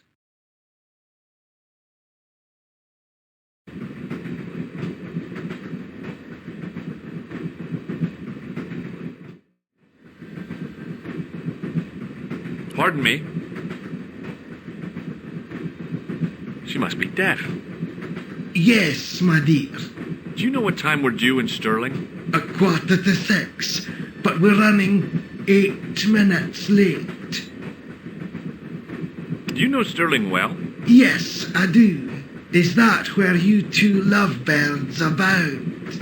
Yeah, It's one of the places we thought we'd stay on our holiday. Be sure to visit the castle, won't you? Oh, I'm sure it's a neat place.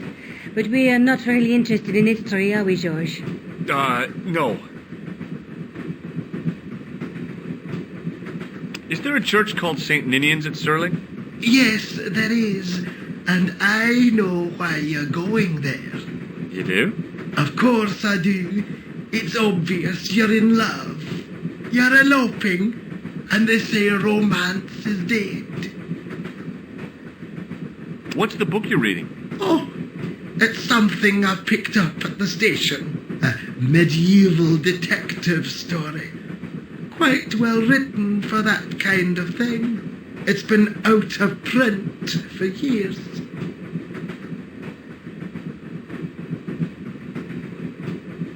What's the title of the book? The Crooked Crusader Caper by Molly Pegram. I assumed the author was a woman, but apparently not. His real name is... Professor Nigel Pegram. That's right. Do you know him? No, I never met him. George is a great fan of his, though.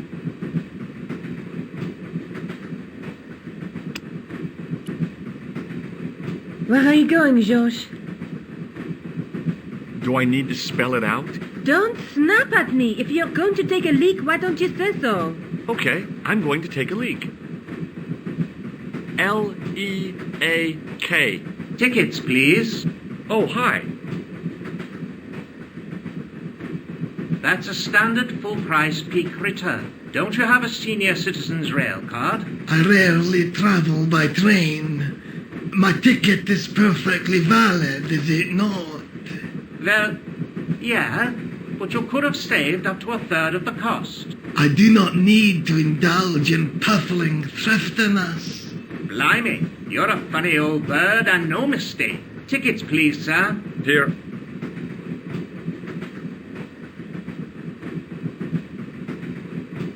Off to Stirling, eh? Yes, we are. Well, I hope you won't be disappointed. It's a miserable place this time of year. Still, there's plenty of pubs and a lovely view from the castle. Thank you. I don't want to worry you, but there was something familiar about that guy. Are you sure? You're tired. Perhaps you're mistaken. Maybe. But I didn't like the look in his eyes when he spoke to you.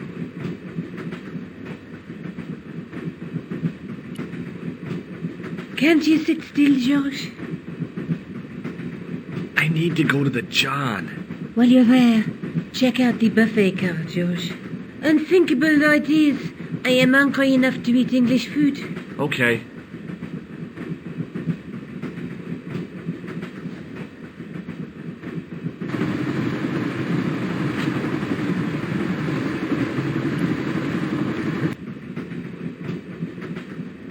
Hi. Having a party? No, this is breakfast. Come on, join us, man. Wake, Basha, wake up, man. With company. His breath was like the outlet from a chemical factory. Excuse my mate, he's taking a nap. Sleeping like a bobby. I'll wake him up when we get to Newcastle. We passed through Newcastle half an hour ago. And I never noticed. What is that stuff you're drinking? It smells like gasoline. Right, I'll put tears in your chest, like. And your eyeballs, too, by the looks of you. See you later. Didn't open that window, pal.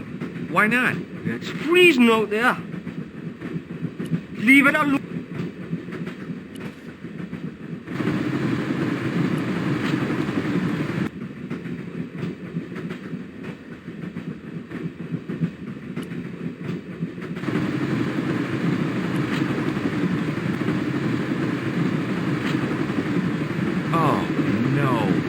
Gangster creep from the hotel, Guido. Well, he didn't scare me. Hey, Buster, this is a no-smoking car. Okay, maybe he did scare me. It got worse. I suddenly realized who the conductor had reminded me of. Eklund, Marquet's murderer.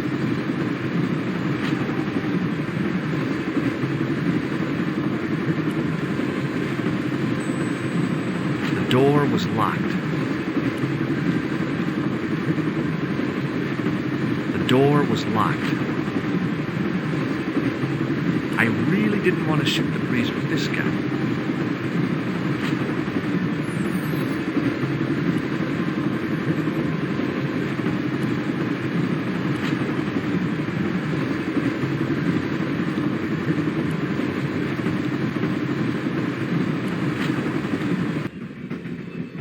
Hey, buddy. Listen, I need your help. What's the matter? There's a guy on this train who's trying to kill me. Relax, man. You wouldn't try nothing with us in Basharia. We are veterans like, slow action at Breitling Sea. I don't recall the British Army being involved in a conflict at anywhere called Brightlingsea. Well, you just take it from me, pal. You're in safe hands. See you later.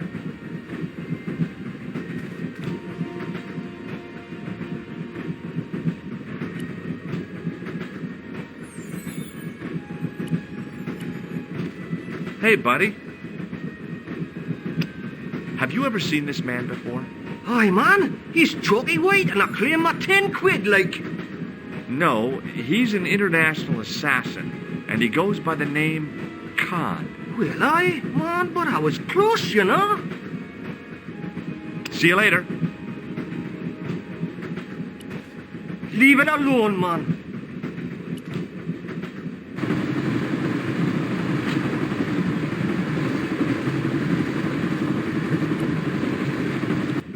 I should have known better than to leave Nico and the old lady alone. Suddenly, the sword of Baphomet took second place to finding the girl I loved.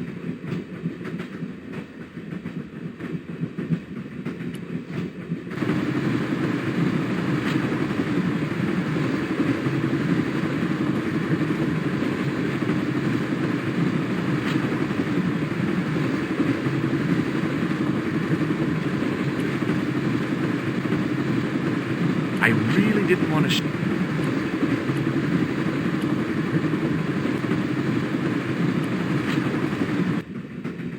Hey, buddy.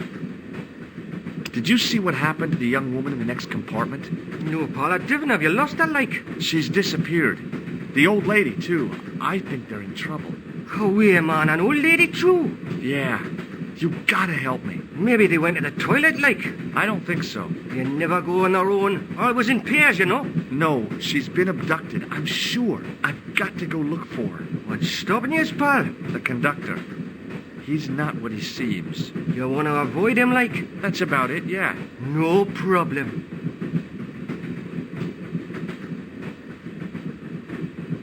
Would you like a red nose? No thanks, pal. I got one of my own.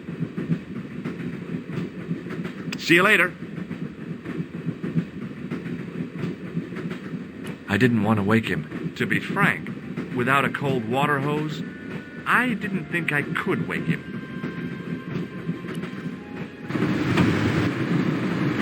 Give it to it, pal. Don't jump.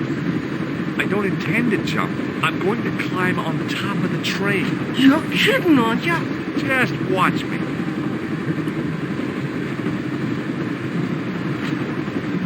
Hold on now, pal. I'll give you a hand, like.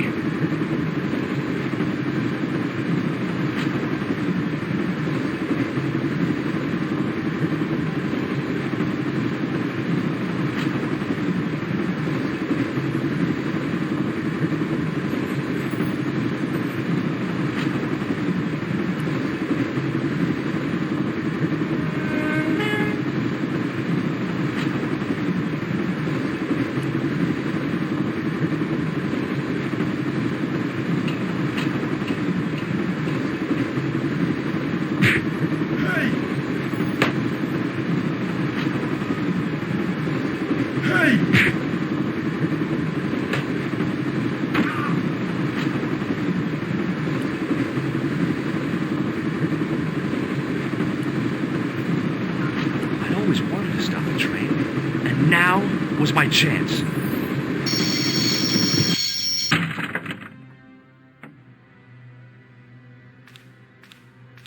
You saved our lives, but why? We were always on the same side, Stobart. Different causes, but a common enemy. The Knights Templar? Don't call them that. The real Templars were a noble foe. These barbarians have no right to that name. These men are no better than dogs. What are the Neo-Templars after? What is the Sword of Baphomet? Not what you think, my friend. It is a weapon, yes, but one which our enemies will find difficult to wield. A double-edged sword.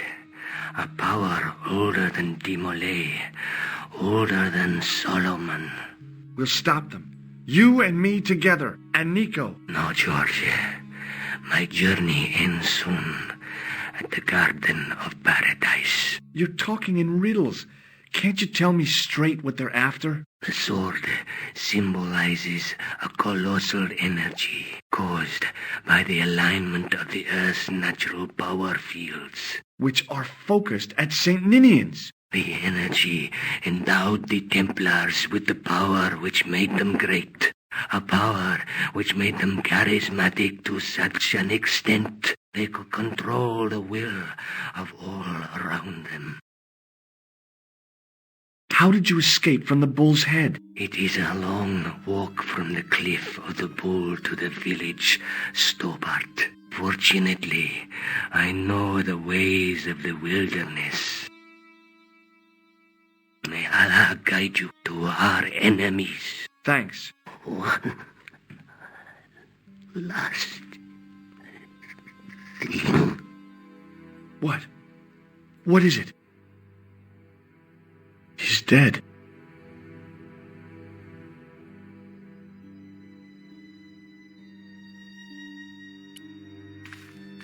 Don't worry. I hadn't forgotten about you. Answer me this instant, George Stobart. I will. When I'm ready.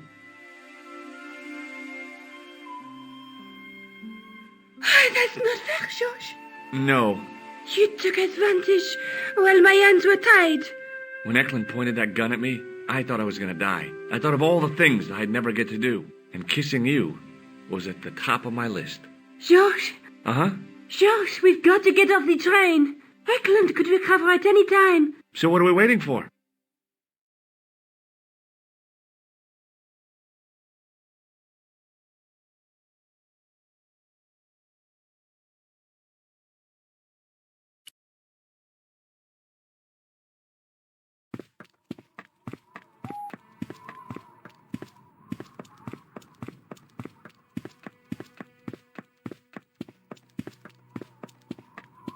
I'd feel happier if we had a gun or something. Khan gave me something. What? His handbag. Oh, great. If we run into any killers, we can give them a good buffeting. Didn't he have any weapons? You don't know half of it. This bag's full of C4. Wow. Why didn't you say so? Boy, we'll show him now. What's C4? Plastic, George. We're going to shop our way to victory? 2 kilos of plastic explosive. The detonator's broken now. No problem. We'll buy a box of matches somewhere. It doesn't work that way. It takes a small explosion to start the big explosion. Well, that's not much use then. What does that sign say? Apparently, during the English Civil War in the mid-17th century, this place was used as an arms dump. Yeah? What happened? Look at the state of this place, George. You work it out. Oh, stray spark? You got it.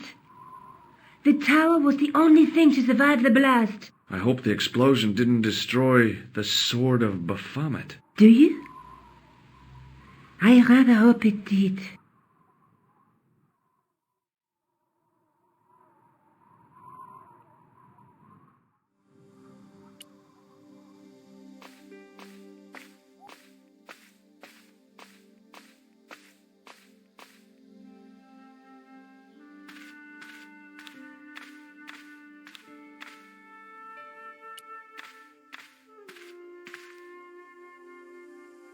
I tried pushing the panel, but wasn't surprised when it failed to move.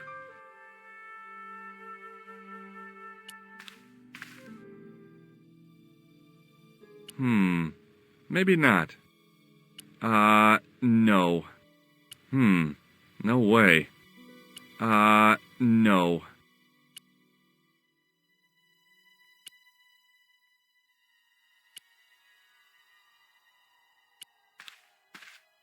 The handle turned easily, and the larger wheel began to revolve. Damn! Then the handle came off in my hand.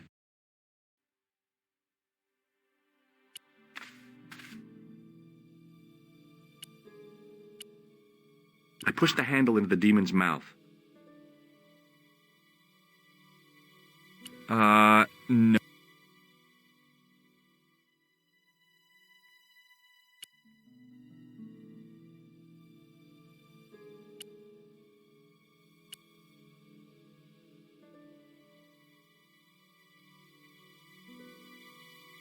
I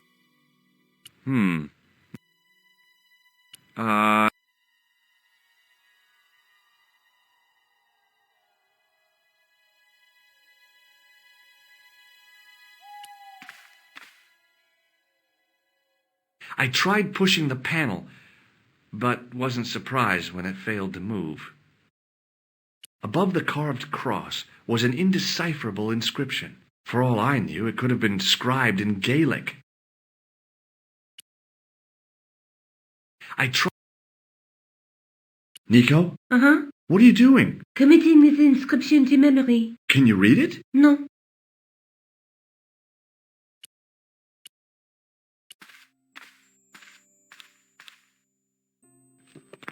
I scrabbled around in the rubble and found an old clay pipe with a broken stem.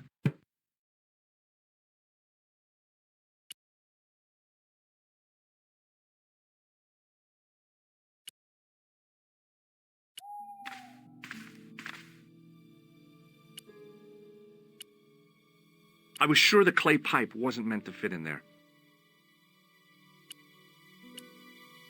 The clay pipe wasn't meant to fit in that hole. It was no good. The demon wasn't inhaling.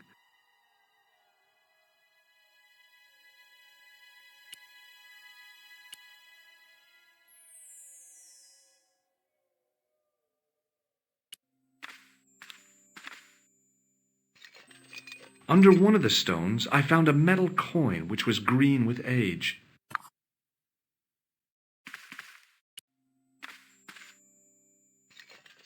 It was caked with soil, but what I'd found was a small cog and spindle.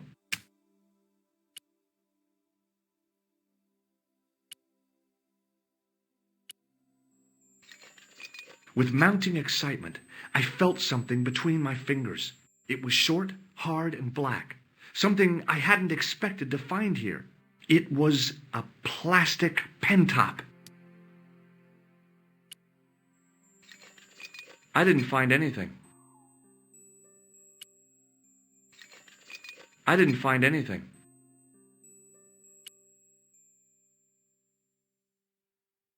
It was a black plastic.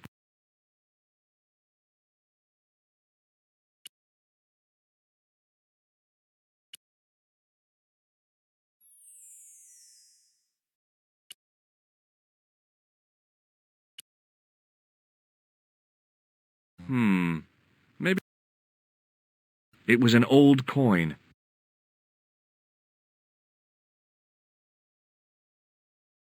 The cog was one of those objects I wished I hadn't carried in my pocket.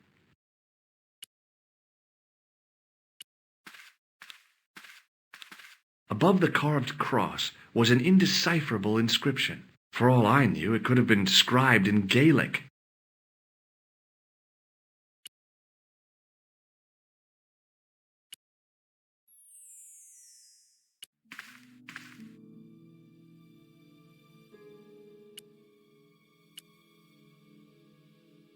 The cog slipped neatly into the eye socket.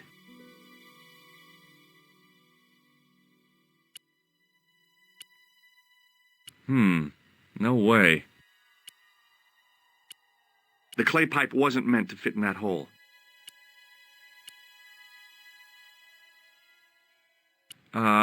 No. No way.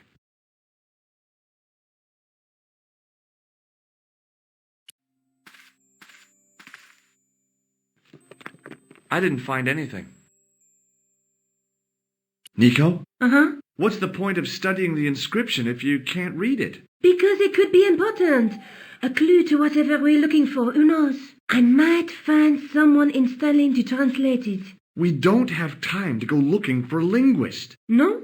At least I am doing something positive.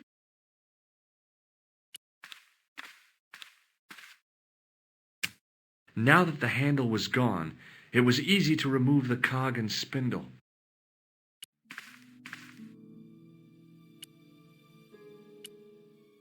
With a rasp of metal on stone, I eased the second eye into place. The cogs all meshed. It began to turn.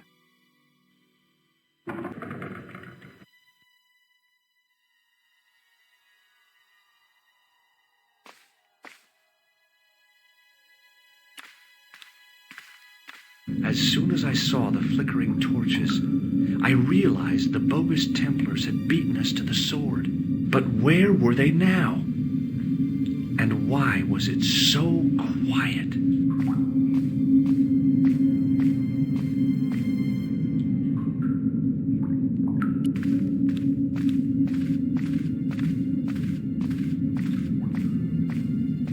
Listen, I can definitely hear chanting. You're right. I hear it too. What do you suppose they're doing? It wouldn't surprise me if they were holding some kind of satanic sex ritual. So, what are we waiting for? Will you look at that? Baphomet. Lavino was right. This place was ancient even to the Templars. This whole place? This is Baphomet? Finally, the truth. The Templars had never worshipped this graven image, no more than they'd worship a rainbow. But, like a rainbow, they regarded it as a symbol of a covenant with God, who'd revealed this place to them. Rosso! Why, the double-dealing treacherous? On the contrary, Inspector Rosso has been the model of obedience, an important quality in a true Templar. Now be quiet and watch, if you wish to live much longer. Brothers and sisters, we are gathered here to witness the reforging of the sword that was broken. Here before God's sentinel, Baphomet, Grand Master and Knight of Baphomet, we salute and pledge our obedience to you. I salute you, gatekeeper of the temple. 7 centuries ago, our greatest weapon, the sword of Baphomet, was lost to us. Now we prepare to reforge it, to wield against new enemies. We shall lead the people to a new order, wherein all borders will dissolve. All will be united under the red cross of the Templars.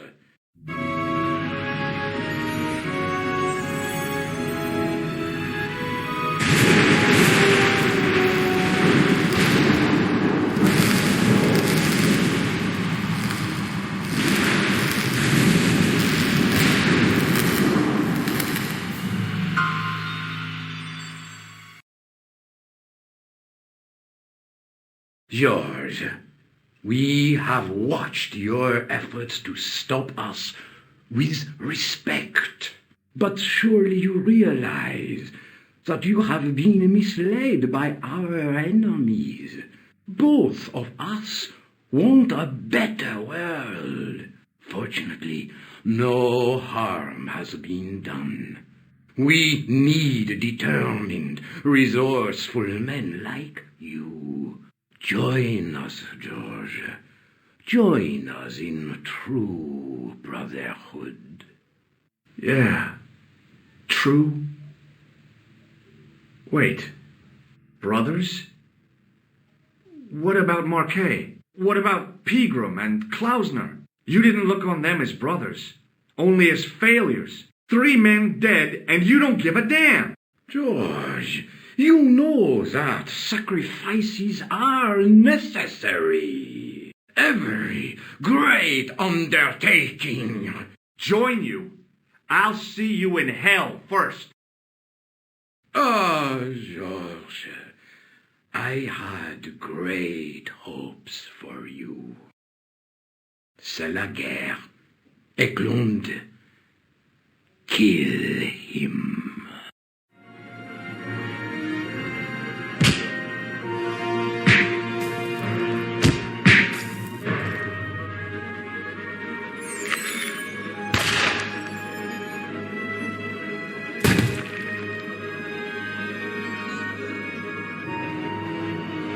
I swear, I just wanted things to be right.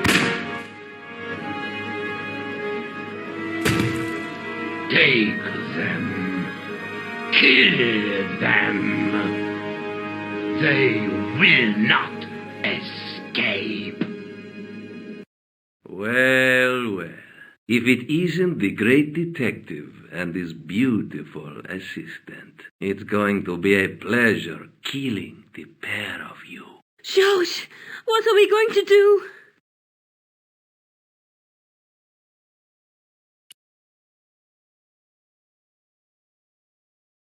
Come on, Nico. We're leaving. You fools!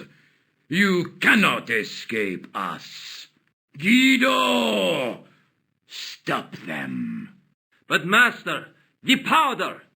That powder is from the English Civil War. You fool. It's over 300 years old.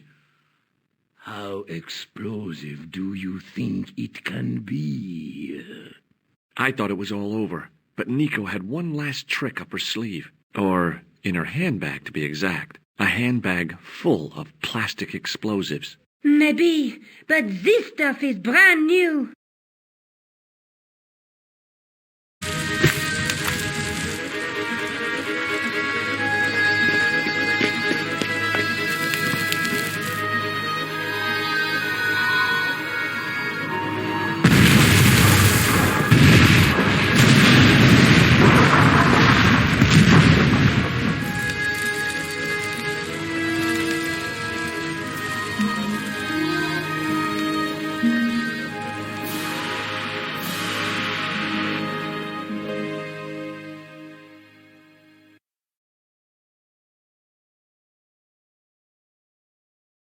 We didn't stay long in Scotland. George had a vacation to finish, and I had another story to write. Not the real story, of course, but enough half-truths to fill a page and pay my rent for the month. George and I hung out together in Paris. I showed him my favourite restaurants, and he told me his best jokes. You know, Nico, this city holds so many memories for me now. The cafes, the music. The sewers. Tell me about it. The clowns. The jugglers. And your pal Labano. Oh, yes, dear Andre. When we first met, and I was doing my detective stuff, you kind of disappeared a lot, Nico. Were you and Labano, There was something happening, but nothing to do with Andre. Uh-huh. It was something from the past that I had to deal with, on my own. So I dealt with it, and now it's over. Hey, did I ever tell you the one about the old Irish couple in the lottery? No, but I think you're going to. Okay, there's this old Irish couple. They've been married forever, like 50 years, and they win the lottery.